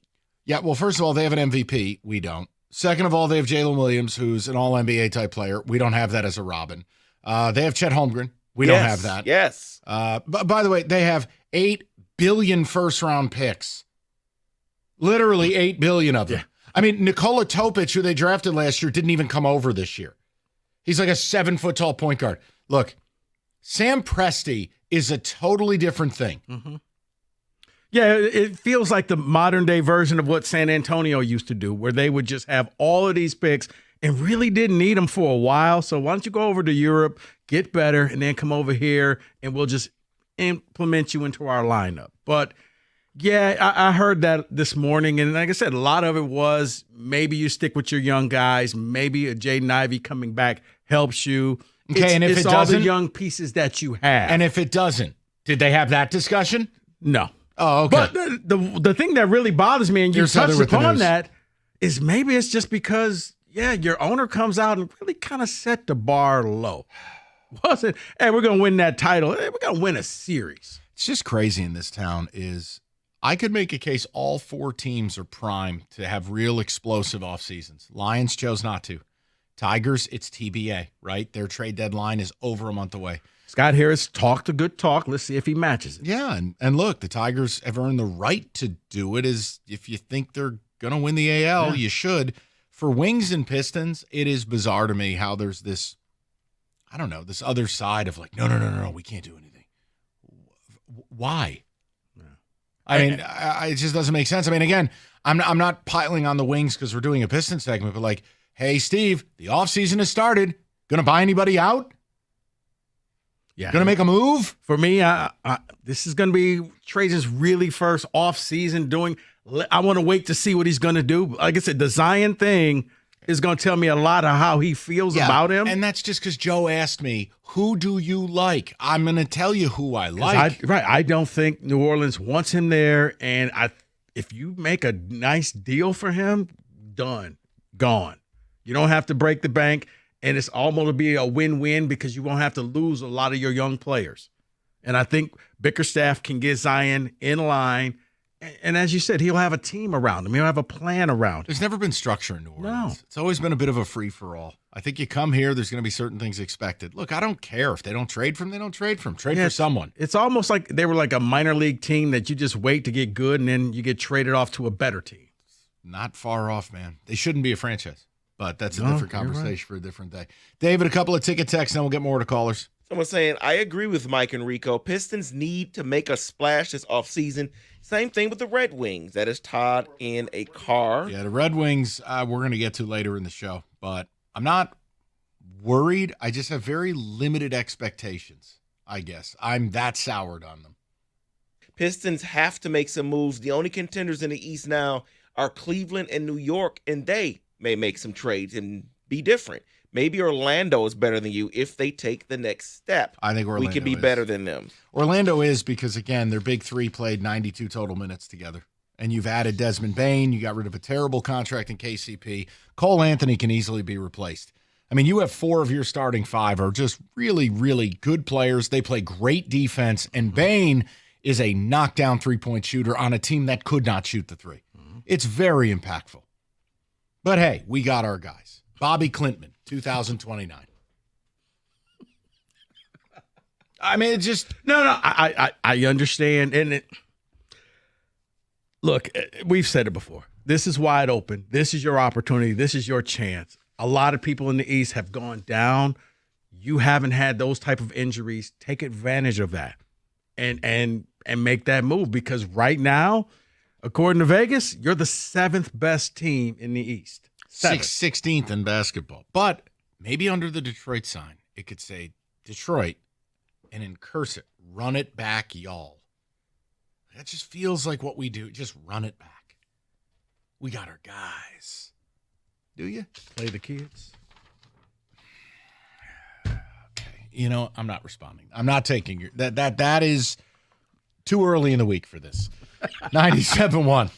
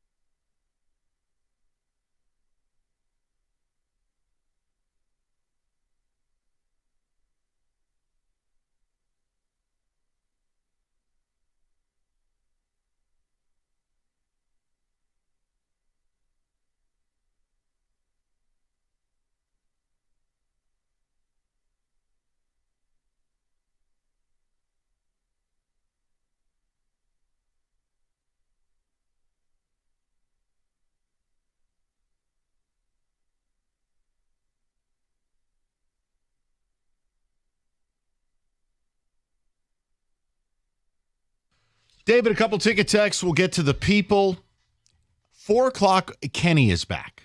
And we had a run-in with a couple of Wings callers last week. But look, the offseason is happening in real time. Trades, buyouts, different things. Let's check in on the Red Wings. But it's more about, I want to know what Kenny wants to happen versus what he thinks will happen. And there was a trade that took place, which is like my wheelhouse, the buy low candidate. Like, I like risk it, biscuit. Because there are so many trades, so few trades, rather. I'm sorry. So few trades are low risk, high reward. And you pay through the nose for those. What are the trades you got to make to dig yourself out of a hole? You got to take a swing. Right. Well, there was a swing trade today, and I want to get Kenny's opinion on some. So 4 o'clock, we'll kind of dabble. Okay. We're just a couple of doorknobs when it comes to hockey. Don't know. Thank God Jesus on Ice is back. Kenny Cott rejoins the program. David, a couple ticket texts. I'll get to the callers. Mike Rico, I really want the Pistons to trade for Derek White. But with all the injuries in the East, I think Trajan is going to realize that and say a healthy Pistons team will be good enough to run it back. There's the phrase, noise. That's run what it back. think is going to happen. That is from Marlon in Walt Lake. It's the Kenny Cott question. What do you want versus what you're going to get? Oh, I agree with them. OKC, so you know they are going to do the Detroit way, quote unquote, don't leverage the future for now, and quote unquote, don't block the kids. It's what we do, the Wings, the Tigers, the Pistons, the Lions. It's what we do here in Detroit that'll happen again with the Pistons. It's just a false equivalency because Jaden Ivey is not Jalen Williams. And I'm sorry, but Cade Cunningham's not SGA. No, and OKC used all of those draft picks to make trades to get to where they are. I think that's what people fail to realize. And they made shrewd moves. Like They Alex did. Caruso's not a star, but is Caruso a pain in the ass to play against and a winner and a guy who now, by the way, has 2 rings? Like, it's just a false equivalency, man. Like, it's just let people delude themselves. Go ahead. Do it the OKC. No, I'm just, for everybody who says that, SGA was not drafted by them. Oops. Go to Jerry, 97.1. What's up, Jer? Hey, afternoon, guys. Kudos on the Langford validation with ESPN there, Mike. Jerry, it was a nice little way to start the week, buddy. I read that and I thought, oh, Mike's going to be happy for at least a minute. Yes. Yes, I am. Mike is having his own personal one shining moment. Listen, it's okay. Clark's going to be amazing in 28. Another thing with that trade with Houston is it kind of validates Rieger always thought we should have took Green, which obviously that's not true, right?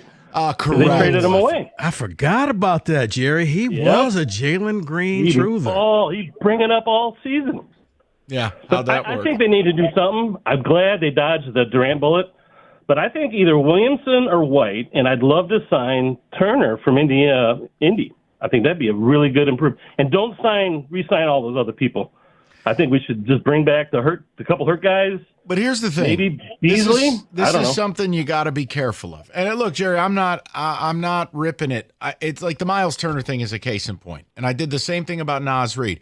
What you do in the playoffs, once you become a playoff team, when you start wanting to acquire players, all right, what you do in the playoffs is going to be a part of your story. Did Miles Turner play in the finals, or did I miss it? Because he was largely bad. So was he? Okay. Yeah, I mean, barely averaged 11 a night. And I mean, look, it's the same thing with the Naz Reid thing. Career through about 20 playoff games. Naz Reid's a 10-point-a-night guy. So, yeah, Jerry. I just want a modern big somehow. I know you do. Because, Jerry, I think what Mike is trying to say, and I don't mean to speak for you, but you want somebody who can step in at any moment and give you 20, 25 points in case Cade is having an off night. Yes. Or heaven forbid, Cade is on and this guy is on as well. I'm looking for a fourth quarter player. Yes. That's the best way I put it. And Jerry, listen. 10 points is not moving the needle. If I were in the market for my third best guy, I think a Miles Turner could fit that. But I'm not in the market for my third best guy. Because you know what I'd like? I'd like Jaden Ivey to be my 3. I'd like Ivey to be my third best player. Cade, Darkman, Ivey.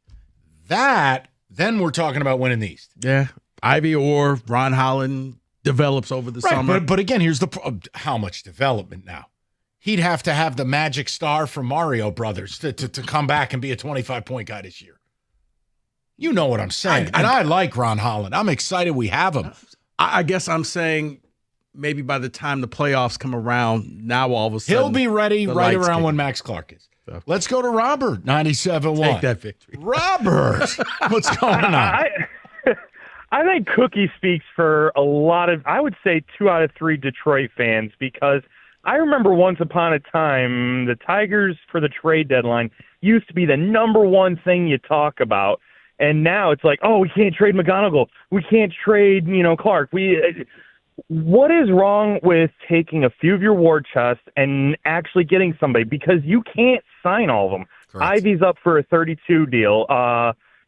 Durant's up for 25, I believe. And then you'll have to pay Ron Holland. He'll probably be around 30 plus. What about Asur? So Asur, yep, he's up for 30. So, add that together. You're almost at 150 without even your role players. So you need to trade some of those just to get the money to match up. And then you're going to get people saying, hey, I'll do the Antonio McDice, and, hey, I could get more money, but I want to win a championship. Well, and that's the whole point, is I'm not asking them to upend the apple cart. I'm asking, basically, Trajan, back the horses you think are going to win, get rid of everybody else, and let's take a step forward. I don't know why this town is so hesitant. I don't know what the problem is. It's a very weird place to be. But the bottom line is you're starting Cade's contract this year. It's game on. Cade is now a 50 – hold on one second. Robert, what fans have to realize is, yes, the cap goes up. Do you know what percentage of the cap Cade Cunningham will take this coming season? Probably 35. 30. Okay. It starts now. So that whole idea is, Robert, all these, let's just let it percolate. Guys, you're on a countdown clock. In today's NBA, there's absolutely no guarantee you get to hold on to your star beyond a certain point. And if Cade hits all NBA, Robert, you know what's coming. It's what the Celtics are dealing with. You're going to end up paying Cade by the time the deal gets signed $65, $70 a year. Mm-hmm. So it's go time. The contract starts now, so does your window. Mm-hmm. That's the bottom line. It's wild to me, the whole, let's just let it simmer. You know what? This is the thing. The town lacks urgency, and I've never figured it out. The Tigers haven't won a World Series in 41 years, right? Mm-hmm. The Lions haven't won a Super Bowl in infinity. Mm-hmm. The Pistons haven't won a title in 21 years.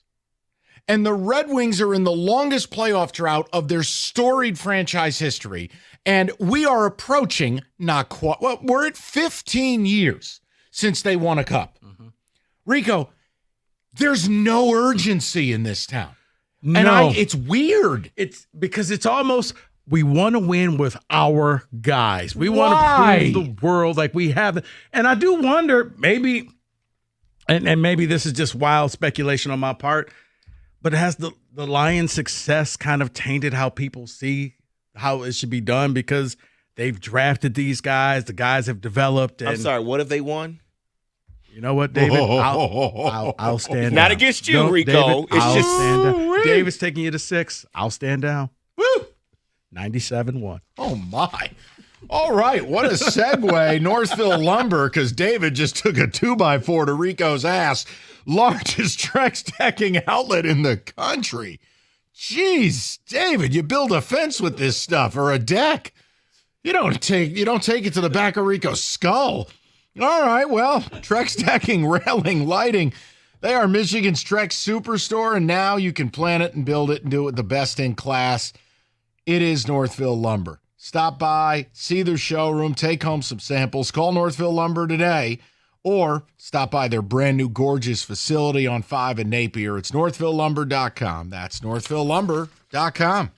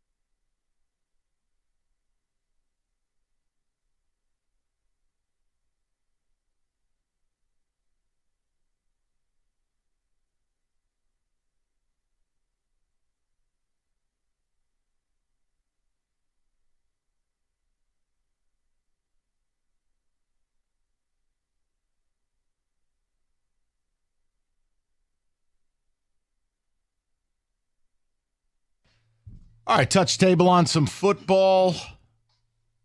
David, music that'll tell us where we are.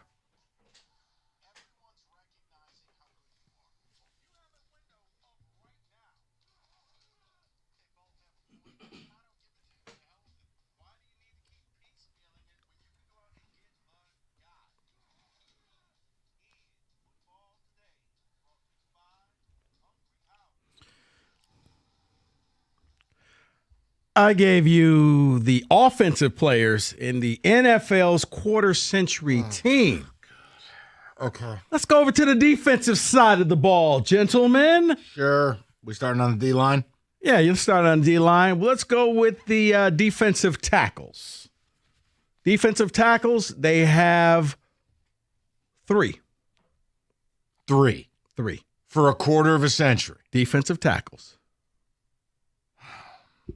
Got to be Aaron Donald. He has to be on this list. Yeah, he's first ballot Hall of 100%. Famer. No question. That one's easy. Okay. Did our man make the list? Who's that? Mr. Ndamukong Suh. He did not make the list. No, he didn't even make the practice squad. Okay, listen, I had to ask. He had a couple of very dominant seasons. He did. Aaron Donald like dominant seasons. But he did. He tapered off quick. You know, Miami, Tampa, none of it. He tapered. I had to ask. Go ahead. David, it's live radio. Speaking is part of the job description. Yeah, just give it to us. One is a man of the year. And not J.J. Watt. Well, J.J. Watt did make the list, but not at defensive tackle. No, exactly. He's not so like man But of the he year. made it as Hayward. as on the edge. Edge guy, Yes. stand-up guy. So he's there. So Cam Hayward is what you're saying. Hayward made it as an honorable mention. Oh. Calais Campbell. Oh, good one. And one is currently playing, Chris Jones. Nose tackle, there was only one. Vince Wilfork. There you go. Guy wore overalls to games. Yes. That's a power look. No shirt. All right. It's a really good look. Your edge rushers, you already got one in J.J. Watt. What about T.J. Watt? No. Okay. Dwight Freeney. No. Whoa. David in the Wayback Machine right there. Good for you. Von Miller. Von Miller, no. Okay, I'm done. Figure it out. You want DeMarcus Ware? But Von Miller doesn't make it. Wow. Jared Allen. Oh, my dear God. Yeah, that I would have needed a minute. That feels like 2 lifetimes ago. Myles Garrett. Yes. Okay. Julius Peppers. Yep. Oh, I'm sorry. T.J. Watt did make the honorable mention. I You stand down. son of a... I stand. He made honorable mention. Mike, you want to take a guess on the other person who made honorable mention? I'm asking you. Think about it. That's a clue. Yeah, I think I know. I'm going to let him have it, though, but. I mean, it can't be. What, Strahan? Are you kidding me? Yes. Well, he is the sacks leader. Yeah, except if you needed him in the fourth quarter. Didn't ask you for all of that. Just saying. I'm sorry. All right. Your linebackers. I think the first one's going to be very easy. Yes. Women. Hold on. There you go. Thanks, All right. Doug. Who else we got for linebackers? Oh, what is that? Oh, Kenny. Brian Urlacher. Yes, Kenny. It's going off the rails fast. No, it's not. Doug said it, but we I added the Ray Lewis ending because it was more funny. All right, other linebackers. We got Urlacher. We got Ray Lewis. We got middle linebackers only? Just linebackers in general. Patrick Willis. Patrick Willis. Stud. No. Luke Kuechly. Luke Kuechly is there. All right. I'm redeeming myself. Bruschi. Who? Teddy Bruschi. No, this isn't a list for terrible television hosts. Yeah, we got 2 more. Hints. That's how this works. Bobby Wagner. Yes. Nice. Good job by you. The other Give me a hint. plays in the South, plays in Florida. Wait a minute. Go ahead. Kenny Cott rang in. Levante David. Practice You're squad. lucky I'm nice. Practice squad player I thought should have been on the list. Kansas City Chief. Derek Brooks? No. Derek Brooks, He died. That's why I was like, Derek Brooks. Like, I said I thought he should. He was he was practice squad player. Wait a minute. Derek Brooks made the list. Guy who died in a car accident. Yes, he's on the list. How? Wait a minute. What year did he get? Did he get in that car wreck? It was in the. That was. Or are you talking Derek Brooks like from the Bucks? Hold on. Because the Derek. I'm thinking from the Bucks. I'm thinking Derek Thomas. Oh, we're thinking Derek Thomas died. Yeah. I'd like to announce Derek Brooks is alive. Got him twisted up. It. Yes. Sorry. I did too. Yes, right. Derek Brooks. Yes. Derek okay. Thomas, not 2000 and not alive. Okay. Does not qualify. Your honorable mention. Hold on. You made me look this up. I'm sorry. No, Mike, you're fine. Is Zach Thomas honorable mention? He was 90s. He was not honorable mention, David. Honorable mention for linebackers is hold on. Sorry. Okay. Mike, I had to look this up because you said so. We got the Brooks. Okay. Brooks was the honorable mention. Let's go to corners. Peanut Tillman. No. What? Revis Island. Yes. CB1, Revis Island. What? Why are you upset? David is quitting now, is what he just told me. He's had enough. Peanut Tillman. Give me Richard Sherman. He's got to be Richard Sherman. Yes. Wow. Legion of Boom. Just keep it. Go ahead, Kenny. Go back to back. Rifle another bet through the window. Champ Bailey. All right. Are you kidding me? Yes. Charles Woodson. He was a safety. He was a safety, David. They put him at corner when he started his career. Yeah, and they moved him to safety. And you know what, David? Because you need this, he made honorable mention safety. Because you need this. How is Charles Tillman not on this list? Because it's not a list for all-time fumble causers. It's an all-time corner list. He's a Hall of Famer. Not in my book, he's not, because he created the punch technique, and now nobody tackles anybody anymore. They all just punch. It's all Apollo Creed left and right every time. All right, one had a twin, one just retired, and the other is still in the league. One had a twin. Rondé Barber. Okay. I think one just retired. And one was what? One is still playing, but maybe looking for a new team. Jalen Ramsey. Honorable mention. I don't like that selection. Okay. Patrick Peterson. Oh, good one. Yeah, that's a good one. Is that okay, David? No. Okay. You're really upset by this Charles Tillman omission. Special team player. I think we all know Devin who that. Hester. There we go. Yeah. Not like he returned a missed field goal for a touchdown against my team. And let's go with safety. We already have the honorable mention. Oh, hold on. Let's go to David. I hear he's got a good answer. I'm good. David had Charles Woodson. Charles Woodson made the practice squad. There's 4. Troy Polamalu. Yes, David. Sean Taylor. No. He was phenomenal. I know he died. He was. All right. Kenny? Ed Reed? Yeah, that was the easiest one right there. Troy Polamalu was the easy one. Actually, it wasn't. But I'll give it to you, David, because you need this right now. He does. Bad enough he's dressed like Kenny today. All right. All right, go. Give us hints. Hints. Eagle. One was an eagle. Eagle safety. Dawkins. Yes. Yes. Never forget the Jeremy Shockey play against Dawkins. All right, go ahead. Other, I believe, Would he be a Patriot? No, he was a Seahawk and a Raven. Oh, Earl Thomas. Yes. Also, quarter century team for the strangest marital situation ever. Go read those. Go read those articles. Okay, we can't say it publicly. No, I just choose. We're up against it. Okay, and I'm leaving it alone. That's true. It was a very strange story a few years ago, and we'll leave it there. All NFL quarter century defensive team, 97-1.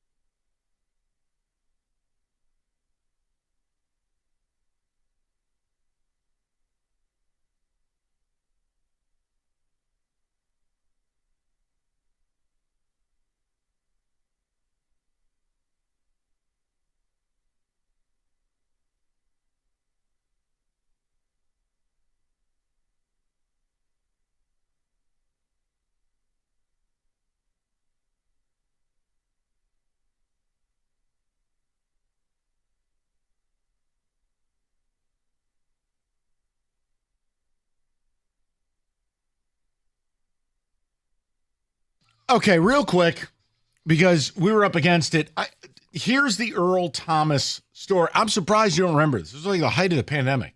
So Earl Thomas was held at gunpoint by his wife, who found him and his brother in bed with another woman. I believe that's first ballot Hall of Fame domestic issues. Gunpoint. Not that you're in bed with another woman. It's you and your brother having some quality time together with another woman. And you're being... Was this the same wife that was up on identity theft charges? Well, there was a lot going on in Earl's world. But that's what I was referring to. Because that story popped up. Like, oh, okay, the wife, identity. Yeah, something else popped up. Yeah. That was the story I was referring to. Okay. Okay. First ballot Hall of Fame chaos. So. You know what, Mike? Mistakes were made. It's okay. David, a couple of ticket texts. We will get to the callers, but I want to welcome Kenny in shortly because let's face it, guys, if Yzerman's going to make a big trade, it probably happens this week. The draft is Friday and Saturday, and one of the Wings' biggest trade chips outside of having $21 million in cap space is the number 13 overall pick. Here, it's make fun of Mike hour. There's no scenario I want them using that pick. None. Take the pick, take Trade a player, away. and there are plenty of teams that are bleeding financially, need cap relief. Great. You're one of the only teams in the league that can take salary on. We're going to get to this. Ticket text first, and then we need to talk to Kenny. Yeah, someone's saying maybe my ears don't work, but no Warren Sapp or Terrell Suggs? Sapp was 90s. Yeah. Suggs should be Suggs, there. yeah. You know why he's not? The god-awful role he played on Ballers, T-Sizzle. Takes you right off the list. He was pretty pathetic on that. Was You're right about bad. that. Detroit fan here says it should be straight facts. Louis Delmas should be on that list. Oh. I can't read it with a straight face. No. Louis Delmas? I mean, who was Ed Reed? You absolutely right. Delmas should be on there. Okay. Right. Someone else does text in and say that Troy Polamalu is one of the most overrated players in the NFL. Was only known because of his hair.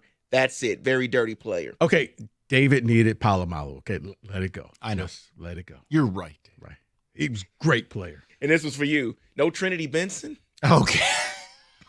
That's Rico's. That's Rico's Wyatt Langford. No, he'll be a Lion, I'm sure, again this summer. for 3 7th-round picks. All right.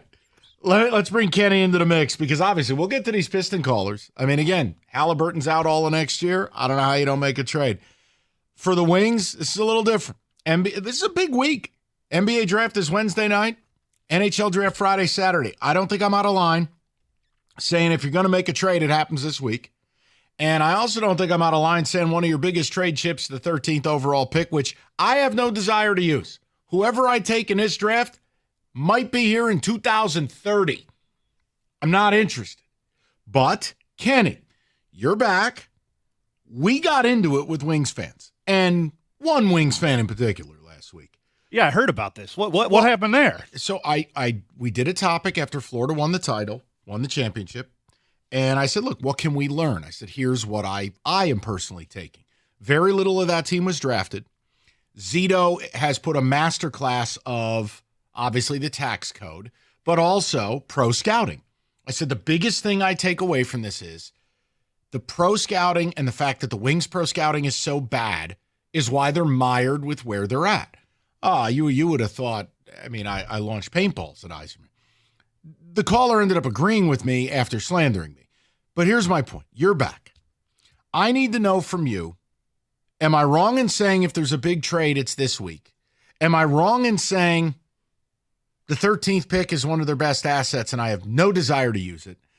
What's going to happen this week? It's more than just the 13th pick, too.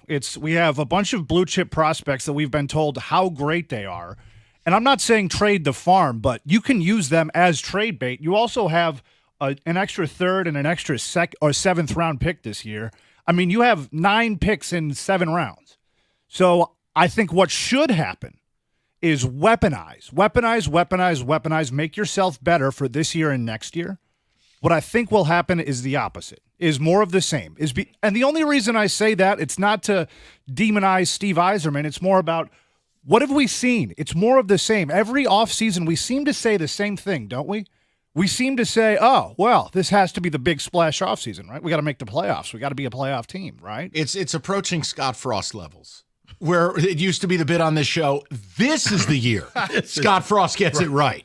Right, and it hasn't happened, so what reason do I have to believe that all of a sudden this is the year he's going to make a big free agency signing, give somebody term, give somebody money, or make a big trade that we haven't seen since DeBrincat, and that was how long ago at this point? That was a midseason trade, I believe. Or maybe that was the offseason, I can't remember. But still, it's one of those trades that you need to make, and you have the things to do it. Now, I'm not going to sit here and give you names, but, I mean, that's Steve.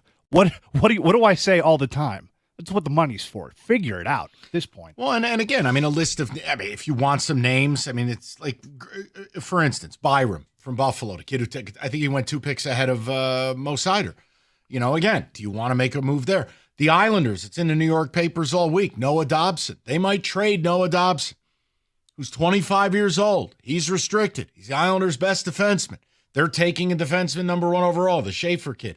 I don't know. It's not my job to tell you. It's guys. Just make the deal. It's more what?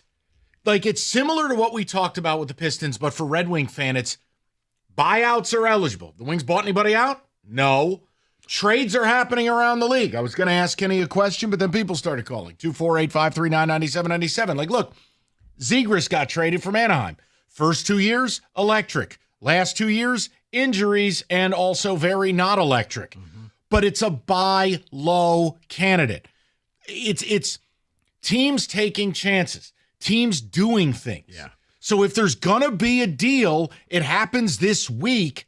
Well, what do you think's going to happen? Look, I'm hopeful. And you know, if I'm hopeful, that's a problem. Well, because hope is not a strategy in the least. I guess I thought the Wings were going to be one of the first teams when buyout day came along, be like, okay, you're gone, and it's crickets. So kind of feels like, seems like, looks like, what are we going to do, Mike? Going to run it back. We like our guys. 248-539-9797. But this I don't. It's the year for Kosa. I said this with the lottery. I do not want to use that pick. There's no purpose to that pick. None. If you're going to tell me over here on the left side, Yzerman's done a great job drafting, well, then why would I want to use the number 13 pick 7 years into a rebuild? When I need a top 6 forward, I need to make the blue line better. I won't even go down the pathway of goaltending because that's like an eternal chocolate fountain at a wedding. Kenny. Because if you make that pick, you're looking at what, 29? No, try 2030 never. Okay. Kenny, Zegras. Isn't that the type of buy low, risk it, biscuit? First 2 years, he was great. Next 2, he's injured and kind of a bum, but he's on a putrid team. Do you take a shot? I mean, look, this is the same team that took $5 million of Peter Mrazek. So don't sit here and split your pants because Zegras makes 5.75. And who has a shot of helping you this year, Mrazek or Zegras? And the reality is, they didn't give much for him. And by the way, they're shipping off a second-round pick for with Jake Wallman to San Jose. That was a great deal too. He just couldn't stay focused, could he, Rico? Wyatt Langford. No, yes, this might be my reverse Wyatt Langford. No, yeah, and also they gave up like almost nothing to get. It was 2 depth draft picks, I think, and a guy that plays in the middle 6.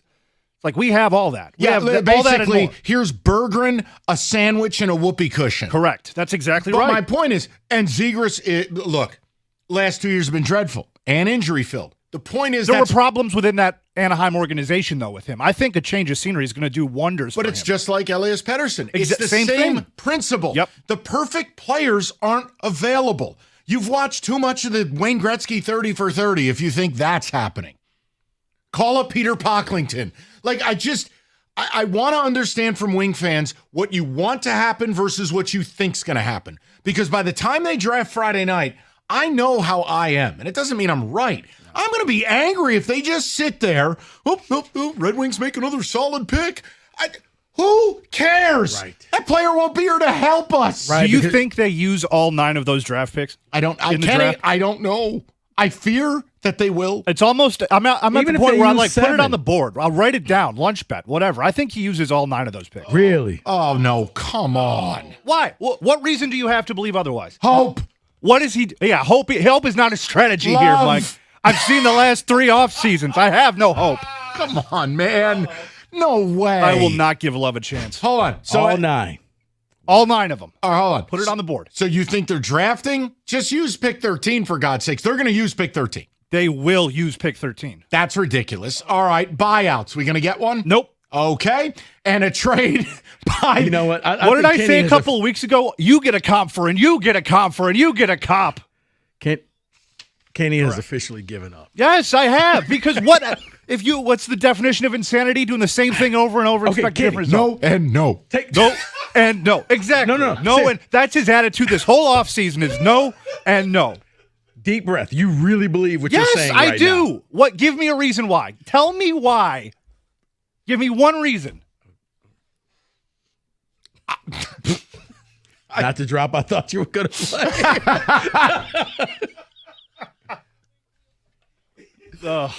Hey, but they have a new cool 100th anniversary logo.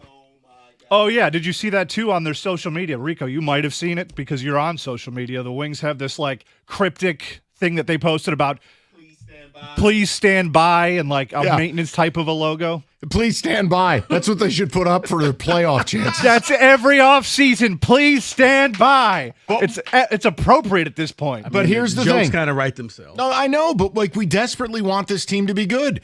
Okay, 13th pick. I go, Kenny, are they going to trade it? No and no. Buyouts? No and no. Kenny, if a big trade happens, he validated my claim. I'm not crazy. Big trades are going to happen before or at the draft. That's a yes. Yeah. Do you think it's going to happen? No and no. That's right. So then what's the point? $21 million in cap space. What are we going to do? Sign another middle 6 forward? And now you've arrived where I currently am. That's exactly my mentality is you'll fill out your middle 6 and you'll draft some depth and a third rotation defenseman. And What, does JT Compher have a brother? We're going to sign him? Yeah, ML Compher. What? ML Compher? Is that what you just said?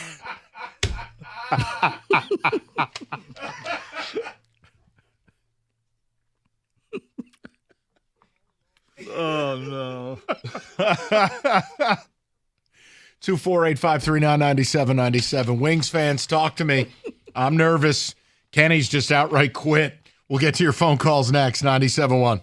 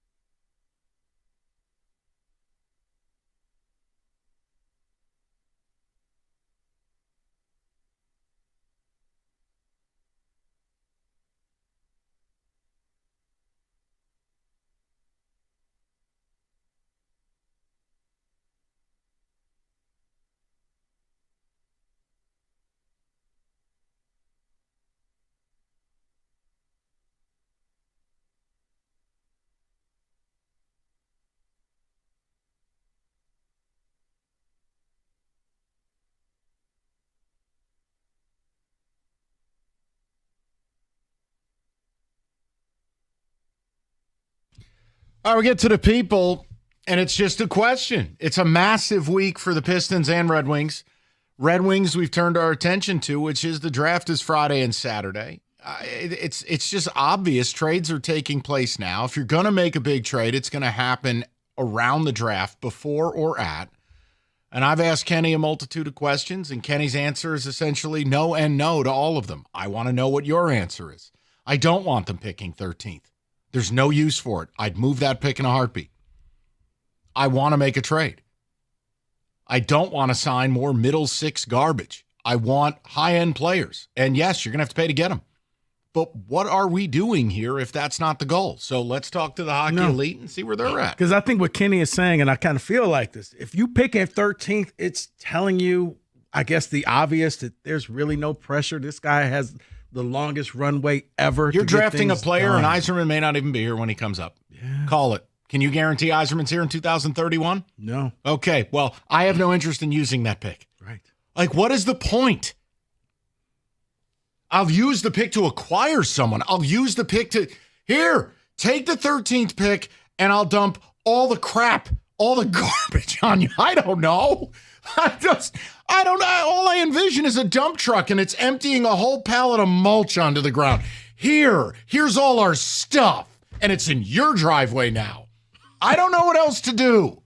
Let's go to the people. We'll go to Dave, 97.1. Hi, Dave.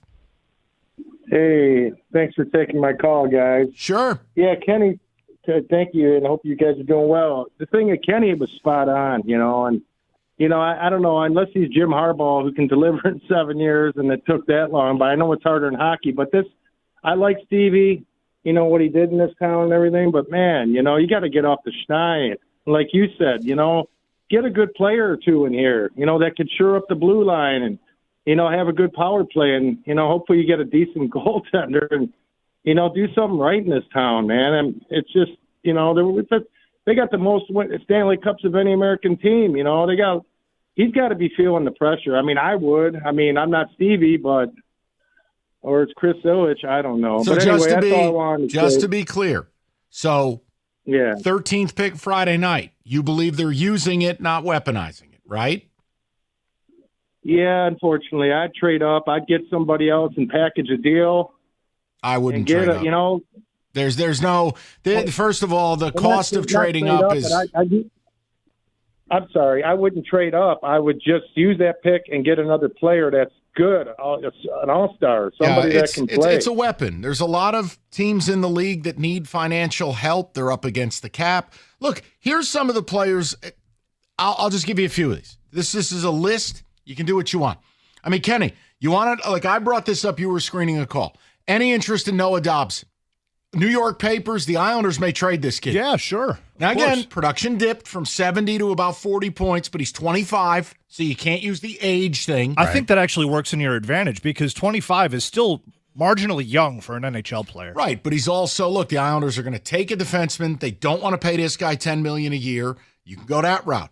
Byram on the list. Yes. Pedersen on the list. Now, again, Marchessault.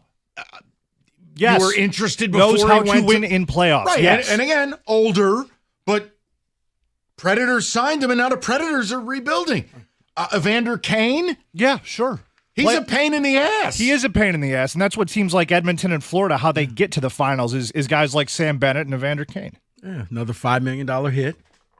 Here's the guy that Cookies wants. Jason Robertson. Yeah, oh, my God, that's the dreamboat. Former 40-goal scorer. That's the dreamboat. He's got 2 years. What is he, restricted after next year, right? That I'm not sure. I'd have to look at that. What would you think? No, that's the dreamboat. Why does his name, look, he's a left winger. He's 25. Why does his name keep appearing in trade rumors? It's a good question. I just don't think Dallas can pay everybody. I think that's the issue. Okay, so right now he's got 1 year left at 7.75. Yep. What's that cost? To get the trade cost? If I start with the 13th pick. Yeah, you're going to need that. No, I start with it. What else? Probably a prospect that's NHL ready. Probably a Sandine Pellikka type. I leave that to you. There's but no then way. Again, dude, with trade markets, I am so above my depth with that. I have no clue because there are trades that'll happen. You're like, how is this possible? Like, what is going on here? Is this real life? So, I mean, hell, you could tell me that it's 3 prospects, an Augustine, and a first, and I'm like, okay. Let me ask you a question. What if it was the 13th pick and Evanson? No. You wouldn't do it. I'm just testing you. I'm not suggesting. No, I don't want any of the Octopi Mafia to be all upset. I'm testing Kenny. I like that. That makes your defense so much worse. Kenny, it was a test. Did I pass? You passed. All right. All right. How about this one? All right. 13th pick, Casper. This is a test, not a suggestion. It's a test of the emergency broadcast thing. I think you drop the first then and you give a second or a third. Just you see what we're doing here. We're Kenny's struggling. I am. That's tough though. I like Casper quite a bit. I think he's going to be something in a couple of years. Hey, it's a test. But he's already here right now playing productive minutes. David. No, but the thing is, Kenny, it's kind of what we said about the Pistons. It may sting a little bit at first to make this deal. Bottom line is, true or false, Robertson would walk in, he'd be your best player. He'd be one of them, yeah. He probably would be. He'd definitely be your best offensive player. And sure. What does this team need? Well, they need a lot. Okay, let me walk that back. I don't know what should. This is a terrible test. Let's go to Kevin, 97.1. Kev, how you doing? I'm good. How are you doing, guys? Good, Kev. You're cracking me up with the questions just being thrown at Kenny with the what's it going to take. I love it. But, yeah, so what I would like the Red Wings to do, this is just, I think it's like a 2-year plan where right now I think they just got to focus on the defense right now. I really would like to see them make a trade for that Byram, and I would love to see them get that Dobson. Dobson's only 25 because right now the team's just, we're not, if we made the playoffs, we're done in 4 games. I think our defense and goaltending is so bad. If we could bolster the defense, that's going to improve our goaltending and our offense. And then in 2026, you're going to have a free agency class. I mean, we're not going to get Connor McDavid, but you got Jack Eichel, you got Kyle Connor, you got Kiprasov, Alex Tuck, and those would be pieces to add on. The thing is, though, I do think he definitely should trade that 13th pick because, I mean, all we hear about is how great our prospects are, so why does he need that first-round pick? You don't. But realistically, I'm worried because I think his ego's getting a little too big as just based off of that last press conference we had. I wouldn't be surprised if he used the pick. If he did, I'd be shocked. But I'm pissed. But real quick, Mike, I was going to say, with Jason Robertson, all these trade rumors, I saw something on Friday night, and it was I didn't think it was, real, but it's still not real. But Elliot Friedman, who's basically the Adam Schefter of the NHL, he put out that what the Bruins have proposed potentially to the Stars, and it's 2 first-round picks, 2026, 27, 2/3, and one of their prospects to get Robertson. I'd see. So it's like, I'm crazy. I do that all day. Exactly. What do we need? We need a top line forward who's offensive minded. Yeah. Okay, guy's got 2 40-goal seasons. He's 25 years old. Oh, and by the way, is Robertson a Northville native? I know that always matters. Yeah, he plays for Little Caesars. Yeah, I know, right? All that crap. Oh, he's a West Bloomfield product. Because his dad played the pitcher for the Tigers. Right. Hit that siren. But Kev, it checks all the boxes, and it's like, what precludes us from doing that? And I don't. Yeah, sorry, Mike. Go ahead. No, you're fine. It sucks because it's like, Kev, I ask Kenny the questions, I ask you the questions, and we all look like bad people because what? Because we want more? Mm-hmm. No, well, think about it, Mike. Think about when, I mean, it's not as significant, but like when the Pistons were getting better back in the going to work days, they traded Jerry Stackhouse, who was their star player. People were pissed about it, but it turned like Rip Hamilton and something else. Sure. And then we traded Curtis Granderson. Everyone was pissed off about that, and that turned into Max Scherzer. I just feel like you got to be bold at times, and you're not, especially in the NHL. You're not going to win through free agency. It's going or the draft. It's going to be through trades. And Kev, here's the thing: it's very easy. I'm only gatekeeping one prospect. I'm not trading Pellica. We've waited this long. He's going to walk into the league. We have to have him, right? Like that I can't trade him. I need him. Mm-hmm. Now, if it's going to be the 30 for 30 documentary and Connor McDavid's out there, you're just like, here, take everything. Take it all. Whatever you want. Here, take my hat. But the point is, outside of that, Am I going to cry if they traded Danielson or Nygaard or Wallander? I don't care. Getting choked up over there. Honestly, I'm upset. I'm more upset than anything because we sit here and it's like Kenny is dying for this team to win. Yeah. And he is the ultimate optimism guy with this team. And I asked him 3 critical questions and not because he wanted to, because he had to. He sounded like Eiserman at the presser. No and no. No and no. I wonder, Kenny, is any of this kind of like the old lady at the slot machine? They put so much money in that machine that they're afraid to get up and leave because the next person who'll sit down will hit the jackpot. I think you're looking at this all wrong. I think it's almost the exact opposite. They can just sit there and do whatever they want because there's no accountability. They have deep pockets. This is just for fun for them. So you've compared the Wings. I'm not going to, why don't I stop there? No, I'm going to stop. I'm going to stop there. No and no. No and no. Thank you. Steve, you going to trade that pick Friday? Okay, but we're going to trade for a top line forward before Friday, right? Okay, good. Hey, can I expect to make the playoffs next year? Okay. That's a flag. Sweet. Poor kid. Okay, 97-1.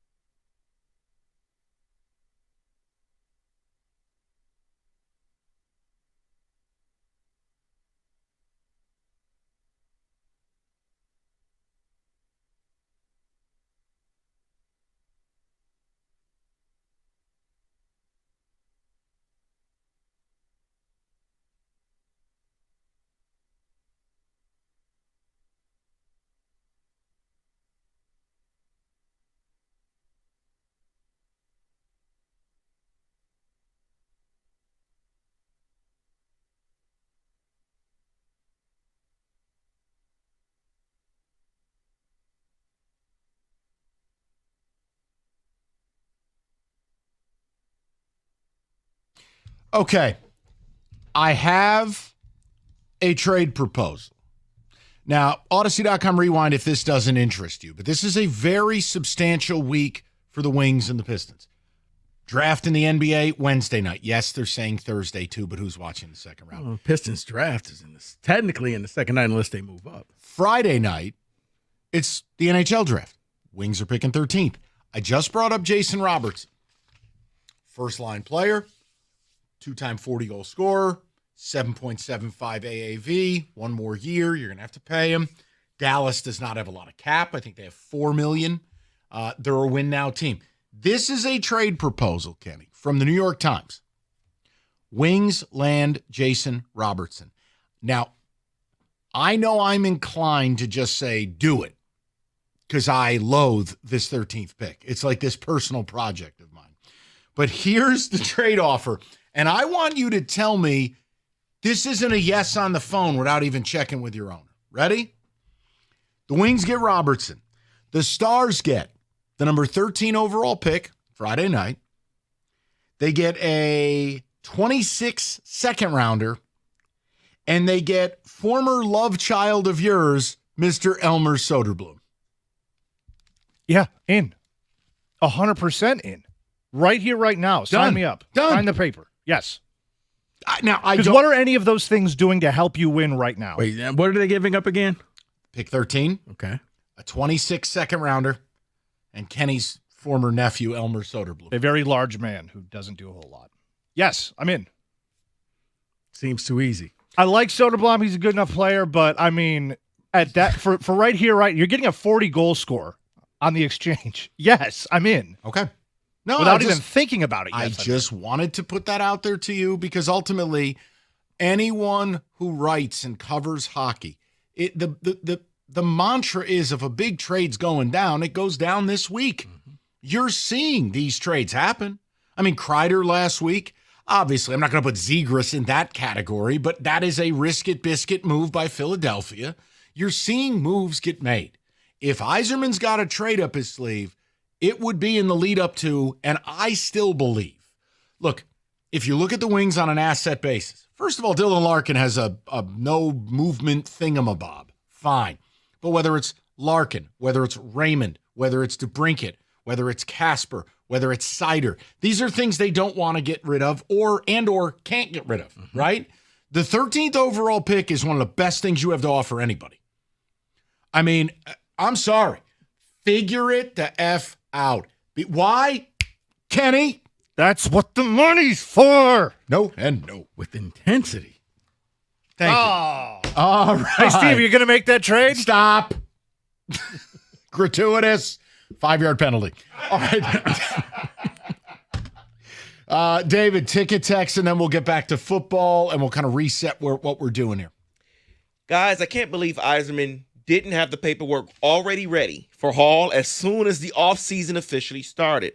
Also, starting to wonder if Yzerman even picks up the phone anymore at all. Another text says, Steve Yzerman needs to do these things for me to be back on board. Otherwise, this team is toast. Kosa needs to be up day one. Next, trading for Gudas or top-notch defenseman for our first-round pick. Here's one. Attach a stick of dynamite and a second-round pick to Tarasenko and get him out of here. There's another wasted $5 million. Oh, you mean what they gave up for Wallman when they traded him away? Kenny, you have to let it go. I I'm will begging not. you. You have to let it go. I cannot. Wyatt Langford. But Kenny, I'm asking you. I mean, look at it.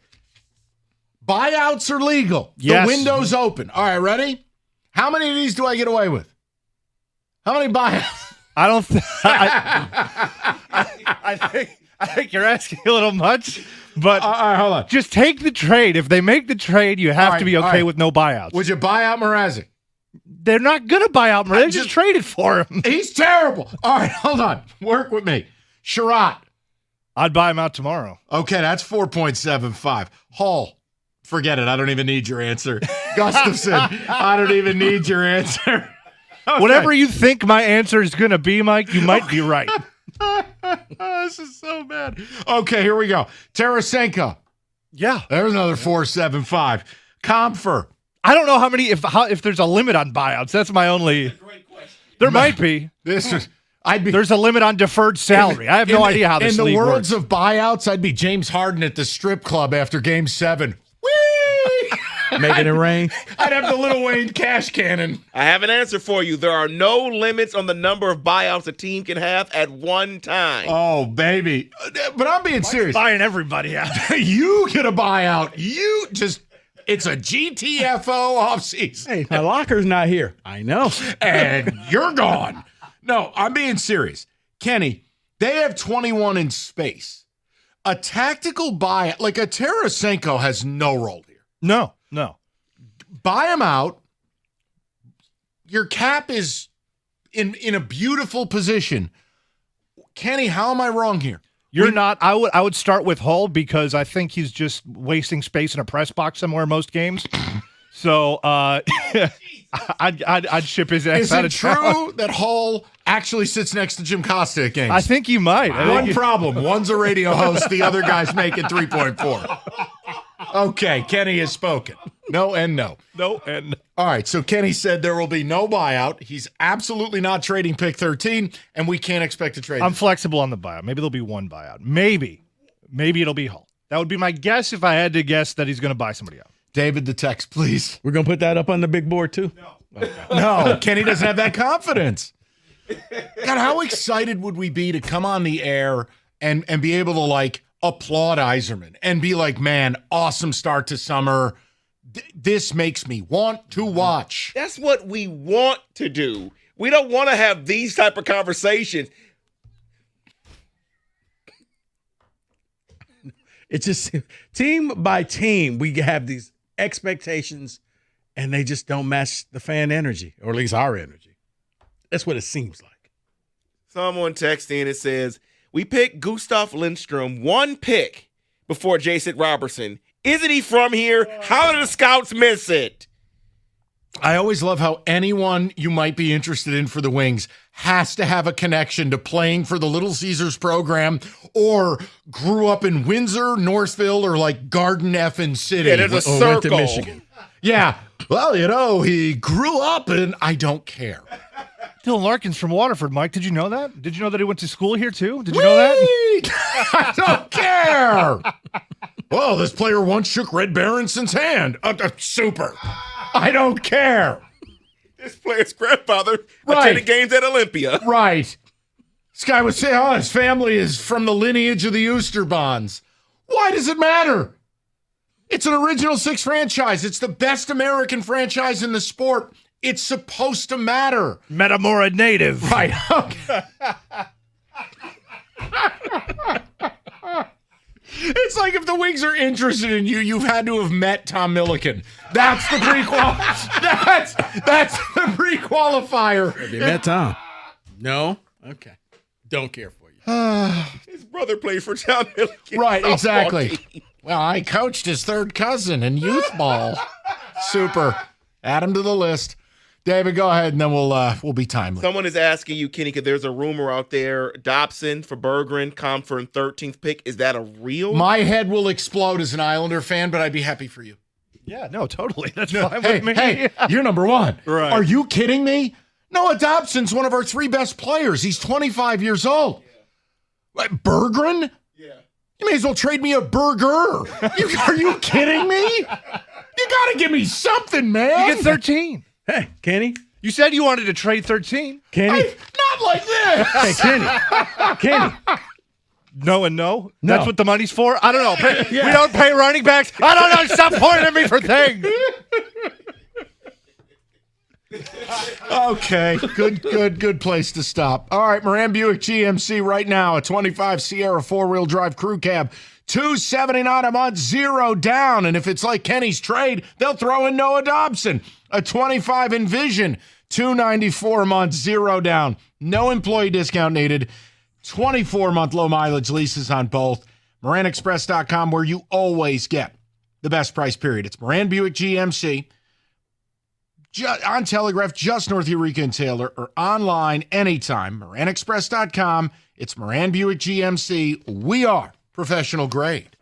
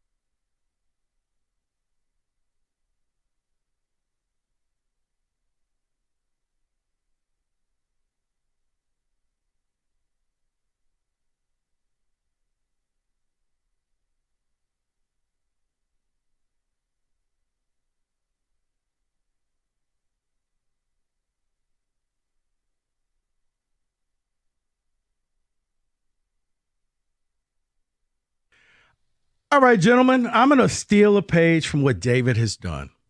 For college, he's done like the all quarter century teams and players and plays.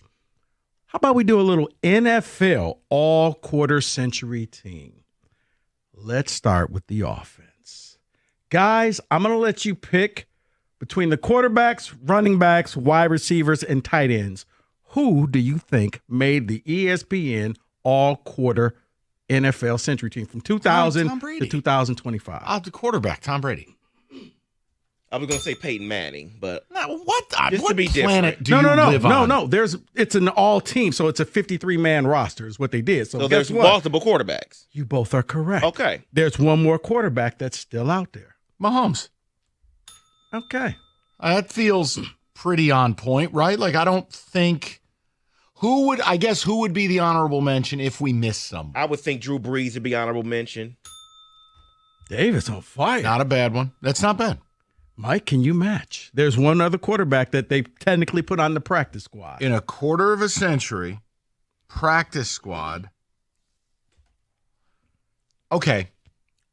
Based on his effect, he had a disappearance from the league with some legal stuff. Would Michael Vick be on this? He is not on this. Good call, though. Just from a difference-making standpoint, I'd never seen anything like him. No. Okay, who is it? It's Aaron Rodgers. Absolutely not. Pittsburgh Steeler, Aaron Rodgers. Banned from the list, fake married. Can't do it. Next. All right, guys. How about the running backs? This one's going to be a little more difficult. Quarterbacks was easy. Yeah. Running backs, 3 running backs made the team, plus they have 1 on the practice squad. All right. David, may I? Or sure, go ahead. I would go Derrick Henry. All right. Got 1. Okay, this is just way too easy. No, it's I not. think. Well, how about just saying, Mike and David, you're not terrible people. David in the Kenny Cott edition T-shirt. Then I'm going to go LaDainian Tomlinson. LaDainian Tomlinson made the practice squad. Whoa. Okay. Okay. Yeah. That's telling you something. Yeah, it is. All right. Quarter of a century. David, here's the thing. This has to include now the Marshall Falks, the Priest Holmes. That's what I was wondering. Because Marshall Falk technically started before 2000. Well, and that's just it. If their career started before 2000, no. They're out. They're this out. Is after Okay. 2000? Yeah. Okay. How does LT not make are that? they going to put Saquon on this Probably. list inappropriately? Probably. I would take LT over Saquon. Yes. But I'll tell you what. I'll lay on the grenade. Saquon Barkley. No. Excellent. I like this list more. Good. Go ahead, David. Quarter of a century. Derrick Henry. I already used Derrick Henry. Thanks for listening. My God. Priest Holmes. Let's do Priest Holmes then. Yes. Yeah. And by the way, it is production since 2000 years. So Was he the ultimate fantasy football god? Yes, he was. He was like the first of his kind. Him and Sean Falk. Alexander. Oh, that's another good one. All right. David, go ahead. You got another one for running back? I'm going to go Sean Alexander. Did I just give you a hint? Sean Alexander. It is not Sean Alexander. Oh, crap. Go ahead. You want the answer? Yeah, because we got to get the wide receivers too. Current player. I'll give you one more guess. Current, and he's a running back. Mm-hmm. Quarter of a century team. David, who's late stages career? It's not Saquon. CMC? Oh, come on. I lied. This list sucks. Not me. I mean, he's good, but come on. Really? CMC over some of the guesses? All right. Come on. So be it. Well, let's go to the tight ends before we get to the wide receivers. Okay.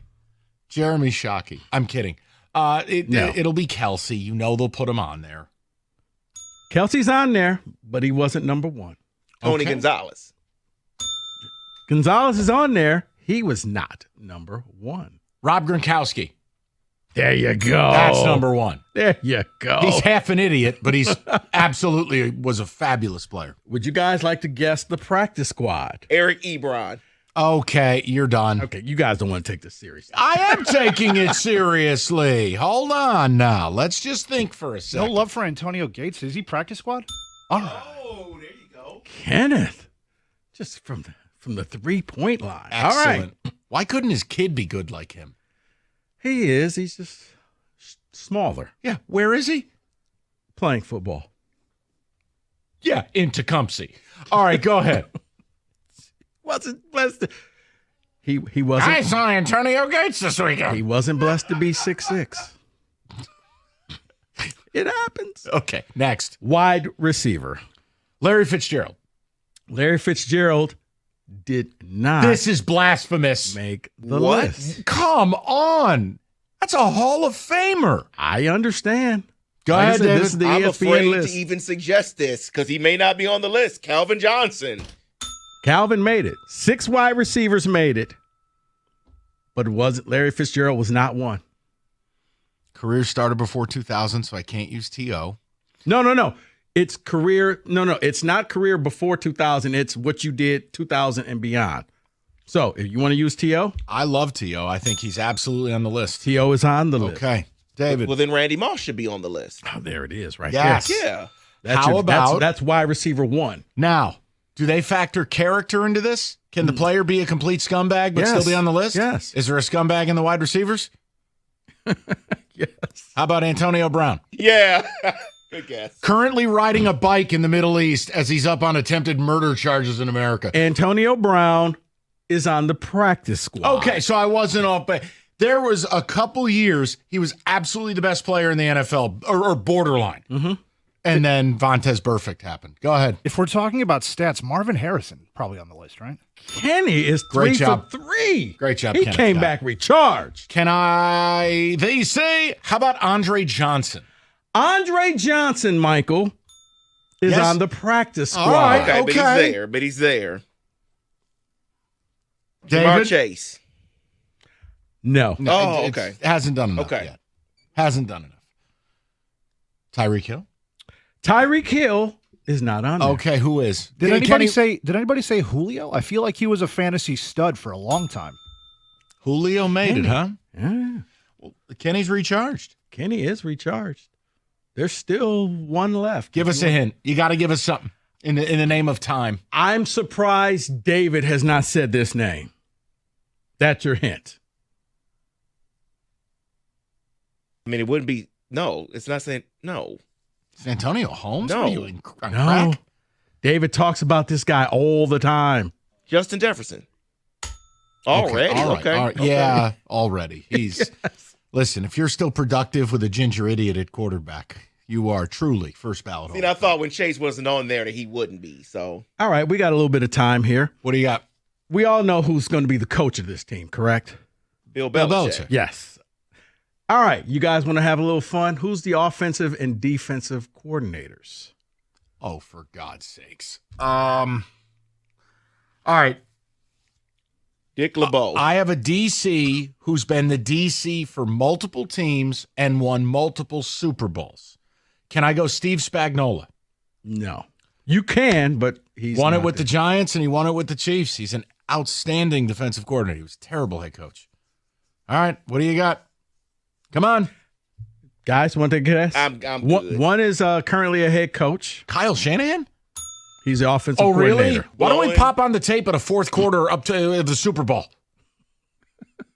He should not be The other offensive has coordinator. been a head coach for the Bills and Cowboys. Bills and Cowboys head coach. Why am I spaced in here? Why am I Son of spaced a in famous there? coach. Yeah, it's one of those. Yeah. Son of a famous coach. Ryan. No. No bum. Phillips? Yeah. Wade? Okay. Wade All right, Phillips. I guess. So, all right. I'll give you the defense later. Oh, great. Great. My brain melts. That was actually fun. And it makes me feel really old. It Thanks does. for that. All right. 97.1.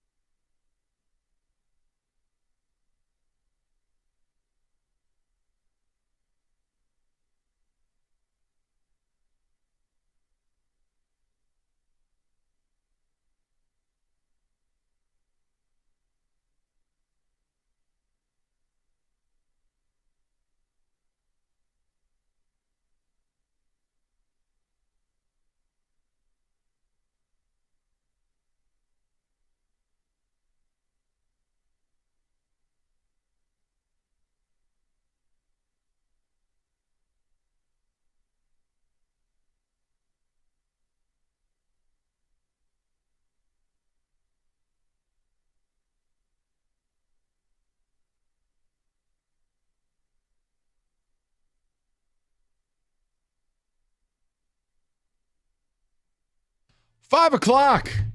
This music is insulting, but also accurate. Here's what we're going to do. Odyssey.com rewind if you want these topics broken down individually. But Rico, this is important. Okay. This is a major, major week for both the Pistons and the Red Wings. NBA draft Wednesday and Thursday, NHL draft Friday and Saturday. Trades are happening in both leagues. And in the NHL, the buyout season is open. Kenny just bought the whole team out last segment. Here's my question to you, Kenny, David, the people, driving home on this blistering hot Monday.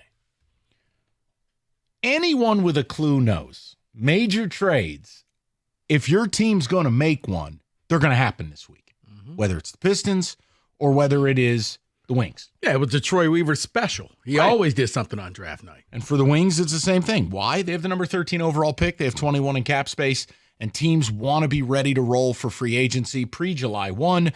Well, trades can do that. Here's my question. Are we going to see, because we on this show are united. We're like Voltron. We are all together. We want both these teams to make bold, how about this? Bold offseason. ... Wings need a jump start. Pistons could win the East. Are we going to see one of the teams make a bold move? Both of the teams make a bold move?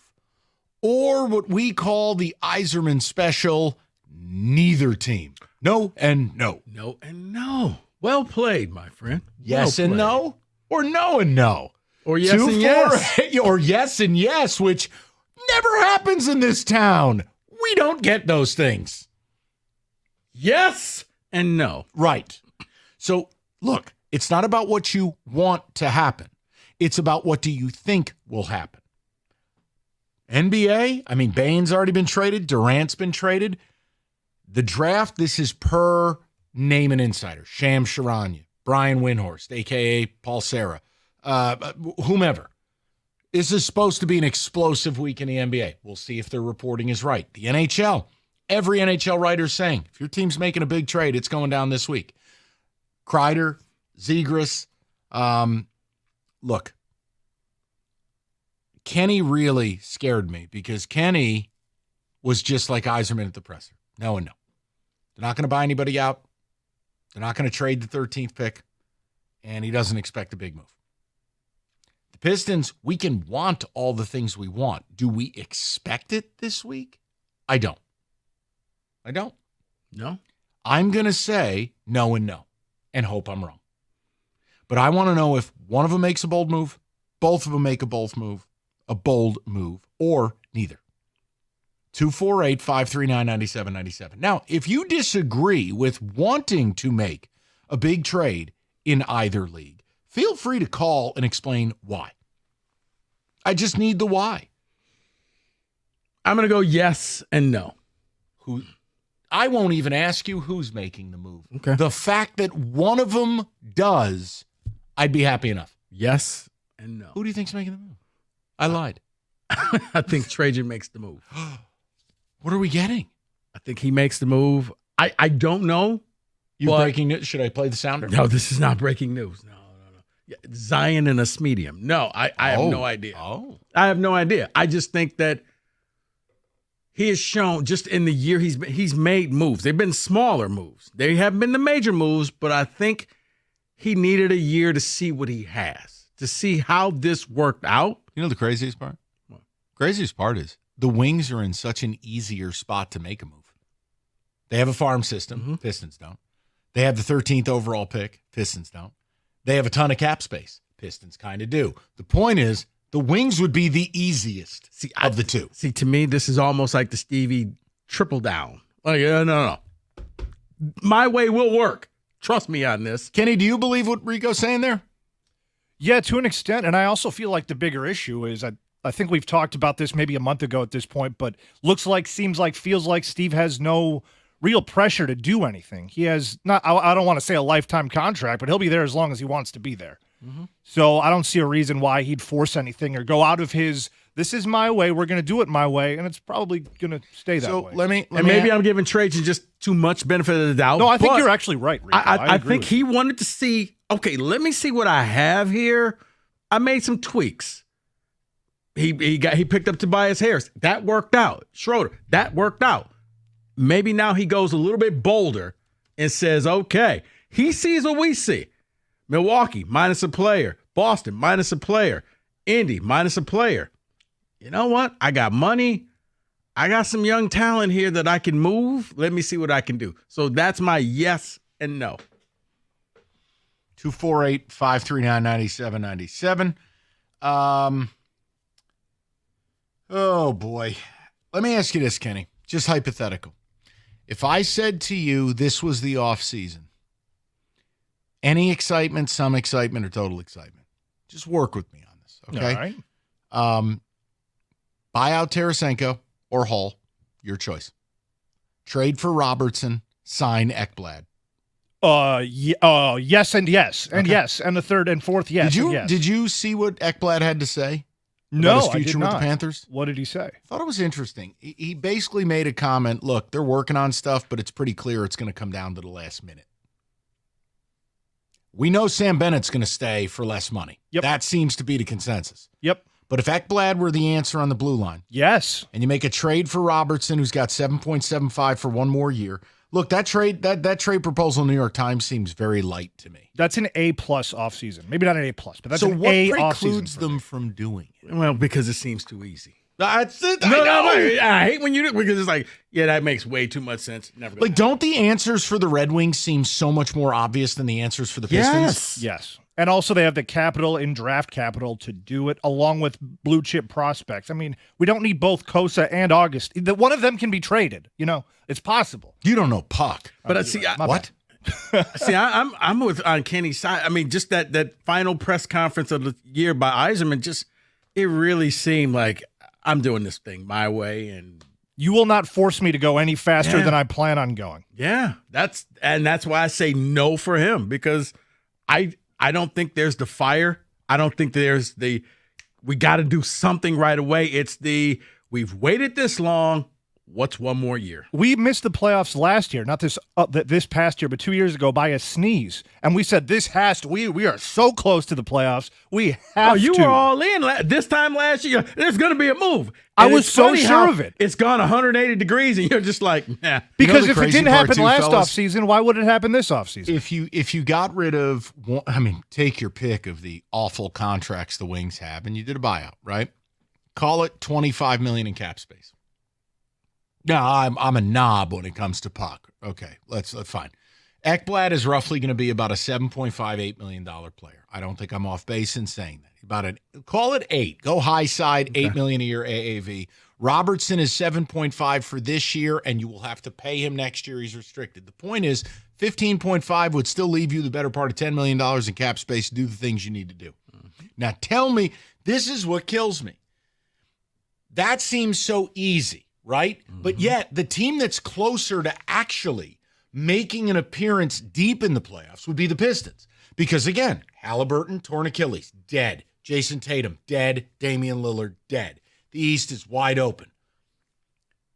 Is it wrong to want both of these teams to step forward? Because it feels like it is right there for them. It is not. It's not an either or. I would love to say yes and yes. I'm saying no and no. I think Trajan. No faith. I think Trajan will, because I think we're lumping him in with everybody else. I'm not lumping him in. I'm saying I feel like the majority of Piston fans actually want to do nothing. They want to be Jim Costa. See, I don't think he's Piston fan, though. I think he actually knows what he's doing. He's not listening to the fans, because no fan would have told him to make the moves that he did, but he did. Right, but he's been here 1 year. Right. So he's earned the right to do what Yzerman feels like he doesn't have the right to do. It's totally ironic. You're right, but I think I don't like it. Let me see what I have. And in the offseason, I expected this summer to be the summer where he really puts he puts the imprint on this team and You're says yes and no. Yes and no. Kenny, I'm no and no. I'm yes and no, complete agreement with what Rico had to say. You're saying Pistons yes, Wings no. Yes. I'm saying no and no because we're not allowed joy in this town. David, no and yes, yes and no and no, yes and yes. I am yes and no, but for the Wings, yes. Go ahead, Kenny. I believe Kenny is patronizing. Here's why. And you're laughing too. No, I'm laughing because honestly, you could throw the other two teams in there and say which one makes the big move first. Because we're waiting on all of them. And maybe this is my hope with this one. You're right. It is buyout season and we've heard nothing yet. And I truly believe the reason why we've heard nothing is because there's a move that is about to happen. I want to believe this, and I'm going yes and no for the Wings. How is this any different from the previous years? I'm talking about right now. Okay. Today. So this is hope and faith. Yes and this no. This was the sermon last Sunday? Yes and yes. Okay.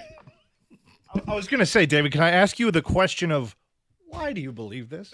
Why? It was a sermon. Kenny, it was a sermon last night. Is that in the good book somewhere? You know what? Thou must buy out? He spent too much time frying fish in 90-degree weather. What about Rasmus Anderson, 248? All right, look, you could take a text it in if you want. It could be yes and no, no and yes, yes, no and no. But this is a massive week for our two winter sports teams. Pistons, with the draft coming up, with what took place the last couple weeks of two of the top players in the East, devastating, possibly multiple season-ending injuries. I mean, Durant was out 18 months with his Achilles. There's no guarantee. Correct. So, again, Tatum and Hallebertton, man, could the Pistons step forward? Feels like they have everything they need to do it. Will they? The Wings, it's turning into the Scott Frost bit. This is the offseason. Stevie Y gets it right. They have the draft pick they don't need that others would covet. They have cap space. They have the buyout option. They have a so simple loaded prospect system. And here's the thing, Rico, it's not even like radio idiocy. They desperately need a first-line player. You could say a top six forward. I'd say a top line forward because you need to now move someone probably to a more appropriate role on the second line. Dylan Larkin. I was about to say maybe somebody who's not in agreement with Steve right now. But they also need massive help on the blue line. Yes. Had the worst penalty kill in history. Goalie. No. You don't know puck if you say that. You know what Kenny I'm and I saying. got eviscerated I stand last down. summer. Because if you have 5 goalies, you got a goalie. What if you have a Mrazek? Then you're probably going to hoist a cup. Sounds like a medical condition. Warnings. See a doctor? If Mrazek lasts more than 6 hours, go to the hospital. Yeah, if you start 6 games in a row, you're going to need to go to the hospital. If you have a slight case of death, call your doctor. It's bad, man. Side effects include everything. So just you tell us, guys, 248-539-9797. I'd love to come on the air and be like, guys, they're both making a move this week. But I don't know. It just doesn't seem like we get to have nice. If Yzerman doesn't make a move and uses that 13th pick Friday, what was the plan? That's the frustrating thing is we're still asking the question, what was the plan? No. All right, distracted driving. It's become an epidemic. Look around. We've all seen it. Cars swerving all over the place. People looking at social media and other nonsense. Call Mike Papura, National Benefit Plans. Mike will help you find a life insurance plan that doesn't just cover your family's needs, but is affordable. They'll shop over 70 different life insurance carriers nationwide. They'll guarantee you the best possible rate. And you won't be dealing with some phone jockey 6 states over. 30 years of experience in the game, National Benefit Plans. Call Mike Papura today or go to nbphealth.com. That's nbphealth.com. National Benefit Plans wants to be your health and life insurance agency for a lifetime.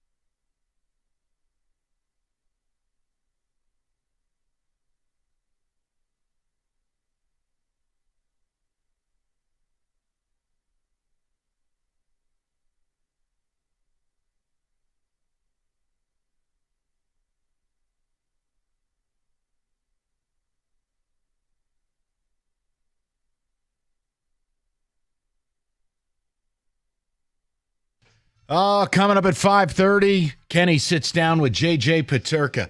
So what do we – listen, what do the ticket techs have to say? This is a major week to 10 days for both winter teams, and it's a play on our Yzerman drop. No win, no. I desperately want it to be yes and yes. What are people saying, David? No. All four. We don't take big swings in Detroit anymore. Thanks a lot. Wow. Pistons, yes. So many injuries in the East. This is the year to make a move. So, yes, the Wings are a lost cause. And the other thing is in the NBA, here's what's really been interesting. The devaluing of picks. And honestly, if you believe that the Pistons have enough young talent, why do you want the picks? You don't need both. It's a lot like with the Wings. They have all of these prospects. Why do I want that 13th pick? I don't want to hear about landing a steal. That player won't be here before 2030. So it's just fascinating because the Pistons don't really have to empty the cupboard. And if they want to commit to Ivy and Cade as a backcourt, they can do that. Because you can get rid of someone else plus picks. Look at the Durant trade. Right, but they don't have a first-round selection this year. They don't need it. You can add future picks. These teams, these derelict franchises, they don't care. Hell, Phoenix didn't have a pick until 2050. Now they got one. And they're going to use it on Jace Richardson. Watch. I don't think so. They're turning that into a fantasy basketball operation. Wait. Maybe the Pistons can trade and get Jalen Green here. And now you'd have the 1 and 2 picks. Signed, locker room cancer. No. The new Kyrie. You do not want Jalen Green here. No way. Culture's too good. No and no. I mean, I think Phoenix is going to be trading somebody, not Booker, but everybody else that they got there.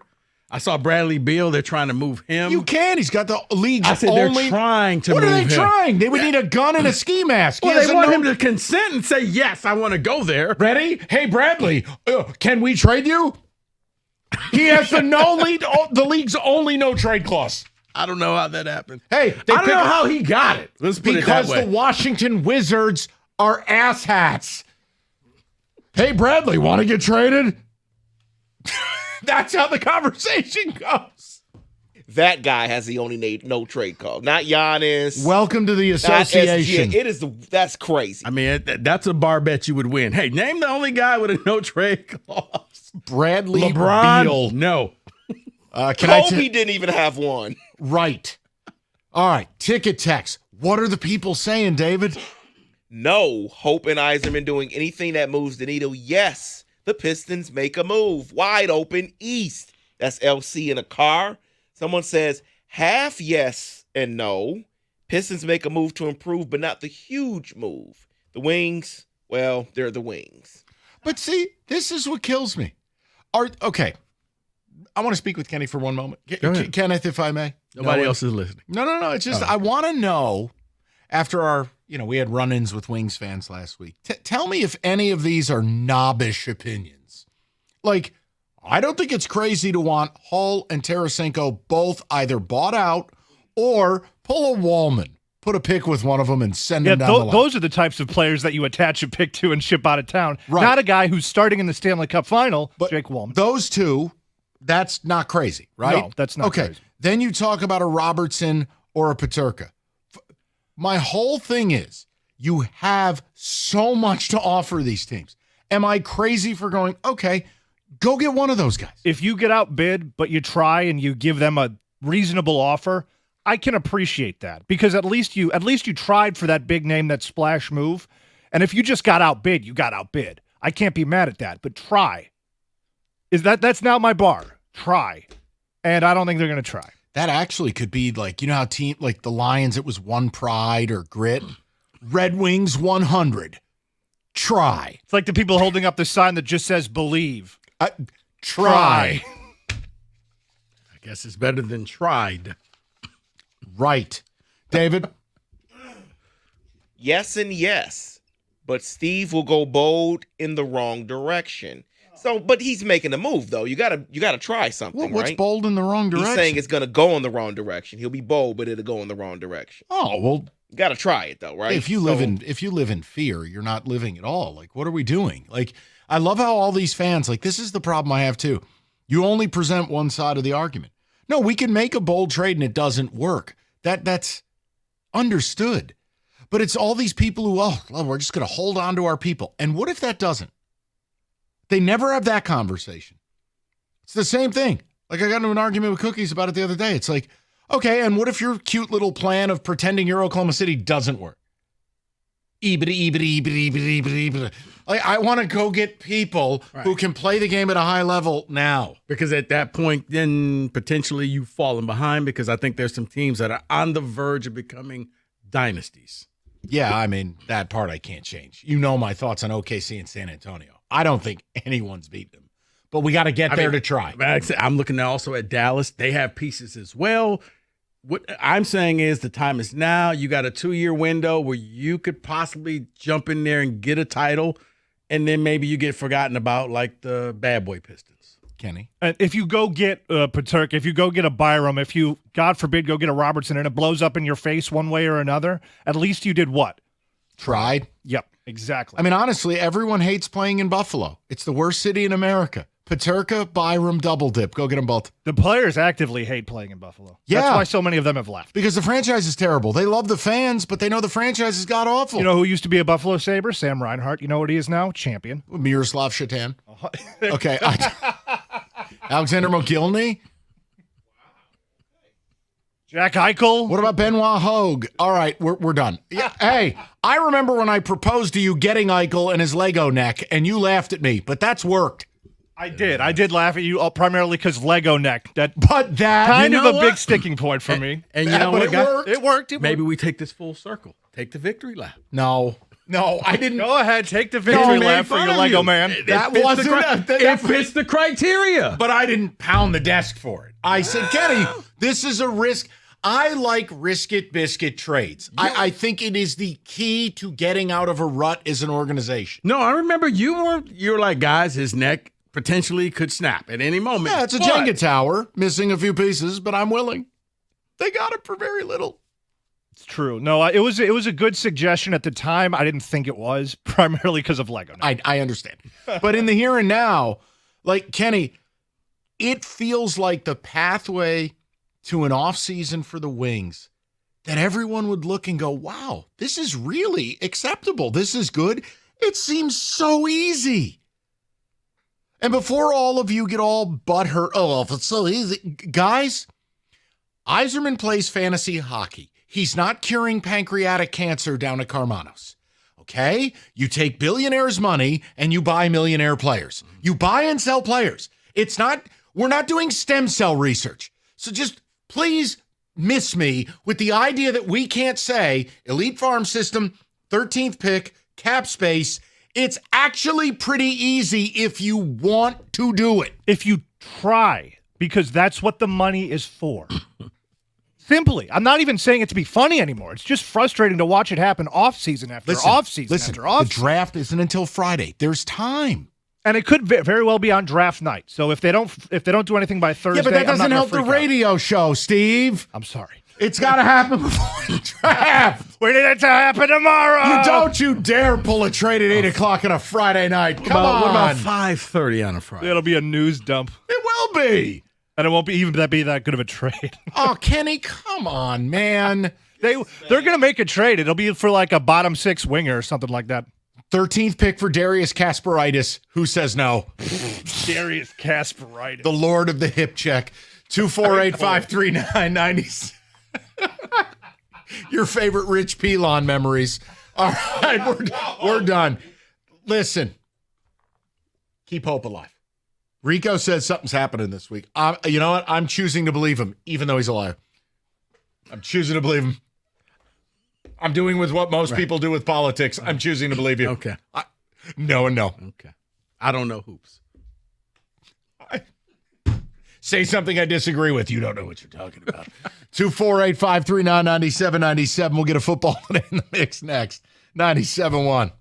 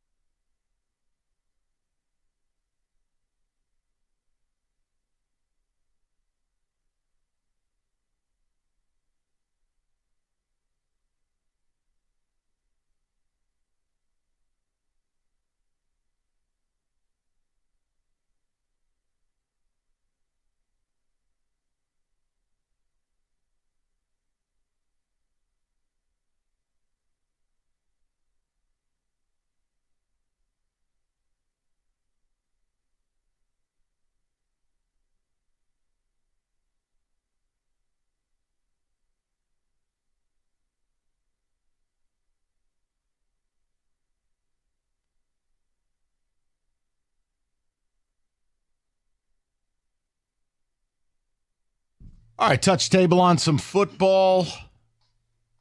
David, music that'll tell us where we are.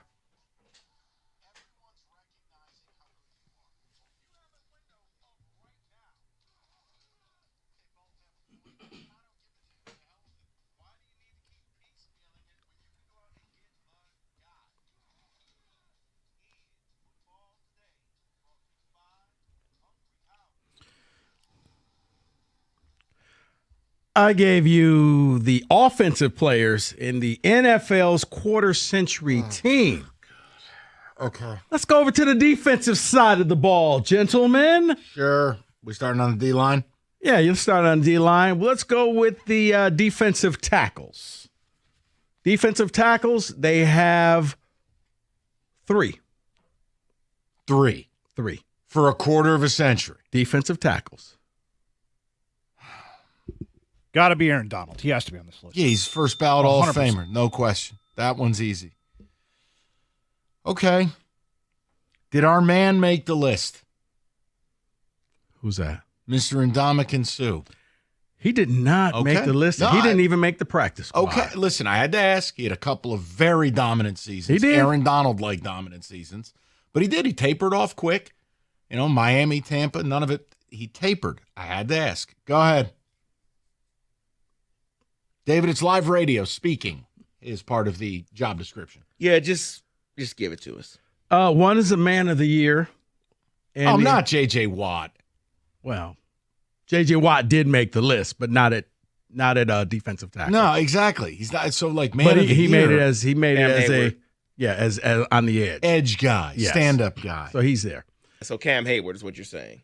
Hayward made it as an honorable mention. Calais Campbell. Oh, good one. And one is currently playing, Chris Jones. Nose tackle, there was only one. Vince Wilfork. There you go. Guy wore overalls to games. Yes. That's a power look. No shirt. All right. It's a really good look. Your edge rushers, you already got one. And J.J. Watt. What about T.J. Watt? No. Okay. Dwight Freeney. No. Whoa. David in the Wayback Machine right there. Good for you. Von Miller. Von Miller, no. Okay, I'm done. Figure it out. You want DeMarcus Ware? But Von Miller doesn't make it. Wow. Jared Allen. Oh my dear God. Yeah, that I would have needed a minute. That feels like 2 lifetimes ago. Myles Garrett. Yes. Okay. Julius Peppers. Yep. Oh, I'm sorry. T.J. Watt did make the honorable mention. I You stand down. son of a- I stand. He made honorable mention. Mike, you want to take a guess on the other person who made honorable mention? I'm asking you. Think about it. That's a clue. Yeah, I think I know. I'm going to let him have it, though, but. I mean, it can't be. What, Strahan? Are you kidding me? Yes. Well, he is the sacks leader. Yeah, except if you needed him in the fourth quarter. Didn't ask you for all of that. Just saying. I'm sorry. All right. Your linebackers. I think the first one's going to be very easy. Yes. Women. Hold on. There you go. Thanks, All right. Doug. Who else we got for linebackers? Oh, what is that? Oh, Kenny. Brian Urlacher. Yes, Kenny. It's going off the rails fast. No, it's not. Doug said it, but we added the Ray Lewis ending because it was more funny. All right, other linebackers. We got Urlacher. We got Ray Lewis. We got middle linebackers only? Just linebackers in general. Patrick Willis. Patrick Willis. Stud. No. Luke Kuechly. Luke Kuechly is there. All right. I'm redeeming myself. Bruschi. Who? Teddy Bruschi. No, this isn't a list for terrible television hosts. Yeah, we got 2 more. Hints. That's how this works. Bobby Wagner. Yes. Nice. Good job by you. The other. Give me a hint. Plays in the South. Plays in Florida. Wait a minute. Go ahead. Kenny Cott rang in. Levante David. Practice You're squad. lucky I'm nice. Practice squad player I thought should have been on the list. Kansas City Chief. Derek Brooks? No. Derek Brooks, He died. That's why I was like, Derek Brooks. Like, I said I thought he should. He was Wait a minute, honorable. wait a He minute, was wait a practice squad player. Wait a minute. Derek Brooks Made the list. guy who died in a car accident. Yes. He's on the list. How? Wait a minute. What year did he get in that car wreck? It was in the Or are you talking Derek Brooks like from the Bucks? Hold on. Because the Derek I'm thinking from the Bucks. I'm thinking Derek Thomas. Oh, we're thinking Derek Thomas died. Yeah. I'd like to announce Derek Brooks is alive. Got him twisted Got up. it. Yes. Sorry. I did too. Yes, All right, Derek yes, Brooks. Yes. Derek Okay. Thomas, not 2000 and not alive. Okay. Does not qualify. Your honorable mention. Hold on. You made me look this up. I'm sorry. No, Mike, you're fine. Is Zach Thomas honorable mention? He was 90s. He was not honorable mention, David. Honorable mention for linebackers is hold on. Sorry. Mike, I had to look this up because you said so. We got the Brooks. Okay. Brooks was the honorable mention. Let's go to corners. Peanut Tillman. No. What? Revis Island. Yes. CB1, Revis Island. What? Why are you upset? David is quitting now, is what he was just told me. He's had enough. Peanut Tillman. Give me Richard Sherman. Richard Sherman. Yes. Wow. Legion of Boom. Just keep it. Go ahead, Kenny. Go back to back. Rifle another bet through the window. Champ Bailey. All right. Are you kidding me? Yes. Charles Woodson. He was a safety. He was a safety, David. They put him at corner when he started his career. Yeah, and they moved him to safety. And you know what, David? Because you need this, he made honorable mention safety. Because you need How is this. Charles Tillman not on this list? Because it's not a list for all-time fumble causers. It's an all-time corner list. He's a Hall of Famer. Not in my book, he's not, because he created the punch technique, and now nobody tackles anybody They anymore. all just punch. It's all Apollo Creed left and right every time. All right, one had a twin, one just retired, and the other is still in the league. One had a twin. Rondé Barber. Okay. I think one just retired. And one was what? One is still playing, but maybe looking for a new team. Jalen Ramsey. Honorable mention. I don't like that selection. Okay. Patrick Peterson. Oh, good one. Yeah, that's a good one. Is that okay, David? No. Okay. You're really upset by this Charles Tillman omission. Special team player. I think we all know Devin who that. Hester. There we go. Yeah. Not like he returned a missed field goal for a touchdown against my team. And let's go with safety. We already have the honorable mention. Oh, hold on. Let's go to David. I hear he's got a good answer. I'm good. David had Charles Woodson. Charles Woodson made the practice squad. There's 4. Troy Polamalu. Yes, David. Sean Taylor. No. He was phenomenal. I know he died. He was. All right. Kenny? Ed Reed? Yeah, that was the easiest one right there. Troy Polamalu was the easy one. Actually, it wasn't. But I'll give it to you, David, because you need this right now. He does. Bad enough he's dressed like Kenny today. All right. All right, go. Give us hints. Eagle. One was an eagle. Eagle safety. Dawkins. Yes. Yes. Never forget the Jeremy Shockey play against Dawkins. All right, go ahead. Other, I believe, Would he be a was- Patriot? No, he was a Seahawk and a Raven. Oh, Earl Thomas. Yes. Also, quarter century team for the strangest marital situation ever. Go read those. Go read those articles. Okay, we can't say it publicly. No, I just choose. We're up against it. Okay. And I'm leaving it alone. That's true. It was a very strange story a few years ago, and we'll leave it there.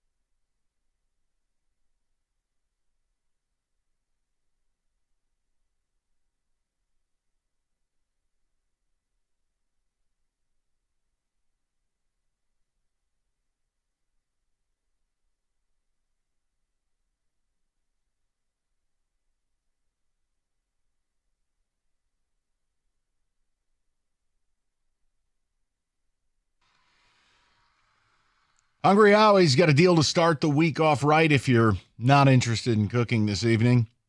You can get a large one-topping pizza, your choice of 8 flavored crusts, $8.99. You're getting dough made in-house daily. You're getting 100% real mozzarella. You're getting real ingredients and over 20 toppings to choose from.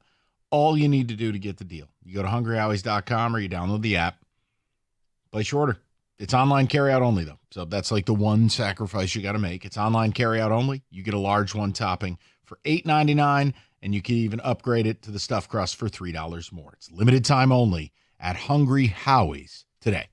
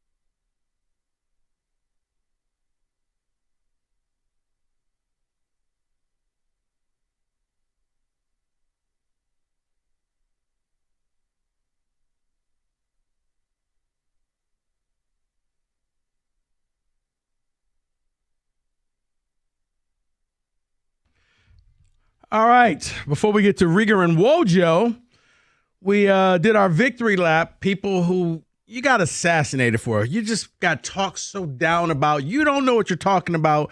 And then they actually ended up doing something. We talked about that early in the show.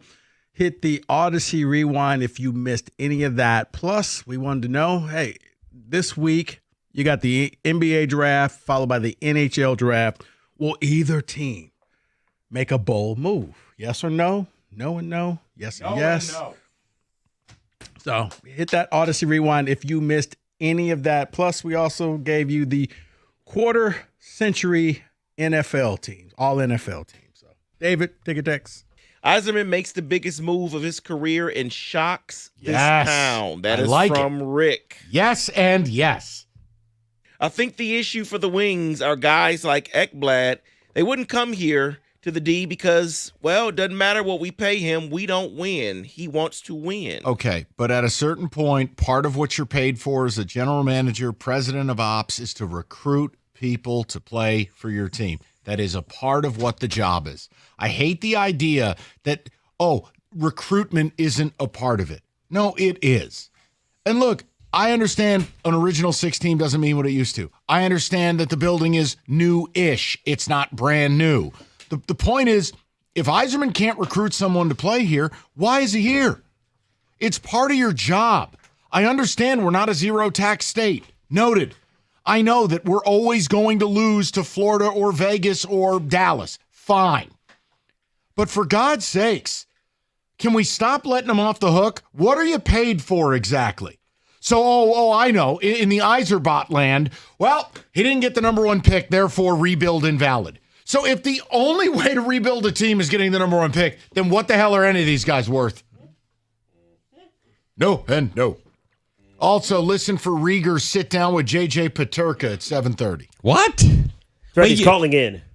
You're allowing Rieger back in the studio? Yeah, he got medicine. I'm back. I'm not sure about this. Now, listen, guys, you guys hurt my feelings on Friday. And then they saved your life, apparently. Then I went to look in the mirror, and then I got really sick. So you guys were on to something. Thank you. Yeah. It didn't take anybody. You look like you were fresh out of the Scooby van. Look how white my eyes are now. They're gorgeous. Yeah, I'm fine. Look at those white eyes. It looked like your shirt. I'm like, Rieger, seriously. Go on. No, I'm good. You sure you're not contagious at all? Yes. Okay. Yes. All right, we'll let you stay. I called in on Saturday. Okay, good. Yes. All right, I'm going to ask you the question that we talked about in the 5 o'clock. No and no. I forget the questions. Go. I forgot. Go. I think it's no and no, though. Massive week for both Pistons and Wings. Yes. NBA draft Wednesday, Thursday, NHL draft Friday, Saturday. Right. So if there's a big trade to be made, it would happen the week of your draft or at the draft. Sure. So is it one team, both team, or neither team? Essentially, paraphrasing Yzerman, is it no and no, yes and yes, or yes and no? Well, I absolutely, the Wings, far more than the Pistons, need to make a big move. I think the Pistons would be great, but they don't need to. Yes, they need to. They don't need to. Halliburton's dead. Tatum's dead. Lillard's dead. Compared to the Wings, who need to, I think... you know what? I'm going to go out on a limb and say neither one makes a big move. You're saying no and no. And no, that's what I said. I'm not saying that's what I would do, but I'm just... No. Steve is going to pull the trigger on something. Are you going to write the column if Yzerman doesn't make a big move? Are you finally going to write the I already column? have my lead set up. Are you going to ask for him to be fired? I already wrote the lead. Yeah, what is it? Ready? Yeah. Let Stevie cook. With the laser eyes? What's wrong with that? Whoa, is that Doug Karsh and Ray Lewis? Yes. Say that again, please, for me. Oh, my God. Oh, wow. It's a paraphrase. What? Right, but it's a paraphrase of Ray Lewis's unreleased single titled Women. Yeah, I think the only reason people know what the Women Ray Lewis song is because of you guys. Correct. Kind of like no the idea. Charles Rogers, go. I got 38 catches and 16 touchdowns. Charles Rogers. Sing it, Ricky. Yeah, I can't say the rest of it. He's dead now. Yeah. We used to bust his balls, but we, guy's gone. What do you want me to do? Nah, very unfortunate. What was your answer? No and no. Yeah, Rico, because we're not allowed to have nice things. I say yes and no. Yes for? Wait, yes. Thank you, Charles. Yes was for which one? Pistons. Oh, wow. The Detroit Pistons. I think that Langton really saw, okay, let me see what I have this year. And now I'll go ahead and make some moves. He made 3 moves during the year, and now this is the summer that I think he sees what we see. But we love our roster. He still doesn't know what he has in Ivy, though. That's what they're going to add to the Detroit sign that they put up for the draft. Yeah. Underneath it, it's going to say, and we love our roster. There's not enough room there, I don't think. But if somebody wants those flowers Ivy are very nice, by the way, and you can upgrade, I think it's going to sting. If they make a move, a fan favorite is going to get moved. Oh, it shouldn't sting, though. And I'll tell you, coming up on our show, the reaction when I proposed a Pistons trade. Which, by the way, I would do in a freaking heartbeat, and I assume everybody would do it. Let me hear it. Not the people that read the damn thing. Let me hear it. It was actually proposed by, what's his name, Bobby Marks at ESPN. Oh, no, what is it? Pistons, one of the teams to go after Giannis. Give up 4 first-round picks. Okay. Ivy. Yep. Thompson. Yep. And Harris. Done.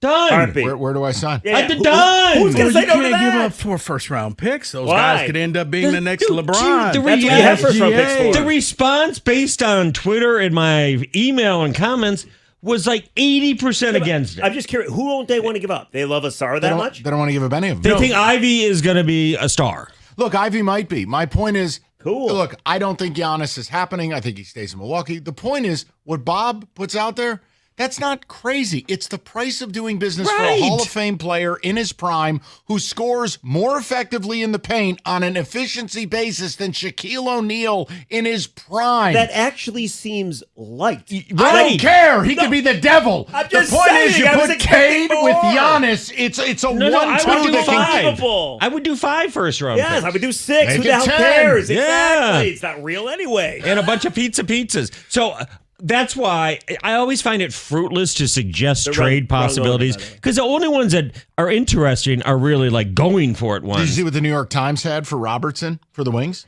Oh. It was like the biggest no-brainer in the Give world. Give it to me. Pick 13, a 26-second, and Soderblom. What? No. Yeah. Where do I sign? Really? Yeah. I don't want to give up that second. Oh, my God. No. Jason Robertson is a... And by the way, he's from here, Mike. Yeah, he's a Northville native. He moved to Northville when he was 10. Yeah, because the only players we can get, you had to have met Tom Milliken at some point. It's like the 6 degrees of Kevin Bacon. Detroit leads the league in not making the playoffs and having players from their hometown. Well, yeah. You know what it should say on that sign to Detroit that you talked about? To sports figures? Welcome to Detroit. You're never leaving.